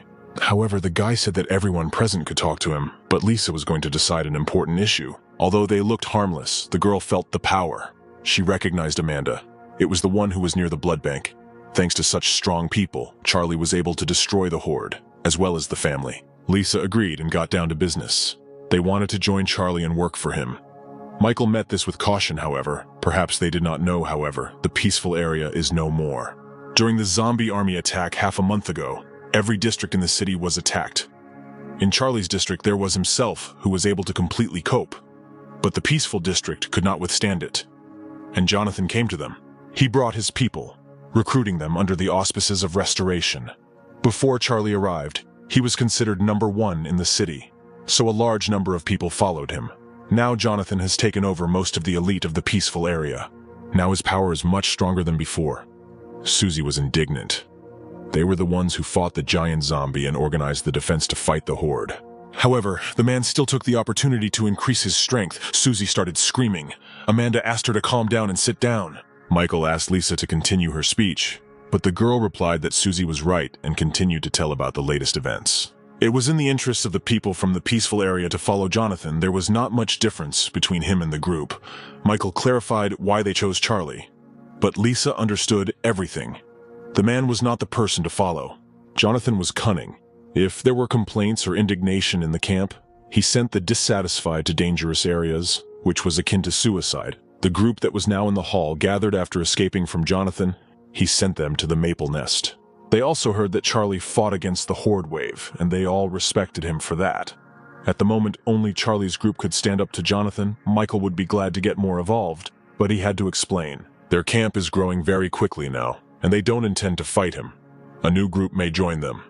But if they hope to force Charlie and the others to fight Jonathan, Michael will refuse them. However, Lisa knew that Michael would answer like this.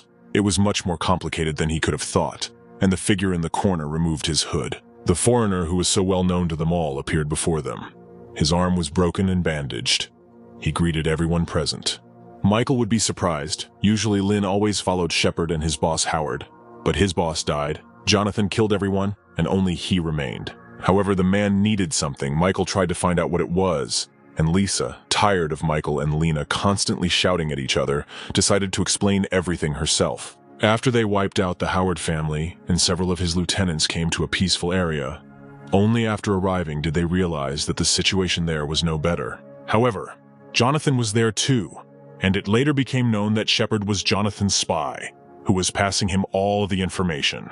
It was known to everyone that Shepard was originally Jonathan's man, but betrayed his boss and joined the family's gang. But Shepard brought proof of loyalty. He provided the head as evidence by killing Jonathan's younger brother, so he could gain the trust of the family gang. Because of this proof of loyalty, the young master trusted Shepard without any problem. Everyone thought that Shepard was biting the hand that fed him.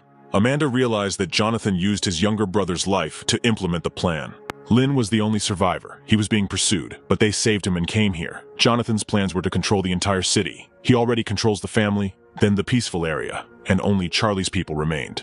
In order to achieve his goal, Jonathan sacrificed his younger brother. He will stop at nothing for his power. Michael ordered that all evolved be found immediately and brought here. A very dangerous time is coming, and they must be prepared. Charlie didn't stop absorbing the power. After such a period of absorption, the three energies became smaller. With his current ability, he should be able to control them, however. Charlie felt one of the cores raging.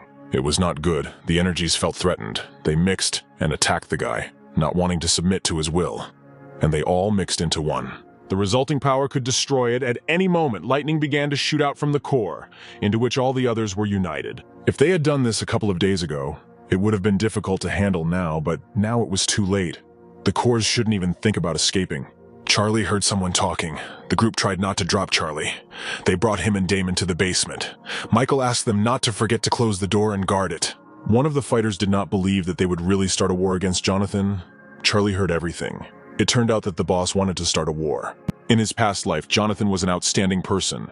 His strength cannot be underestimated. When he first came to the city, he was at the peak of the second stage. With his speed, he had already broken through to the third. Charlie must quickly absorb the power and leave this place as soon as possible. A few days passed. In 2 days, Jonathan's men were very active and took almost all of Charlie's territory. Michael ordered everyone to retreat. With their current defense, it would be difficult for Jonathan to attack him. Susie noted that they couldn't continue any longer.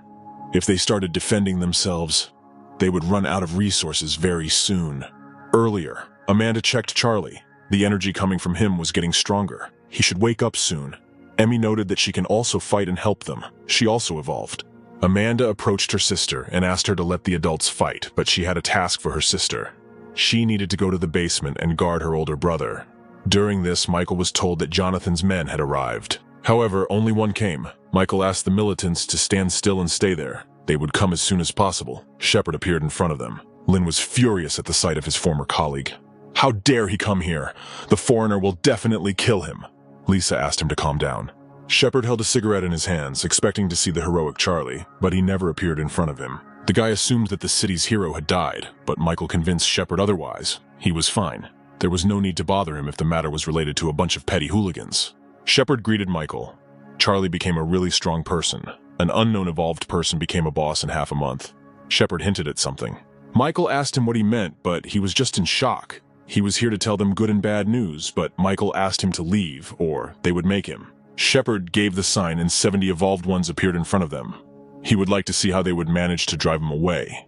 Susie was surprised how Jonathan managed to get 70 evolved during the horde attack. There were several mutated zombies, and many evolved after fighting them, also using the crystals that dropped from them. Shepard reveled in the effect he was having on the fighters in front of him, all demanding that Charlie be brought to them. However, Shepard assured everyone that there was no need to worry about Charlie, because even if he came, he would die immediately. Susie could not stand such an insult, and almost all the hair fell from Shepard's head. The militants around him started laughing when they saw the childish hairstyle on their boss's head. Susie didn't care whether Charlie could change anything or not. But the action movie itself is not worthy of commenting on anything about her friend. Shepard clenched his fists tightly. He valued his hair very much. His luxurious hair was his pride. He took care of it for many years, and grew it until it reached such a level that Shepard was satisfied. He demanded that Susie return his hair to him. The guy swung, but his fist cut through empty space. Susie was in front of him again. Shepard with his skills could not compete with Susie. He needed to train until the next life. The speaker in Shepard's ear turned on. Jonathan noted that there were no traces of Charlie's strong fighters nearby, as well as of himself. The leader ordered the attack to begin. Shepard grinned, because his hands had been itching for a long time, and he demanded that everyone bring him that very thing. The group heard some noise. The guys turned their gaze to the side and noticed the approach of an armored personnel carrier. Amanda would recognize a diesel engine anywhere. The monstrous mechanism drove up to them. Several fighters were sitting on it. A bloodthirsty grin never left Shepard's lips. The APC stopped. Michael tried to understand how such a structure ended up in Jonathan's hands, but Amanda decided to deal with the car herself. The girl rushed forward, activating her black armor. The militants noticed the girl approaching them and prepared to attack. Michael asked Lilith and the alien to help Amanda with her case. They needed to distract the evolved. Amanda would deal with the APC. The conflict began. Charlie's men repelled all the attackers. They were stronger than Jonathan's fighters. Lilith and the African-American opened the way for Amanda. She grabbed the armored personnel carrier with force and tried to tip it over. but the vehicle was much stronger and heavier than she could have thought. Amanda didn't have the strength to stop him alone. He was too heavy. The teacher closed her eyes and prepared for her death when her sister's voice thundered in the air. Emmy stormed into the armored car. Its plates flew in different directions. The girl's blow was enough to tear it apart. Everyone noted the girl's great strength and rushed to the armored car. Shepard ordered 10 people to stay with him. The rest he sent to attack. Susie was surrounded by a group of Evolved. The boys looked at her angrily. The technique that Shepard will use was originally created to deal with Charlie. But Susie will learn it first. He activated his mental link ability, which would unite all 10 Evolved at once, with Shepard being able to effectively control them all. Since losing to Charlie, Shepard has focused on increasing his mental powers. Now he can communicate with 10 Evolved ones. Michael continued to give orders. He was trying to close the gap on the left flank. The people on the right flank were running out. They needed to send more Evolved ones. It was necessary to strengthen the defensive line as soon as possible. Michael realized that this couldn't go on any longer. He looked at his guys and realized that they couldn't hold back any longer. Amanda stops the armored car and can't get away. Susie is surrounded and needs to be covered. The rest are fighting and no one can help. They lost. Damon heard some sound, a male voice calling him to wake up. He opened his eyes and found himself in a white space. The boy looked in different directions, but the voice asked him to look up. Charlie was hovering above him. His body was translucent. Damon was wondering where he was, but now was not the time to explain. There was a big battle going on outside and everyone needed Damon's help. Charlie's mental strength was limited, and he himself could not help. And Damon should help fight against Jonathan. The guy looked at Charlie in surprise. He assumed that this boss was for them. Charlie began to disappear. He asked Damon to take a close look at his body. The guy had reached the peak of the second stage and should now be able to control the special ability. Charlie almost disappeared. Damon was afraid for his friend, but Charlie asked to follow him as quickly as possible. Damon was approaching the red door. He had almost reached the end when the door began to gradually close. Charlie's spirit followed in the same manner and his friend asked him to wait for him. Damon finally opened his eyes. He understood what was needed from him. Jonathan asked about the situation. The militants replied that the armored personnel carrier was moving slowly. They needed more time. The second team responded that Susie was very strong and they all needed much more time to deal with her. But Jonathan gave them 5 minutes. Shepard activated his tattoo and ordered everyone to use the power of their patterns. It would be necessary to finish as soon as possible. All the fighters surrounding Shepard began to activate their tattoos. The leader ordered them to regroup and move slowly. Susie was covered in bruises and abrasions. Last time Charlie took advantage of the opportunity when they used their tattoos, but now they have a formation. And Susie is not a power type. Shepard remembered his mistakes and will not make them again. As Shepard already said, today no one present will be saved, and even Charlie. Today, their gang will take over the entire city. The madman's voice was interrupted by a sudden explosion. All the fighters turned their attention to the place where Shepard had spoken a second ago. All that was left was a pitiful handful of ashes. Susie tried to understand what was happening. Large clouds of dust rose up, obscuring the view. Damon was even offended. He asked Susie what shocked the girl so much. No one except Damon could aim so well. Amanda and everyone else rejoiced at the presence of their friend, who finally came out of his coma.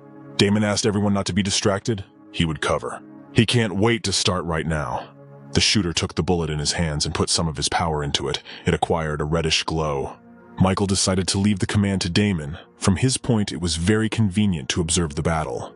The boss himself wanted to warm up and help his subordinates. The guy walked forward, inspiring his subordinates. They just had a chance to win. Jonathan's connection with Shepard was interrupted. He asked the others what happened to him. However, the militants did not know what had happened. Someone had fired from a sniper rifle or a gun, but the boss did not understand this. The subordinates replied that the shells were explosive, but the size of ordinary sniper bullets. The leader ordered his men to find a sniper's position, but the fighters could not dodge Damon's bullets. They could bend. Every second, a huge number of people died. The sniper's bullets found their targets perfectly and then exploded. It was impossible to defend against them. The gunman warned his boss that if they continued like this, they would lose too many people. The man did not have time to finish telling his master when an explosion was heard in the loudspeaker. Jonathan cut off communication with him, but Damon contacted him. He asked the boss to guess who he was. If he could, Damon would kiss him. The guy decided to be sarcastic. He tried to count out loud how many he had killed, but he had killed too many militants, and their number could not be counted. If Jonathan still wanted to play, then Damon had plenty of bullets left. He would deal with all the people, no matter how many the boss sent. Jonathan ordered his fighters to be ready. Now they will look for the sniper and deal with him. The man began to leave his room with a gloomy look. Amanda and Lilith were getting pretty tired as Jonathan's fresh wave of fighters poured in. It was unclear where he got so many people from. Susie asked Damon how things were with Jonathan. The guy replied that the area was clear, and now the last group of reinforcements had arrived to them. They were planning to fight to the death. However, Damon asked everyone to retreat. He would deal with the new wave himself and also resolve the matter with Jonathan. Susie was worried about her friend, but he could stand up for himself. A new wave of explosions and deaths began. Damon was pouring fire on all of Jonathan's fighters. No one hid from his shots. The fighters told their boss that they were suffering critical losses, but the leader had already identified the sniper. Damon didn't really aim. He just pulled the trigger of his sniper rifle, sang the song, and had fun.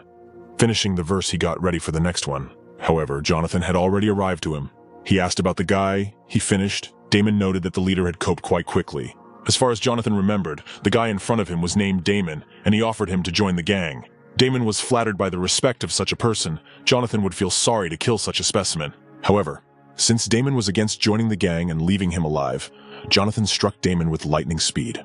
But only the tips of the leader's fingers touched the boy's body when a second later, a huge impulse was heard that sent Damon back. Blood started coming out of his mouth and he quickly regrouped.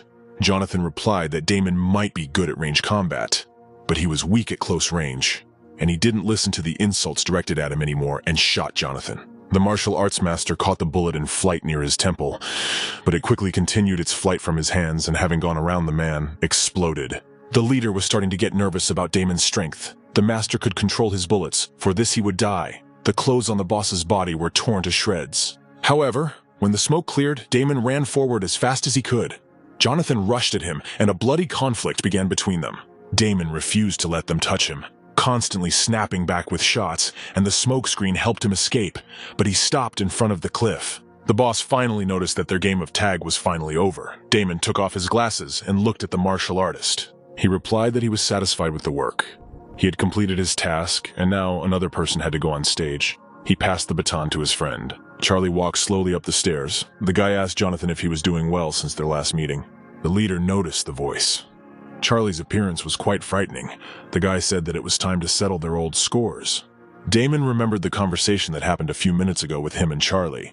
At this time, the guy was still continuing his song, but Charlie suddenly appeared out of nowhere and said that he was very happy. The friend would be incredibly happy to see Charlie, who woke up, if he was here. Then the fight would soon be over. The youth was glad to notice his friend's new ability. It was about the ability to bend and explode bullets. Damon put the virus in the field and used it to control it, although he couldn't control it exactly after long use. Damon could make it bend. Bullets need a certain speed to explode. The further the bullet flies, the stronger the explosion will be. At this point, the energy it puts into the benefit is equal to the explosion of a mortar shell. At one time, it can handle about 30 bullets. This meant that Damon was a walking 30-round rocket launcher. Charlie would be fired. His friend had more attack potential than he did, but winning would do them no good. They had to take out Jonathan. He hadn't shown up like that since the attack, so Charlie asked Damon to lure the leader here. He handed his friend the headset. Until Jonathan showed up, Charlie wouldn't interfere, and the guy finally advised his friend to exaggerate a little, because Damon was a stage 2 expert at his peak. In turn, Damon asked Charlie to be on guard. No one knew how many dangers still awaited them ahead. Damon started a conversation with Jonathan. The leader assessed his situation. At the moment, he was caught between a rock and a hard place. Between Damon and Charlie, he hastened to deal with the latter. The martial artist barely touched Charlie's chest. Damon only managed to warn his Charlie, but an explosion still occurred. A friend mentioned that Jonathan had strange attacks that could produce huge explosive power. The boss had an ability called Inch Burst. It could increase the power of a blow in a small area and was great for close combat. Charlie asked to provide Jonathan to him, and Damon was supposed to help the others. His friend agreed with this proposal and walked past the boss. Jonathan was surprised. Charlie sent away a strong ally. The guy was sure that he had broken through in the spiritual space, but he was at the peak of the second stage. He must practice thoroughly in combat, and Jonathan is the best target for this. The man decided to smoke. When he first heard about Charlie, he already knew that the guy was unusual. It was Jonathan who spread all the rumors about him. But these were not rumors. When the guy arrived in the city, he was at the beginning of the second stage, but now he is almost at the third. This couldn't be a rumor. A month ago, a man nicknamed the man came to work under him. He explained to him everything that Charlie did on the dam. Eventually, Charlie realized that the plan was to use Charlie to overthrow the family, and Jonathan would take over the city. However, Jonathan only wanted to throw the place into chaos. There was nothing wrong with overthrowing the family. However, Charlie outsmarted them. He was able to deal with a horde of zombies and kill a huge one of them, and the place that Charlie took was his. If they had encountered before, the fight would have been difficult. But Jonathan achieved his goal. The man threw a cigarette on the ground. The overthrow of the family, the capture of the city. Of course, Jonathan wanted this. But in this world, Charlie needs great strength to achieve anything. The overthrow of the family was only the road to his improvement. The martial artist took off his shirt and revealed his numerous tattoos all over his body. His true motive was different. Charlie noticed a huge crystal on Jonathan's chest. The leader hurried to strike the guy, but he managed to dodge at the last moment. However, even so, Jonathan managed to hit the guy's right hand, which was now covered in bruises and cuts. Jonathan was interested in the meteorite crystal polymer. However, Charlie was not embarrassed by anything. High-level infected slowly develop a sense of territory, and some hunted others. The meteorite crystals they appropriated were trophies. Thanks to the polymer, Jonathan became so strong. Charlie won't hold back. He activated his armor. He will be interested in playing with Jonathan. The man was unhappy. He will show the impudent man who is the real target here. Jonathan struck, but Charlie was able to stop him. He was happy with the armor that could block an inch blast. The leader could maintain the force for half an hour, and Charlie's armor would definitely break. Jonathan launched another flurry of blows, but Charlie quickly dodged them, although some of the martial artist's blows nevertheless reached their target. Charlie flew to the side, but his arms were no longer whole. The armor on them only covered bare flesh and pieces. Jonathan would easily defeat Charlie if he only defended himself. However, the boy was satisfied. Each of Jonathan's attacks was comparable to a full power attack from a peak second stage evolution. The armor formed by his muscle strengthening blocked 37 of the man's strikes. His defense level even higher than in his past life. Charlie healed his armor and moved forward, delivering a series of blows to the man. He didn't have time to cover himself, and a stream of blood gushed from his mouth. The leader's body flew back and punched a hole in the building. Jonathan could barely get up. Charlie's strength was high. The guy noted that the polymer made the master much stronger than he actually was. An ordinary third stage evolved would have been badly maimed or killed after Charlie's blow. Gathering his strength, Jonathan stood up and admitted to Charlie that he had honestly underestimated him, and that he now understood how the boy was able to deal with the giant zombie.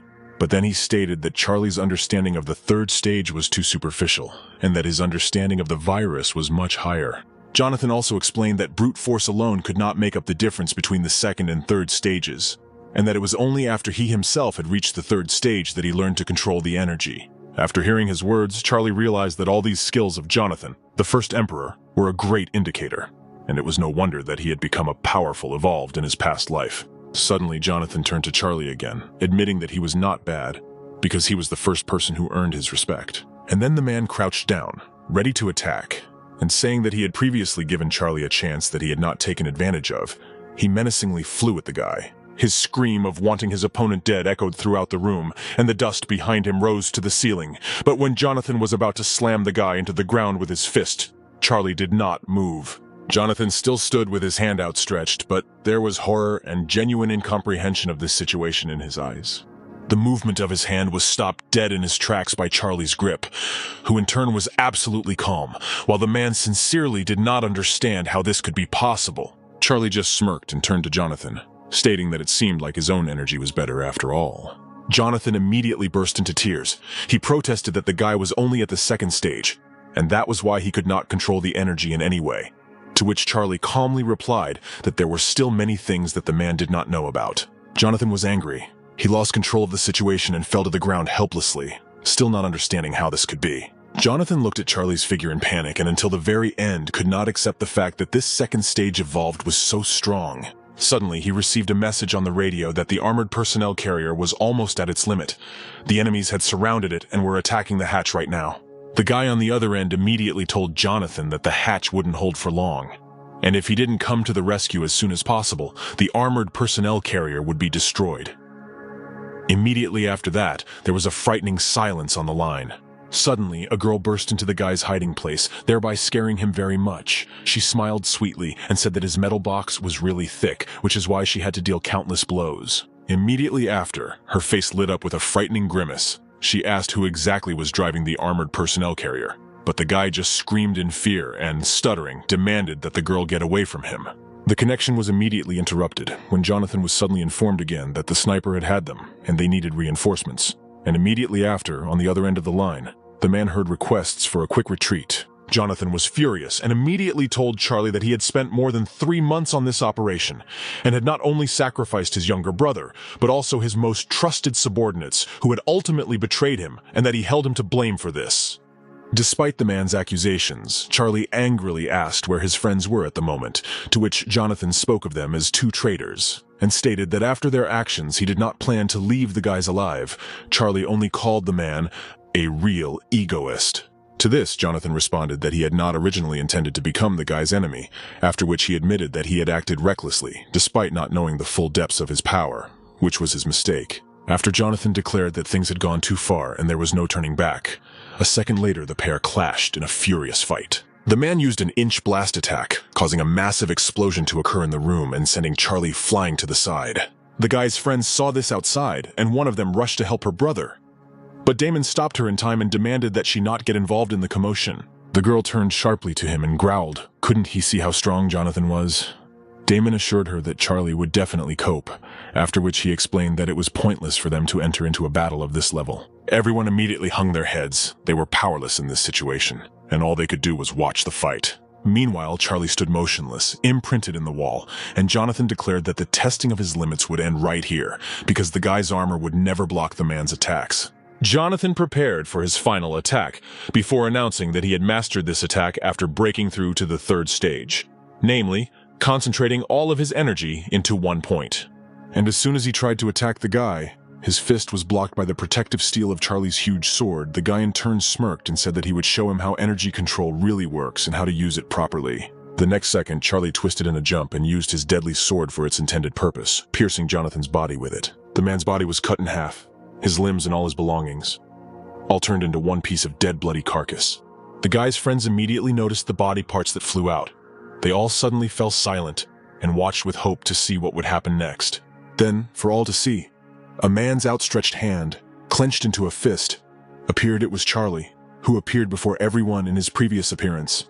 His grin spoke of their long-awaited victory. At that very moment, the crowd burst into joyful shouts because victory was on their side. They all quickly ran towards Charlie, while the guy himself was catching his breath after the deadly battle. A second later, Damon and Susie were approaching the guy, shouting his name together.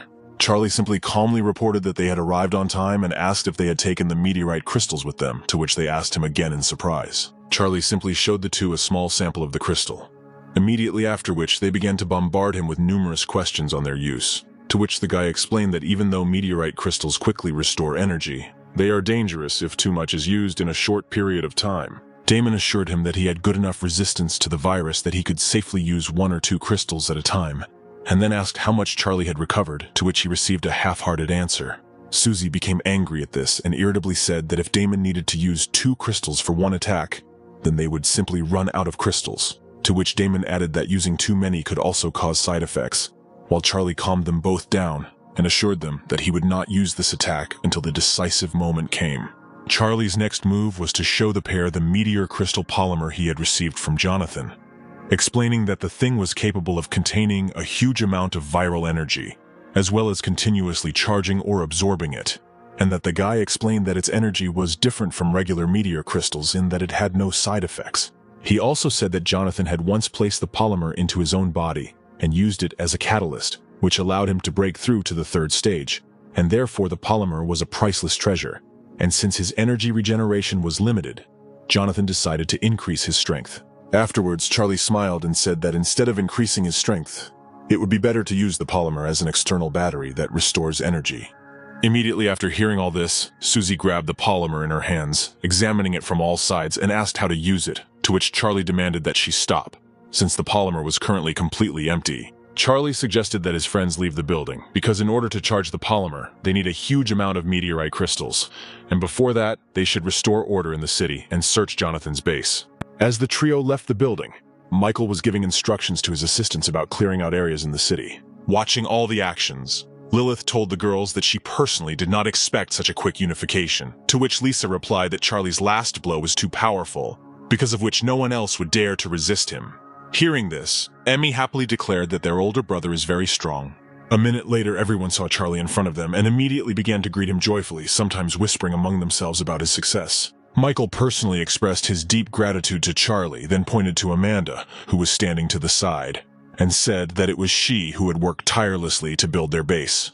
Charlie looked at the girl, who with her hands folded looked very quiet and withdrawn, then walked up to her and holding out his hand thanked her. They shook hands amiably, but Amanda sheepishly replied that it was all nonsense, because it was her duty. Suddenly Michael's voice was heard. He announced to everyone present that today they had defeated Jonathan, and the city was finally united, which was something they should celebrate.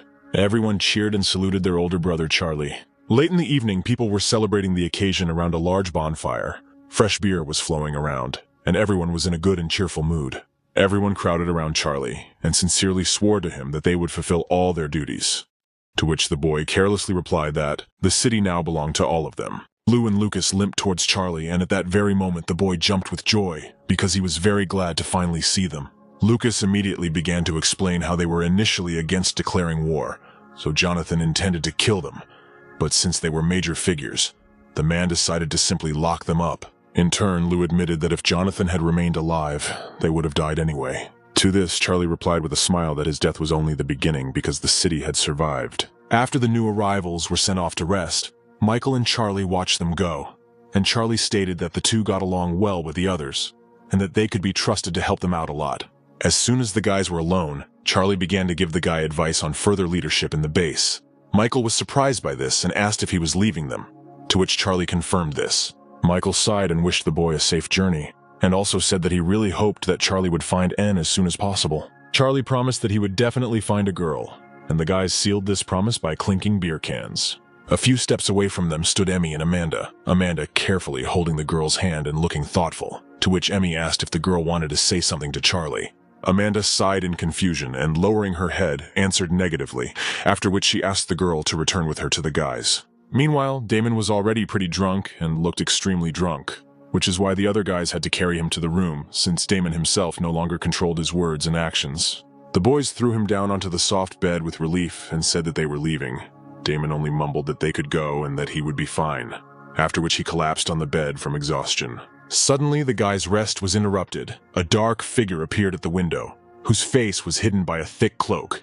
She quickly waved her hand and knocked out the glass. Damon immediately came to his senses and attacked the mask straight in the head. The dark figure became frightened and ran away, but Damon did not want to let her go and rushed after her. After a few minutes of trying to catch up with the shadow, Damon ran out of steam. Because the mask was too fast and it managed to hide, the guy decided to go back and tell Charlie everything, when suddenly he heard the crack of wood.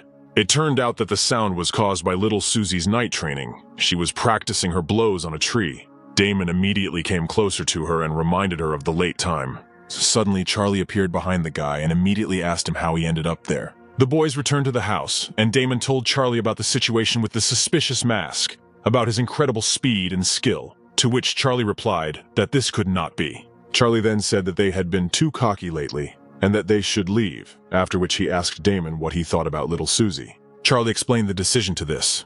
He told Damon about the girl's sharp irritability, after which he showed the guy the crystal that leaked out of him. Charlie explained that he couldn't do this, since the mood was much more important for the girl, and then asked his friend not to tell her about the crystal. Already at his door, Charlie felt someone's gaze behind him, and immediately asked how long the observer was going to hide. The guy realized that it was Amanda who had been watching him all evening, and the girl in turn came out of hiding and asked him how long ago he had noticed her, to which Charlie replied that her black armor emitted a special aura. Amanda asked if he was really going to look for Anne in the morning. Charlie confirmed this and asked if the girl was going to go with him, to which she replied that it would be very inconvenient for her. Suddenly the girl's cheeks turned red and, unexpectedly, she rushed into the guy's arms. Charlie was immediately taken aback by this and asked what she was doing, to which Amanda asked him not to say a word and just wait a bit. After a minute, Charlie calmed down and, after thinking a little, nevertheless hugged the girl by the hair.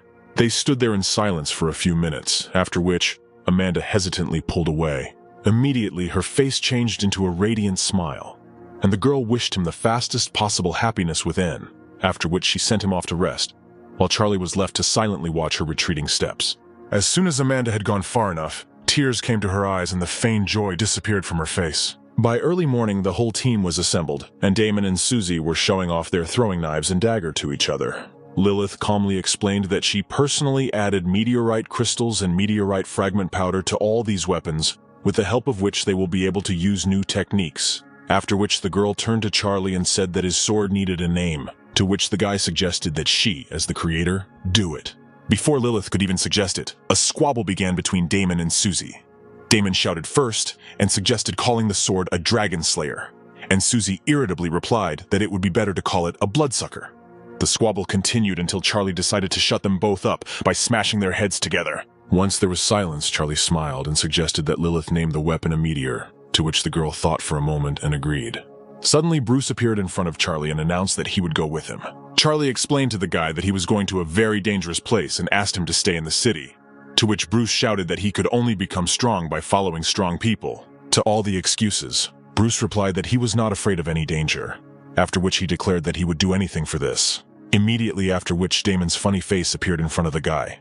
Bruce immediately interrupted him and declared that he would follow him wherever he went. Everyone watched all this in absolute silence, and only after a few minutes Charlie gave the final answer.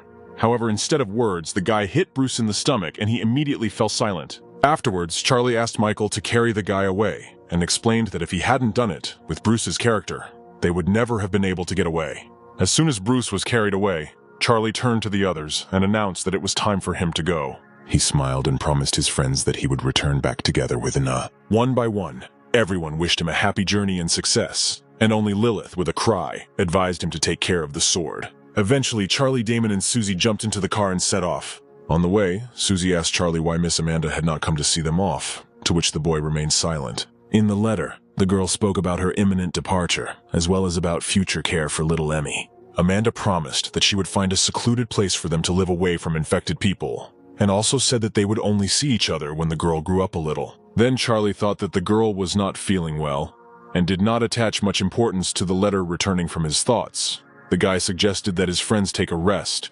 because they had a long journey ahead of them. Meanwhile, Blendon and the Mask were watching all their movements. Suddenly, the Mask turned to the guy and asked him to inform their man about Charlie's location. When Blendon asked if she was going to go with him, the Mask replied that she had to stay behind and that she wouldn't let the group get anywhere anyway. Charlie and his friends continued to drive. The weather turned bad, and it was already pouring rain outside. The long silence was broken by Damon. He asked if the guys had ever heard the legend of the Snow Maiden. Once he realized that no one understood what he meant, Damon began to tell how long ago in the north there was a story about a woman who lived on a snowy mountain. Damon also said that no one survived to tell the tale until one day, a student got lost on the mountain, and just as he was on the verge of death, a young and beautiful woman saved him. The woman called herself the Snow Maiden, but since the student had seen her face, he had to keep her secret, because he was forbidden to tell anyone that she had saved him. Otherwise, the maiden would kill him. A few years later, the student topped the exam at the palace and married a beautiful girl, but his wife was quite interested in how he survived that night in the mountains, so she asked him about the details very often. This continued until one day he could no longer keep silent, and finally told his wife the truth. However, her look suddenly changed as soon as she heard it. And the thing was that she was actually the Snow Maiden he had met that day. The man was shocked and panicked. He fell to his knees and begged for mercy. But the Snow Maiden was indifferent. She simply told him that he must die. After finishing the story with the murder of the man, Damon said that there are still rumors that all of her followers have the symbol snow in their name, to which Susie immediately replied that all of this is complete nonsense, while Charlie remained silent. The girl smirked and said that her good friend had snow in her name, and that she was a kind girl who understood others, and as soon as Damon heard this, he immediately began to bombard Susie with all sorts of questions about the girl. After Susie refused to tell him anything about the girl, Damon turned to the window and called her a shrew, immediately after which they began to argue, which greatly interfered with Charlie's driving, and he immediately demanded that they shut up. Suddenly, Charlie turned the steering wheel sharply to the side and announced that there was someone else on the road. Having stopped, Charlie asked his friends to stay in the car, and he himself, taking the sword, went outside to the unknown. Suddenly, Damon told Susie that this was the same guy who had been following him around town, and the girl became wary of Charlie's increased seriousness. As soon as Charlie tried to scare the creature away, the mask rushed towards the car. The guy tried to grab its hand, but a dark figure appeared a few meters away from him a second later. The guy wasn't going to stand on ceremony with her, and immediately activated the transformation, starting the countdown.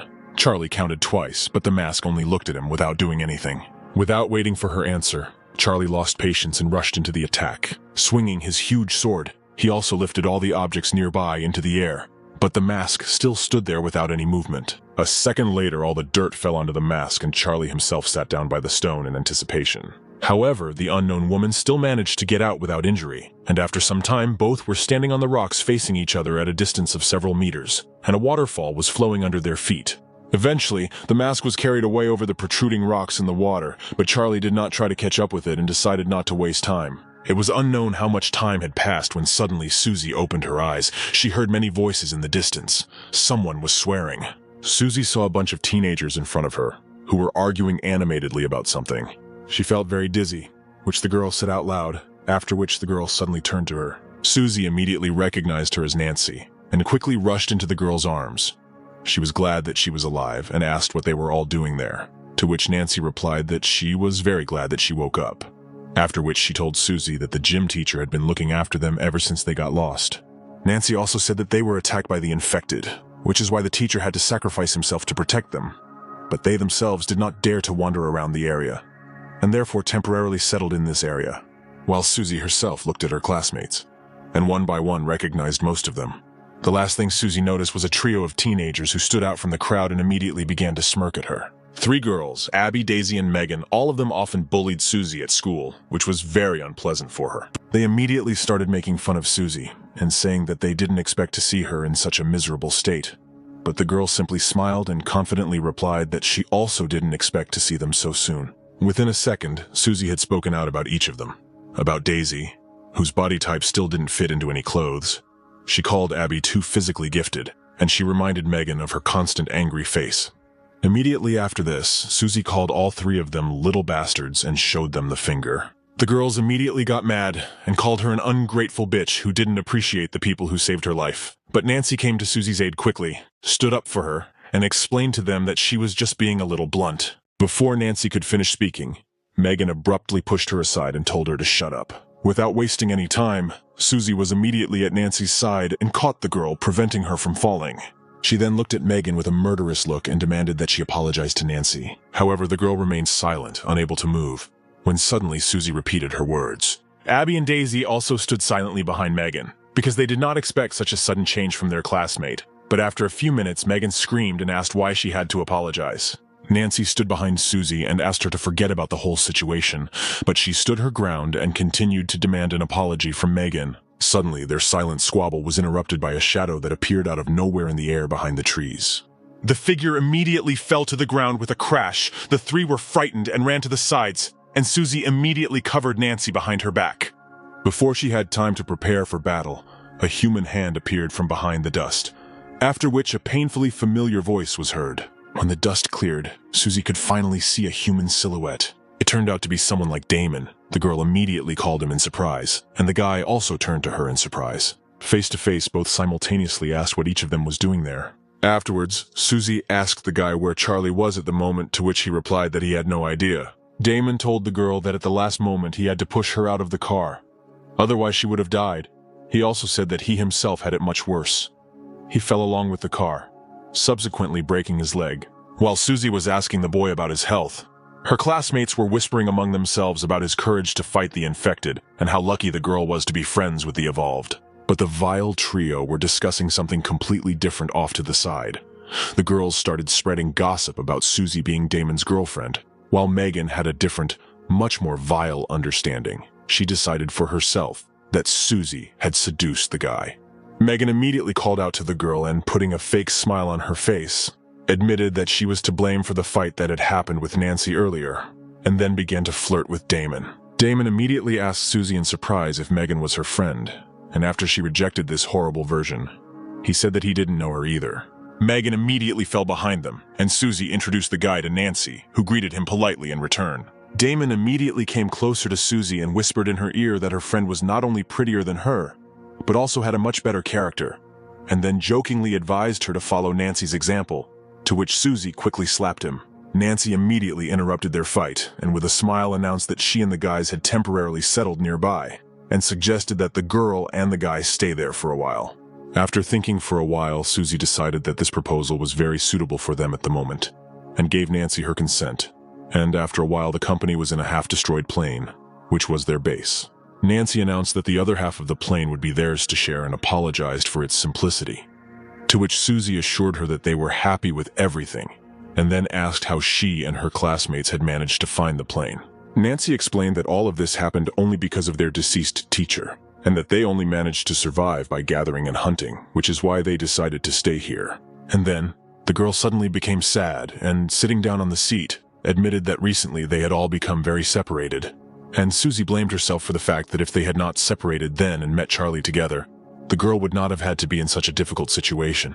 Nancy immediately noticed the change in her friend's mood, and, taking her hands, reassured the girl that, despite everything, she was very happy just at the opportunity to meet her. Before she could finish speaking, Megan suddenly appeared behind her and reminded the girl that it was time for them all to rest. Nancy was taken aback for a moment, but then agreed with her and quickly said goodbye to Susie. Having waited for the girl, Megan immediately showed her what the hell she was doing, because everyone had been waiting for her for a long time. And did she really want to spend the night outside again? To which Nancy quickly apologized to her. But Susie heard their entire conversation and detained Megan.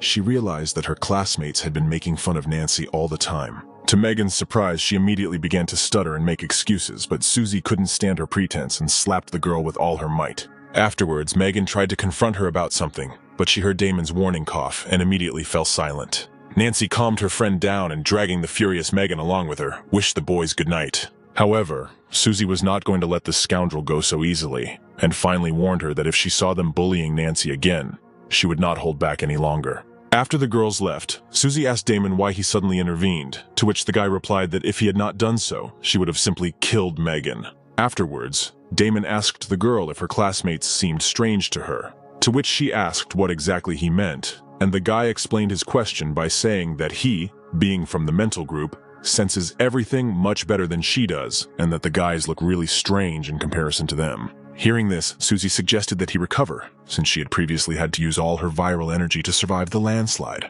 Within a few minutes, both were sitting on the floor enveloped in a restorative aura, completely relaxed and focused at the same time. Susie tried very hard to concentrate and not be distracted by extraneous thoughts. Already in the morning, classmates were nervously waiting for Damon and Susie to wake up. Megan was the one who freaked out the most. She insulted Susie for her self-confidence. But in reality, she was just jealous of her, since Damon was with her, to which the other guys calmed her nagging and said that they should all join the couple, since only they can help them get out. Abby immediately intervened in the conversation. She stated that they did not necessarily have to join the newcomers. Instead, the girl suggested that they simply suck up to Damon so that he would help them get out. Of course, she offered her person for this. Afterwards, Megan immediately jumped up from her seat and declared that she should do it, to which Abby laughed and replied that she had already had one unsuccessful attempt. In response, Megan stood in an imposing pose and declared that there was no man in the world who would not fall in love with her. She also said that Susie just decided to compete with them, but with her pathetic body she would not succeed, when suddenly Nancy interrupted her performance and said that she thought the idea was bad. Megan approached the girl and said that she understood perfectly well that Susie was her friend, but she needed to decide whose side she was on. Megan immediately reminded Nancy of her past story, having learned about which, Susie would hardly continue to treat her well, and then announced to everyone that they would pull the evolving Damon to their side. Nancy remained silent, and after a few seconds she told them to do as they saw fit. It was late in the evening when Damon was relieving himself by a tree in the forest and humming a calm song under his breath. Suddenly he heard movement behind him, and declared that watching another person relieve himself was not a very presentable thing to do. Hearing a familiar voice in response, Damon turned around and saw Charlie. He immediately asked how long he had been spying on him, to which Charlie replied that he had absolutely nothing to worry about, and then Damon saw his weapon in his hands and quickly rushed to take it, but fell to the ground. Charlie still returned the gun to the guy, but after looking at the weapon up close, Damon realized that it was not his, and demanded that his sniper rifle be returned to him. Charlie immediately interrupted his indignation and started talking about Susie's classmates. He noted that they were all behaving very strangely, and from his observations, some of them clearly had bad intentions regarding the little girl, which was not a simple student feud. The guy also said that they can't always decide for the girl, and that for this reason, Damon will have to use his last bullet only at the decisive moment, Charlie also said that he will stay near their base and will contact him if something happens. Afterwards, he took Bob the hamster out of his pocket and said that he found them so quickly only thanks to him. Before leaving, Charlie explained to Damon that from now on he would let Susie decide for herself and act accordingly until her life was safe. Damon was surprised by this situation and asked if it was really necessary, because everything had been fine with the girl for these 2 days. To which Charlie replied that right now she was in the middle of the second stage and was already very strong, but the people around her were even stronger. Charlie also reminded the boy that they and the teacher Amanda had completely surpassed Susie in terms of the speed of evolution, and it was no wonder that the girl was reacting negatively to this, and if this continued, it would have a bad effect on her. He then pointed out that since they were both in a bit of a bind right now, this was a great opportunity for the girl to take the initiative and regain her confidence, which she should take advantage of. To which Damon suggested that if they did so, Susie would simply crumble under the pressure. To this, Charlie explained that the girl needed to change her way of thinking in any case, and their goal was to guide her towards this. And after listening to him, Damon agreed. Afterwards, Charlie asked the guy who he thought had the most potential, to which Damon gave Amanda as an example, since she had very strong black armor. Charlie just smirked and said that everything was actually exactly the opposite, and to Damon's surprise, he told about one feature of the black armor. Charlie, with a satisfied smile, reported that the highlight of the black armor was actually cannibalism. Afterwards, he explained that those who were infected with black armor and retained a clear conscience are usually called mutated. For them, the fastest way to evolve is to absorb others like them, otherwise they begin to stagnate. Damon fell into a stupor. Charlie just smirked and asked him how many more people with black armor he had to see, to which he thought Charlie just turned away and warned the guy to be careful. Suddenly he announced that he felt a wave of the horde, which would be here in about 10 minutes. Damon was stunned that Charlie hadn't told him sooner that such a dangerous enemy was approaching. When Charlie left, Damon, stunned by the news, ran to the plane to find Susie. As Damon boarded the plane, he caught the wooden cane and was very surprised by this event. Susie threw the cane to Damon to try out. She made it herself. Her older brother once told her that in order to survive, you need to be able to adapt. She used the metal parts of the plane to sharpen the tip of a wooden stick. After making weapons, she wants to work on traps or something similar.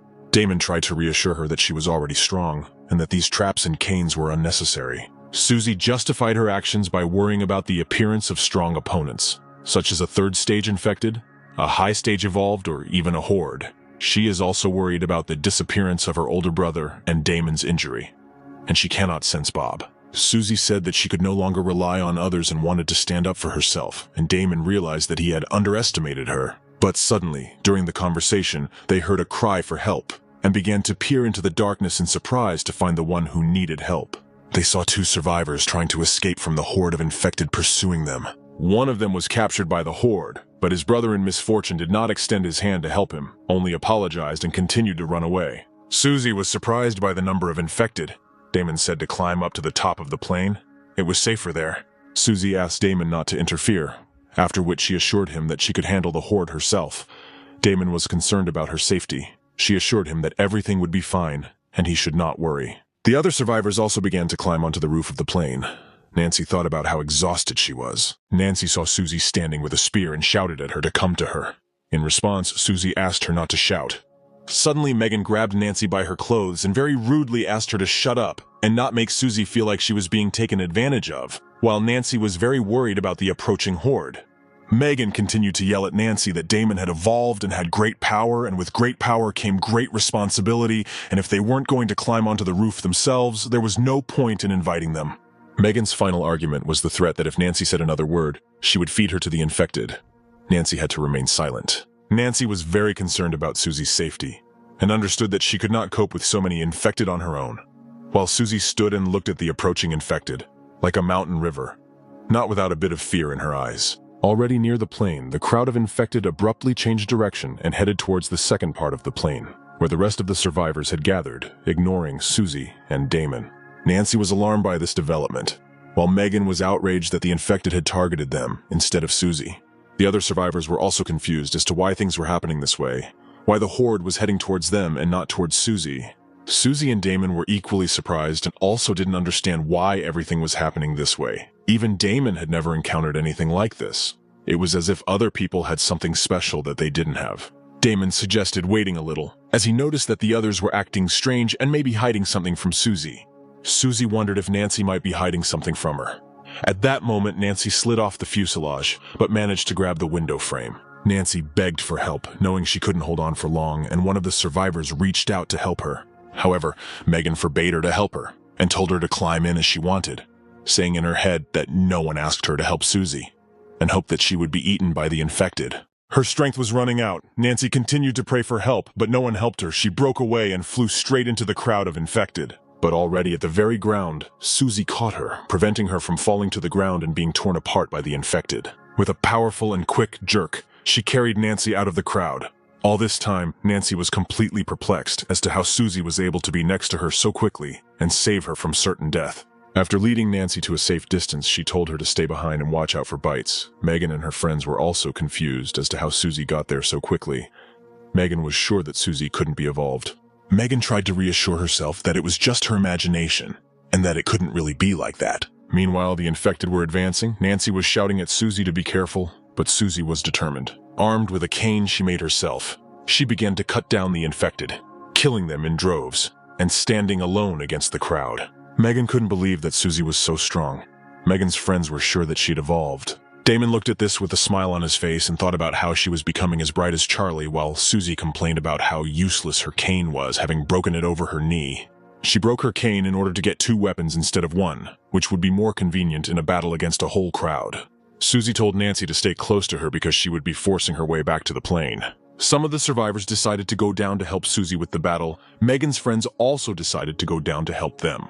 Megan was very upset by this development, as she had hoped that Susie would not survive this battle. The next morning on the banks of the Damon River, Susie and Nancy sat apart from the others, Megan complaining that she was so tired from this terrible day. Megan was angry that things had been going so badly for them since they met Susie, and people around her were trying to calm her down because they were afraid she would hear her. One of Megan's friends began to reason that their original plan now made no sense since Susie was evolving, which made Megan even more angry. After sitting for a while, Megan called everyone to start the meeting, but she did not call Nancy, and this worried the other members of their group.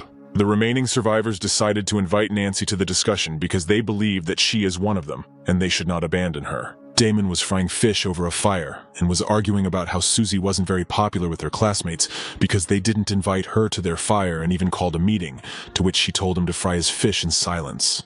Nancy was excited that Susie had evolved, but Susie was more concerned about what Nancy was hiding from her. Nancy made an excuse that they were, after all, classmates and were all trying to find out something about each other in the current situation. Susie told Nancy that Damon was almost recovered, and that they were leaving tomorrow, and invited her to go with them.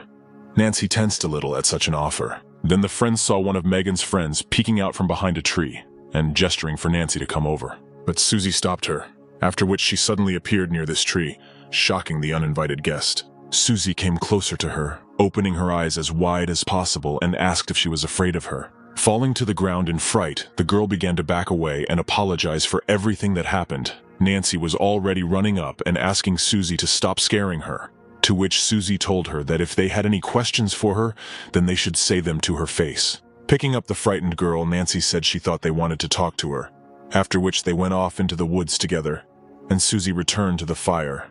She asked Damon what her brother would do if he were in her place, to which Damon advised her to be herself and not try to achieve something by relying on the experience and principles of other people. Damon said that he would be fully recovered tomorrow, and until then Susie should do as she sees fit. At this time, Charlie was walking through a clearing with tall grass that was up to his shoulders, and was puzzled by the smell that was in this clearing. Parting the grass, he saw an infected person lying motionless. The smell he had been smelling all this time was coming from this body. This was already the 3rd such infected person Charlie had seen. After examining the body, Charlie saw that it was covered in symbols that he had seen on the other 2 infected. These were traces of green mutations which are found in those infected who have merged with nature. Suddenly Bob, who had been sitting on Charlie's shoulder, jumped up and ran off somewhere. Charlie followed him. Soon they came across some strange thickets that Charlie didn't think could have grown in a cornfield. They were dense and thick, not like other plants. Charlie took hold of the blade and ordered Bob to step back. With one movement, Charlie cut through this wall of an incomprehensible plant. But the wall was not as simple as it might seem. After Charlie cut it, it fell apart and particles similar to small balloons separated from it. These were infected plants. When Nancy reached the main group, she informed them that Damon would recover and they would leave tomorrow. Megan was not happy with this news. At this time, the others were whispering about how Susie had evolved and was in fact their protection. So her departure would leave the group without protection. Someone suggested asking Susie to take them with her, but Megan rejected these ideas, saying that with Susie's character, she would not take anyone except Nancy. Megan turned to Nancy and said threateningly that if Susie wanted to take her with her, she should refuse and remember who she was. Nancy couldn't speak. She was confused and scared, so Megan said that she wouldn't have dared anyway and that she had an idea. Megan suggested making Susie and Damon one of them, and then the problem would solve itself without any effort. A girl from the group asked Megan with a scared look on her face if she really wanted to bring them there. Megan countered with a lack of better ideas. The crowd began to complain about what would happen to them if they died on their last trip there. They barely escaped with their lives. Someone supported Megan's idea and said that if they didn't go too far, everything would go well. But another problem arose. It would not be so easy to lure them there, but they had Nancy, whom Susie would listen to and would not ask unnecessary questions. Nancy was scared and ashamed, and Megan took advantage of this. She came up to her and said that she was the only hope. Megan remembered that she had made a vow to Susie that they would always be friends and would not lie to each other and would help each other. She remembered how they made that vow at school, how Susie told her that they were now friends. She remembered their photo together. Nancy returned in a bad mood. Susie was also thoughtful and was waiting for what Nancy would tell her, what they discussed at the meeting. Nancy came up and quietly called out to Susie. In response, Susie asked if everyone had left. When she received an affirmative answer, she asked to tell what they had discussed at the meeting. But Nancy didn't say anything. She just lifted her blouse, and Susie and Damon saw strange symbols on her stomach that resembled spirals. Susie asked in surprise what these signs were. Nancy told her that she was actually infected, but remained lucid. She said that they went to the city, but came across an area and encountered them there. Susie did not understand anything. Nancy continued to tell that they met strange spirals that were larger than normal plants. They emitted strange spores, and all the infected that were there were green in color and were stronger than normal infected. And when they ran away from there, they got hurt on these flowers, but did not attach any importance to it. Nancy fell to her knees and began to cry because she was now forced to feed on fresh blood and raw meat, and they also had a craving for human flesh. Susie began to suspect that they wanted to kill her in order to feed on her. Nancy said, in tears, that she had no such goal. Susie understood that if Nancy did not have such a goal, then the others could have. Susie began to reason that if she had not evolved and Damon had not appeared, they would have done so. And Susie also realized that they had talked for too long and clearly had not sent Nancy to them so that she would tell this story with the plants. Nancy said that they want to make Susie and Damon like them. Susie and Damon, of course, were not happy with this news. Nancy explained the essence of their plan. If Susie and Damon became like them, they would have to live together, and with their power, they would never go hungry again. Nancy continued to cry and asked to take her with them, but Susie had a question for her. Susie took her hands and asked if she remembered their promise. Nancy took Susie's hands and said that of course she remembered. Nancy stopped crying and said that they would always be friends, as they had sworn then, and she could not break the oath. Clenching her fists, Susie was determined to deal with these wolves in sheep's clothing and strode confidently towards the rest of the group. The group of survivors took up positions in a field of infected flowers and waited for Susie and Damon to arrive. Megan was confident that Nancy would not betray them and was looking forward to how well they would live when they had such strong allies as Susie and Damon. Soon the trio were at the ambush site. But for some reason the plants did not attack. Megan explained this by the fact that the plants were sleeping, and the rest of the time they were cruel, and you had to wait a little before they attacked. The classmates sat in the bushes and waited for the plants to attack, but suddenly, Susie simply disappeared, and an explosion was heard behind them. Everyone was scared and did not understand what it was. It was Damon, who stood and tossed a pebble. His power allowed him to throw objects very hard and fast, so that in his hands they turned into dangerous weapons. The survivors started to run, but as expected they were too slow for him, and it didn't help them much. The stones Damon threw made them stop running. Megan was still confused how he was able to deal with them all at once. Where did he get so much strength from? But before Megan had time to think about what to do, Susie appeared and asked if she was bored and gave her a good slap. Lying on the ground, Megan called her a traitor through her teeth. She was furious that this traitor dared to stand up to her, but Nancy slapped her. Nancy emotionally expressed everything she thought about Megan, that she used and deceived her from the very beginning, saying that people would not accept them and they needed to live separately from everyone else as their own tribe. Nancy talked about how when she told Susie everything, she didn't turn away from her, and Megan used the general fear to manipulate people as she wanted.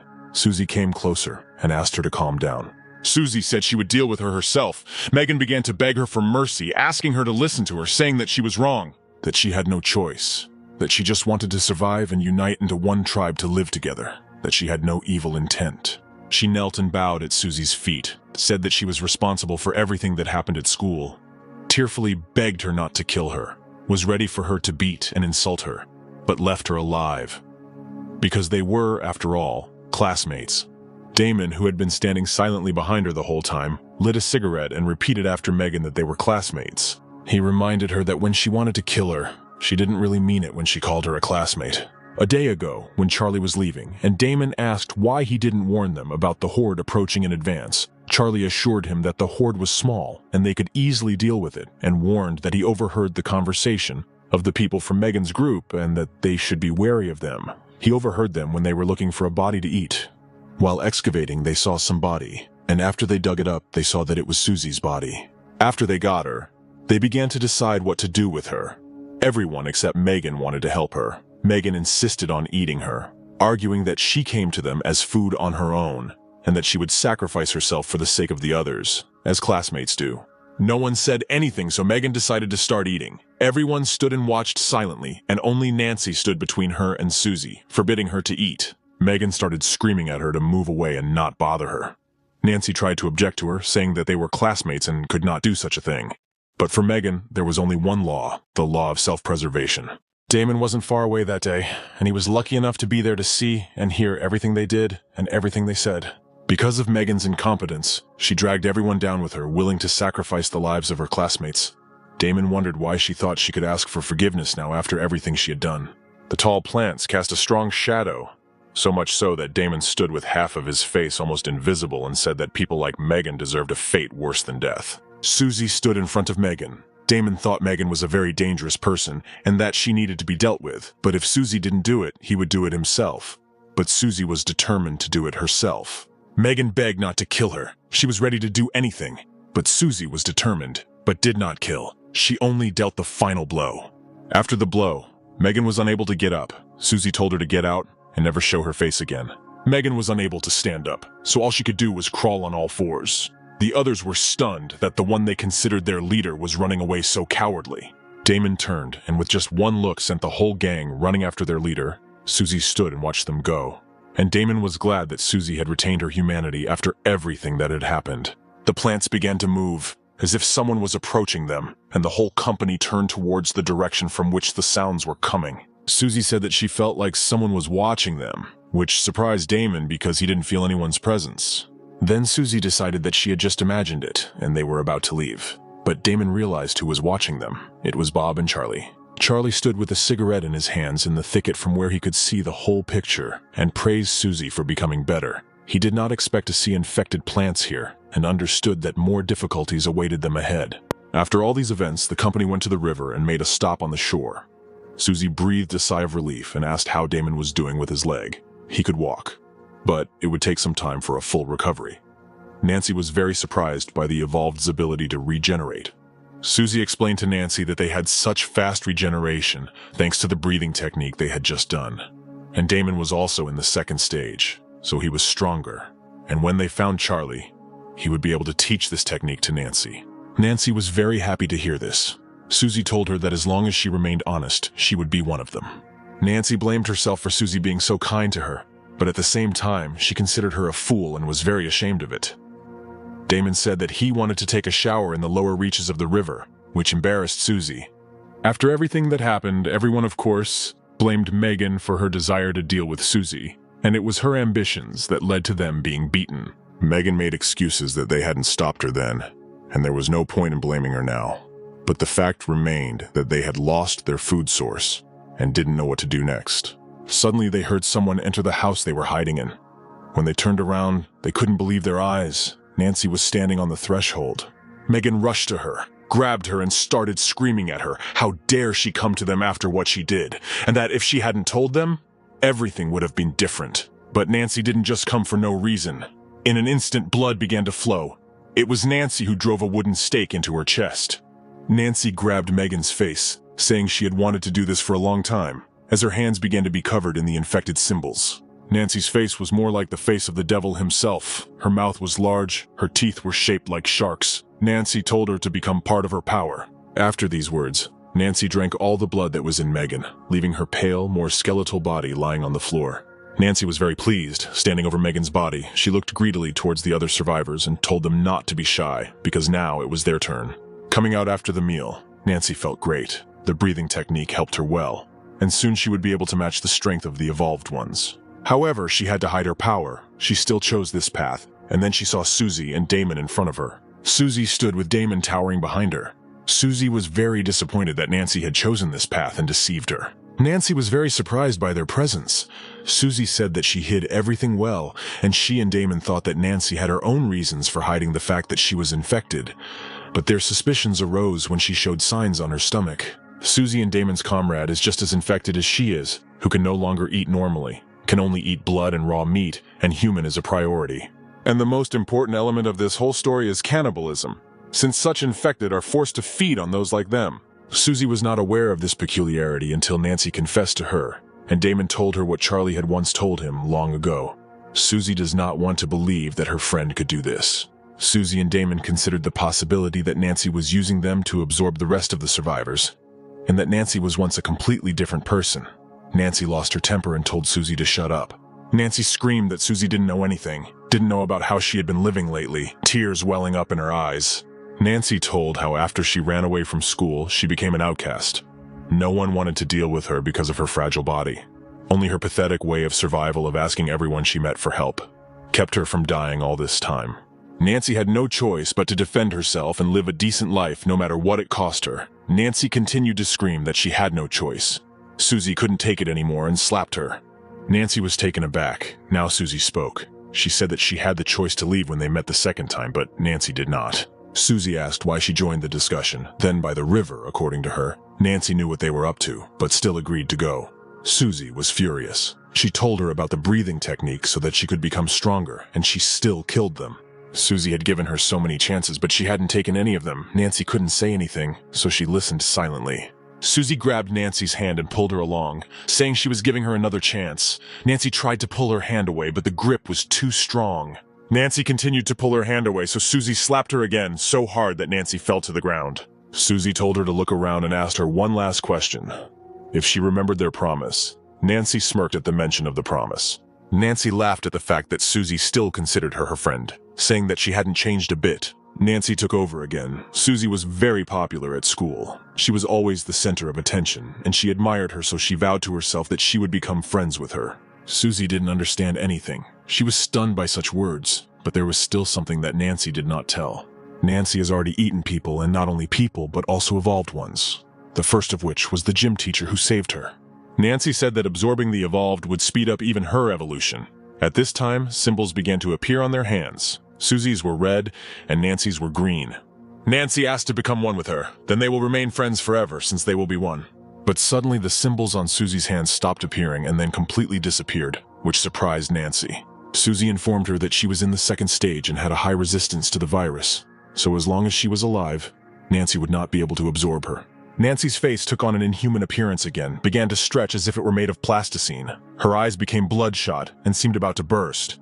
Nancy destroyed the last chance that Susie gave her. Susie broke Nancy's nose with one blow. She fell, her eyes wildly looking up at the sky, and Susie stood next to her, tears welling up in her eyes. Susie was lost in her memories. Different pictures of them admiring the flower meadows together popped into her head. True, these meadows were on the pages of a book, but they wanted to go together someday and see them in real life. It was on that day that they swore on their little fingers that they would be friends and would not lie to each other, and whoever lied would end up in a very bad place and would never get out. Nancy was already dead. Her eyes were dim and she continued to look at the sky. Susie was crying. She promised her to go to the Sea of Flowers together, but this was not destined to come true. But Susie knew that Nancy had kept her promise in a way, and by breaking her vow she was forever in a very bad place.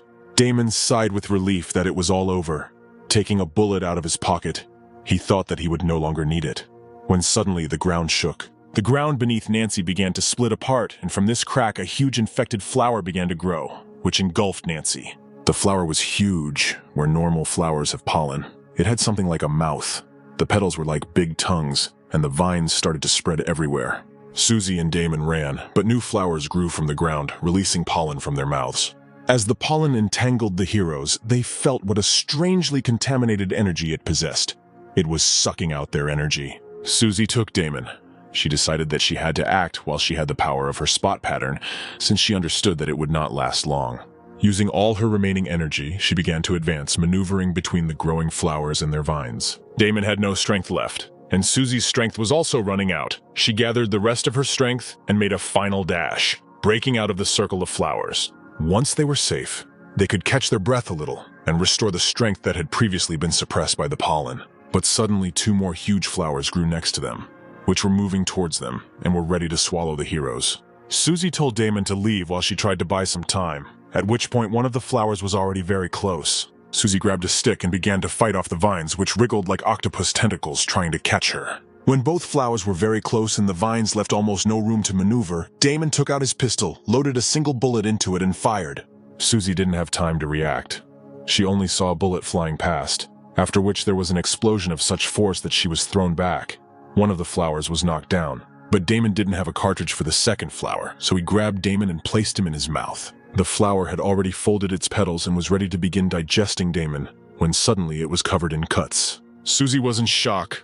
She couldn't believe it. She thought Damon would never get out again. When the dust settled, Susie was able to get a better look. She saw Damon walking, leaning on Charlie, how they walked towards her, safe and sound. Susie sat on her knees and still couldn't believe her eyes. They were both standing in front of her, Charlie holding Damon with one hand and holding his blade in the other. Susie's eyes widened as she asked why Charlie was there, and then she saw Bob and a smile appeared on her face.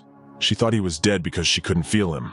Charlie said that he asked to hide his presence, since he was always there to observe how Susie would behave in various critical situations. Only the mutated plant interfered with his plans, since they would not have been able to cope with it. Damon and Susie were surprised by the term tainted plant. Charlie explained that plants mutate when they absorb the genes of a tainted one, and that it is rare, but does happen. Charlie said that having several of these plants in one place poses a great danger, comparable in level of danger to a horde of several thousand infected. But only the big flowers are strong. The smaller ones hardly move, and should not cause big problems. But what is really worth fearing is that they can distinguish their prey from the usual infected. Most of them attack only humans or first stage evolved. Those that are more developed or fully mutated can attack second stage evolved. And the one you fought can be as strong as a third stage evolved. Don't underestimate yourself. You would have enough strength to deal with it. But if you knew the right approach, their infected pollen has a great suppressive energy on the evolved, and an ordinary person can become infected by inhaling it. But the grains of pollen are large, and so, as long as you have protection and a mask, they do not pose a threat.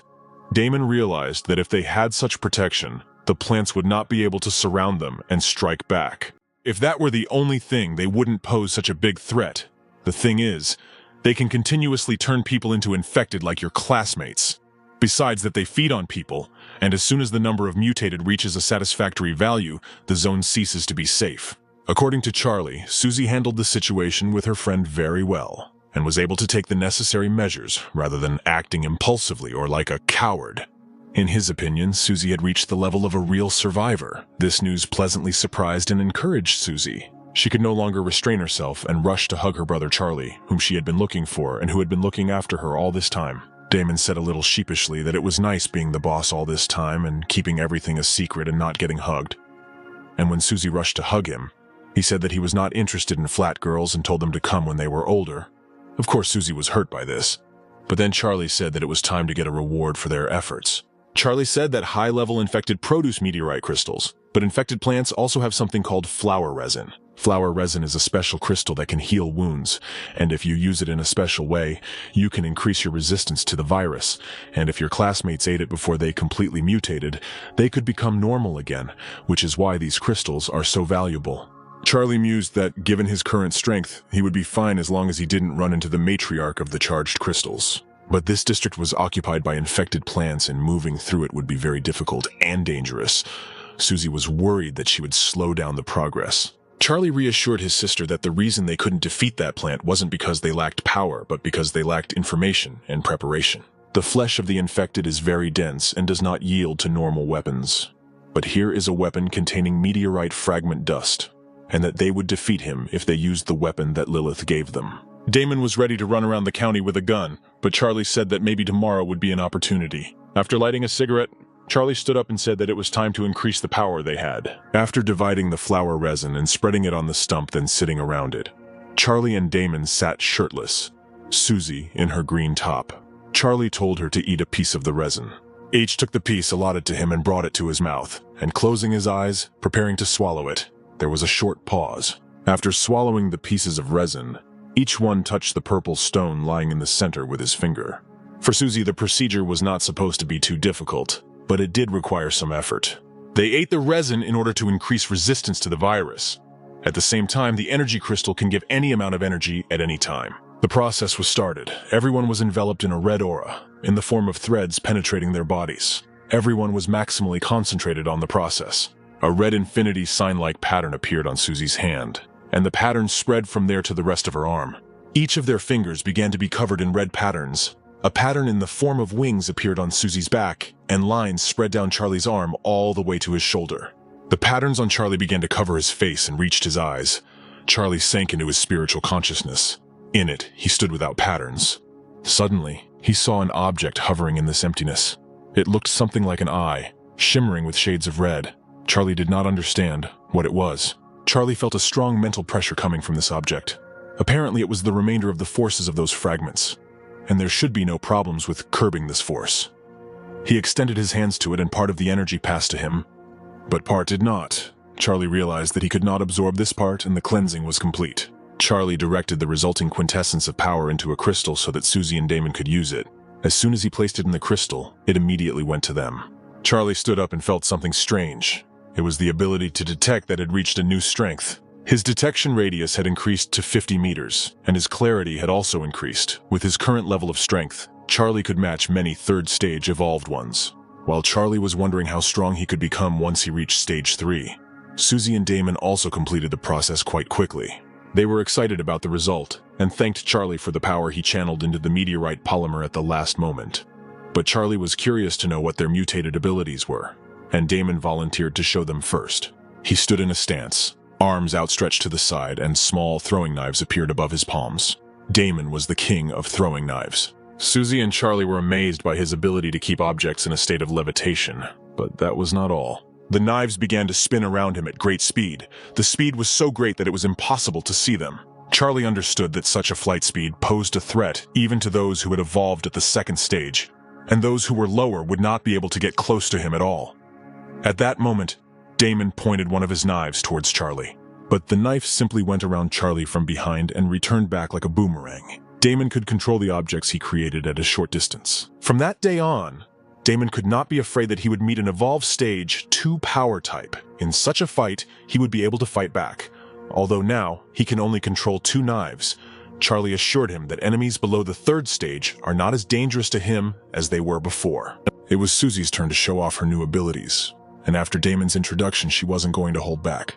Before the boys could blink, Susie was standing in front of them with Damon's knives in one hand and Charlie's cigarettes in the other. Charlie realized that Susie had started moving at the speed of sound, which was not the case with Damon, who did not understand anything. Susie explained to them that she could now move at the speed of sound, but there were some nuances. She could move at this speed for 2 seconds, but this also made her very happy. Charlie was very impressed by Susie's powers, because in those 2 seconds she could cover a distance of 700 meters. Charlie praised the guys for their efforts and abilities. Tomorrow morning they will set out on a difficult and dangerous journey through the Lihua Valley on their way to the prefecture. Upon reaching the gas station, the group changed into suits that were supposed to protect them from the effects of pollen from infected plants. Although Damon and Susie were not very happy about this wardrobe update, Charlie calmed Damon down with a light slap, saying that he had nothing to be embarrassed about. After which they set off. The road sign said that there were 5 kilometers left to the city. As they were leaving, Charlie felt a presence. It was Blendon, Mask, and Adam watching them. Blendon complaining about Charlie constantly noticing him, and Mask was worried that Charlie's mental power could now match hers. Adam couldn't believe that his power at the 2nd stage could compare to the Mask's power. She also didn't quite understand how it happened, but she understood that Charlie had nothing bad in mind. Blendon offered to stop them, but Mask assured him that it was pointless and that she couldn't stop them anyway. And besides, Susie was safe with them. Lihua County was already like a jungle. The infected plants had almost completely engulfed the city and become one with it. When the friends entered the city, they noted that it was very quiet. Like a forest, Charlie explained that, due to the enormous power of the plants, they needed much less time to completely absorb the city, unlike ordinary plants. Charlie assessed the situation with his detection ability and realized that at the crossroads he should go right, since there was a crowd of infected on the left. But Bob didn't think so. At some point in time he froze, and then rushed to the left. Charlie was very surprised by Bob's behavior but still decided to follow him, as he was sure that Bob felt something. Bob led them to an alley where strange infected stood motionless like statues. No one yet understood why Bob decided to go there. In the alley stood the advanced mutated ones, infected with pollen and able to compare in strength with the evolved second stage. Susie was surprised by their number. The concentration of pollen in their bodies was very high, although only 3 months had passed, and with time they would only become stronger. Charlie believed that Bob brought them here because he was hungry, when suddenly Bob rushed again and ran somewhere. Susie wanted to run after Bob, but Charlie stopped her, saying that there were too many infected, and they could not act recklessly. Bob can hide his presence, so the infected didn't touch him, but his favorite food was their brains. And no one understood why Bob ran past. He must have sensed something else. Bob headed inside the garage, leaving everyone else even more confused, because it was full of these plants and something could happen to him. Charlie was worried because there could be other infected inside the garage that were stronger than the ones they saw in the alley. He was worried if Bob could hunt them. Charlie called everyone to be on guard, and they all started moving to help Bob. Bob stopped and raised his head as if listening. Spores of infected flowers were flying above him, when suddenly something fell behind him.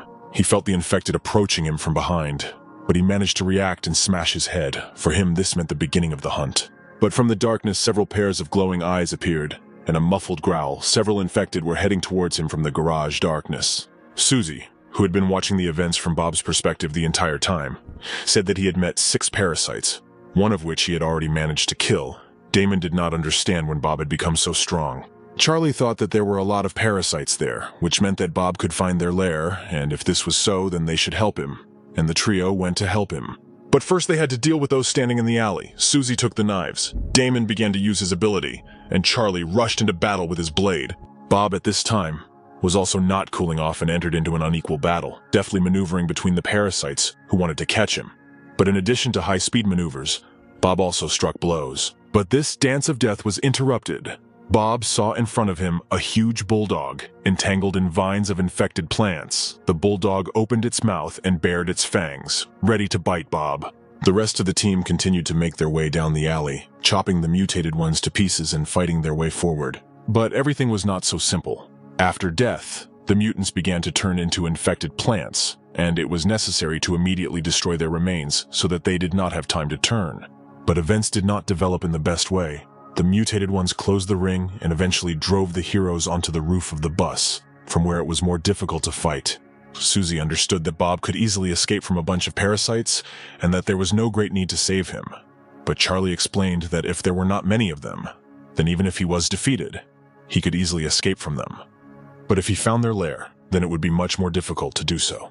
The natural advantage of parasites is the ability to parasitize other species.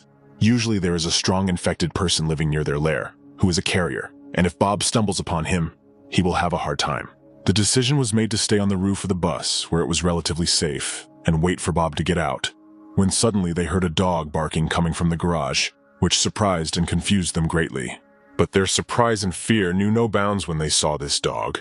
It was the same huge infected bulldog that was chasing Bob. Bob jumped onto Susie's shoulder, and all the other parasites froze with expressions resembling fear as the dog approached. One of the parasites climbed onto the bulldog's back and sat down like a rider. Charlie realized that this dog had become infected with pollen, had grown to such a size, and then had settled next to the parasites and had become their carrier.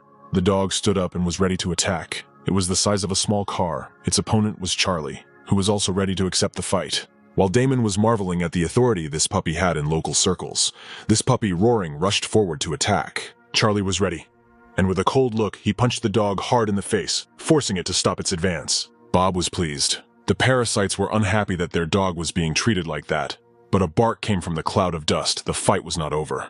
The bulldog stood up, came out of the cloud of dust, exhaled, and in the meantime his rider began to parasitize him, which gave the dog more strength. Charlie was somehow glad about this. He stood and waited for his opponent to strike again and was ready for it. The parasite, which had previously been sitting on the dog's back, began to completely merge with the body until it became one organism with it. The dog was transformed after the merger. The muscles increased and the fur stood on end. Suddenly, Charlie's eyes became black and patterns appeared under them, and he said that he would take care of the dog and let the others watch the developed ones. First, Charlie sent the enemy flying with one blow, after which he jumped and delivered several more blows while he was in the air. After which, with another no less powerful blow, Charlie sent her down. After such a fall, for some time she could not move. The mutants stood in complete bewilderment. Charlie ordered Susie and Damon to deal with the evolved ones and assured that the remaining parasites would not escape. Meanwhile, the bulldog had already gotten to his feet and was preparing to attack. Susie and Damon began to crush the developed ones, and the remaining 3 parasites merged with the dog's body, making it an even more dangerous opponent. After this merger, the bulldog began to look even more terrible and dangerous. The claws became long and sharp, the fur took on a green tint, the fangs also became longer and sharper. Damon was very scared that the others were parasitizing an already strong dog, but Charlie assured him that it was good for them. The bulldog lunged at Charlie, and Charlie struck him in the face, but the dog withstood the blow and received no damage. The dog snorted. Charlie was surprised that she took the blow, but she didn't know that he had an ace up his sleeve. Charlie kicked him so hard that the bulldog didn't have time to react. The blow made him lie down for a while, and Charlie took advantage of this to start retreating. During the retreat, they discussed the fact that this dog had reached the 3rd stage when he merged with those parasites, which meant that he could become even stronger and reach the 4th stage. But it would take a little more time to generate the polymer, so Charlie was in no hurry to deal with him. He had to wait until the dog had completely absorbed the parasite's energy. Charlie intended to play with him so that he would spend all his energy, and Damon decided to cut off the group of pursuers from them and leave the dog without his lackeys. He did this with the help of his rifle and an accurate shot at a high-rise building, the debris of which blocked the path of the pursuers. When they were left alone with the dog, they stopped running and turned to the bulldog, telling him that he was now without his retinue, which made him confused and frightened. When the dog heard that they were going to play with him so that he would use up all his energy, he fell into an even greater stupor. Charlie intimidated the animal by saying that they would beat him so badly that his own mother would not recognize him, and that Susie would practice on the 3rd stage infected. After all these words, the dog was so scared that it did not understand what to do, run away or fight, and could only whine from fear and misunderstanding of what was happening. After giving her a good beating, Susie noticed that this dog was different from the other infected in that he understood their speech. Charlie explained that the parasites affect the host's consciousness, but if the host is strong enough, he can reverse the mutation. Before the merger with 4 parasites, the dog was in the 2nd stage, and after that he was able to break through to the 3rd, and in Charlie's opinion, it was already impossible to pull him out from under the influence of the parasites. In terms of consciousness, the dog was not infected, and Susie doubted whether they should kill the animal, but Charlie was adamant in his opinion. Any infected person is an enemy of man, so he still had to be killed. At some point, the dog began to shake, the flowers on his back began to wither, his claws returned to their normal size, his fur changed color and stopped standing on end.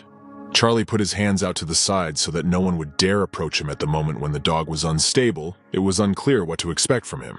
After some time, an ordinary dog stood in front of them, of ordinary size, with ordinary claws, teeth, and fur. Only one eye was missing. Charlie was surprised that he was able to free himself from infection.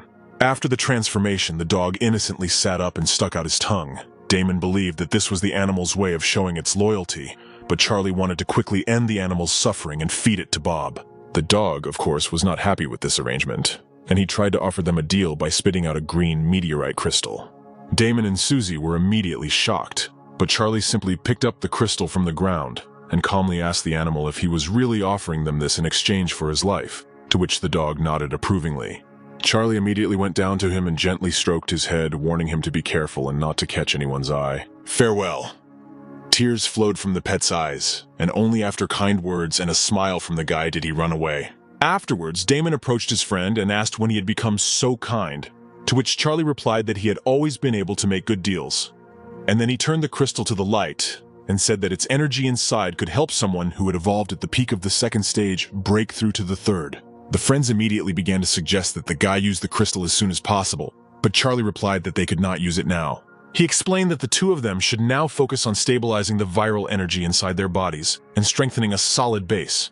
As for him, he was afraid that he wouldn't be able to reach the third stage, even if he had a dozen of these crystals, and that although he was stuck at the peak of the second stage, his strength had long since reached the level of the third, and if he wanted to evolve to the next stage, he would need 10 times more energy than other evolved ones. Charlie suggested giving the crystal to Bob, who brought it, and as for the dog, he said that he had already left a trace of his mental power on him. Damon asked if he was abandoning the dog, to which Charlie still replied that he never made bad deals. Afterwards, Charlie suggested that they quickly find shelter and finally let the hamster eat the crystal, and after a while the guy tried to shove the shiny thing into his mouth, but Bob dodged it in every possible way. Susie was horrified by such torture of her pet and asked if he would really be okay, to which Charlie replied that she should not worry and assured the guys that he had long ago shared his part of his mental power with them. Once she was sure it was safe, Susie immediately took Bob in her hand and shoved the crystal into him. She scolded her pet, and after some time the latter began to experience a reaction to what he had eaten.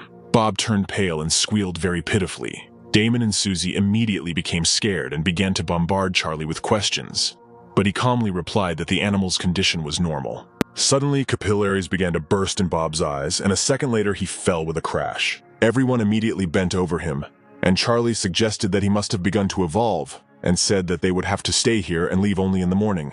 Suddenly, the company heard a shot in the street and looked towards the window. They didn't see anyone in the area, but still, the gunshots were a bad sign, and Damon asked Charlie what they should do. Charlie reported that the gunshots meant infected were roaming the area, and that the area was no longer safe. He ordered his friends to take Bob and leave immediately. Already running through the streets, the boys continued to hear shots, but only one weapon could be heard. Suddenly, Charlie stopped abruptly as he noticed something just around the corner. Damon and Susie asked what was going on, and the guy suggested that they take a look at what was going on. A man pointed a gun at a child and demanded that he let go of a woman lying on the ground. The child, with infected flowers firmly attached to his back, devoured the flesh of his own mother, who, unable to move, died slowly and painfully. Susie looked at all this in shock. Charlie explained to the girl that it was just an infected plant that infected the man's son and made him go crazy and kill his own mother.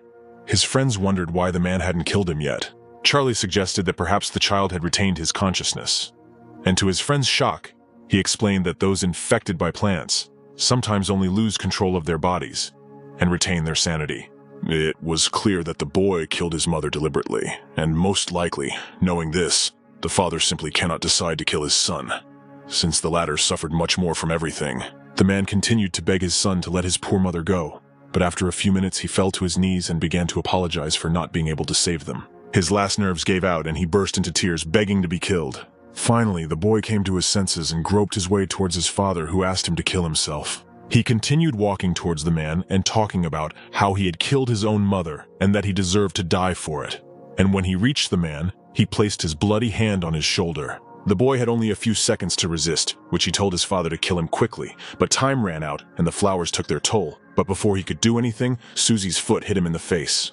Damon informed Charlie that the baby was still hot-tempered, to which the guy replied that otherwise she would not be herself. Charlie said that despite everything that was happening everywhere, they still remained human, which is what he liked about the girl. The man handed the gun to Susie with trembling hands, and the girl said that if she became like his son, her father would immediately kill her, because being a military man, he would obey orders. Susie also called the boy lucky, because even having turned into this, he still had a loving father, after which she handed the gun to the man, saying that it was up to him to make the decision.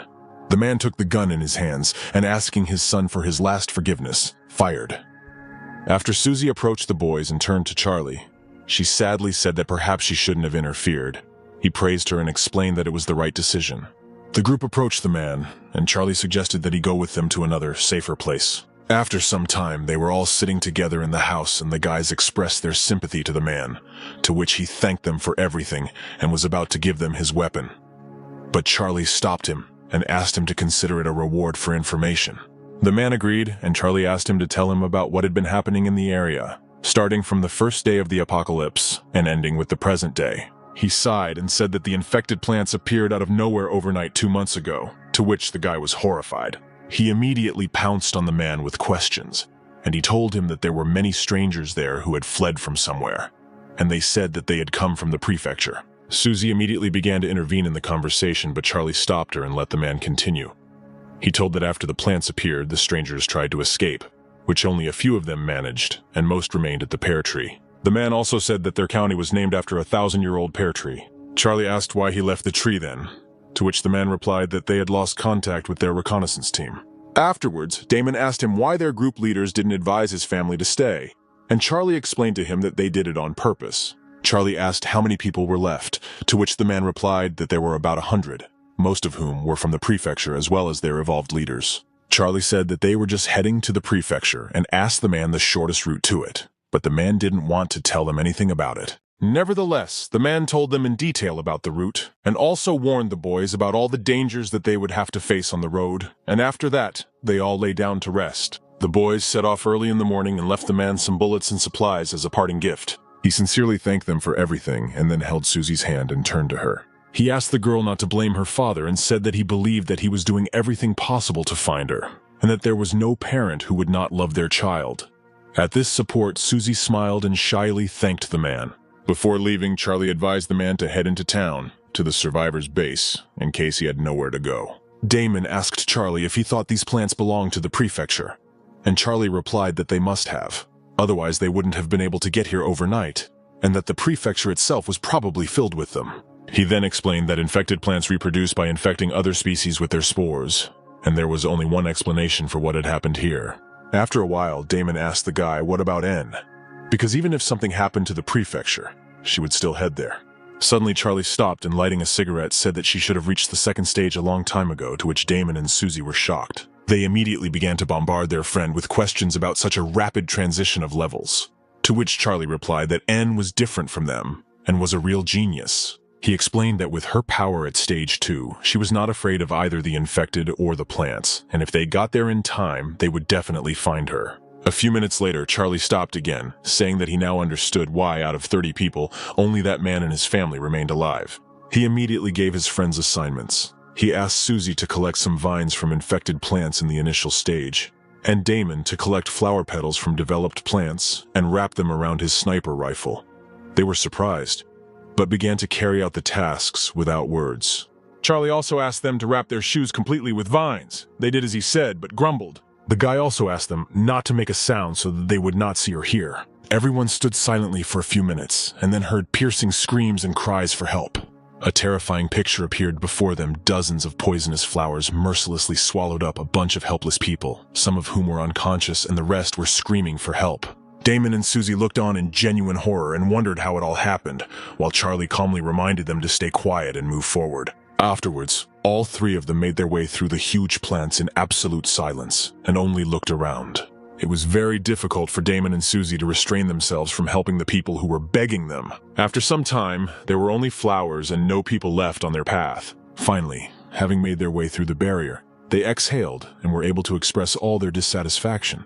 Charlie told them that the place was a collection point for infected plants, and at the same time, a trap for luring new victims. Charlie also explained that plants do not have the ability to intentionally kill. First, they catch a few people, then hang them up high enough so that others can hear their calls for help. And to make sure that the bait has worked, they immediately parasitize them. The guy also reminded that the infected are their enemies, and it doesn't matter who it concerns. As soon as it becomes clear that a person is infected and there is no way to save him, he must be eliminated immediately. Stopping at a safe place, Charlie reported that he had already scanned the road ahead and found several survivors, and that the tree was quite close. Then he told his friends to get ready to pick up the pace, to which they immediately agreed. All 3 looked out from behind cover and found survivors fighting with infected at the entrance to the building. Their leader commanded the people to move inside and to aim only at the legs of the dead so as not to kill them. Of all the survivors, Charlie singled out only their leader, who is an evolved one. And although he is not that strong, he feels a fluctuating mental force in him, which indicates that the guy is at the peak of the first stage and can compare in strength with Bruce. Damon disagreed with him and said that this guy was dealing with the infected too easily, but Charlie suggested that it was the gun, and it seemed to have a deterrent effect on the green infected. Afterwards, Charlie reported that these people were well trained in both attack and defense, in addition to which they remained unperturbed, and even if they did not have weapons, their teamwork was good enough to withstand such a threat. Having finished, their leader ordered the fighter to take the second group of people and go set up barricades. The masked men immediately took the iron cubes and dragged them to the gate. Damon immediately informed Charlie that they had begun setting up obstacles. He also asked why they were going to so much trouble to build a line of defense, and whether they were planning to occupy this underground supermarket and make a new strategic point there. Charlie explained that there were a lot of supplies in this supermarket, and they couldn't take it all in one go, so some of them had set up barricades and would protect them until the others had taken everything out. The news of the supplies immediately gave Damon and Susie a little idea, reminding them that they didn't have much left themselves. Charlie immediately looked at the guys with a disapproving look, thereby making it clear that he did not like their idea. Meanwhile, the survivors continued to deal with the remaining infected, and their main Adam poured gasoline on the crowd. On his orders, the liquid was set on fire, and within a second the dead were dying one after another from the hot flames. The team of survivors began to rejoice because they finally succeeded. Adam told the others what they had left to clear out inside and asked them to check and count the supplies, to which he received the answer that they had very few spears and shields left, and that they would not last long. To which the guy replied that they had no other choice, and his partner suggested that he take out the rest. Adam immediately condemned him and stated that they had already done a hard job, worthy of praise, but they could not cope with what was inside, when suddenly the guy was informed about the approach of guests. Adam turned around lazily to find Charlie, Damon, and Susie standing in front of him. Everyone else immediately began to whisper, not understanding who they were, but they understood one thing: all three were evolved. Adam immediately relayed the news to his friend on the radio, and Charlie called the guys to follow him straight to them. Charlie walked forward confidently, and finding himself shoulder to shoulder with Adam, simply pushed him aside and walked on.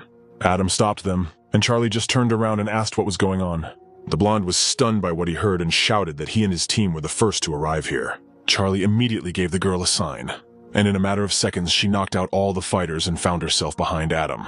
He was surprised by the girl's speed, but as soon as Susie tried to attack him, Adam had already moved to the side in one jerk. The three of them were shocked and fell silent, and Adam stated that he and his team had put a lot of effort into clearing this place, so it rightfully belonged to them. Charlie praised him because there weren't many experts in Lihua County, and Adam realized that the three were not from here, and upon hearing this, the others were also surprised. Adam asked his team to step back and said that he would deal with the guests himself, and a second later he was behind Charlie, holding a knife to his throat. Suddenly, right after that, the blonde split into three personalities, and the other two also put knives to the throats of Damon and Susie. With one voice, all the individuals demanded that they leave, otherwise something terrible would happen to them. Adam turned to Charlie, having long since realized that he was the leader of their team, and advised him not to move from his place. Suddenly, Charlie realized what the trick was and began his transformation. He immediately dispelled the illusions and deceptions created by Adam and freed his friends. Adam immediately fell to his knees, not understanding how the guy managed to reveal all his cards. Charlie only told him that he had a good ability from the mutation, but his mental strength was not enough to affect him. Adam just looked at him and wondered how the guy was able to completely suppress his energy. So much so that the illusions not only didn't work, but he also dispelled them, and Charlie and the guys went on. Suddenly, Adam stopped them and asked them not to go down, explaining that there was a huge infected plant there, and although he recognized their strength, they still couldn't handle it alone. After which the guy suggested that they wait for their team and go there together, joining forces. He also suggested discussing the distribution of supplies, but Charlie said they didn't need it. Charlie's team walked on silently, and Adam's team couldn't understand why they were acting like this. The partners offered Adam to help the guys in case of danger, and also remembered that he was the only one who went down there. They began to ask the guy what he saw there, to which Adam replied that there was no need to worry, and no one touched the supplies. One of the guys told him that 10 days had passed since then, and Adam didn't think that by now someone could have gotten ahead of them, but he rejected that idea. Adam told them about the huge flower inside, and stated that if they wanted to destroy it, they needed the evolved ones from their reconnaissance team, and those who entered there would most likely die. He ordered the others to immediately collect as much food and mineral water as possible, and the rest was at their discretion.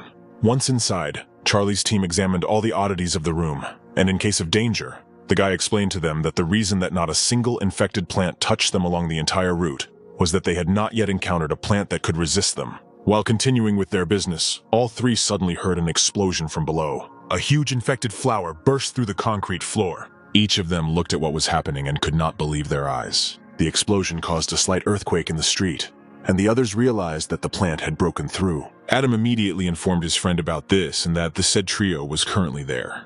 10 minutes passed and the sounds died down. Adam decided that all three were dead, and then told the team that perhaps in the future they would evolve, but would not become invulnerable. He began to lecture his subordinates, telling them not to become like this bunch of arrogant people, prey for the infected. They immediately obeyed and fell silent. Adam smiled and rallied the team to continue working hard. However, after a few minutes, the entire team, including Adam, noticed a basketball moving on the ground near them.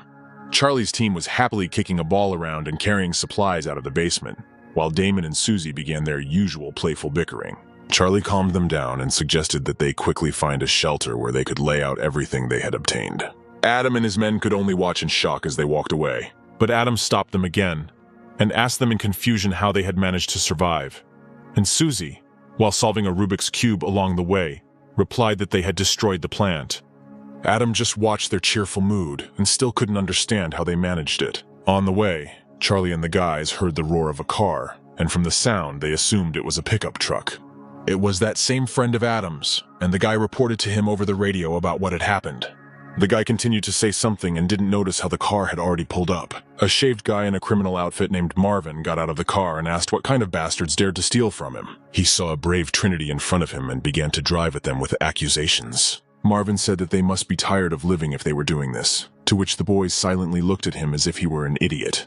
Adam immediately rushed to him to explain everything, since he understood that all three were much stronger than them, and Marvin could do some bad things. Marvin didn't even listen to him and accused him of idleness, and Adam froze in place. The fat man yelled at the guy and turned to the three, also yelling and asking what was wrong with them. The trio stood in absolute calm, and Damon asked Susie if she thought the brutal guy was cute, and she replied that he wasn't her type at all. Afterwards, the team simply walked past him, and Marvin became even more angry. He said how dare they ignore him and jumped over them in a second. Falling on his butt and rising again, he declared that no one dared to pass through him, the great brother Marvin, so easily. Adam quickly rushed towards him and tried to stop him from speaking. However, Marvin pulled the guy towards him by the scruff of the neck and, without listening to his convictions, punched him in the face. Adam immediately flew to the side, and Damon laughed and asked Marvin what he was looking at so intently. In response, Marvin yelled at him. He came close to Charlie and demanded that they leave all the supplies they had obtained honestly with them. The company ignored the guy again, and Charlie continued to lead the guys. Marvin's head began to smoke from anger, which his subjects immediately noticed. This meant one thing: Marvin was furious and was going to start a serious fight right now. At that very moment, Marvin rushed towards the trio, demanding that they return immediately. Having caught up with Charlie, the fat man raised his fist over his head, and Adam tried to warn him that he should not do this under any circumstances. His blow was immediately stopped by Susie. Marvin was shocked, not understanding how this was possible. The girl was really angry with him because he had prevented her from finally solving the Rubik's Cube, and she demanded that he disappear quickly. Then she hit him with all her might on his thick mug and added a pirouette with a kick. The whole team looked at this with shock in their eyes, and Susie turned to Charlie with the sweetest smile and showed him the solved Rubik's Cube. Marvin still couldn't calm down and accept defeat, when suddenly Adam ran up to him and asked him to stop immediately. Couldn't he see that they were much stronger? Afterwards, Adam took him to the basement of the supermarket and showed him how the trio dealt with the infected plant. Adam told his brother how quickly they dealt with the flower, but Marvin became furious and asked why the hell he didn't tell him about it earlier. Adam immediately began to make excuses by saying that he had personally told him about it, and Marvin almost hit him again. He finally lost his temper and demanded that they quickly catch up with the three who had left. Having caught up with the guys and apologizing for everything, Marvin began to offer the trio cooperation, to which Charlie only asked to hand Adam over to them for just one night. Adam immediately turned to his brother and said that this all looked very strange. The fat man didn't listen to him and shoved him into the trio, telling Adam that he simply had to sacrifice himself for the sake of everyone else. Charlie informed his friends that they would have to stay with Marvin's team today while he and Adam had some things to sort out. Suddenly there was a squeak in Susie's backpack and Bob jumped out of the pocket. Charlie immediately went down to the hamster and, stroking him, noted that this time he woke up quite early. Afterwards, the guy took him with him and pulled Adam by the hand, and the teams dispersed. Marvin only asked the others why Charlie had brought the hamster with him. After a while, the guys arrived at their destination, and Charlie asked Adam if he was afraid of him, because the guy looked quite worried. Charlie assured him that if he didn't do anything stupid, he wouldn't touch him, and then asked Adam to wrap his legs with vines. Adam immediately began to rant about how he still didn't have a girlfriend and didn't want to do things like that, to which Charlie demanded that he fulfill his request. Adam asked him to tell the guy what exactly they would be doing. Charlie only replied that he would take him somewhere, and the guy would figure it out himself. Having finished with the vine, Charlie led the guy to the infected flowers and people drowning in them, where he had previously brought his guys. Adam was familiar with this place, as half of his team had once died here. Charlie asked the guy to calm down and assured him that he knew what he was doing.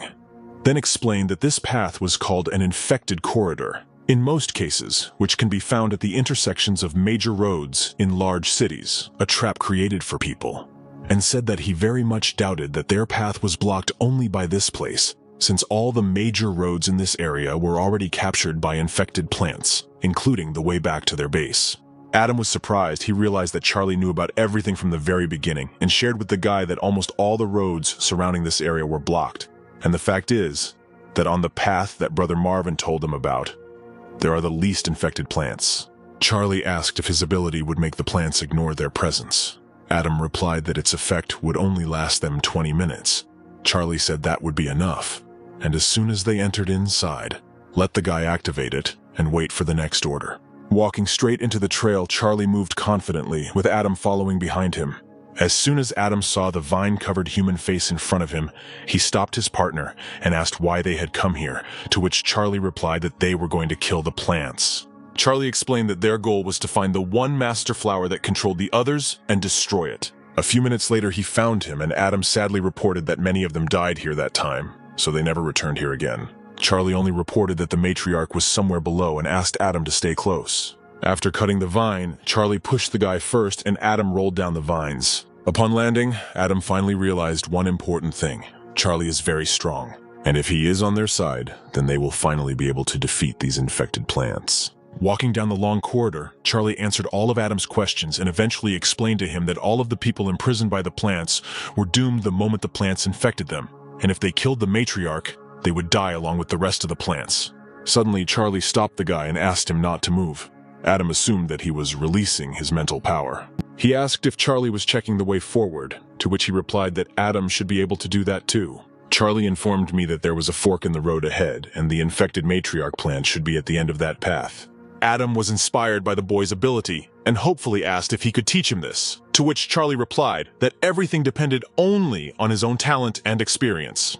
Charlie immediately handed Bob over to Adam and asked the guy to stay with the hamster so that he could protect him from crossfire if necessary. Charlie reported that once he confronted the matriarch, the plants would go into a frenzy and Adam's ability would likely lose its effectiveness.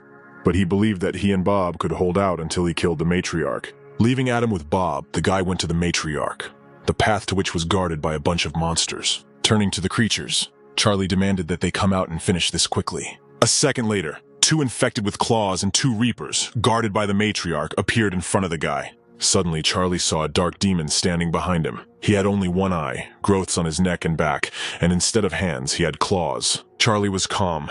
He asked the infected if they would attack one by one or all together, after which the infected with claws rushed to attack. Before he could begin his attack, he was immediately cut down. The rest of the infected were surprised that his comrade was dealt with so easily. But as it turned out, everything was not so simple. And at the very last moment, the infected with claws managed to dodge Charlie's blade, losing only his hand. Charlie was surprised that they had learned to dodge the blows, but this did not affect his fighting spirit, and he delivered another crushing blow. After striking, Charlie jumped back to have time to think about his next strategy for the fight. But at the moment of impact, a dark demon appeared and saved the infected with claws, parrying Charlie's blow. It was necessary to think carefully about further actions. These infected attacked in groups and supported their allies. But these plants would not be so easy to deal with. The infected had lost his main weapon, the claws, so it didn't make much sense that the dark demon had saved him. Charlie mocked them. Why haven't they called their master yet? Maybe they are waiting for him to deal with them all.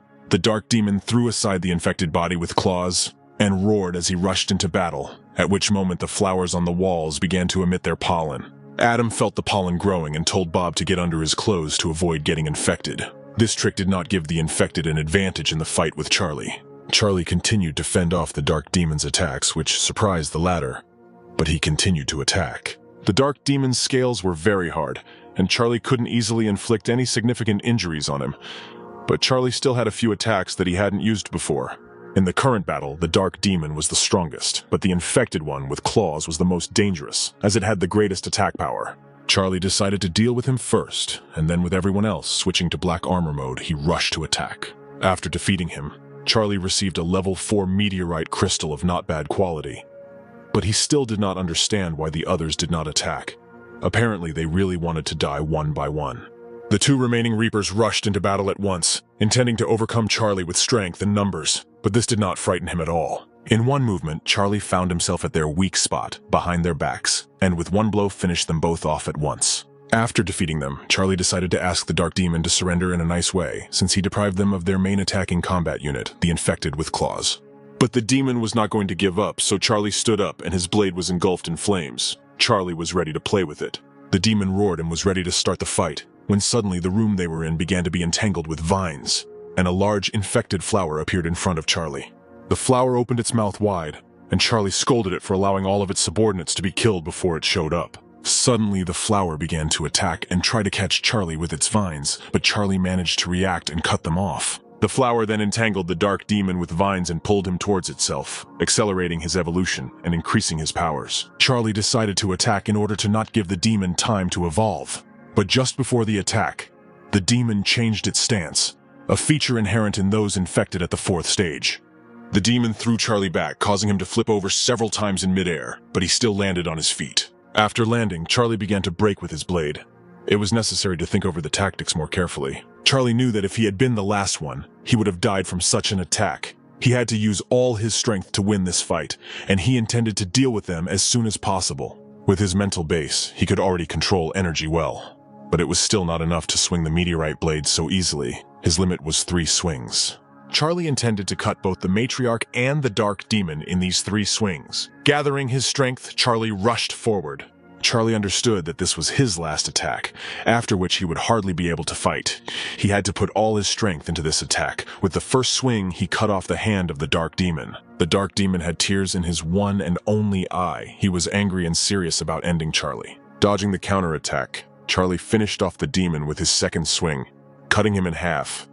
That was 2 swings, and the last one had to finish off the matriarch. Pushing off the demon's body and the other off the floor, Charlie lunged towards the matriarch, preparing to deliver the final crushing blow. Having made the 3rd swing and cut the plant, Charlie did everything so quickly that the defeated dark demon did not have time to fall yet. As Charlie thought, such an attack would use up too much strength, and if he had to continue the fight now, he would hardly be able to do so. But the battle was not over. Charlie saw that the real matriarch was hiding, having sacrificed herself to the dark demon. The matriarch looked like a flower with 6 petals on the edges of which fangs were located. 3 fangs on each petal. Instead of pollen, 2 red eyes were visible, and a mouth with large and sharp fangs. Charlie had no strength left to continue resisting, and the matriarch began to entangle him with her vines in order to consume him and replace him with the dark demon. But when he had already trapped Charlie in a cocoon, Charlie somehow managed to destroy it and free himself from captivity. Charlie understood why the matriarch hid until the last. He waited until Charlie spent all his strength. But Charlie was not so simple.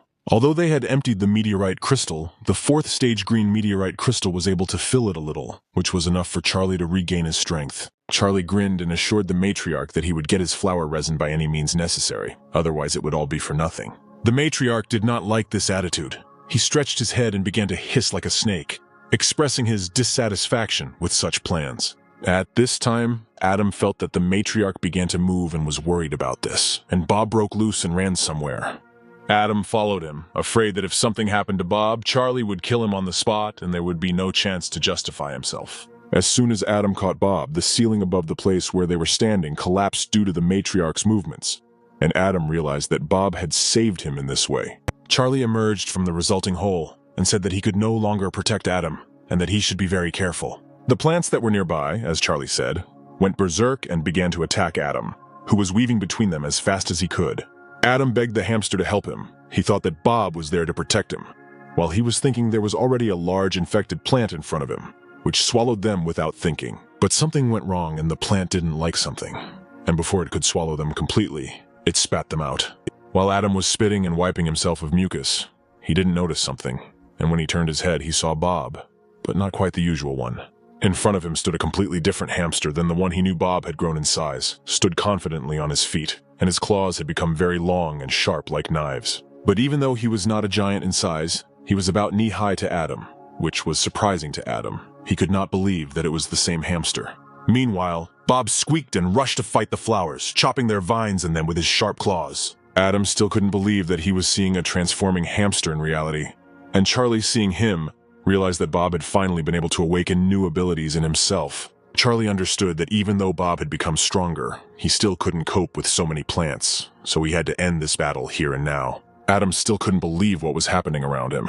The transforming hamster and the guy who was attacking the infected plant. Everything seemed more like a dream than reality. At this time, somewhere on the roof of the building, Blendon and Mask were watching what was happening. Mask assumed that the problematic place would soon be destroyed. Blendon couldn't believe that anyone could take down that plant lair, since even they couldn't do it. Mask assured that everyone has their own strengths, and Charlie's is the strong attack power. Maska told Blendon to return to the base when the corridor was cleared, and she herself, as soon as everything was over here, would go to the prefecture. In this state of affairs, Mask was powerless. Even with all the desire to stop Charlie, she will respect any of his decisions, whatever it may be. After winning, Charlie laid out all the crystals he had mined, and Bob tried to eat some, so Charlie had to drag Bob away. Adam didn't understand anything. Adam saw how much resin Charlie had managed to get after this battle, and was shocked by the amount. But he didn't want to be there anymore, so he urged Charlie to collect all the resin and leave. Charlie remembered that Adam had been swallowed by an infected plant and could become infected, so he gave him a piece of resin to rid Adam of the prospect of becoming infected. After Adam heard that he had to eat this resin, he was so stunned that he rocked back and forth while sitting. It was disgusting for him to eat it. He turned green and asked Charlie not to tell anyone what happened that night. Upon returning to the others, Charlie said that they had sorted out their little matter, but Adam was still confused. And the rest of Adam's team began to tease him about what they had been doing last night that made him look so tired. Adam could not stand such questions. He felt sick and vomited. After which he asked the others never to remember this. Charlie approached his team. They asked him if he had managed to get something. Charlie answered in the affirmative, and Bob squeaked. Marvin approached Charlie and asked when they could move towards their base. Charlie said that they could move now, and 10 minutes later they were at a wall of infected plants. Approaching the wall, Marvin explained that if his team attacked at once, they would be able to defeat 2, maximum 3 plants, and there were a lot of them there. Charlie asked Marvin if they had ever fought so many infected plants, or if they had fought at all. Then Marvin gave the command to line up, and as one man his soldiers lined up, and then he assured the boys that his men were professionals in their field. Marvin gave orders for one part of the team to take care of the right flank and the other the left, so that they would not rush forward, but slowly but surely wear down the plants. After which, to raise the team's morale, Marvin shouted and asked if they believed him.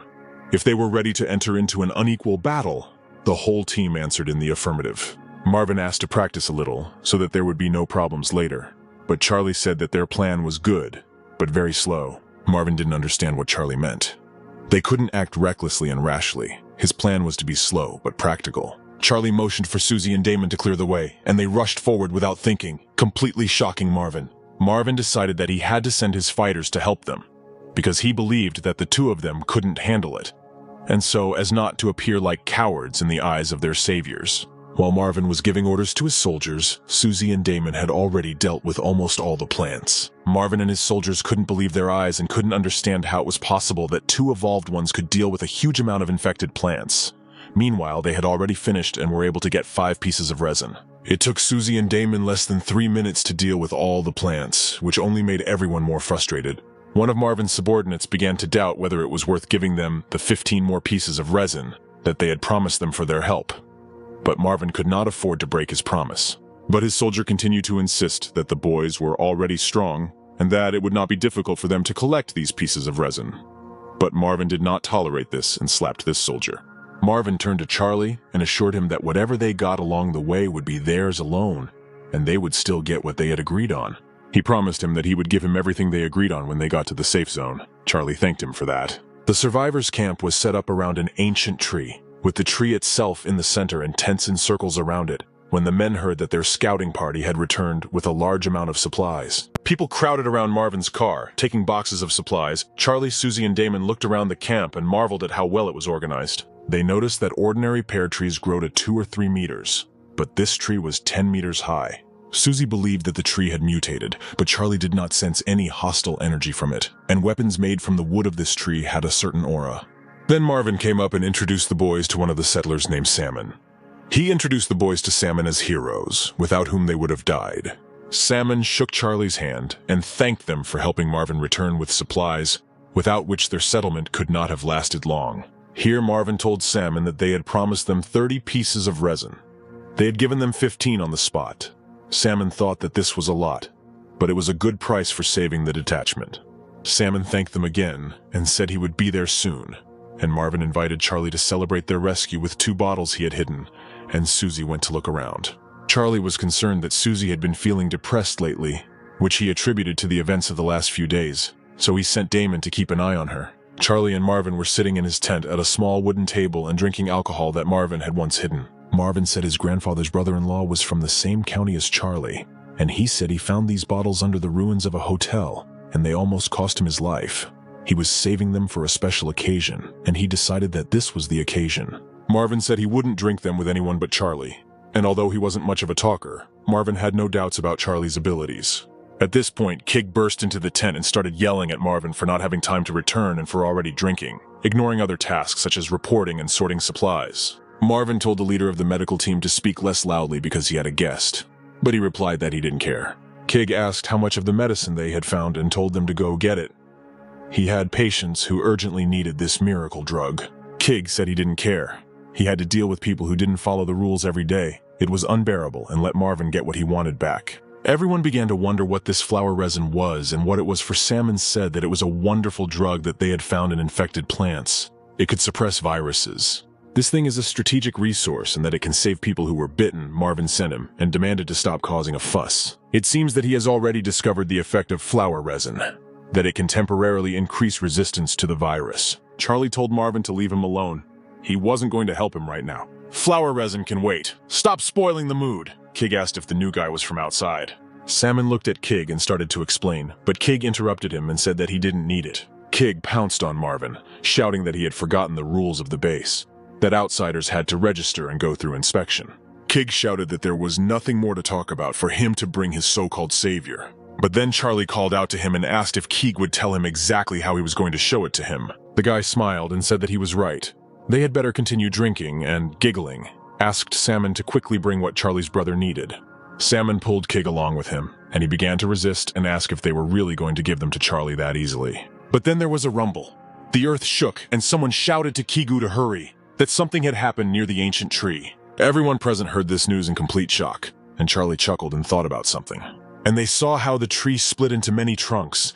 Everything exploded around it, and people ran away from this place. Susie, holding the frightened child, asked Damon what was going on, and he replied that he had no idea. Soon the tree's rampage ceased, and fragments of stone blocks, large branches, and debris lay around. Susie put the boy down on the ground and said that he was safe. He needed to find his family. And then his mother was found. The boy told his mother that Susie had saved him, but his mother accused her of causing all this to happen because of them, and people began to gather around them. The people began to approach menacingly, but at that moment Kig appeared and ordered everyone to step aside. Kigu replied that Damon and Susie had gone to take a look, and when no one was looking, had touched the ancient tree, causing it to go berserk. Damon exhaled, calming himself, and an enraged Kig said that he was talking to him, and who their leader was, he wanted to see him. The young man replied that no one had told them about it, and Susie supported him and said that they should have warned him. Kig continued to yell that this was not a tourist area and that they should call their leader right here and now. Then a voice was heard asking what was going on here, and Charlie appeared before everyone's eyes. Marvin apologized for them and said that these 3 were good friends of the reconnaissance team. They did not yet know the rules here. But Van was still excited, and pointing his finger at the ancient tree, he yelled why it was going crazy, since this had never happened before. Kig demanded an explanation, and Marvin asked him if he was crazy. Kig turned to the people present and said that no matter what happened, the ancient tree was furious because of these 3. People began to talk among themselves, saying that they didn't even know where these 3 came from, and most of them decided that they had to leave. Marvin asked him what he was doing. Was it really worth a little flower resin, and couldn't he see that the tree roots had destroyed everything here? Marvin told the reconnaissance team to get ready to clean up the mess. Marvin hissed back. As long as he was here, they wouldn't lay a finger on his brother, and the rules could go to hell. These words made Kig even more furious. Charlie told Marvin that he appreciated his actions, but he didn't need to take responsibility for it. Charlie headed to the place where the tree was raging and cut off all the fallen branches. And then Kig fell to the ground, and Charlie's weapon hit the ground between his legs. Kig asked in a trembling voice what Charlie wanted, and Charlie asked indifferently in response if he was happy. Kig slowly crawled away from the terrible blade and asked what the young man was up to. Charlie asked him if he really thought he wouldn't notice how Kig was weaving intrigues behind his back. He shouted that this was nonsense, that they started it all, and that he was now acting in the interests of his people. Marvin was indignant. He said that those 30 pieces of flower resin were the reward he promised Charlie. Keeg continued that the only thing Marvin was good at was drinking with his subordinates all day long. Suddenly, Marvin burst into tears, fell to his knees and moaned that he was hopeless and asked everyone for forgiveness. Each time there are fewer and fewer supplies, and people do not dare to go further. He sobbed and said that he had let everyone down and was complete trash. But Charlie replied that Marvin should not shed tears over such a person. Keeg does all this because he can't bear to see 3 strangers, of course, and he can't look at himself. Marvin did a lot for people. Keeg crossed the line, and it's sad to see. Flower resin is not comparable to lives. And because of some idiots and 3 strangers, they dare to blame him. If it weren't for him, they would have died a terrible death long ago. But then a menacing cry of silence was heard, and Blendon appeared before everyone, returning unexpectedly. Marvin asked them to take care of the safe zone, and this is what he sees when he returns here. Blendon told him to report in as much detail as possible what exactly happened, and he began his story. Marvin ended his report by saying that if Charlie hadn't saved them, they would still be trapped. Blendon shouted idiot and hit Keeg so hard that sparks flew from his eyes. Charlie noticed that Blendon was at the end of the second stage. He offered to join the safe zone. Charlie refused this offer. He had other things to do, said goodbye and told his companions to pack their things. Blendon glared at everyone present and said it was time to hold a meeting. He slapped Keeg across the cheek again and told him to look at what he had done. Keeg screamed. They broke the rules and touched the ancient tree, and he was almost able to create an improved version of the miracle drug. Blendon said that those 3 were damn strong evolved ones, each one of them stronger than him. So from now on, Marvin will be in charge of everything when Blendon is away, and Keeg will continue to treat the wounded. Blendon asked the mask what to do now, and the woman replied that she would continue to follow them. She noticed that Charlie recognized him but didn't show it, which meant that he didn't see them as a threat at the moment. Meanwhile, Charlie and his friends were moving away from the base. Something was wrong with it. In his past life, he had never heard of this ancient tree. Charlie was disturbed by a strange viral energy. Something is definitely wrong here, perhaps even dangerous. There are at least 5 evolved beings on the base. They should all have realized that something was wrong here. Charlie said the mask had been following them from the start, and after the skirmish with them and the landslide, they started keeping their distance from them. There's no need to worry about it. With their current strength, Charlie and his friends can easily deal with all those evolved ones. Charlie didn't understand how this could be, because the growth rate of these plants shouldn't be that high. They walked some more and came to a place where there were no plants. Something was wrong with this place. The closer they get to this place, the smaller the detection radius becomes. Plants have taken over almost all the roads leading out of the city. Charlie was afraid that it was a trap, because the infected plants are smart. They didn't know what to do and were already thinking of going back and fighting. But then the friends heard barking and the bulldog ran out to them. It looked like the dog was trying to tell them something. It looked like they shouldn't go there. Charlie tried to ignore it. Then the dog bit. It was very noble of him to come all this way to stop them. Charlie asked the dog if he could sense the danger in front of them, and the dog nodded. In addition to flower resin, they are required to obtain high-quality green meteorite crystals from this district. They put the hamster on the bulldog's back and told Bob to protect the dog at all costs. It was time to have fun. They stood back to be able to repel an attack from any side, and the danger had already increased many times over. Bob suddenly released his huge claws and jumped off the bulldog, who recoiled from him in horror. Charlie, looking at the infected plants, told his friends not to hold back and to give it their all. Damon and Susie shouted that they understood everything and rushed to attack, cutting off the moving shoots of plants. Soon the dog that Bob was protecting could only hear the cries of his friends as they cut down the infected plants. An hour later, they stopped to catch their breath. The entire square had turned into a large, cleared area. The bulldog heard one of the 3 say that this amount should be enough, and he became worried. Soon Charlie, whom the dog perceived as a deity, handed him the crystals and told him to enjoy them. It was all for him. Bulldog absorbed a lot of crystals. And is it true that he can transform them into meteorite crystals? And Charlie confirmed this. Soon the dog began to concentrate them, but Damon was afraid that he would run away after he swallowed everything. Charlie patted the dog on the head and said that if he behaved well, he would not chop him into pieces. They had collected about 60 pieces, and now that they had let the dog eat half, there were 35 pieces left. After eating, the dog fell down snoring and slept for 2 hours. Damon, Susie, and Bob will protect the dog, and Charlie needs to sort out some things in the evening. Doesn't it seem strange to them that they became the target of plants right after leaving the base? So he will go on reconnaissance. With the strength they have, they could just push forward, but you can't do that. You can't just push forward by force. They are strong, but it is worth avoiding large battles with infected plants. Charlie advised his friends to find shelter somewhere, and after sunset he headed back to base. As Charlie crept up to the base, he heard Keeg up to no good. Keeg started yelling again that his subordinate would do what he said. Blendon would be grateful to them for what they did.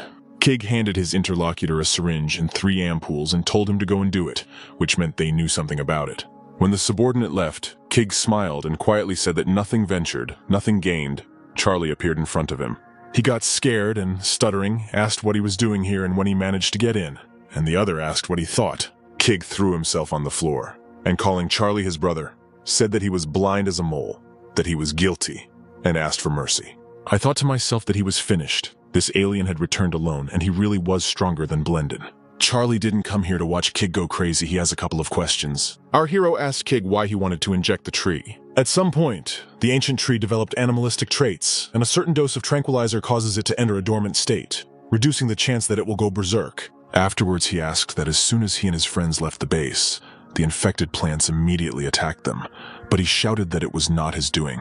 But the question is, what is the connection between plants and this tree?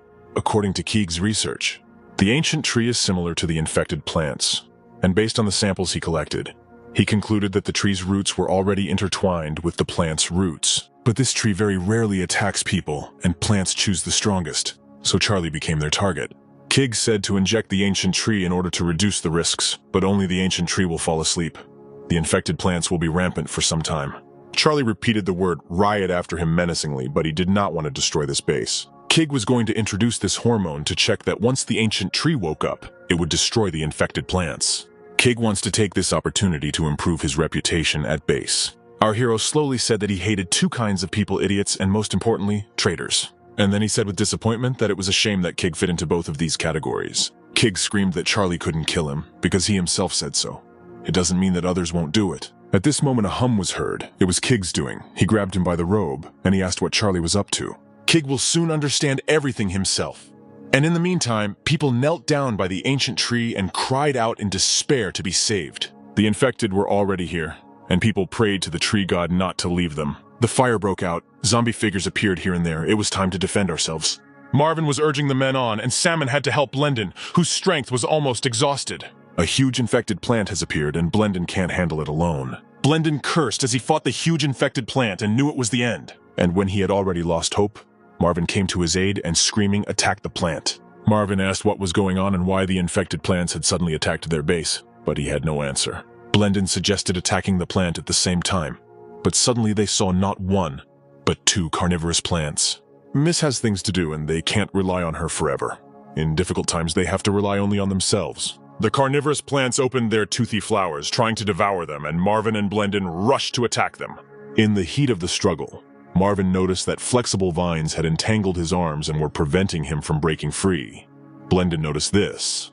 Soon the vines dragged Marvin into the flower's mouth. He tried to free himself and screamed for them to let him go. But then the tied-up Kig fell onto the flower. The grip of the vines weakened and Marvin was able to free his hands. He looked around in surprise to see Kig there, and suddenly someone said hello to him. It turned out to be Charlie, saying there was no time to explain and gave him a syringe to inject into the ancient tree. Now it is sleeping, but with this injection it should wake up. The young man sent Marvin and said to leave the rest to him. Charlie extended his hand to Blendon and asked how he was feeling. He said he was fine and thanked him.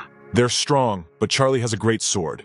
You just have to focus on killing them, and Blendon will cover him. But the young man refused, saying that Blendon was seriously wounded and he could handle it himself. Blendon shouted at Charlie not to be so reckless. Since they were both high level, he couldn't handle it alone. Soon he was watching Charlie fearlessly fight the infected plants. He remembered how the mist said that this guy was very strong. Everyone could be safe with him. And then Kig fell to the ground tied up. Charlie said that it was all his doing. Blendon was simply furious when he heard these words. He couldn't believe that his hearing hadn't deceived him. At this time, zombies surrounded the people gathered near the ancient tree, and suddenly it began to move.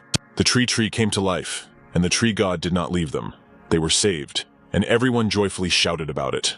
Marvin thanked God that Charlie was there, and Blendon grabbed the frightened Kig by the lapels and ordered him to be tied up. Charlie said he was handing it over to the people so they could decide what to do with it. Charlie asked Blendon to investigate an ancient tree in their camp because he was a little curious about it. The young man is generous. He helped them so much today, and now he can simply consider himself one of them. The 3 guys gathered around the tied-up Kig, who asked in horror what they were going to do. The one who carried out his order was tied to him, and the man asked to forgive him because he did not want to do it. Kig tried to defend himself from him, but he cut him and said that he wouldn't die from this. It was too easy an outcome.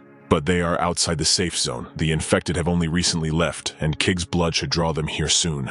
Kig yelled that he had done so much for the base. He was an honorary student of the medic. You can't just kill him like that. Marvin lost 5 of his teammates. Civilians were injured, and facilities and resources were destroyed. Kig screamed that he was wrong and that it would never happen again. He begged Blendon for salvation. Tears streamed down his face. But Blendon said that traitors didn't deserve a second chance. The guys turned around and walked away from the condemned men, and a desperate no was heard behind them. And somewhere nearby, the infected had already heard Kig's cries that he didn't want to die, while his accomplice remained doomedly silent. Soon everyone was gathered at the base, and Charlie was tormented by the question of whether or not to ask Blendon about one question that was tormenting him. Blendon thanked him for his help. Charlie made up his mind and said that they needed to talk about the problem between them. He said that he knew about the surveillance, and secondly, the ancient tree did not appear naturally. It grew thanks to the special ability of the evolved one. Thirdly, as soon as he and his friends left the base, he was attacked by infected plants.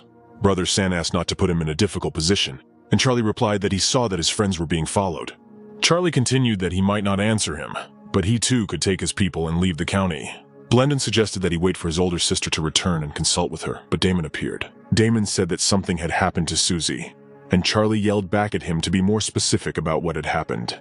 The friend replied that literally just now a large number of infected plants and regular infected ones appeared near them. Mask, and because of the large number of infected, he was unable to help her, so that man managed to kidnap little Susie. They took Bob along with the girl.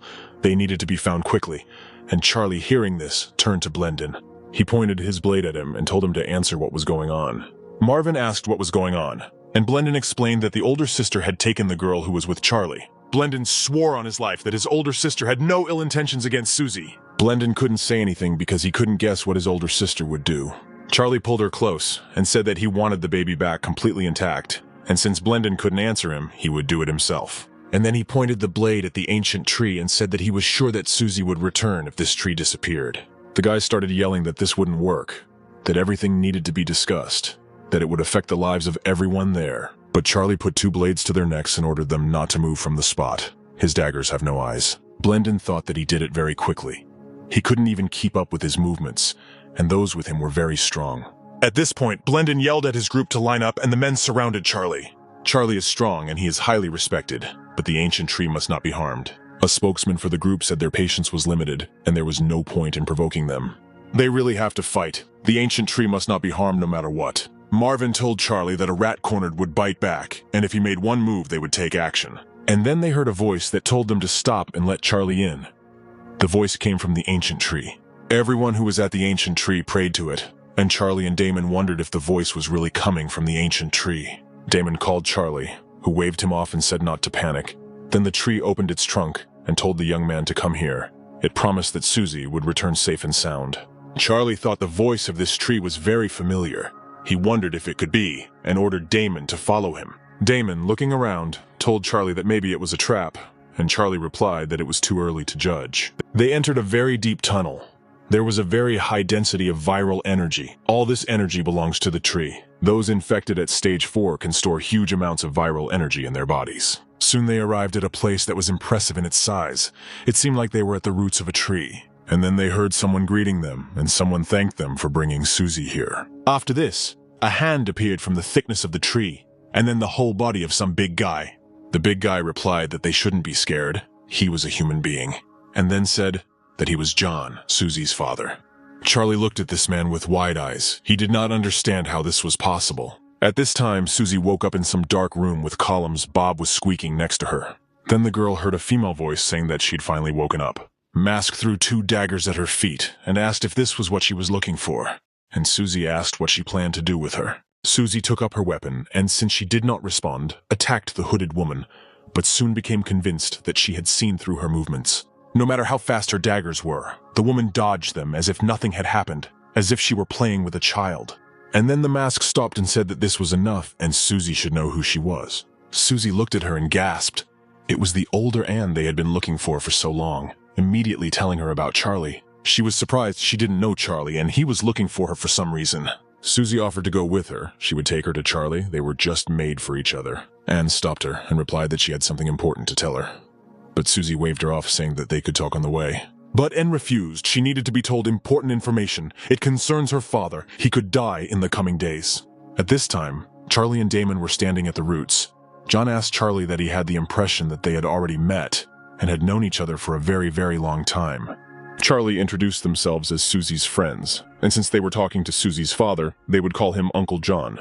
John replied that he was too kind. The guys brought little Susie here, for which he was grateful to them. John said he didn't know why, but he had this inexplicable feeling about Charlie, as if he knew and didn't know him at the same time. Charlie thought that in his past life without Uncle John, he would have died in Joe County and would not have learned the breathing technique. But out loud, Charlie asked John what was going on and why he was here and in this state. Since everything had come to this, he no longer had any reason to hide it, and began to talk about how it all began on the day of that disaster. At that moment, everyone was in despair. If the infected destroyed a huge army, then they had no chance at all. When that disaster happened, the infected shouldn't have been that strong. John continued that it was all the work of that damn demon, the size of a man, that made him like this. The Crimson Demon constantly captures people alive. He is intelligent and can talk. Charlie replied that it did happen, but it was very rare. And that type of infected shouldn't have appeared so early. A very rare infected with human-level intelligence. The Crimson Demon is physically weak but has 2 frightening powers. Using even one can already be considered a disaster, and the first power is the ability to control other infected. With these infected, the Crimson Demon can summon a wave of zombies at any moment, and it will follow him anywhere. But that's not all. The zombie wave caused by the Crimson Demon can only consist of those infected at stage 2 and above. John said that these infected are very unusual. They hide in the shadows, primarily to trap soldiers. The second force of the Crimson Demons is a mutated infection. The Crimson Demons catch people and turn them into high-level infected. John continued that he had been scratched on his left leg, which is why he became like this, and was locked in a large warehouse that was filled with other people. Soon, most of them turned into infected and came out without any emotion on their faces. Only a few of them survived. The scratched noticed that their wounds had healed, and in addition to their strength having increased significantly, some of them had gained special powers. Those who were infected by the Crimson Demon became evolved and became seeds that would spread the virus. The stronger the evolved one becomes, the higher the mutation stage of the virus becomes. John said that then 7 of them managed to suddenly one of them mutated. He turned into an infected plant. Most of them managed to survive. All realized that they would all sooner or later mutate like their comrade. If they had not discovered the ancient tree, they would have died. When they discovered this tree, the virus in the bodies of their comrades became much calmer, so they merged with the ancient tree. John sacrificed his life in exchange for the lives of his comrades, Blendel, Marvin, and Salmon. Charlie and told him to forgive them for what happened earlier. Uncle John absorbed all the viruses in their bodies. Charlie bit his lip until it bled because he was so close he could save him. The tree can suppress infected plants. Its power is to absorb energy, only that which is valuable to it. Since Uncle John evolved to the second stage, he gained the ability to fuse, but he took a huge risk and merged with this tree. He used the tree's power to save the others, but he could never leave here, never. John told Charlie that he didn't expect him to understand the virus so well. His girlfriend has always done things her way, and it was inappropriate for her to take Susie, but he asks her not to blame her. Charlie told John to give up his plan because he understood that John was afraid of her being upset. He advised John that his strength and will alone would not be enough to fight this ancient tree. Only his own blood, his daughter, could help him in the battle for control. John needs to stop. He's done enough, and the fact that infected plants are appearing in the area is just a coincidence. Blendon said that if Charlie could make sure that brother John lived, he would be willing to give Charlie his life. But John said enough, and explained that his girlfriend had told him the same thing, but that this was his destiny. He is a soldier. His job is to act at the most decisive moments and protect as many people as possible. The brothers couldn't hold back their tears and cried, not embarrassed by anyone around them. Damon's eyes were also wet. Charlie said sadly that he knew it, and then called his brothers to leave. Charlie said he wouldn't go far. He needed to take a little walk, and besides, he would bring the baby here. Charlie told the story of how they met in a past life in the form of a fairy tale. The boy owes that soldier a debt he can never fully repay, so Charlie will support him unconditionally. Charlie looked John in the eye very seriously and said that he would help him with his plan. Damon asked what was going on with Uncle John. Judging by his friend's reaction, it was very serious. In reality, there is little they can do. The ancient tree is constantly fighting for control of his body. Didn't he say he had a way to extend John's life? But John said of course he did. John is a true soldier and dreams of the people around him living a happy and peaceful life. At this time, Anne and Susie reached the camp. The little girl is sure that she wants to meet her father. Anne doesn't know what kind of power allowed the girl to grow up so quickly. She is the strongest evolved. Anne said that she initially planned to take Susie away, but since she was so strong she could make her own choice, Susie's eyes filled with tears. And then she said that that was just the way her father was. He always thought of others and never of himself. All these years she has not been a good daughter, but for some reason unknown to her. This time she wants to listen to him. Susie will go there herself. Anne has important business at the prefecture, and they will meet again if fate decides so. Susie let Bob out and asked him to take her to Charlie. She needed to find him quickly, because they had been looking for Anne for so long to just lose this chance like that. The little girl happily ran up to him and said that she had something important to tell him, but he replied that the most important thing was herself. Charlie gave Susie a gentle nudge in the back. She must be dying to see her dad, and the girl started to cry. And then she said that she met Anne's older sister, and she was the man in black. Charlie was stunned and asked where she was. Susie explained that Anne said she didn't agree with the girl's father sacrificing himself. Charlie thought that the third stage mental type expert was Anne. She had reached the third stage. If he chased after Anne, he would be able to catch up with her, but he replied that they would not go anywhere and would stay here. Damon assumed that the Crimson Demon was in the prefecture, so most likely his sister was going there to avenge Uncle John, and she might be in danger. Evolved mental types, when they reach the third stage, usually become several times stronger. She has trouble expressing her feelings and only shows her cheerful side to those closest to her. Charlie said that maybe it was fate. Maybe he was destined to meet her at the prefecture. At this time, John changed into a military uniform to meet his daughter, and everyone noted that he looked very manly in it. And then Susie's voice was heard. She turned to her father and said that she had come, and everyone present burst into tears. And then Charlie put his hand on her shoulder and told her to go to her father, and they would wait outside. John called Charlie, and when he turned his head, he thanked him once again for allowing him to meet his daughter. Charlie was sad. He said in response that he just did what he had to do. He suggested that John and Susie enjoy this time together, and that he would help them sort out things outside. The girl came closer to the place where her father was, and he said that he was glad to see her. They had not seen each other for more than a year. She nodded in agreement, and replied that a lot of time had passed since he had gone to headquarters. About a year had passed. She shed a tear and said that her father was stupid. Why did they have to meet under such circumstances? From the age of 10, he left Susie with her grandmother, and after she passed away, he sent his daughter to boarding school. If Charlie's brother hadn't helped her that day when that nightmare happened, she would be dead. When the virus was spreading, John was always afraid that they would never see each other again, that something had happened to his daughter. He asked his daughter how hard it must have been to become so strong, and she replied that her brother Charlie taught her everything. John reached out his arms to her and asked her to hug his father. He said that he remembered the moment when he last hugged her. Susie burst into tears, screamed "Dad," and ran into John's arms. He smiled sadly. She hugged him and said that she missed him very much, and her father answered that he knew about it. He said he was very happy that he was able to see her, but then she felt her legs being wrapped around the roots of a tree. John said that he lied about something. He allowed them to come here because he wants to correct the mistake and get rid of the infected plants. He explained that the ancient tree had absorbed a huge amount of viral energy, and he wanted to transfer that energy to her. And she burst into tears and screamed that he couldn't do this, that he would only waste his life force, that he would simply die. This energy is the best he can give her, the girl was crying. She was only now able to see her father. The roots continued to wrap around Susie, and John said that once she absorbed all the energy from the ancient tree, she would be able to control it. At this time, Charlie, sitting at the table with Damon and his brothers, said that he had gathered them so late at night because they needed to prepare something as quickly as possible. Neither Uncle John nor little Susie are mental types, so it will take about 5 days to gain control of the viral energy. 3 days is exactly the amount of time it will take for the infected plants to gather enough energy to attack. And these 3 days should be enough time to prepare. There will be no help from the ancient tree, and when the infected plants attack them, the safe zone will no longer be safe. People began to wonder if they could contain the infected plants without the help of the ancient tree. Marvin shouted that ordinary people were of no use. All they did was worship an ancient tree. Those who remain are terrible xenophobes. For them, their team is just outsiders. It will be difficult to involve them. The people were only able to survive because the elder brother used his life to control the tree. Marvin ordered the patrol team to gather all the resources. Tell the people that the camp would soon be fighting. Blendon continued that for several days they would risk their lives to protect the ancient tree. Charlie told Damon to leave, then asked Blendon to sit down because he had something else to say. In the battle with the infected plants, he and his friends will fight together with the inhabitants of the camp. Plan 1 is to hide near the tree and kill all the infected who come close. Plan 2 is to gather all the survivors to protect the ancient tree.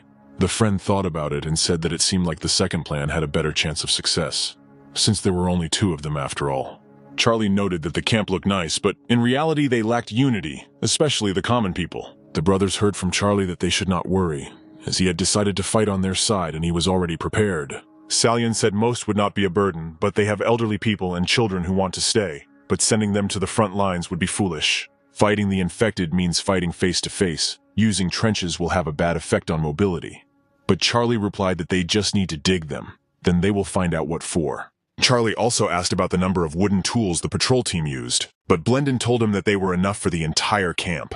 In this case, there is no need to touch the explosives, but Charlie asked to bring him all the cartridges, and also to use the wood of the ancient tree. Bullets are not very effective against infected plants. It is worth making more traps and using explosives. It's worth trusting Charlie, because they are just amateurs, and he most likely already thought of everything, so you just need to follow his plan. They will need all their attention to fight the infected plants if the infected manages to break through the gap and get inside the tree. So we need to create a last line of defense around Uncle John, so that nothing happens to him. Bob will be there. The brothers said they didn't need a final frontier. They would definitely succeed, and asked where the expert who was with Charlie was. Charlie thought for a moment and said that he must be walking the dog now, and everyone was very surprised. 20 minutes later, Charlie was walking through the camp, hurrying to see how the bulldog was doing. Damon was already next to the dog, and Charlie asked him which crystal the dog had created, and when he answered that it was the third, he was very happy. Although the dog is in the third stage, it is quite natural that he has a high level of intelligence. Charlie tossed Damon 120 rounds of ammunition and said that was all they had, then gave him the crystal and said that it was very valuable. At this time, Kig was already captured by predatory plants. He was screaming to be let go and where they were dragging him. And then his eyes widened in horror as he saw that he had entered a nest of infected plants. Soon a man approached him, looking quite small against the backdrop of the predatory plants. The man told the condemned leader of the medical team that he needed Kig because he came from a tree. Kig thought that the infected plants didn't kill him and dragged him here. They probably had other goals. He knelt down in front of this man and said that he would tell them everything, that from now on he was their slave and wanted to fight for them. Suddenly, the infected plant wrapped its vines around him and lifted him up. Kig screamed that he wanted to become their slave. But the man said he didn't need slaves. He needed memories, and the vines penetrated the medic's mouth and ears. 2 days later, canals were dug and barriers were erected around the ancient tree, and people tried their best. The brothers and Charlie monitored Susie's condition. Her condition was stable, but it would take time before she could fully control all that energy. They will attack tonight because the infected plants are strongest at night, and they have been accumulating energy for the past 2 days. Marvin, who was running towards them with all his might, shouted that the scouts had returned. They had spotted a huge concentration of infected, and they were heading here. It seemed they had indeed arrived, Charlie confirmed, said that everything would start soon, and suggested that we start preparing. A tough battle was ahead. Soon it began to get dark, and people began to gather around the tree. The children and old people went inside the tree, and those who could fight armed themselves. There were also 2 reserve teams. Soon they saw a huge number of infected plants that were quickly moving towards them. The infected plants used people as their vanguard. They walked and shouted that they did not want to die. The brothers were in doubt about what to do, but they decided to kill them all, because if they did not kill them, they would be killed. One of the defenders of the camp recognized his father in the approaching people and rushed towards him. The camp defenders tried to stop him, shouting at him not to be so reckless, he would die, and Charlie said to set fire to it. The young man replied that if their morale sank now, they would lose even before the developed ones appeared. Everyone lit torches, and the fire slid along the spilled path of fuel to the nearest infected and flared up cheerfully. The people walking in front of the infected plants found themselves in the fire and screamed to be saved. All of them also found themselves infected. The camp's defender, whose father was now burning in those flames, fell to his knees and began to cry while the others watched in silence. Then Charlie came up to him, told him to get up and hit him, saying that no matter who a person is, as soon as the infected plant takes over the body, he ceases to be a person. They are all infected, enemies sent by the infected plants to kill everyone in the camp. And then Charlie turned to all the inhabitants of the camp and said that whoever came out of this fire should treat him as an enemy. Marvin admired how cool Charlie was and turned to everyone, shouting that they needed to destroy the infected plants and kill them. Here the defenders of the camp felt the earth shaking. Infected plants were trying to break through it, and now predatory buds began to grow in the trenches. Charlie said he was leaving the infected plants in the trenches for Marvin, and the rest would go with him to the front. Charlie made them dig trenches, because if the infected plants wanted to grow, they would be forced to go through there. He watched as the people led by Charlie attacked the infected and thought that with him they would definitely win. Soon it began to dawn over the camp, and the defenders of the camp shouted that they had won. The infected were retreating. Charlie ordered the men to clear the battlefield and take care of the wounded. The women prepared breakfast for the camp's defenders, and they stood in line to be distributed. People were preparing for the next battle. Some were bandaging the soldiers' wounds. Others were strengthening the platforms in the watchtowers. Charlie watched the bustling camp life and remarked to Brother Marvin that they were all working so hard today. He answered because they now completely trust him. The whole camp now knows how competent Charlie is. Let those who are digging trenches and erecting scaffolds stop, for they need to rest before night falls. And then the night came, and the moon rose. And again, crowds of infected attacked the camp. There were many of them, very many. Marvin rushed ahead of the camp's defenders and shouted for everyone to attack and kill the infected. Today's attack is much more violent than yesterday's. There is simply no end to it. But soon the defenders of the camp noticed that the evolved were on a completely different level. Soon, one of the defenders was pierced through with the claws of a red-eyed zombie, and Blendon did not have time to come to the rescue. Blendon stuttered that the infected had mutated, and Marvin looked at the battle site in horror. It wasn't just one that had mutated.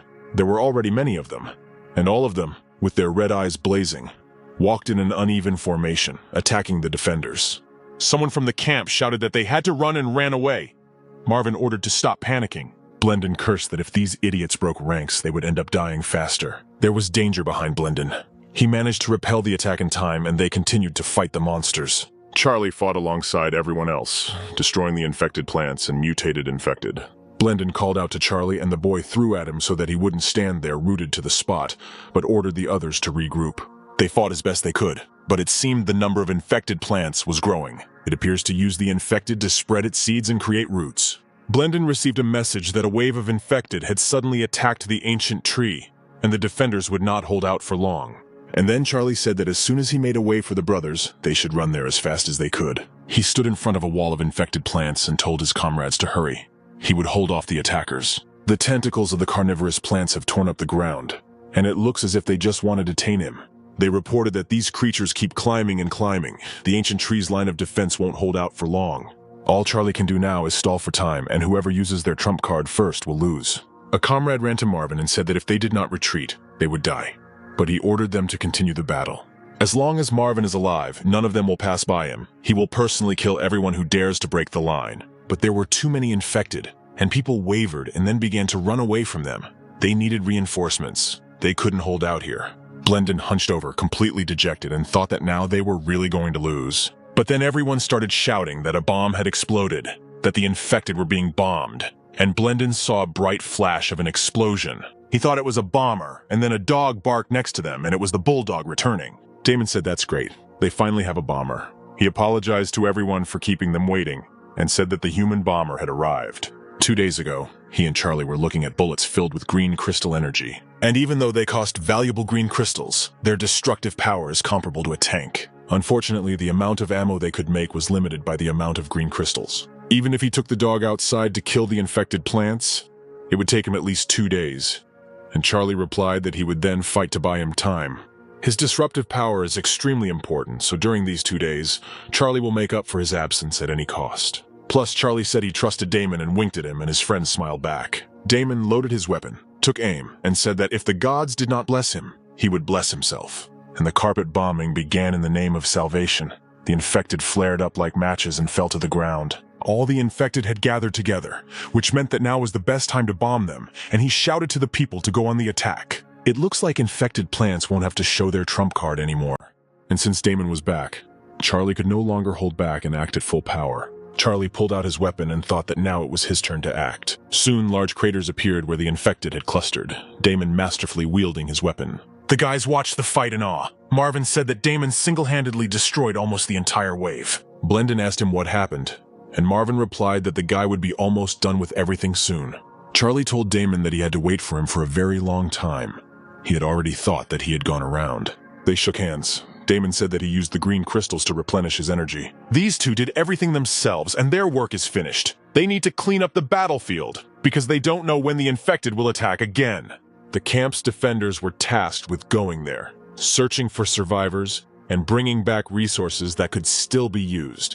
On the battlefield, one of the defenders saw a man lying on the ground and making some sounds. His side was covered in blood, and the defender decided to help him. But as soon as he approached him, some kind of red cord coming from the man's body penetrated his chest. The man opened his eyes, and instead of pupils, black holes stared at the camp's defender. The red tourniquet grew in size and penetrated deeper and deeper into the camp defender, and then a young man saw this scene and asked what had happened. An infected camp defender slashed him across the neck with a knife, and he fell to his knees, choking on blood. Soon the guard saw someone dragging a man on himself and shouting that there were wounded people here, and he had to be let through. The suspicious couple entered the fence, and then the guard tried to stop them. The guard said that everyone in the camp was currently busy helping the seriously wounded, and people would not have time for them, and suggested using the first aid kit. Damon and Charlie were watching the couple from the sidelines, and Damon asked if they needed to intervene, and Charlie said there was no need.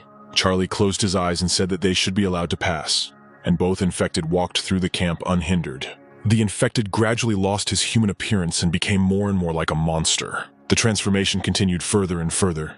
The ears became pointed, and tentacle-like appendages appeared on the head, and soon the black holes of the eyes acquired a triangular shape, and the teeth became sharper and sharper. And soon a third stage infected night hunter appeared, who transformed from an infected plant. He is able to change his shape and can pretend to be a human.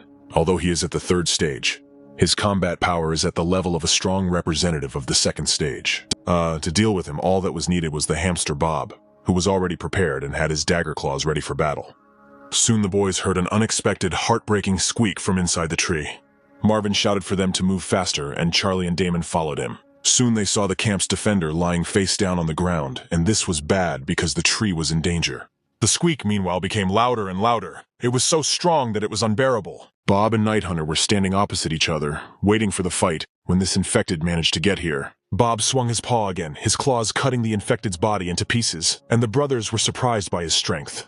And then the hamster began to shrink with a hiss and soon turned into that same ordinary hamster. The brothers were shocked. They couldn't believe that it was the same hamster, and that when Charlie said that Bob would be the last line of defense, it wasn't to boost their morale. Marvin remarked that even Charlie the hamster was stronger than him, and Blendon said that he should stop staring and clean up the place. But then a tentacle emerged from the remains of the night hunter, struck the hamster and penetrated him. More and more tentacles emerged from the pieces of the infected, and they grew in size. And soon everyone saw the infected plant, which was hiding in the body of the infected person. The brothers rushed to attack to prevent him from approaching the ancient tree. The infected plant in turn attacked them, and a battle began in which no one has yet won. And then, like a comet, the hamster Bob, who, it turns out, was still alive, flew into the bud of the infected plant.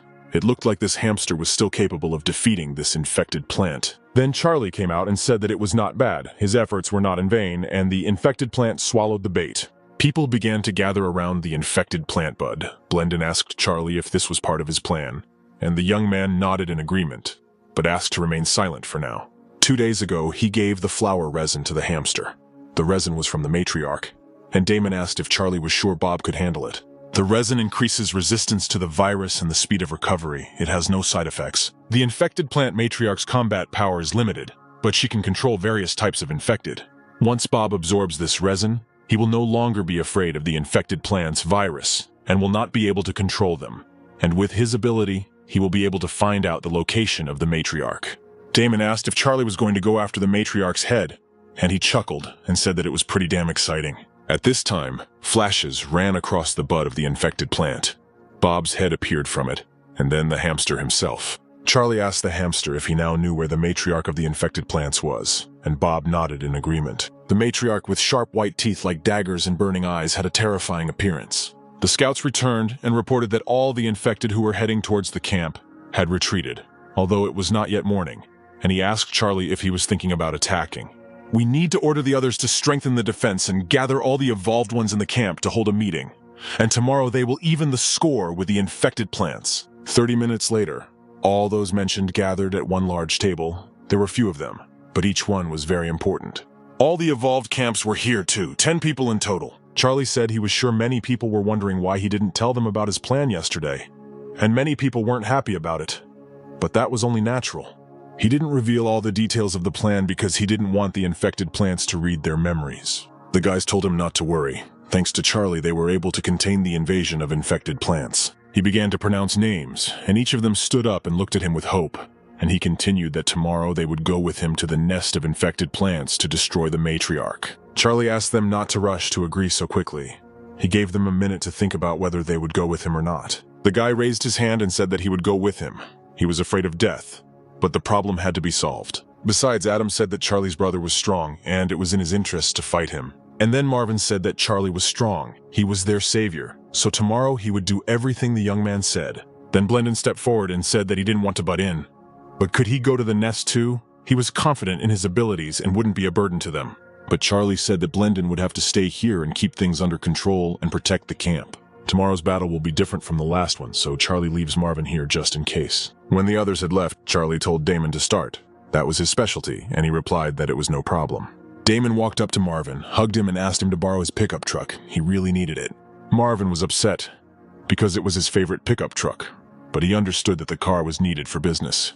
Damon looked at the car and said he would work on the engine and remove the speed limiter, after which she would become even more aggressive. Charlie asked Damon if he could make it before noon, and he said he could. Charlie tried to console him.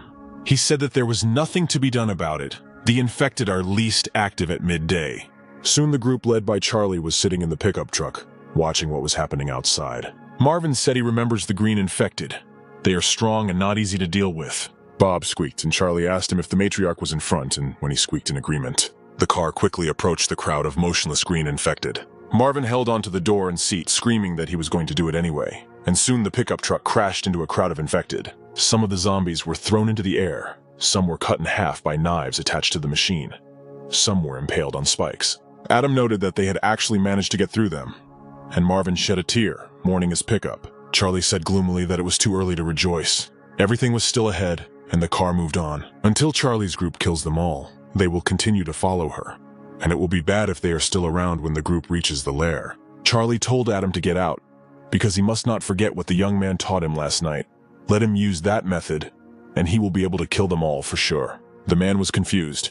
He said that he had not had time to practice yet, and would this method really work? And what if? But Charlie put his hand on his shoulder and solemnly told him that he could handle it, that he believed in him. And Adam had no choice but to say that everything was right and he could handle it, and then they threw him out of the car and told him to go. The poor defender watched the car leave and wondered how it had come to this. And then he gathered his strength and prepared to defend himself from the infected, who were getting closer and closer. He was scared, but he pulled himself together and ordered himself to calm down, gather his energy and concentrate it. He felt a stream of power wash over him and he screamed in a terrible voice, clenching his fists. When the green infected got close to him, he told them that Charlie's brother lent him something and he would use it to play with them and let them attack. He remembered learning from Charlie, telling him that his teaching method wasted too much energy. Adam apologized for his carelessness, and Charlie told him that he still hadn't fully imitated what he had taught him. Now Adam needs to collect the pattern in one point so that all this viral energy is under his control, and only after that, he will be able to freely control his power. The man said that he would only be able to use this technique for 2 seconds, and that once the real fight began, he would not be able to use it. So Charlie gave him the crystal, and now, in front of a crowd of monsters, Adam thought that Charlie's brother had given him this thing, and it was a real treasure. Here comes the zombie. He yelled that he succeeded, and the infected, instead of attacking him, began to beat each other. While the rest of the group continued on their way in the car, Marvin learned that Adam could make the infected fight each other, and was surprised. Charlie explained that it was nighttime, and the control of the infected plants was too strong for Adam to influence them. It looked like they had already arrived. The predatory flowers had settled on the roof of some building, and vines had entwined it from all sides. Marvin's mouth dropped open in surprise. He didn't expect the lair of infected plants to be so big. The group didn't know what to do yet, but Charlie said that there was no need to rush. They needed to gather information. 2 of them are locals and know that the place was supposed to be a park to attract tourists, but the disaster happened before the project was completed. Someone from the team said that he was an architect and was part of the team that built the place. Chunmen Gate is a defensive structure and is difficult to enter from other places. The infected guarding the entrance to the lair were, of course, asleep, but Charlie was sure that they would wake up as soon as they noticed their group. Marvin said that it looked like they would have a hard time, as fighting infected plants indoors was the worst thing they could do.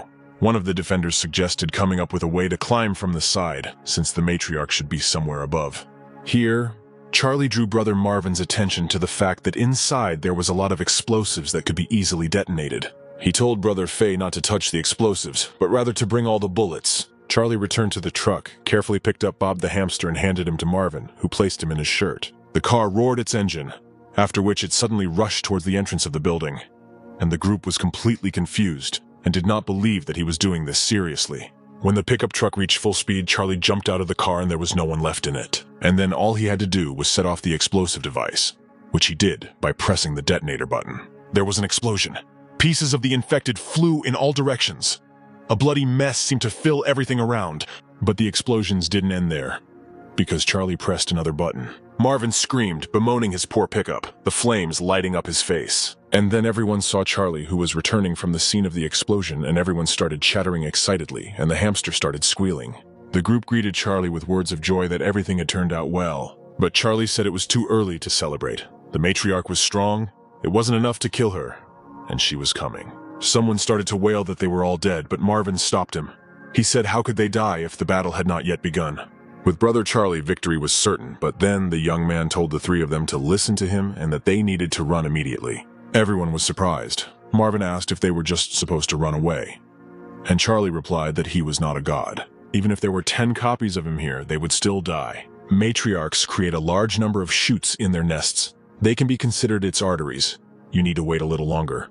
The infected plants will definitely come for the group. Now she would definitely bite, since all her painstaking work was destroyed overnight, and soon Marvin screamed that the infected were really already here. People were outraged that infected plants could run, and Charlie said that they could not maintain this form for long, and later the group would have to split up. The group needs to lure all these guards away. Adam has no problems. He's already finished. At this point, Charlie stopped. The people continued to run, shouting for him to run after them, but Charlie buys them time. Charlie gave the order to split up at the next intersection, and the men took action. Marvin noted that he is very reliable. He's going to fight the infected plants alone to protect the group. The infected plants formed a wall in front of Charlie, and Marvin shouted at him to dodge. The entire group screamed in horror as they watched the speed at which the infected moved.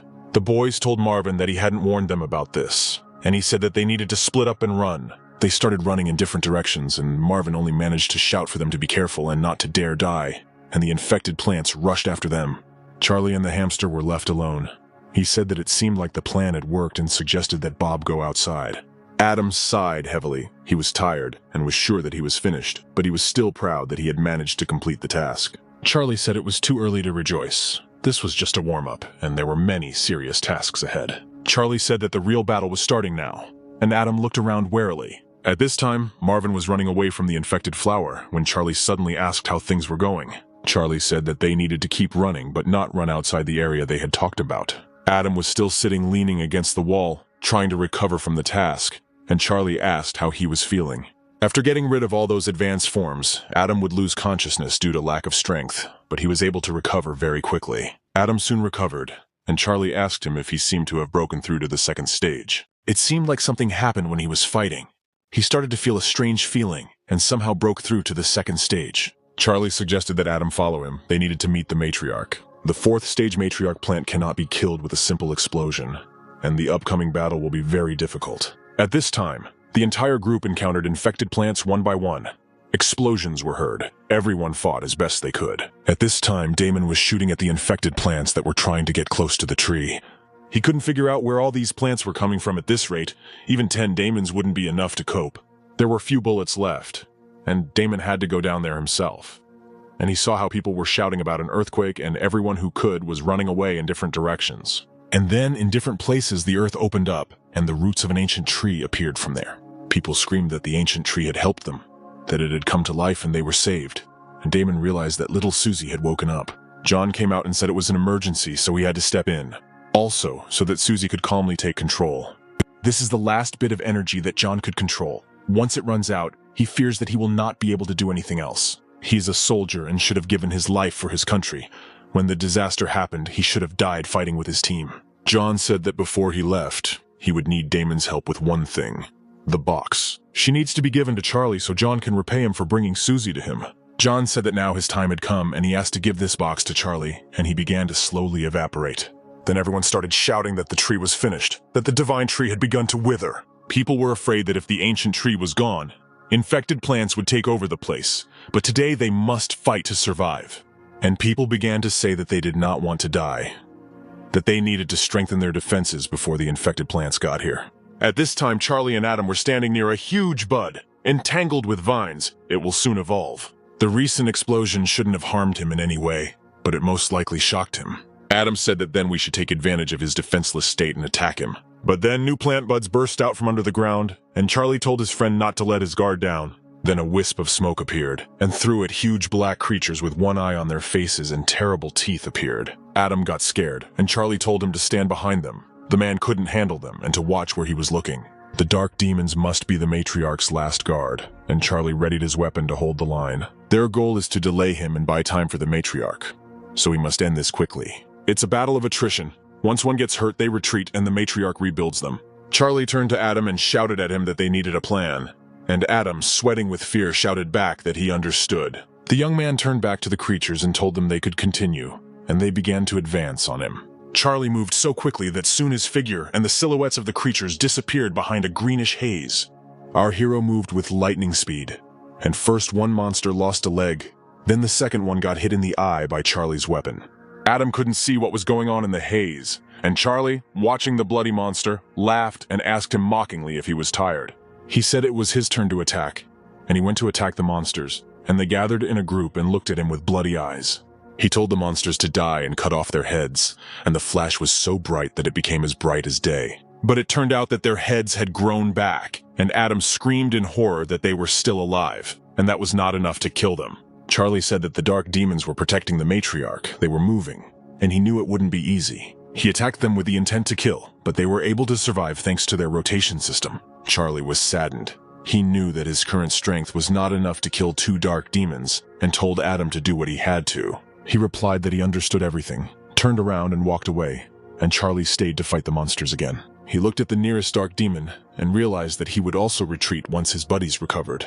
This matriarch is extremely cautious. She doesn't want to take even the slightest risk. How difficult it is to fight them. It's also a simple waste of energy. Charlie realized that the only way out was to kill the matriarch immediately. There was simply no other way. Here and there, figures of new dark demons appeared, and Charlie understood that they had very strong protection. Things were not going well for Charlie and Adam, and the boy soon became convinced of this when the creatures attacked him. Then Charlie's foot slipped and he began to fall towards the dark monster which swung out to hit him with its tentacle. The blow was so strong that Charlie fell backwards, and the dark monsters growled in excitement. Charlie lay on his back unconscious, and the dark monsters growling approached him. And soon the dark demons saw how Charlie's head seemed to explode, spraying them with blood. It was strange, and the monsters could not understand how it happened, and the more they asked questions, the less answers they found. The last monster suddenly saw that it was not Charlie's head that exploded, but the head of another monster, and for some reason the creatures began to fight each other. And Charlie asked the monster if he shouldn't have made sure he was going to kill the right target first when he attacked. The dark monster and the infected flower opened their mouths in amazement at how this could happen. Then Adam came forward with the crystal, and told Charlie that the crystal was now completely empty. He had used up everything. When he fought against those 2 dark demons, he continued to use his speed to make their position difficult to track. The smoke was needed to reduce visibility so that he could pass the crystal to Adam, so that he could fool all the demons. Adam told Charlie that he had done all he could, and now everything was in his hands, and he said that the man was a good man. Exhausted, Adam fell to the ground and closed his eyes. He was no longer capable of anything, but not yet everything. He looked at the dark monster cheerfully, and told him to prepare to die, and the demon bared his teeth. The monster opened its one eye wide and flew at Charlie, who smiled and told him that the demon was an idiot. There was a squeak, and the demon's eye was pierced by the dagger claws of Bob the hamster, and the demon growled in pain. Charlie mockingly told the dark monster that he didn't even notice that one member of their team was missing, and then he slashed his weapon across the monster's body, and cutting it in half, told it to die. The monster's body lay on the ground, cut in half, and Charlie couldn't catch his breath, but he couldn't help but admit that it was a great job. All the dark demons were defeated, but Charlie remembered that he could only use his full power once. Soon Charlie was left alone with the matriarch and told her that he would make sure that she died today, no matter what. The predatory flower bared its teeth and folded its petals so that its dagger teeth formed something like a cocoon. And then Charlie saw a tentacle emerge from the flower, with some kind of figure dangling from the end. It turned out to be Kig, who had also fallen under the control of the infected plant. The medic opened his mouth and told the people to leave. Charlie remembered that this was the guy who was punished. The infected plant stole his memories and took control of his body. In Kig's open hand was a bud, and in the bud was a piece of flower resin. He handed it to Charlie and told him that this resin was for him, and that he should go away. It was red resin. Its quality was higher than what they found in that low-level matriarch plant. Charlie thought at first that the infected plant was offering resin in exchange for its life, But then he chuckled and cut Kig in half. And then he, holding in his hand what Kig had given him, told the flower that it was not resin at all. It was a flower seed. And Charlie asked the matriarch if she really thought he would fall for such a trick, since she had no intention of making a deal, but was just stalling for time. Hearing this, the flower suddenly increased in size, and a monster appeared in front of Charlie, which consisted almost entirely of vines.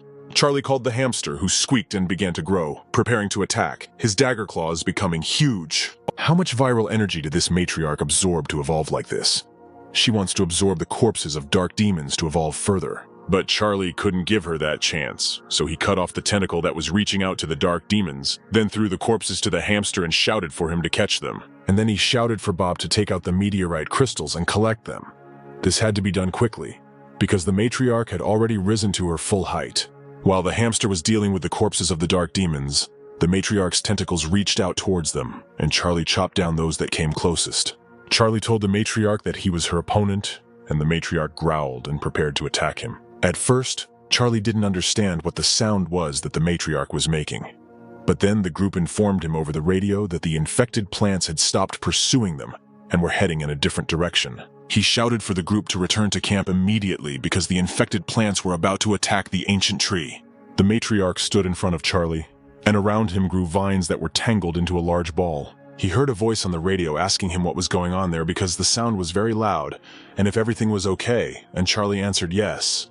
He once again ordered the group to return to camp. From now on, he would focus on dealing with the matriarch. As long as Charlie is here, the matriarch won't be able to go after Bob, and it looks like he'll have to hold out until the crystal's energy is restored. Meanwhile, Susie continued to be in a cocoon in the very heart of the ancient tree. And around, one after another, hordes of zombies were advancing on the camp, and people were shouting that there were too many infected. They wouldn't last long. When the mutated infected appeared, Salmon shouted that they needed to retreat. They could no longer defend this point. Damon shouted that they needed to strengthen the defenses faster.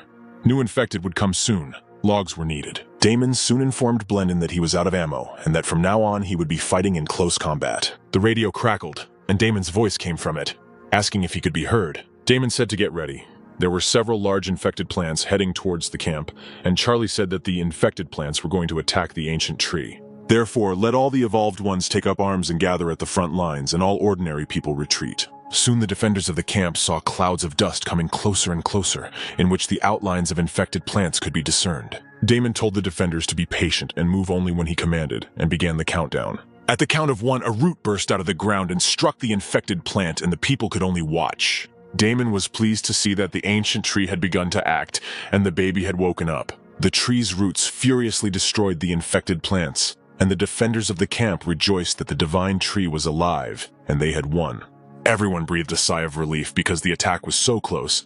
Marvin said he thought they were finished for sure. At this time, Damon heard Susie's voice asking him to go help Charlie. Damon rushed towards Marvin, while the matriarch's tangle of vines grew larger and larger. Charlie continued to chop away at the matriarch's branches that were closest to him. He would have to go all in with this ability, and with that thought he threw the crystal, and the stone cut the matriarch's body in half, and Charlie screamed for her to die. There was a roar, and the huge infected monster disappeared into the ground in a cloud of dust. The infected plant matriarch will not appear until the opponent is fully strong and has a weapon. Soon, from the ground where the remains of the chopped-up figure had disappeared, the real body of the matriarch grew. The bud opened and he saw something that shocked him. Anne was standing in front of him. She looked at him through slightly closed eyelids and said that she needed his memories. Charlie couldn't understand how this was possible, why the matriarch had taken this form, and Anne asked with a smile why he was surprised. In the battle, she acquired his blood, and his memories became a part of her, and she feels that when she is in this form, he will not immediately attack her. Charlie thought that in his past life he learned most of the information only from his friends, so he was very poorly informed about high-level infected. Charlie was amazed by the intelligence of this infected plant matriarch, and he tried to find out from her. She said again that she needed all his memories. He was one of the high-level ones, and if he was against it, she would not be able to read them. It seems that the higher the level of the evolved, the more difficult the process becomes, but people have a term equivalent exchange. Anne reached out her hand to him, and a large root began to crawl towards him, but Charlie couldn't yet understand what would happen next. And then it turned out that the root was holding a meteorite crystal. The matriarch said that the young man should give her his memories, and she would restore his strength. If she answers his few questions honestly, he will give her his memories. En asked how the young man would know that she was telling the truth, and our hero replied that he would decide for himself. If she wants his memories and therefore wants something specific from them, let her say what exactly she wants. The matriarch replied that she needed a system. She wanted to evolve. But it was sudden and random, but he had a system and she needed it. Our hero thought, it seems that she needs a breathing technique, and he asked if this is what she was talking about, and she happily told him to give her this system. Charlie mockingly said that she was at the 5th stage after all, and after such a long battle she didn't want to defeat him, but rather was just stalling for time. With such ambitions, she is eager to evolve further, despite the fact that she is already at the 5th stage. At this point, Damon appeared, followed by a hamster in fighting uniform. Charlie's friend thought that it seemed like he had arrived just in time, and Bob squeaked in agreement. The matriarch saw Damon and the hamster and her face twisted. She screamed at Charlie that he lied to her and she would kill him. Enormous vines intertwined above the young man, taking shape and preparing to deal him a fatal blow. Damon yelled, "What the hell and what kind of monster was that?" and Charlie yelled at the hamster to throw the crystal. In a moment, the young man held in his hand a sparkling stone that was fully charged. Now they could fight properly, and Charlie and his friends stood up, preparing for the fight. They rushed forward, but soon realized that the fight with this matriarch would not be very easy. They managed to hold back the onslaught of its vines and shoots with great difficulty, but the energy costs were too great. The matriarch screamed at the humans to die and prepare to kill. Damon complained that the matriarch was some kind of absurdity. She just doesn't want to die. Average attack power, but very high vital signs. For them to have any chance, they both need to be at the peak of stage 3. But baby Susie should be here soon. The matriarch has only recently evolved to stage 5, so she is now only slightly stronger than she was when she was stage 4. Damon watched in horror as the matriarch grew up, and Charlie chuckled with a sideways grin. And then the matriarch was suddenly entangled in the roots of an ancient tree, and she tried in vain to break free from these tight embraces. Mostricha began to roar, and Damon happily announced that it looked like little Susie was already here. Then from under the ground, a root of an ancient tree appeared, which gradually took the form of a beautiful girl, and it was Susie. Damon cursed. He shouted. Did the same thing happen to her as to her father? But she calmed him down, saying that this was not her true body. She was still in the camp. Charlie said that Uncle John had the ability to fuse. Did she inherit it? And she replied that it seemed like her father passed this power on to her. Then Charlie suggested that they finish here quickly, and if they made it, maybe she would still have time to see her father. Not only did Uncle John help Susie reach the 3rd stage, he also gave her access to mental power. The ancient tree is a natural enemy of the infected plants. Now that she has full control, she must know how to deal with the infected plant matriarch. The ancient tree can absorb and suppress the matriarch's viral energy. It is already under control, so when Charlie delivers the final blow, the matriarch will die. The boy offered to keep her under control while Charlie used all his strength for this attack. The matriarch growled, and tendrils broke off from her and began to quickly burrow into the ground. Susie screamed that the matriarch was trying to escape and that all those stems needed to be cut down, so Charlie tasked Damon and Bob to handle it. The matriarch growled and Susie shouted at Charlie to act immediately. The young man ran up, hit the matriarch with his weapon with all his might, and shouted for the matriarch to die. At this time, Susie noticed that her tree root arms were becoming thinner and blacker, and she realized that this seemed to be her limit. She shouted to Charlie that the matriarch would not be able to escape now, and she needed to go back. Charlie stood in front of En's body, which had already begun to collapse, and thought that she could still speak after that attack. She still wants to evolve, and Damon asked what the matriarch was talking about and what it meant. Charlie was silent, and Damon asked again what it meant for a matriarch to want to evolve. In his past life, the Evolved divided the 10 years since the end of the world into 3 phases of expansion, mutation, and extermination. At this time, Marvin and his comrades tried to move at least one liana from the huge cocoon on the ground, but these shoots were too strong. But then there was an explosion, and Charlie appeared with Damon and Bob. They were walking, tired but happy. Marvin, that he was not going to search the matriarch, and the young man said that he was sure that with Bob's help, they would definitely not miss anything. Everyone was surprised, and Charlie said that he thought they could still save Uncle John. In response, he heard a cry of delight. Damon and Marvin could not believe their ears and asked if it was true. Susie shouted the same thing, asking if it was true that they could save her father. There is such a chance, but it is too early to celebrate. Uncle John is not so easy to save. Technically, Uncle John is still alive, otherwise nothing could be done. In other words, the ancient tree is Uncle John, and they will not be able to see him in human form anymore. Susie is only at stage 3 because her level of control is also at stage 3. And when she reaches stage 5, she will be able to help Uncle John create a new body. Charlie suggested that the girl try to merge with the dagger, and he gave the weapon into her hands. When she succeeded, Charlie explained that the dagger wasn't very big, so it was fairly easy to merge with it. The girl said that she tried to merge with the 2 daggers that were made for her. They gave her more strength. She began to understand and cried out joyfully that in this way she would be able to separate her father from the ancient tree when she reached the 5th stage. But merging with a living being is very dangerous, especially if the target she will merge with is stronger than her, in which case there is a danger that the target will absorb Susie itself. But to save Uncle John, 4 conditions must be met, and Susie reaching stage 5 is just one of them. An expert of the same level of mental type is needed to help Uncle John's consciousness find the right direction, and N must handle this task in the future. The ancient tree must be freed from the Crimson Demon's viral seed, so that nothing happens during the division process. And 4th, and most importantly, it will indeed be difficult, but having even the slightest hope is better than having none at all. Susie has been through a lot lately, and she needs time to think things through, and they will support whatever decision she makes. Charlie and Damon were sitting on a piece of log. It was evening. A friend showed 5 pieces of high-quality flower resin. The infected plant matriarch has a small crystal that must be a high-level meteorite core. Charlie asked if his friend had his throwing knives with him, took one in his hands, then gave him a bottle and poured some reddish liquid from it. It turned out to be the highest quality flower resin in liquid form. She managed to create this flower resin, so it looks like they were lucky. This is enough for 2 uses. Now the combat power of friends should increase several times. Charlie would leave the other half of this liquid resin to Damon, and then Damon handed Charlie the box from Uncle John. Charlie opened the box and was speechless. The box given as a thank you contained an energy core. Damon was curious about what this energy core was, and Charlie replied that it was a very rare treasure. When an evolved one reaches the 4th stage, it can absorb an energy core, an item even rarer than a complete meteorite crystal. It doesn't matter if it's a human or an infected.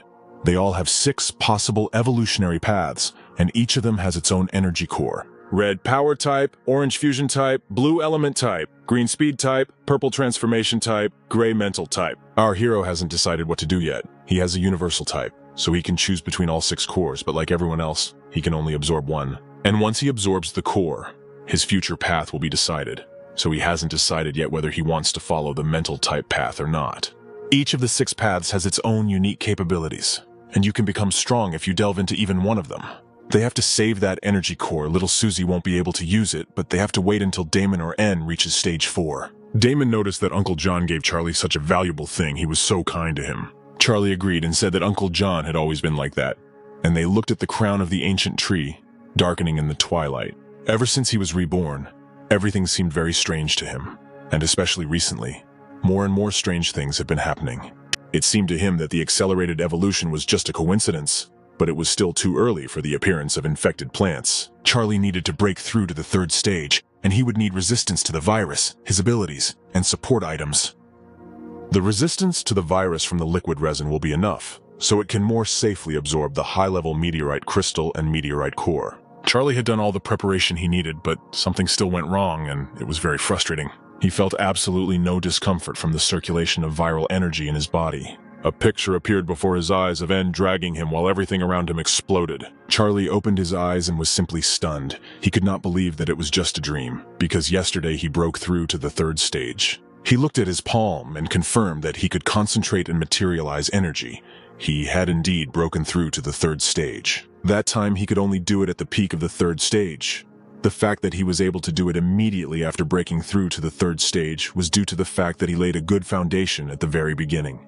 The sun came up and people started asking what was going on, and someone said that Charlie was going to try out his new powers, and everyone became interested. Susie and Charlie were inside the tree. She asked if she could start and put her hand on the tree trunk, then asked her dad to help her. Everything around began to shake. People began to ask where the earthquake was coming from, and the earth around the tree began to explode. Susie said that this barrel is very hard. Its strength is not inferior to the armor of the Dark Demon.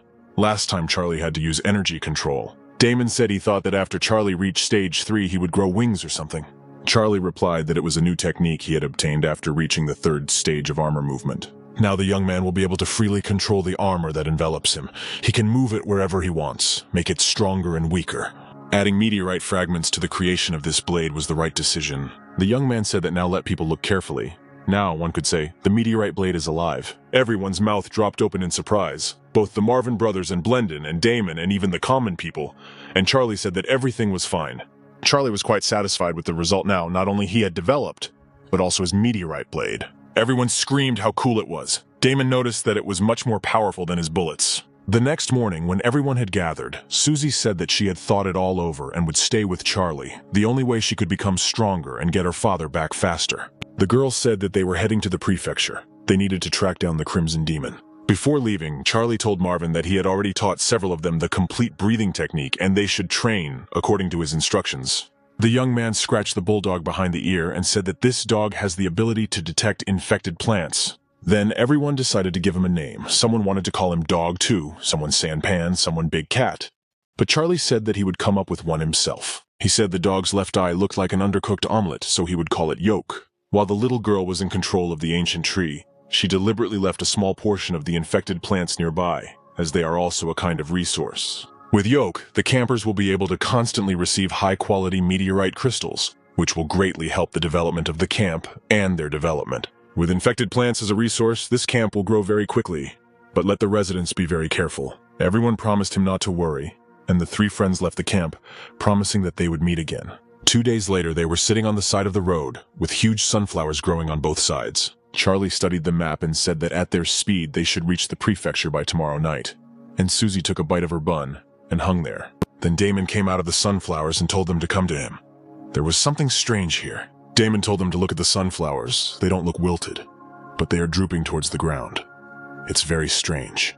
Charlie thought this was strange too, so he asked his friends to move away a little while he went into the thick of the sunflowers. They noticed that the roots of these sunflowers were colored red, which is a sign of the beginning of the mutation stage. Charlie looked in that direction and saw that all sunflowers had teeth along the edges of their corollas that moved slowly. He yelled at his friends to step back and slammed his power into the edge of the road and saw the sunflowers watching. Susie asked what was going on and if the sunflowers were mutating. The young man replied that he didn't know. Perhaps these sunflowers were under the influence of a virus, but his friends couldn't stay here. As they continued on their way through the mountains, Susie asked Damon what had happened to Charlie, who seemed so distracted. Charlie thought that everything was wrong, and each time there were more and more differences. Because of the Crimson Demon, they could still somehow explain the appearance of infected plants. It dawned on him that it had been 3 years since he had forgotten about this, and he asked his friends for a map. They asked what had happened and that maybe they had taken the wrong turn. And he asked them if they had heard anything about an astronomical research laboratory near the prefecture. Damon pointed and said that he thought she should be around here somewhere. They should pass by her on their way to the prefecture. The friends asked why they needed to go there, and Charlie replied that they had to do it to find out something. Charlie suggested they hurry, but Damon stopped him and suggested they split up. Charlie was surprised that his friends wanted to go there first, and Damon explained that Susie had gone to the prefecture to kill the Crimson Demon. If N was still in the second stage, it would be really dangerous to go to the prefecture alone, but she was already in the third stage. They soon reached the center of the prefectural city, where the houses were already covered with infected plants at first glance. At this time, N told the two dark demons to attack, and they faced a large number of infected. She noticed that the red demon was running away, rushed forward and ordered the dark demons to run after him. The red demon, out of breath, rushed ahead and N rushed behind him, demanding that he stop. They soon caught up with him. N said that she would see where he would run now, and the red demon suddenly growled. But then N froze in surprise, because she saw on the backs of the dark demons parasitic infected. She felt her control over these dark demons weakening and closed her eyes as the red demon growled and tried to gain control over them himself. And realized that this creature still had aces up its sleeve, and when the dark demons suddenly rushed at her with a growl, she rushed to attack them. She asked the dark demons where they were looking, and they looked at her in confusion as she jumped on them, and acrobatically jumped onto the monsters' heads and used her power to make them explode. After that, she jumped to the ground. She was annoyed that she lost 2 high-level puppets, and the red demon still managed to escape. She looked after the running red demon and said that if he saw, she would never forgive him. The next morning, the trio reached a fork in the road, and according to the map, they needed to go right to get into the mountains. Damon asked Charlie what was going on with him. He seemed distracted since last night. Moreover, he can confirm his suspicions only after visiting the observatory. And then they heard a rustling sound. The friends decided to check it out, deciding that there was definitely something there, and Charlie said that he felt it. The trio moved off the road into the bushes and began to quietly approach the source of the sound, and then they saw the infected. Susie, standing behind the tree, said that there were 2 Stage 2 infected fighting each other, and they had dragged their fellows into the fight. Charlie noted that normal Stage 2 infected would not fight each other unless they were under the control of a higher level infected. But then, spears flew at the infected, and Susie was surprised that they looked like people, and Damon offered to intervene. Charlie, watching as people appeared with spears in their hands and began to attack the infected, said that they had to wait. Susie noted that the humans had arrived just in time, and Charlie replied that both sides had suffered great damage, and that the human leader had evolved. You have to be at Stage 2 to directly contain 2 Stage 2 infected, and this guy is pretty good. Another man came running at the 2 monsters from behind, shouting that they were caught, and then struck them with a sharpened stake, telling them to die. The man armed with the stake shouted to his fellows to kill the bugs together, and the people shouted back that the creatures must be killed. 15 minutes later, one of the men reported to the leader, calling him Director Mitch, that this time no one was hurt. When people were about to leave, Charlie announced to his friends that the danger had passed, and they could go out. The trio decided to introduce themselves. They came out from behind the bushes and greeted the people. People started whispering about how big the blade Charlie had on his back was, and that the ones who came out of the bushes didn't have the aura of the evolved. The leader introduced himself as Charlie, calling himself Mitch, and said that the people accompanying him were colleagues from their base. Mitch asked what they were doing there. Maybe they were lost, and Charlie replied that that was pretty much it. Charlie grabbed him by the sleeve and asked excitedly what they knew about the comet and what details he would like to know about it. Brother Mitch said the research lab had over 1,000 comets under observation. It was impossible to remember them all, especially when it was a C-type comet. Mitch said that they didn't look like locals. They must be very tired, and suggested that they return with the observatory staff to their base and rest. Damon said that one day a meteor fell, split into fragments, and released a virus, and then Charlie asked him who told him that there was only one such meteor. The friends followed the observatory staff, and along the way, Charlie said that this was exactly what was worrying him. The infected plants, the Crimson Demon, and the virus taking control of normal plants, none of this should have happened during the spread phase. Damon asked if the comet Charlie was talking about was really the meteorite that might fall earlier. They soon reached the place, and Mitch said that there was a farmhouse here. When they came here, there was no one there, so they fortified themselves at this place. Mitch pointed out the electric fence and other basic elements they had added to create the base. The friends were offered a snack, and they did not refuse. Everyone gathered at the common table and began to dine. Susie said that she had been to the observatory before when she was younger, and they told her that the observatory was actually better than here, and they wanted to stay there, but they were kicked out. One of the staff members noticed that some, as soon as they become stronger, stop treating others as people. But then the girl sitting with them screamed at them to shut up, that her father was a good man, that he wouldn't do that. She said that she would not eat anymore and ran away from the table. Mitch apologized for the incident and said that it was their own fault. He was the deputy director of the research lab. The leader said that his friends saw for themselves how they killed those zombies. After the people built this base, they decided that one of them should go to the prefecture to gather information. When the director returned from the prefecture, his character had changed. He had become much stronger, and Mitch was no longer his equal. And after that, more and more zombies began to appear on the mountain, so it was not safe to stay at the observatory. Charlie asked if they had made the weapon themselves, and Mitch replied that yes, they had made it in preparation for the climb up the mountain. The young man was surprised and asked if they wanted to get the observatory back. And Mitch replied that if he didn't get stronger, they would never be able to get the observatory back. Charlie asked if they were going to climb the mountain then, but then the man next to him started coughing. And then he said abruptly that it was their personal business, and didn't he think it was rude of him to continue asking these questions? Susie stood up and yelled that the guy looked like he was looking for a fight, and he replied that the little girl was so scary. Brother Mitch yelled at Lonnie to shut up. These were their guests. He was an adult. Why was he fighting with children? And then he turned to his friends and said that, to tell the truth, the electricity for this house comes from the mountain, but lately they have been having power outages. So tomorrow 2 of the staff will take Pippi up the mountain to check the food, which will take 2 days. Mitch said that the friends should not worry. They would definitely return in 2 days, and by that time the electric fence would still be working. Charlie said that everything might work on the common infected, but if they encountered high-level infected, there would be problems.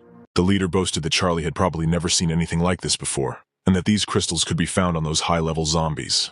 The friends thought about it. Susie asked if they could do it too, and Charlie chuckled, thinking. And then he asked Director Mitch if they could take them with them to the mountains tomorrow. Here, Lonnie intervened again. He yelled that the travelers had already asked too many questions. They knew for what purpose the employees were going to the mountains. The director looked at him darkly and told Lonnie to finish it and come back, and another employee dragged him away, and he resisted. The director slammed his hand on the table and said that Lonnie was being too direct. Charlie said that they could take care of themselves, and even if they hadn't run into the group of employees, they would have still climbed the mountain. Mitch thought that maybe they were just ordinary people, but they had thought it all out carefully, and since they had managed to get here, they wouldn't be a burden. Morning came. Everyone was reminded not to let their guard down. Most likely this path would be difficult. He's also thinking about what the vice principal told him about the observatory, and Damon asked him if it could have anything to do with the Crimson Demon. Besides, their director returned from the prefecture. It was too big a coincidence not to pay attention to it. Charlie said that tomorrow they need to gather as much information as possible, and let the friends remember to hide their aura. They will not make their move. The next morning, when Charlie emerged from the tent, he was met by Lonnie, who said that he was Director Mitch's right hand. Lonnie said that once they were in the mountains, they were to follow his orders. The man continued that there was no point in hiding in these mountains. Their method was to give it their all against zombies. At this point, Damon began to gargle. Susie asked for a lozenge, and Charlie told her that it was too early, otherwise she might get a cavity. Lonnie went to grab Charlie's gun, but the guy grabbed his hand and told him not to worry. They would take care of their own safety. The man yelled, rubbing his wrist, that the guy apparently thought he was so good only because he had some kind of physical strength. But then the director stopped him and said that young people are always prone to being self-confident. Lonnie began to seethe again as they walked away serenely, and the director told him to stop grumbling. They managed to survive in such an environment, so Mitch is not surprised that they are so overconfident. Soon the order was given to watch the formation, and the people encountered the first infected. They took their spears and other weapons and began to attack the zombies, and it seemed to be no trouble at all. The friends watched the battle with the infected, and little Peppy hid her face behind their backs. At this time, one of the infected rushed at the friends from above, and they continued to stand as if nothing had happened. Lonnie yelled why they were standing there, because this zombie was dangerous, and indeed the zombie was almost there. But then, right in the air, the zombie began to fall apart, because the director managed to throw a spear at him. Lonnie also did his bit by shooting the zombie with his bow, and then the principal approached Pippi and asked her if she was okay. Mitch told the girl not to be afraid. Her uncle was nearby, and Lonnie came out of the bushes and asked if he saw it. The man angrily said that the boy was so scared that he couldn't move. The team allowed them to protect the child. The director told everyone he thought they should stay here and rest for a bit, and then he told Charlie he needed to talk to him. He hesitated, and Charlie encouraged him. He told Principal Mitch to tell it like it is. There was no need to beat around the bush. The director looked into Charlie's eyes and said that he thought it would be better for the travelers not to climb the mountain. Mitch said he understands that his friends are more than just astronomy geeks. But regardless of their goals, survival still remains a priority. They lack experience in direct confrontations with zombies, so he doesn't blame them for failing to react in a situation like this. Charlie said he felt like there was some misunderstanding between them and they would never get down the mountain. When Charlie refused help, he said that he would not insist, but let the young man remember that next time the director would only protect his own people. Mitch called Pippi, who was sitting with her friends, and told her that from now on she should not go far from him. Charlie thought that maybe they weren't friends, but this Mitch was a good man. Lonnie sullenly told the director that in the end, those three were still following them. Mitch told him to ignore them. They had their own beliefs, and he shouldn't risk his life for them. Soon, an observatory appeared on the top of the mountain, and the group joyfully shouted that they were almost there. Then one of the employees said that they were already halfway there, but it was somehow too quiet here. Lonnie replied that they were winding themselves up. But the director thought that things were not so simple and shouted to everyone to step back. And then a third-stage zombie appeared in front of them. He was huge.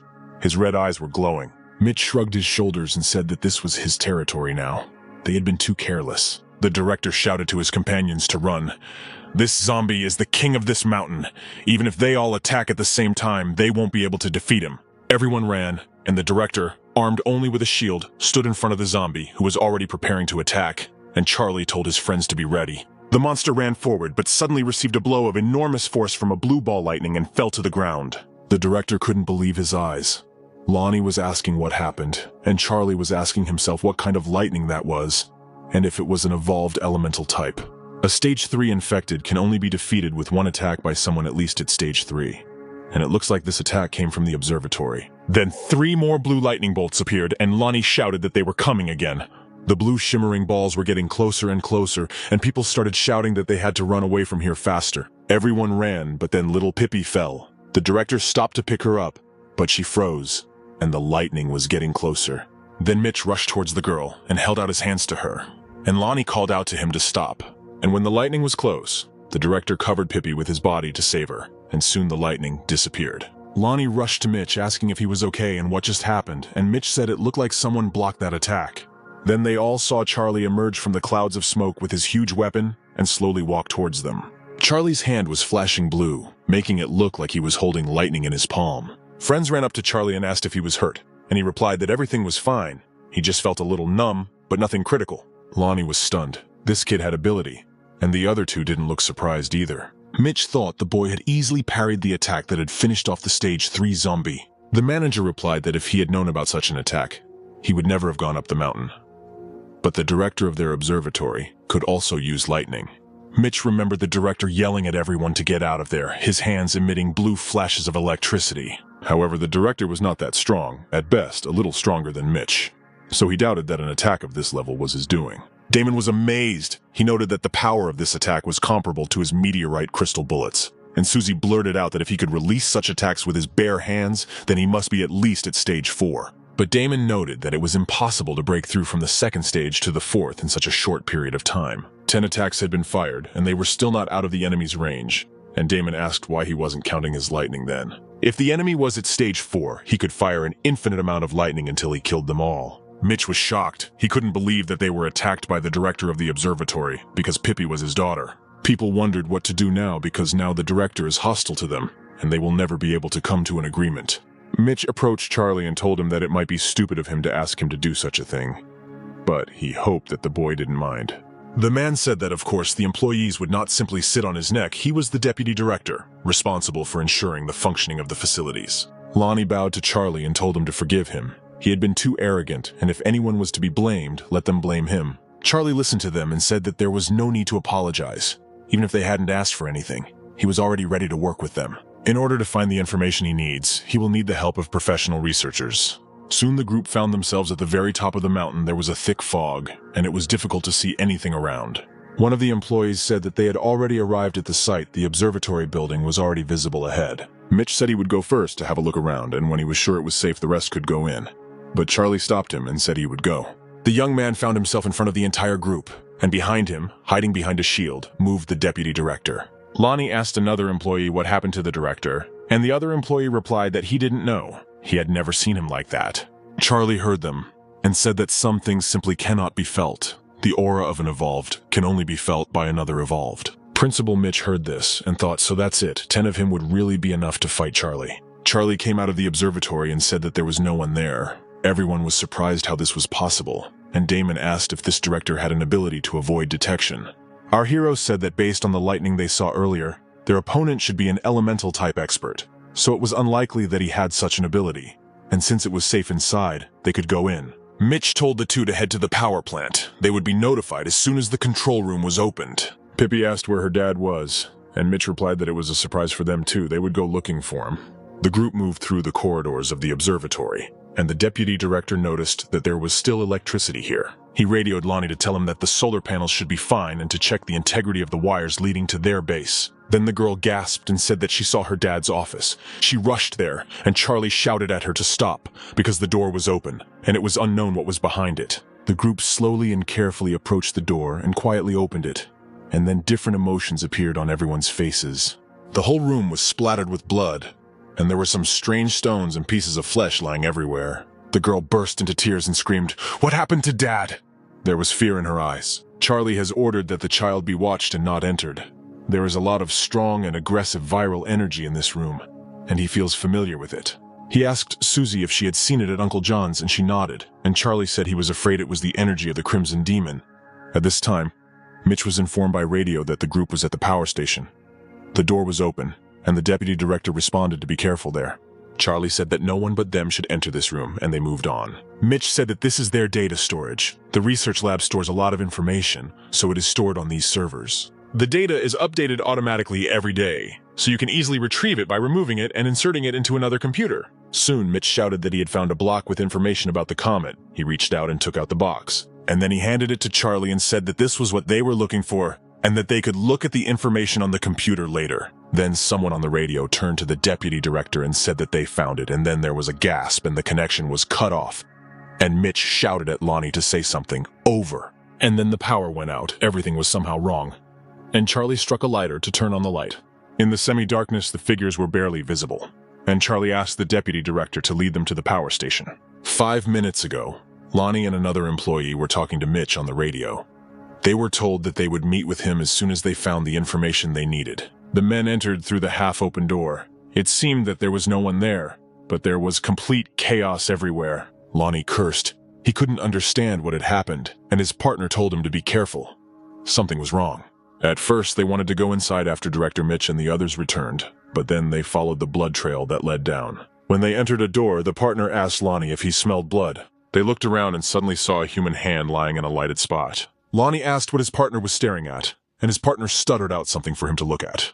And then they saw with horror a menacing figure of a man approaching them. Part of the man's face remained normal, and part turned into a creepy skull, but they still recognized him as Director Edward. They started running away from him, shouting into the radio that they had found him, but blue flashes of lightning caught up with them. Lonnie and his brother fell down the stairs, and Principal Mitch held them up with lightning bolts. 2 minutes later, Director Edward walked out the door, wiping his mouth, which was covered in blood. When the group arrived at the power plant, Charlie said that they were too late. The director had already managed to kill their colleagues. Then little Pippi rushed forward and screamed that she saw her daddy and they could hardly hold her back. The director also recognized her, clutched his head in his hands and screamed that no, he couldn't. His whole face expressed unbearable torment. He fell to the floor and shouted at the people to run, and Charlie, when he heard this, prepared to fight. And Director Edward threw himself down, hit the ground, and then began to get up, muttering at the same time for people to run. The girl was crying, and Charlie said that Damon should take them back to the observatory. If the Crimson Demon virus went berserk, all the infected on this mountain would go berserk. Mitch pointed out to him that this was still the girl's father if that was possible, but Charlie told them to go and he would sort it out himself. Susie told her friend to be careful. She looked at him carefully to make sure he would be okay. At this time, Pippi's father was shouting for them to run away immediately. Susie asked if he could be saved. Charlie replied that he could no longer contain the Crimson Demon virus. He had only held out until this point because he didn't want to harm his daughter. Susie's eyes filled with tears. She felt sorry for the girl. She was still so little. She rushed to Edward to kill him as quickly as possible, but Charlie stopped her. The strength of this infected is already at the peak of the 3rd stage, and his intelligence level is close to that of a human. But it will be much more difficult to kill him. The Crimson Demon virus increases her speed, causing the infected to begin to absorb other living beings and become stronger and stronger over time. If they can't kill him, then he, having escaped from them, will attack the girl at any cost.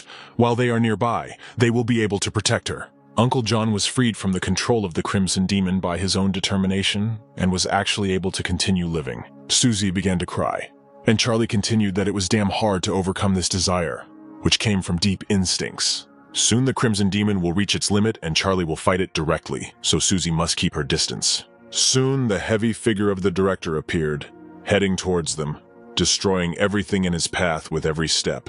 He was almost at Charlie's side when the boy shouted to Susie to run to the baby. The director pounced on our hero. Blue lightning flashed, illuminating everything around, and Charlie defended himself with his weapon. The monster muttered that he needed to kill! He created blue lightning and threw it, hoping to hit his opponent. At this time, Susie was watching them from behind a tree. She saw that Charlie seemed to be holding back. The young man was convinced that this monster was unusually strong.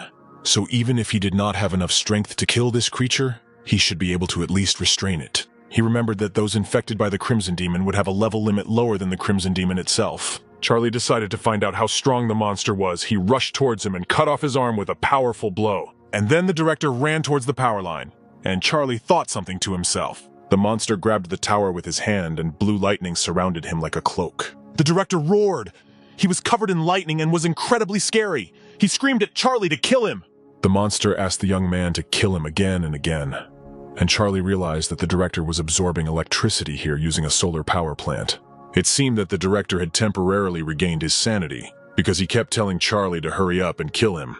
Then the principal released blue lightning balls, and Charlie yelled at Susie to get ready. He turned around and didn't see the director, of course. His instincts made him run. But then tree roots appeared from under the ground and twisted the monster, and Susie said that she would deal with him. Soon the director was sitting on the ground, tied to the roots of a tree, and Charlie told him that his time had come. He looked at the young man imploringly and repeated again for Charlie to kill him, and his mouth twisted into a terrible smile. Our hero said that he would do as the director wished, and with one blow, he took his life. At this time, Damon and the deputy director were repelling the attack of zombies that were surrounding them from all sides. The guy jumps up and aims at the zombie's head, cutting them with a throwing knife and killing them. Looking up, Damon notes that apparently Charlie is done too. Mitch is surprised that such a big explosion was his doing. Damon replies that it is not so bad, cutting the zombie with a knife. Unfortunately, he doesn't have his bullets with him, otherwise Damon would have caused an even bigger explosion. The man thinks about where they even came from, calling it just some kind of madness. Wiping away his sweat, Mitch calls out to Pippi, telling her that they are done, and the blonde, who had been hiding behind the building, comes out. Susie screams that they're back, and Charlie says that there probably aren't that many advanced infected in this forest. The little girl turns to them worriedly. She runs up to them and anxiously asks Susie how her dad is, to which the girl only shakes her head sadly. Pippi cries. But Susie and Charlie shouldn't be blamed, because they had no other choice. In such a state, he could have harmed even more people. But Pippi assures that she doesn't blame them.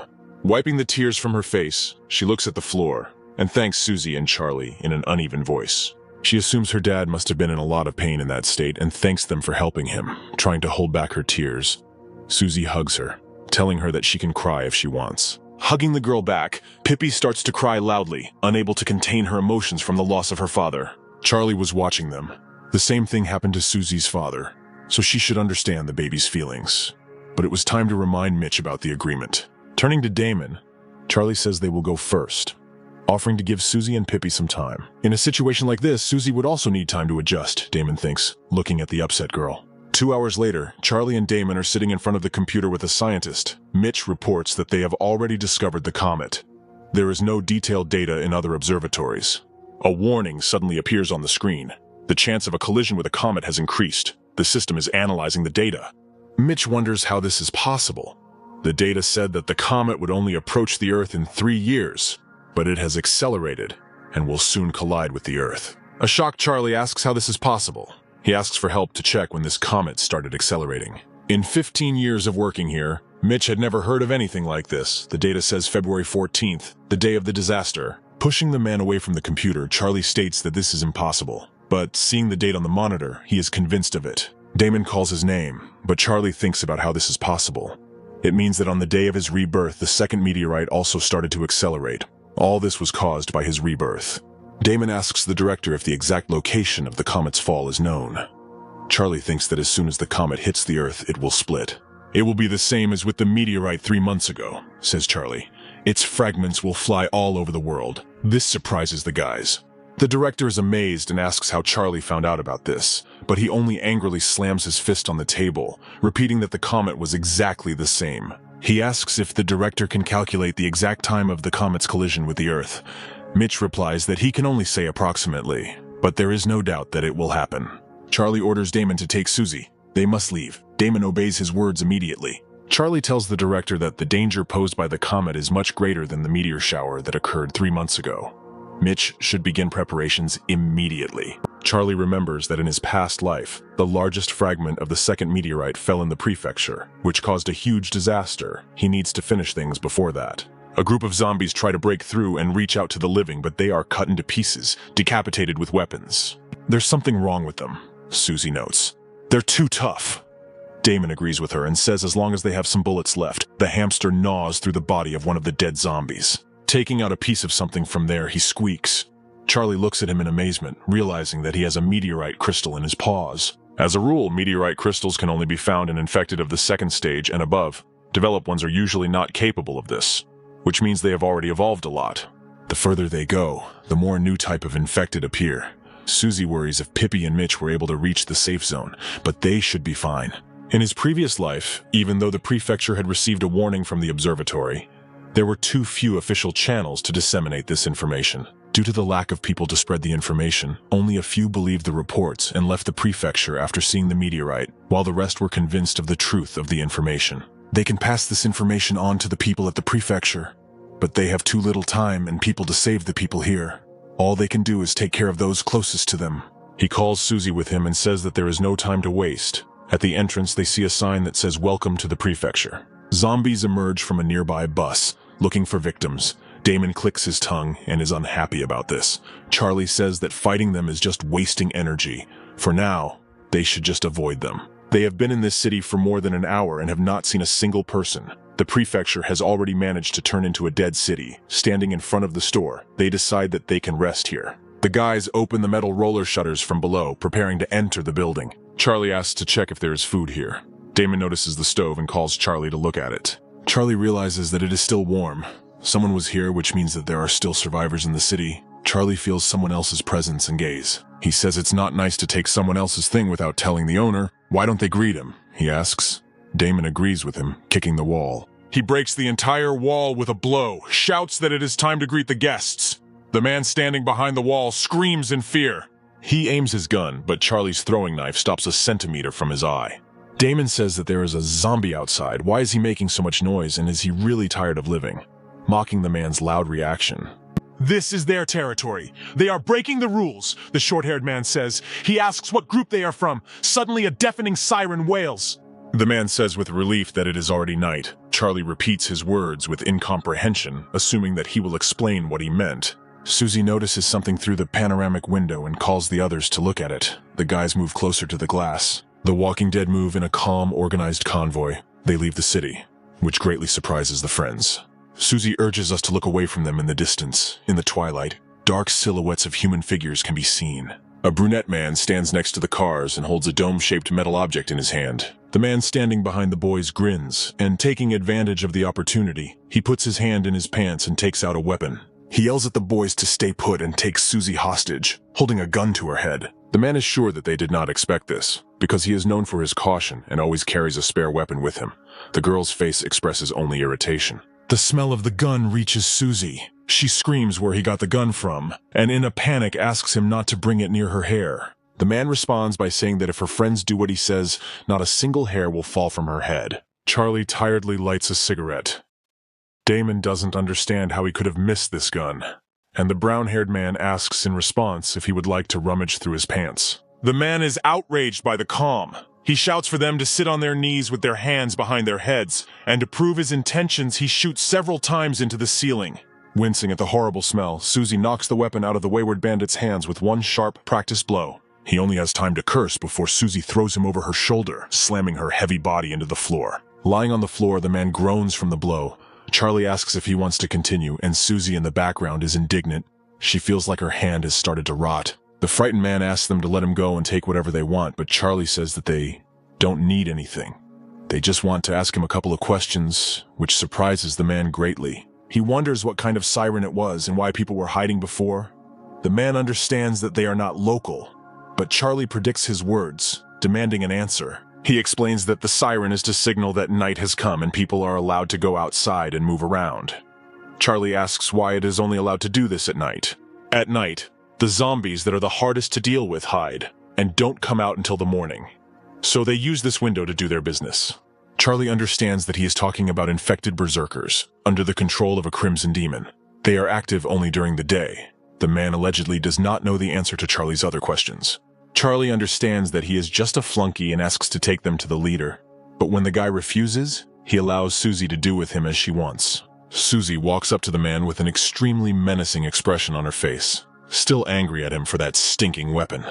He asks them to stop because the rules have already been broken and it makes no difference.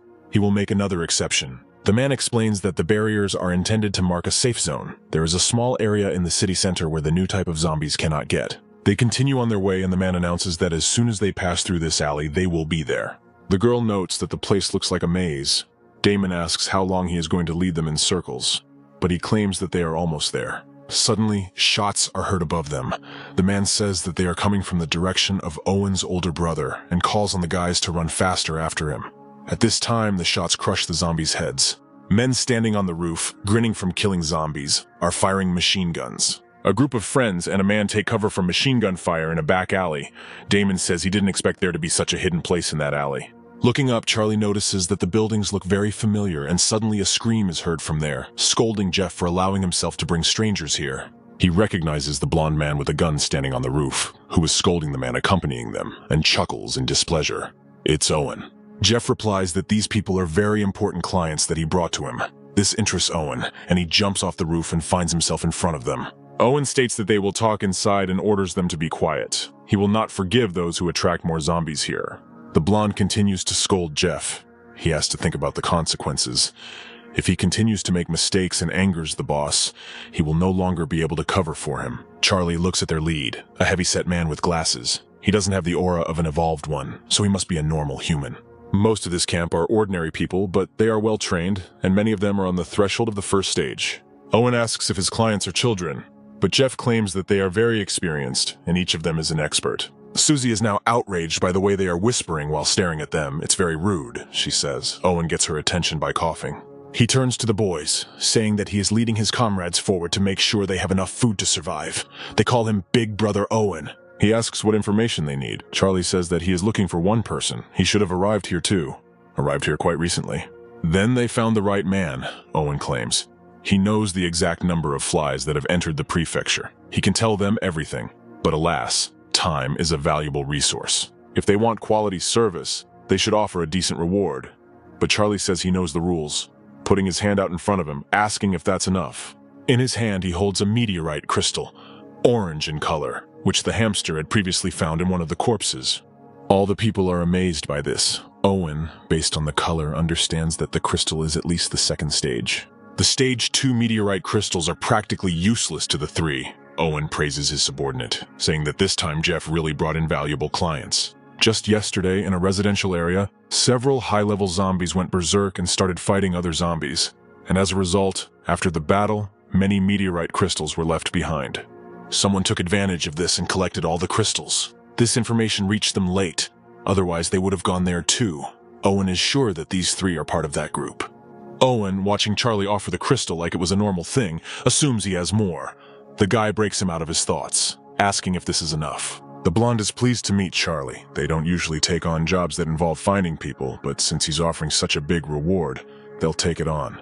Feeling the crystal, the man asks who exactly he is looking for. Charlie describes Anne, noting that she may be wearing a mask. After thinking about it, Owen says that he seems to remember a girl like that. She came here to replenish her supplies. Charlie asks if he is sure. The blonde asks if this girl is an evolved mental type, calling her quite strong, which surprises Charlie. Owen knows about her movements. He can help them in the search, but the places she visits are quite dangerous, so he wants to raise the price. He towers over him in menacing silence, his eyes glowing, and Charlie presses on him mentally, hinting that he will not forgive lies. Owen swallows hard, not taking his eyes off Charlie. He understands that this is not the aura of an ordinary naive child. He has already had to kill. He claims that Charlie is overextending himself and that they have no reason to betray his trust. Owen orders his men to get ready. Leaning over the silent man with the cage in his hands, he says that he has to ask him as the boss to go with them. He also tells Jeff to go first and gather their friends outside. Let them wait for him at their usual place. When asked, Owen replies that judging by the aura, he must be evolved too. Owen tells his subordinate not to be afraid. Quantity always beats quality, and they have several evolved ones. The 2 evolved ones must have a lot more meteorite crystals with them, Owen thinks. A small group won't be enough to deal with them, so they'll have to work a little on a suitable plan. While Owen is twirling the crystal in his hands, Charlie's figure appears behind him. The frightened man says that he loves him, is ready, and asks if they are moving out. Charlie asks where the guy ran off to. Owen explains that he has some places in mind where his girlfriend might be. He ordered Jeff to tell their people to check these places. He encourages them to go to the place closest to them. Susie asks Charlie if he is sure they can be trusted. She has a bad feeling. Charlie says about Owen that he's cunning and resourceful. Such a person can be useful, so for now they will follow him. Once outside, Owen moves forward towards the road, his men ahead making gestures to indicate that everything is under control. While the boys are walking along an empty road, however, the traffic light is still on, so Charlie notices that they have already passed it. He says it out loud and stops Owen. He asks him outright if he's leading them in circles. Owen laughingly calls Charlie very attentive. They really were walking in circles, but he supposedly will understand everything if he looks ahead. There are infected people visible. It is not worth thoughtlessly provoking the infected, even though it is already night, so they will scout out a safe path and try to avoid them, even if it takes some time. Taking out his sword from behind his back, Charlie says that he doesn't have time to take the safe, long route, as he is in a hurry. Getting closer to the infected, Charlie uses his sword to cut them in half, with a wide swing, without straining himself too much. Owen was speechless in surprise. His minions also froze, amazed by Charlie's power, and only his friends did not look surprised, rather proud. The blonde thinks Charlie is definitely evolved at the peak of the first stage, but he can't be at the second stage, he thinks. At this time, having finished Charlie, says that the way is clear. Hugging Charlie, Owen says that it was amazing, having evolved to such a level. He had only seen maybe 5 people of such strength in the prefecture. The journey to the prefecture took them 1 day, and the meteorite will fall in about half a month, he thinks. A picture of the destruction of the prefecture pops into his head. Once they get out of here, they will find themselves in a residential area, capable of fighting, usually going out at night when there are no strong zombies nearby to hunt outside the safe zone. Although this is much more profitable, there is nowhere to hide in a residential area, so the risk of various incidents increases significantly. With the current state of affairs at the prefecture, they are forced to risk their lives, Damon called out to him, but Charlie only says that he knows. They are surrounded by a group of guys. At night, their fighters hunt outside, Owen says, so he had no choice but to ask the man to come all the way here. He asks Charlie not to misunderstand. This is not a robbery. At worst, he can consider this an investment. When the prefecture begins to prosper, his investment will bring him profit. Charlie's expression darkens and becomes more menacing as he quietly states that he's forgotten his warning. Owen asks them to stop acting tough. He can't handle it, and they just need the money. There's no need for them to fight each other. Charlie laughs in response. With a wide grin, Charlie declares that Owen Guilford is indeed getting worse and worse as a person. The guy gets scared and asks how Charlie knows his name. He shouts that he doesn't dare to address him like that. He gives the green light to his subordinates. They all run to attack the group of friends. Under Owen's screams, the trio stands calmly and unperturbed. He remembers how Owen in his past life said the same thing, cornering Charlie alone with his men. Familiar faces make him remember old times. The guy thinks and lights a cigarette. Owen sits on his knees and hugs Charlie's leg. He claims that this is just a small misunderstanding. In the background, there are people killed by the guy lying around. The blonde says that he wouldn't dare rob him. He only did it because the road ahead is dangerous, and he wanted to test him. Charlie mockingly asks if he passed the test. Owen states that he was destined to be his subordinate from birth. He was just too stupid to realize how strong Charlie is. This is the first time Damon has met such a shameless person. He says that besides Charlie, only his older sister N is capable of beating him. This name causes a strong reaction in the guy, and he grabs the blonde by the collar. Charlie asks if Owen knows where she is now. The blonde responds that yes, it is the pure truth, trying to save his life. He reports that N comes by every few days to replenish supplies, apparently just another easy target. Owen admits he was inflating prices, but he knows where she is. The rooster in the boss's cage, covered with a rag, begins to crow loudly with the onset of morning, announcing the change of the day's phase. The blonde's face distorts in fear. Damon asks what it is. Is it really a rooster, turning towards the sound? Owen's men, who had been beaten by Charlie before, are coming to their senses and are swearing, realizing that it is almost dawn. The sun is rising from behind the trees. Owen jumps up screaming that his older brother had spoken. He ran forward, stepping on the guy who was dragging the cage. Owen rips the dark cloth off the cage, and the rooster begins to crow again because of the dawn, alerting everyone to the coming of day. He grabs the cage and says that they need to run and return to the safe zone. Damon and Susie are surprised that he called this rooster his older brother.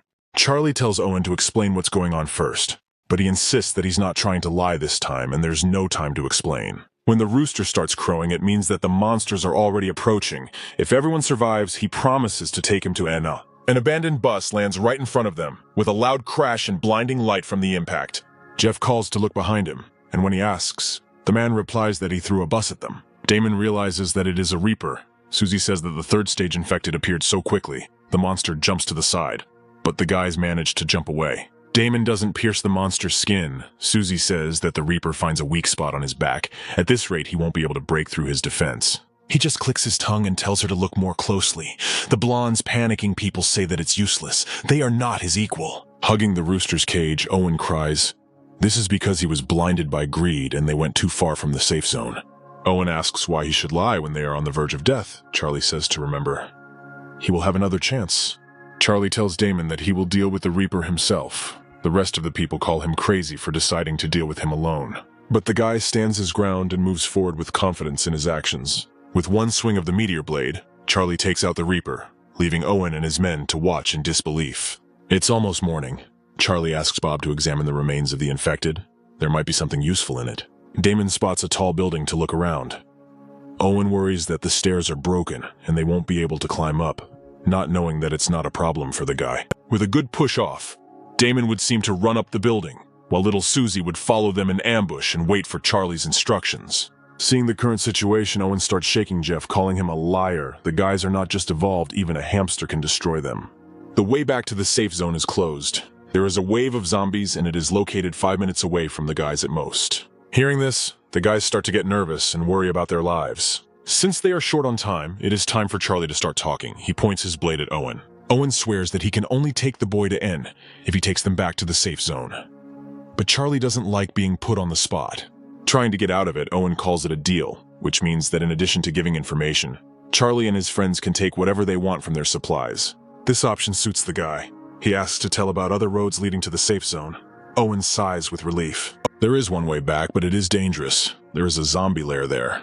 The infected lair is usually controlled by a stage 3 or higher zombie, with several infected of the same stage controlling the evolved ones. Charlie decided that they would go through the lair. Owen asks him to think better of it because it is an extremely dangerous and very scary place. Damon has no ammo, so it will be difficult to fight a huge wave of zombies. It will be easier to destroy the lair. This scares Owen. Owen has a premonition that he will definitely die today. Charlie asks him to stop chatting and show him the way. The sun has already risen. Bob is in perfect form, spinning and parrying through the air, his claws cutting down a huge number of infected. The boys watch his skills in a state of shock. This is already the 5th wave. They are not sure if Bob can be considered a hamster at all. Stopping, Charlie notes that apparently the lair is already close. Owen does not understand how he found out. A 3rd stage infected appears in front of them without Charlie. Even all of Owen's guys at once won't be able to defeat him. They point in fear at another pile of the same ones in front. It looks like this zombie lair is quite unusual. Even Damon was confused when he saw who was standing in front of them. They were worse than a group of stage 3 infected. This is a black infected claw type. He is not alone. Behind him are no less strong zombies. With their 4th stage leader and 2 singles behind 3rd, the force is knocking the wind out of Owen. Charlie will take care of these 3. The rest will remain with Susie and Damon. The main thing is that Owen must survive. The loner rushed towards Charlie, but he managed to react and pierce the monster with his blade. A roar erupted across the battlefield, and the remaining 2 were surprised by the one-hit defeat. Even though Charlie's previous blow had managed to finish one off, he had almost damaged his right arm. It was time to get down to business in earnest. The fight is exhausting. If Damon had ammo, everything would be much easier. At this time, Owen, hugging the cage with the rooster, only watches, and when the infected attacks him, he screams in horror. But he is saved. Little Susie decides to merge with the Earth. They have already received special abilities. Owen notes. They have crazy abilities. The sun rises higher and higher. Damon and the others notice something strange. Red marks appear on the bodies of the infected. Their skin seems to crack from the hotlines. Howling, the creature strains its body. The red marks activate, making the zombies stronger. So Damon asks the baby to check on Charlie while he stays with Bob. After receiving this information, Susie also did not like their situation. She sees Charlie making many swings of the blade. The claw type swings to strike, but Charlie stops it with one hand, knocking the opponent back. Charlie personally notices that the opponent's durability has increased and concludes that this is due to the marks on their bodies. The infected tries to find Charlie's weak spot. The baby waits for the right moment to attack as the battle continues. The right moment has arrived. Without wasting a second, Susie jumps on the infected from behind. But apparently it was too late. The sun had already risen completely above the earth, and the little girl had to retreat. The infected clawed type is no longer recognizable because of the red mark. It licks its lips bloodthirstily, its gaze is burning. Noticing something odd, Charlie orders them to step aside, and they increase the distance. The infected exchange glances and grab their hands. They are clearly planning something, even groaning with impatience. They are about to merge with each other, but Charlie stops Susie from interfering, and after they merge, they form more valuable meteorite crystals. The body begins to transform. The black claw-type skin turns white, becoming stronger. In front of them stands the same infected person, but now in a different form and therefore improved. He's not going to attack. With his current state, the best strategy would be to just stand there, in front of the guys. The meteor blade won't penetrate his newly emerged armor, and if the zombie manages to counterattack, the guys won't be able to defeat him. When the guys ask if Damon is able to continue holding back the wave of zombies, he answers positively. They can even take their time. As soon as Charlie turned to the little girl, she immediately understood what needed to be done. With her knife, the little girl tries to strike as many blows as possible, approaching from different sides. In fact, everything happens as quickly as possible. It is impossible to follow the movements with a normal glance. The monster can only defend itself. It's not much fun, but there's nothing to be done. The infected grits his teeth and endures the lightning-fast attacks. Susie wants to repeat, but there's no need. She can hurt him. But he will regenerate faster than he can take hits. You have to remember that when you're fighting a claw type, you have to find its weak spot and hit it with one blow. He is now stronger than the little one, so in a direct confrontation he would have the advantage, but all he does is defend himself. because his weak point is his chest. It seems that the infected person understood everything correctly and jumps up from his place. They collide directly with each other, creating a huge shockwave around them. It is impossible not to notice that the infected has enormous strength. He is able to push away even Charlie. With a playful expression on his face, Charlie warns that it is now his turn to attack, which scares the monster. He thrusts his dagger, the huge clawed paws managing to hold the blade. But there is little strength to do this well. The body begins to tremble and the legs slip, rolling off the asphalt. Soon the carcass flies off with such force that it raises a lot of dust around, crashing into the wall. There is a huge dent in the wall, in which is the lifeless body of an infected person with a blade in his chest. When Susie reached the third stage, she thought she was catching up with Charlie, but seeing the destruction after the fight, it was clear that she was far behind. They got a stage 5 crystal. It's very good. Charlie sends Susie to help Damon to talk to Owen. You can hear Charlie praising him for doing a great job, and it's not even clear how to comment on that. A tearful Owen continues to thank Charlie. His generosity saved the boys. There's really no point in taking the word seriously. Charlie asks to stop the circus because he knows what kind of person Owen is. In his past life, Owen was known for his fearlessness. He only cared about business and had no sense of guilt. Touching his shoulder, Charlie warns him that he still has business with him.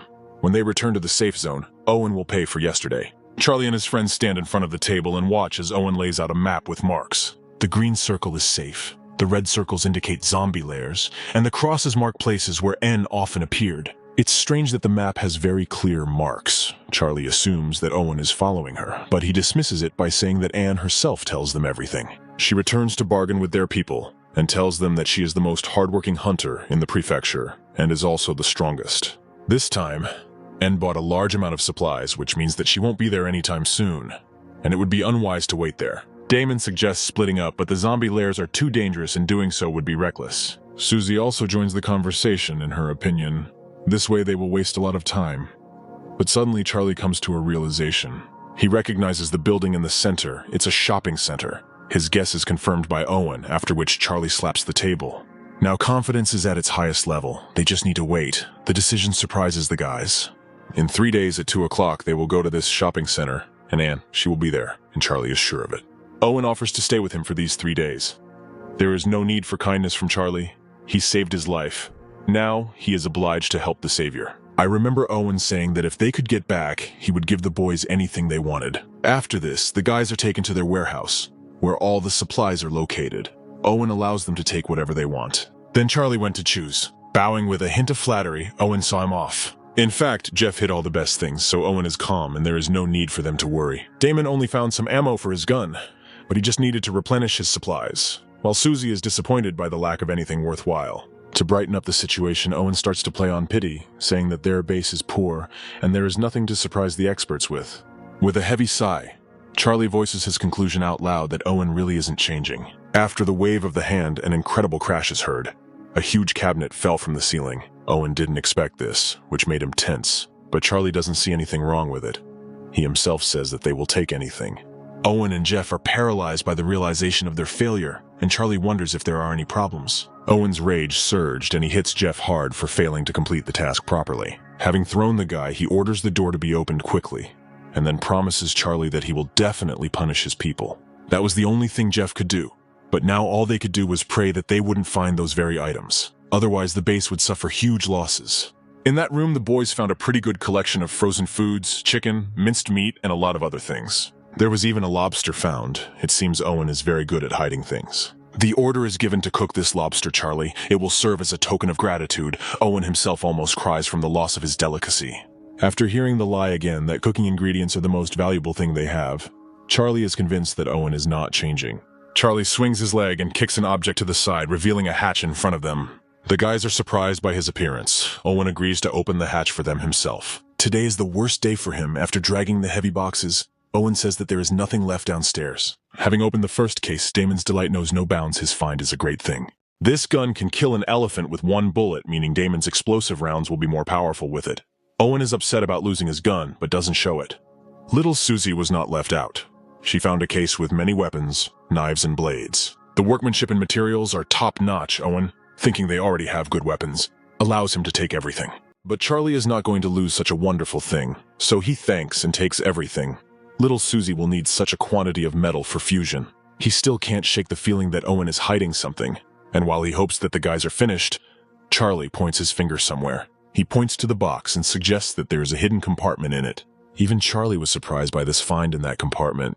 On the velvet fabric lay meteorite ore. Having lost his temper, the guy asks where they found her. Owen honestly admits that it was outside the safe zone. They noticed the zombies avoiding it, so they thought it was some kind of valuable item and Charlie could take it, as long as he didn't get too excited. Charlie won't take it for free, but he must promise that no one else will know that he has the ore. That's all for sure. The hiding places have been opened, so it's time to leave.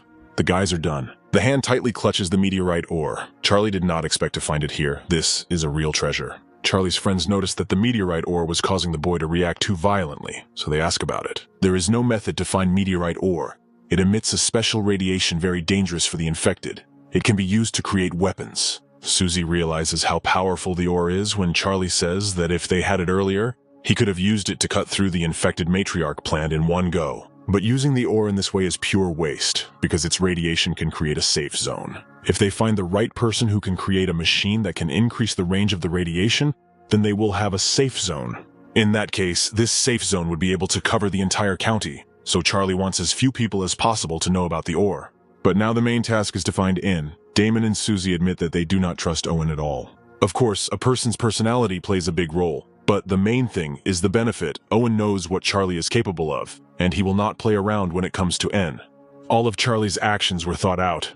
Now Owen knows that the guy can kill him at any moment, but at the same time he saved his life. After all, Charlie already said that he doesn't make bad deals while he has time to rest, and in 3 days they set off to search. 3 days later, outside the prefectural safe zone during the day, all the zombies are covered in marks. But now their end will come. Charlie orders to clear the entire area. A fierce battle is underway. Owen can only watch it all. They are almost there. The shopping center is ahead. It's been almost 2 hours, and N is standing near the shopping center, and a bunch of infected are attacking her. Damon notes that she has a gorgeous appearance. It's not for nothing that she was the first beauty of the school. Seeing this, Susie rushes to help, but Charlie stops her, deciding that it is not worth doing. Smiling, he was sure she could handle it herself, and he was right. The girl deftly dodged the blows. Everything happens in fast-paced action from the side. Only the silhouettes of the fighters can be seen. The boys were very impressed with her movements and method. If you look at mental strength alone, N still surpasses Charlie. During battle, she covers everything around her with mental power. Thus she becomes aware of her enemy's movements. Plus, she is talented. To give her credit, even in this life, she is still the same. A true genius. N took control of the strongest one. Now he is on her side and defeated his comrades. The observers did not immediately understand what was happening here, but N had already used the service of the infected, and now it was time to say goodbye.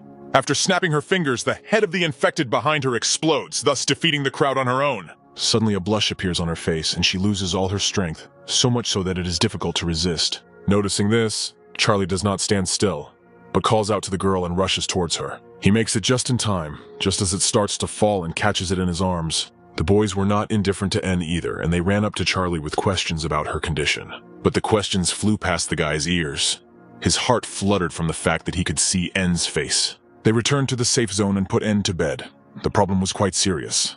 If Charlie is not mistaken, when Uncle John absorbed all of the Crimson Demon virus, there were actually some cells left over from it.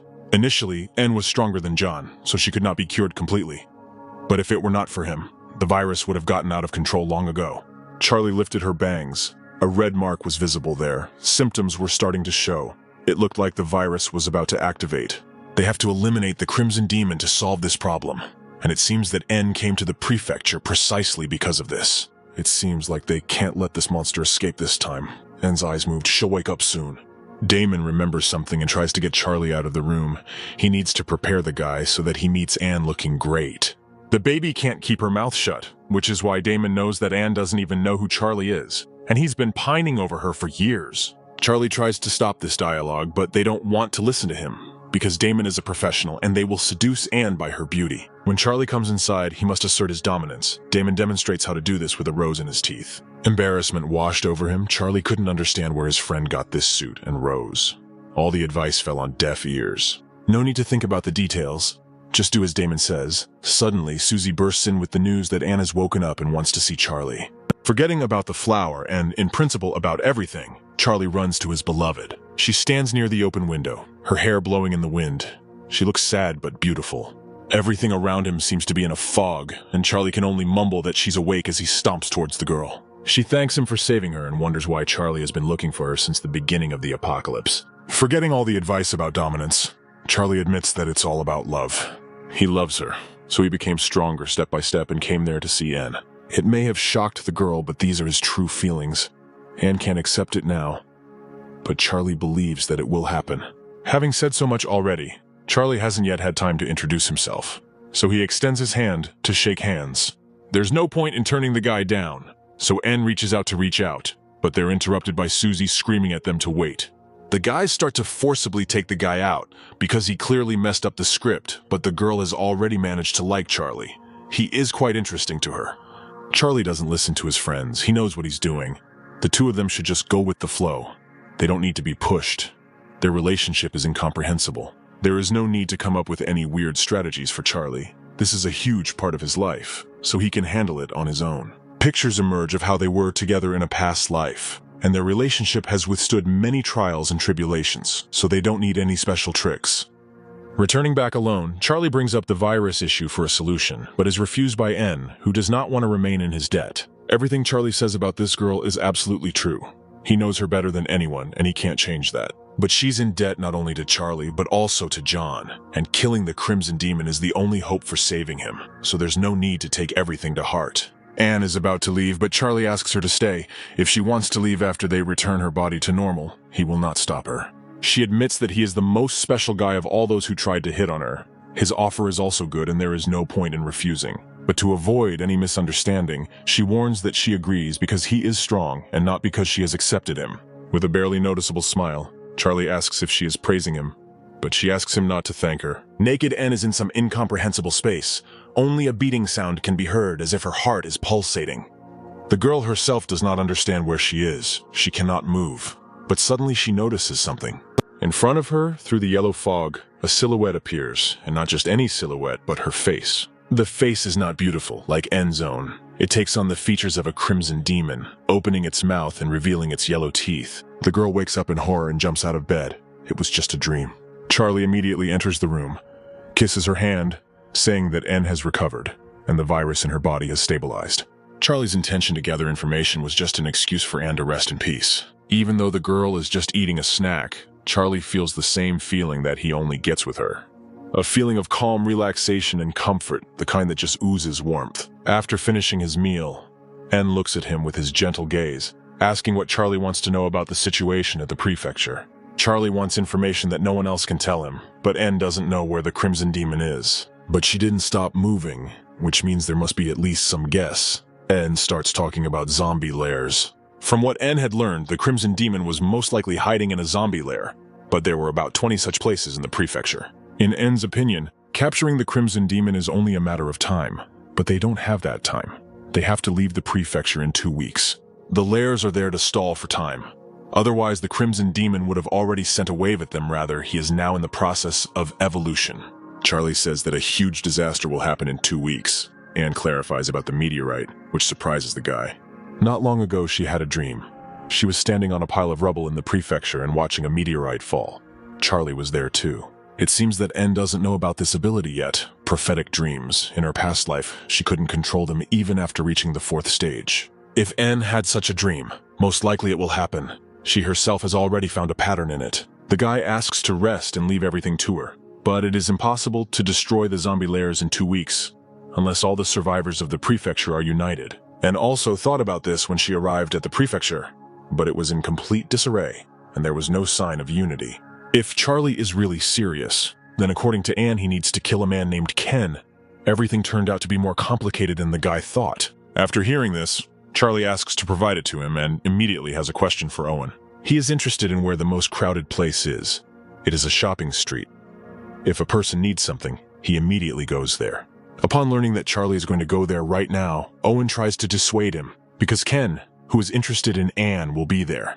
Anxiety washed over him, wondering what he had done to his beloved, but Owen reassures him that he did not have enough strength, even though Ken tried to attack her.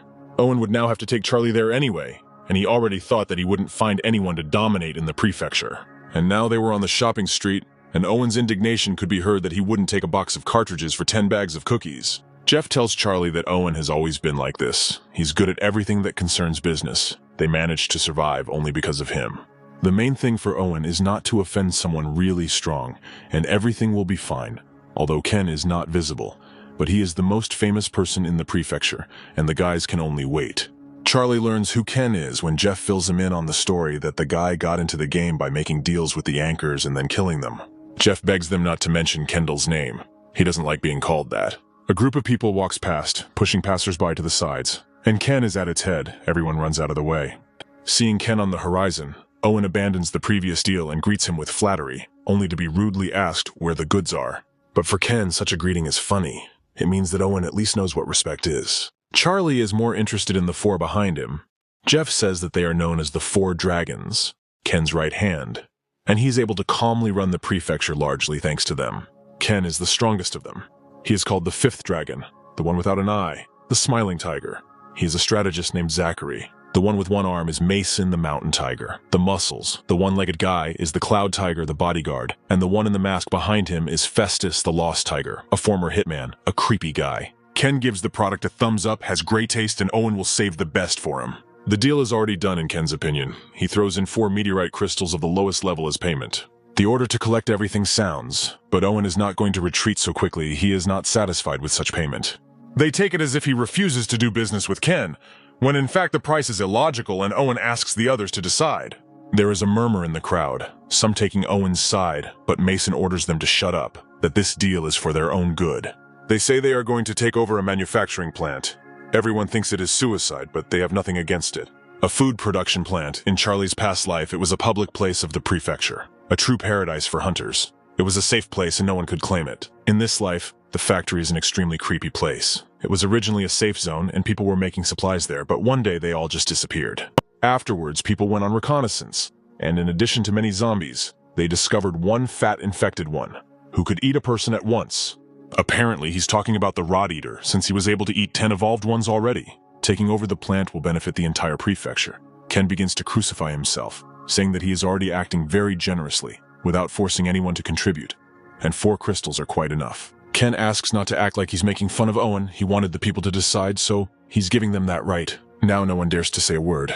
Only Ken warns not to blame him for not giving a chance. That means that since no one wanted to place a bet, it means that the price was fair and Ken is already getting ready to leave. The entire shopping street is filled with the sound of a bet of 5 third-level meteorite crystals. Charlie bursts into the conversation. The stakes are higher, which means he takes the goods, but he ruins Ken's whole day. He still stands on the roof, but declares to everyone that he is taking Owen's goods. Zachary asks his friend Mason not to get excited, because he understands that the guy is not so simple. He was standing there the whole time, but Zachary couldn't detect him, which means his mental power is much higher, just like with that girl.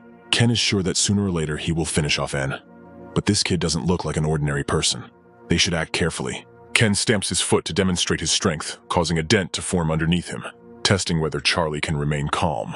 Ken decides that Charlie is generous, although he sees him for the first time, and he explains that he has just arrived. It seems tiring to carry on a conversation this way, so Ken asks Charlie to come down, and he does not refuse. Jumping off the roof, Charlie decides to demonstrate some of his power as well.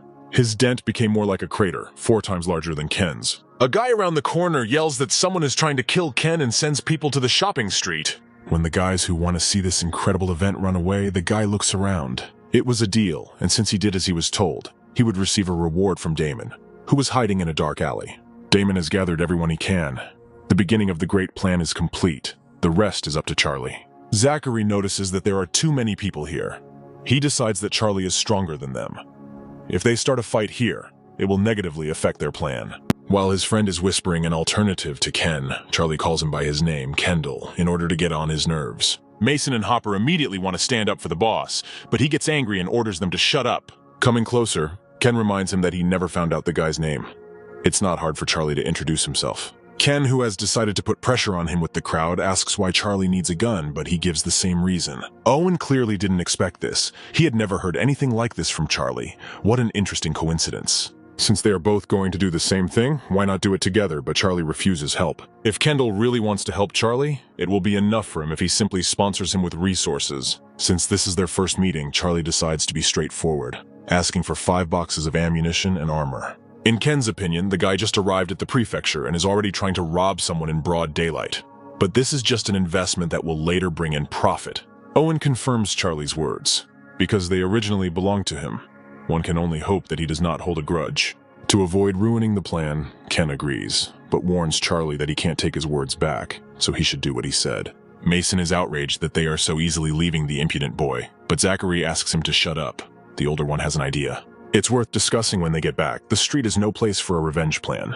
But Ken is sure that no matter how much Charlie takes from them today, he will pay for it in full. The next night, Ken's car arrives with supplies. He's serious about being a sponsor. There's a lot of talk from the street. Everyone assumes that this is Ken's way of admitting his weakness. But for him, the seizure of the plant was only a cover. The real goal was the remaining large groups in the prefecture. Now they decided that it was better to come to a ready-made, captured plant and an exhausted Charlie. The best outcome in the situation. Ignoring the discussion, Ken challenges Zachary as the smartest one to guess what he is thinking about now. Conquering the prefecture doesn't interest him right now. Ken remembers the blade behind Charlie's back. It's a real treasure. Ken used to collect guns, so he knows his stuff. But that day he only had to hold back because of the blade. It was extremely high quality. He wants to become stronger because only such a person can take over the whole world, and also such an excellent weapon. Ken dreams of getting a weapon and becoming all-powerful, so he asks Zachary to remember that their goal is not to take over the prefecture. Smiling menacingly, Ken now declares to everyone that their target is Charlie. Owen decides that Charlie really deserves respect. They have enough resources to arm an entire platoon. Since Charlie said it yesterday, he couldn't go back on his word. Susie was already handing out weapons, and he had gathered the others to get ready to set out. But Charlie is unsure of Owen's group as they have little combat experience, and Damon teaches them how to hold a gun. Jeff thinks that going there is pure suicide. Owen asks him to put aside his doubts, because with his brother Charlie they are capable of a lot until they hear that the bulletproof vests must be left behind. Charlie explains that they are heavy, and it will be difficult for ordinary people to escape quickly, and now Owen has the feeling that they will die. Her red hair flutters in the wind, drawing Charlie's gaze, and Anne asks if there's anything she can do to help. Even though she only suppressed the virus, Anne can't sit idle, so Charlie wants her to take care of the aftermath. Even Anne knows that it will be difficult to deal with the consequences alone, so Charlie calls the baby. Ian is surprised that she has already reached the third stage. If the girls work together, no one will be able to stand in their way. Susie is angry that Anne is acting like she knows everything, even though Charlie didn't tell her his plan and wanted her to stay and rest. Most likely, she guessed, because she saw what the guys were doing lately. No one else could have done it like she did. Suddenly, Owen whispers to Charlie that apparently they are being followed by half the prefecture's groups, because this is a significant event. Smiling smugly, Charlie says that he is mistaken. Absolutely every group in the prefecture is watching them. When they take over the factory, everyone will rush to rob it, but Charlie thinks that this is good. The public is in their favor. After all, the villain will be the center of attention when the show reaches its climax. There are already 5 tigers standing on the roof of the huge building, as one would expect, watching what is happening. Charlie moved out, and all the main forces of the city followed him. Ken likes it. Charlie is a man of his word. Festus is worried about whether they should go after them, but other matters await. Smiling imperiously, Ken looks down at the humans, realizing they have bigger fish to fry. There will be a fork in the road ahead of the boys. There are 3 paths leading to the plant. They need to immediately decide which road they will take. The 2 left routes are longer but safer. Hunters have always used these routes in the past. Charlie asks about the 3rd one. But only N used it. It's shorter, but it goes past several infected gathering places, and considering how many there are, they'll be a huge target. Smiling playfully, Charlie concludes that if they choose this path, there will be a lot of noise. Damon guesses his thoughts. The decision is made. They take the right route. Owen starts to panic, but Damon calls him over to whisper something in his ear. After hearing this, Owen became inspired. In order to do what he had planned, he just needed to observe. Everything could turn out to be much cooler than he could imagine. Looking back at the tower of the building, Damon chuckled and turned away. He was convinced of his suspicions. There were people there. This group, led by Aldous, decided that Charlie would be defeated along the way, which meant they were in a great position to rob him. As soon as they start fighting the zombies, Aldous commands them not to interfere, because they are not alone here. As expected, all the people of the safe zone are here. Now it's Damon's turn to come out with his new gun. A wonderful feeling envelops Damon. He thanks Owen for such a weapon. He's surprised at what kind of people they are. After seeing Damon's attack, Aldous's men are unsure how to deal with it and are unsure if they want to attack now. The man is banging his head against his subordinate to bring him to his senses. He already has a plan. Suddenly he turns around sharply and starts telling someone that they can't handle them alone. Aaron and Nathan appear. Aldous admits that the groups of guys have become stronger. have gotten so close and they haven't noticed them, but they don't have much time and need to think of a plan. The guys start discussing. Everyone admits that Charlie is strong, only Aaron thinks that they can pin him down. The one to really worry about is Charlie. The guys even heard that he's superior to Ken in close combat. For them to have even a chance, they need to work together, so it's worth going back and recruiting as many people as possible. Damon asks Charlie how many people they can bring, but he only notes that his powers have become stronger. He was able to blow up an area the size of a multi-story building. Such damage could not be achieved only with the help of new weapons. The explosive power of his magic bullets has indeed increased, but there is a limit to it. Damon asks to look at something. The bullet ends up in Charlie's hand. He sees the externalization of energy and thinks that Damon has reached the third stage. Then Damon also thought that he had reached the third stage. He managed to perfect this technique thanks to the meteorite fragments, but it was a false alarm. This is a stage 3 technique, which means Damon will soon move on to it. He can consider it his talent and a great opportunity. With his mind set on it, Owen leads a crowd of people and makes a statement that they are ready. It's time to go. Charlie allows the guys to take 40% of the loot. Owen leads the people, saying that it's time to work for Charlie. They don't miss a single infected corpse. Owen is happy with such a huge number of meteorite crystals. His mood is clearly high because of this. He has never seen so many crystals in his life, so he thinks that they are rich. During his time at the prefecture, Owen had to sacrifice his life many times. And now all he has to do is keep a low profile and do his job. Not bad. Most of the crystals are tier 3. It seems like the infected under the influence of the Crimson Demon produce high-quality crystals. Jeff says that Owen and his men are looking around but will be back soon. Charlie suggests waiting. Besides, he is too happy, and there are more important things than resources. The rest may not have enough time to gather people if they move too quickly. A fist slams into someone's jaw with such force that teeth fly out of the mouth like corks. There stands a muscle man. He is already exhausted from the fight, because he knocked down many, but no one wants to be next. But then everyone starts to disperse, and here comes Ken with his men. He is calmer than ever. The jock shouts, "Isn't Ken afraid that they will take revenge? But he doesn't have the strength to open his mouth. What kind of revenge are we talking about? Besides, he addressed him by his old name." Approaching the jock, the guy grabs him by the neck and says that from now on he will only call him Ken and nothing else, even after death. He squeezes his neck so hard that the boy loses oxygen and a moment later collapses without breathing. Festus found out that Charlie was indeed the one to blame for the huge number of people leaving the safe zone. They took the high road, but Charlie didn't have to fight. His friend single-handedly destroyed all the infected on the way. They really are full of surprises. Ken refuses the offer to go there, saying that he will go alone and does not listen to the words that Charlie should not be underestimated. But he only calmly places his hand on Zachary's shoulder, saying that his ability has been restored. The best fighters, the best broilers are there, which means Ken will go himself, allowing his guys to have fun in the safe zone. Eyes blazing with rage, Ken tells Charlie out loud that he better work hard and not disappoint him. The groups are already near the plant. Aldous asks how the situation is, but nothing has changed for 30 minutes. It seems like they've been sitting in the truck for half an hour, but they've been tricked. It's been empty for a long time now. There are always blind spots. Maybe they didn't land at the same time, and maybe even before they reached this place. Aldous suggests sending their evolved selves inside. Even if they fail to kill the monsters, they will be able to gather resources, and the sortie will not be useless. So it's decided. Ordinary people stay outside and keep watch. If even one sees Charlie, they'll let you know. Owen wonders how much longer they have to go, but they are almost there. And once they get through this field, they will be behind the factory. But the plant's emergency exit had long been sealed, only Charlie hadn't said that they would go through it. After scrubbing the floor, Charlie brushes off the dust and finally finds what he was looking for, a secret door. In his past life, when he was a hunter, he found this secret door with Michael. It leads directly to the cold storage of the factory. There were many useful things there. Jeff and Owen, along with Damon, go down with Charlie. The rest are to hide in the field and report any oddities. Becoming more gloomy, Charlie warns that it is very dangerous down there and it is better to stay close to him. It must be very cold inside because Owen is rubbing his shoulders and shivering. Looking at the corpses, Owen worries that they will start moving, but Jeff asks him to keep up. He will be behind and cover his back. An incomprehensible scarlet drop falls on Owen's chin, and in confusion he looks up and sees the head of a dead man from which blood is dripping. A scream of horror is heard. The guys hug each other and admit that they are scared. Owen runs to ask Charlie what is wrong with this place. It's worth calming down. There used to be a lot of zombies here, but now they're dead. And in places where the Rot Eater lives, there's always a strong smell of blood. The Rot Eater is a loner. He will kill anyone who comes near his territory, be it human or zombie. Charlie is here looking for something. Damon calls Charlie over, showing him something.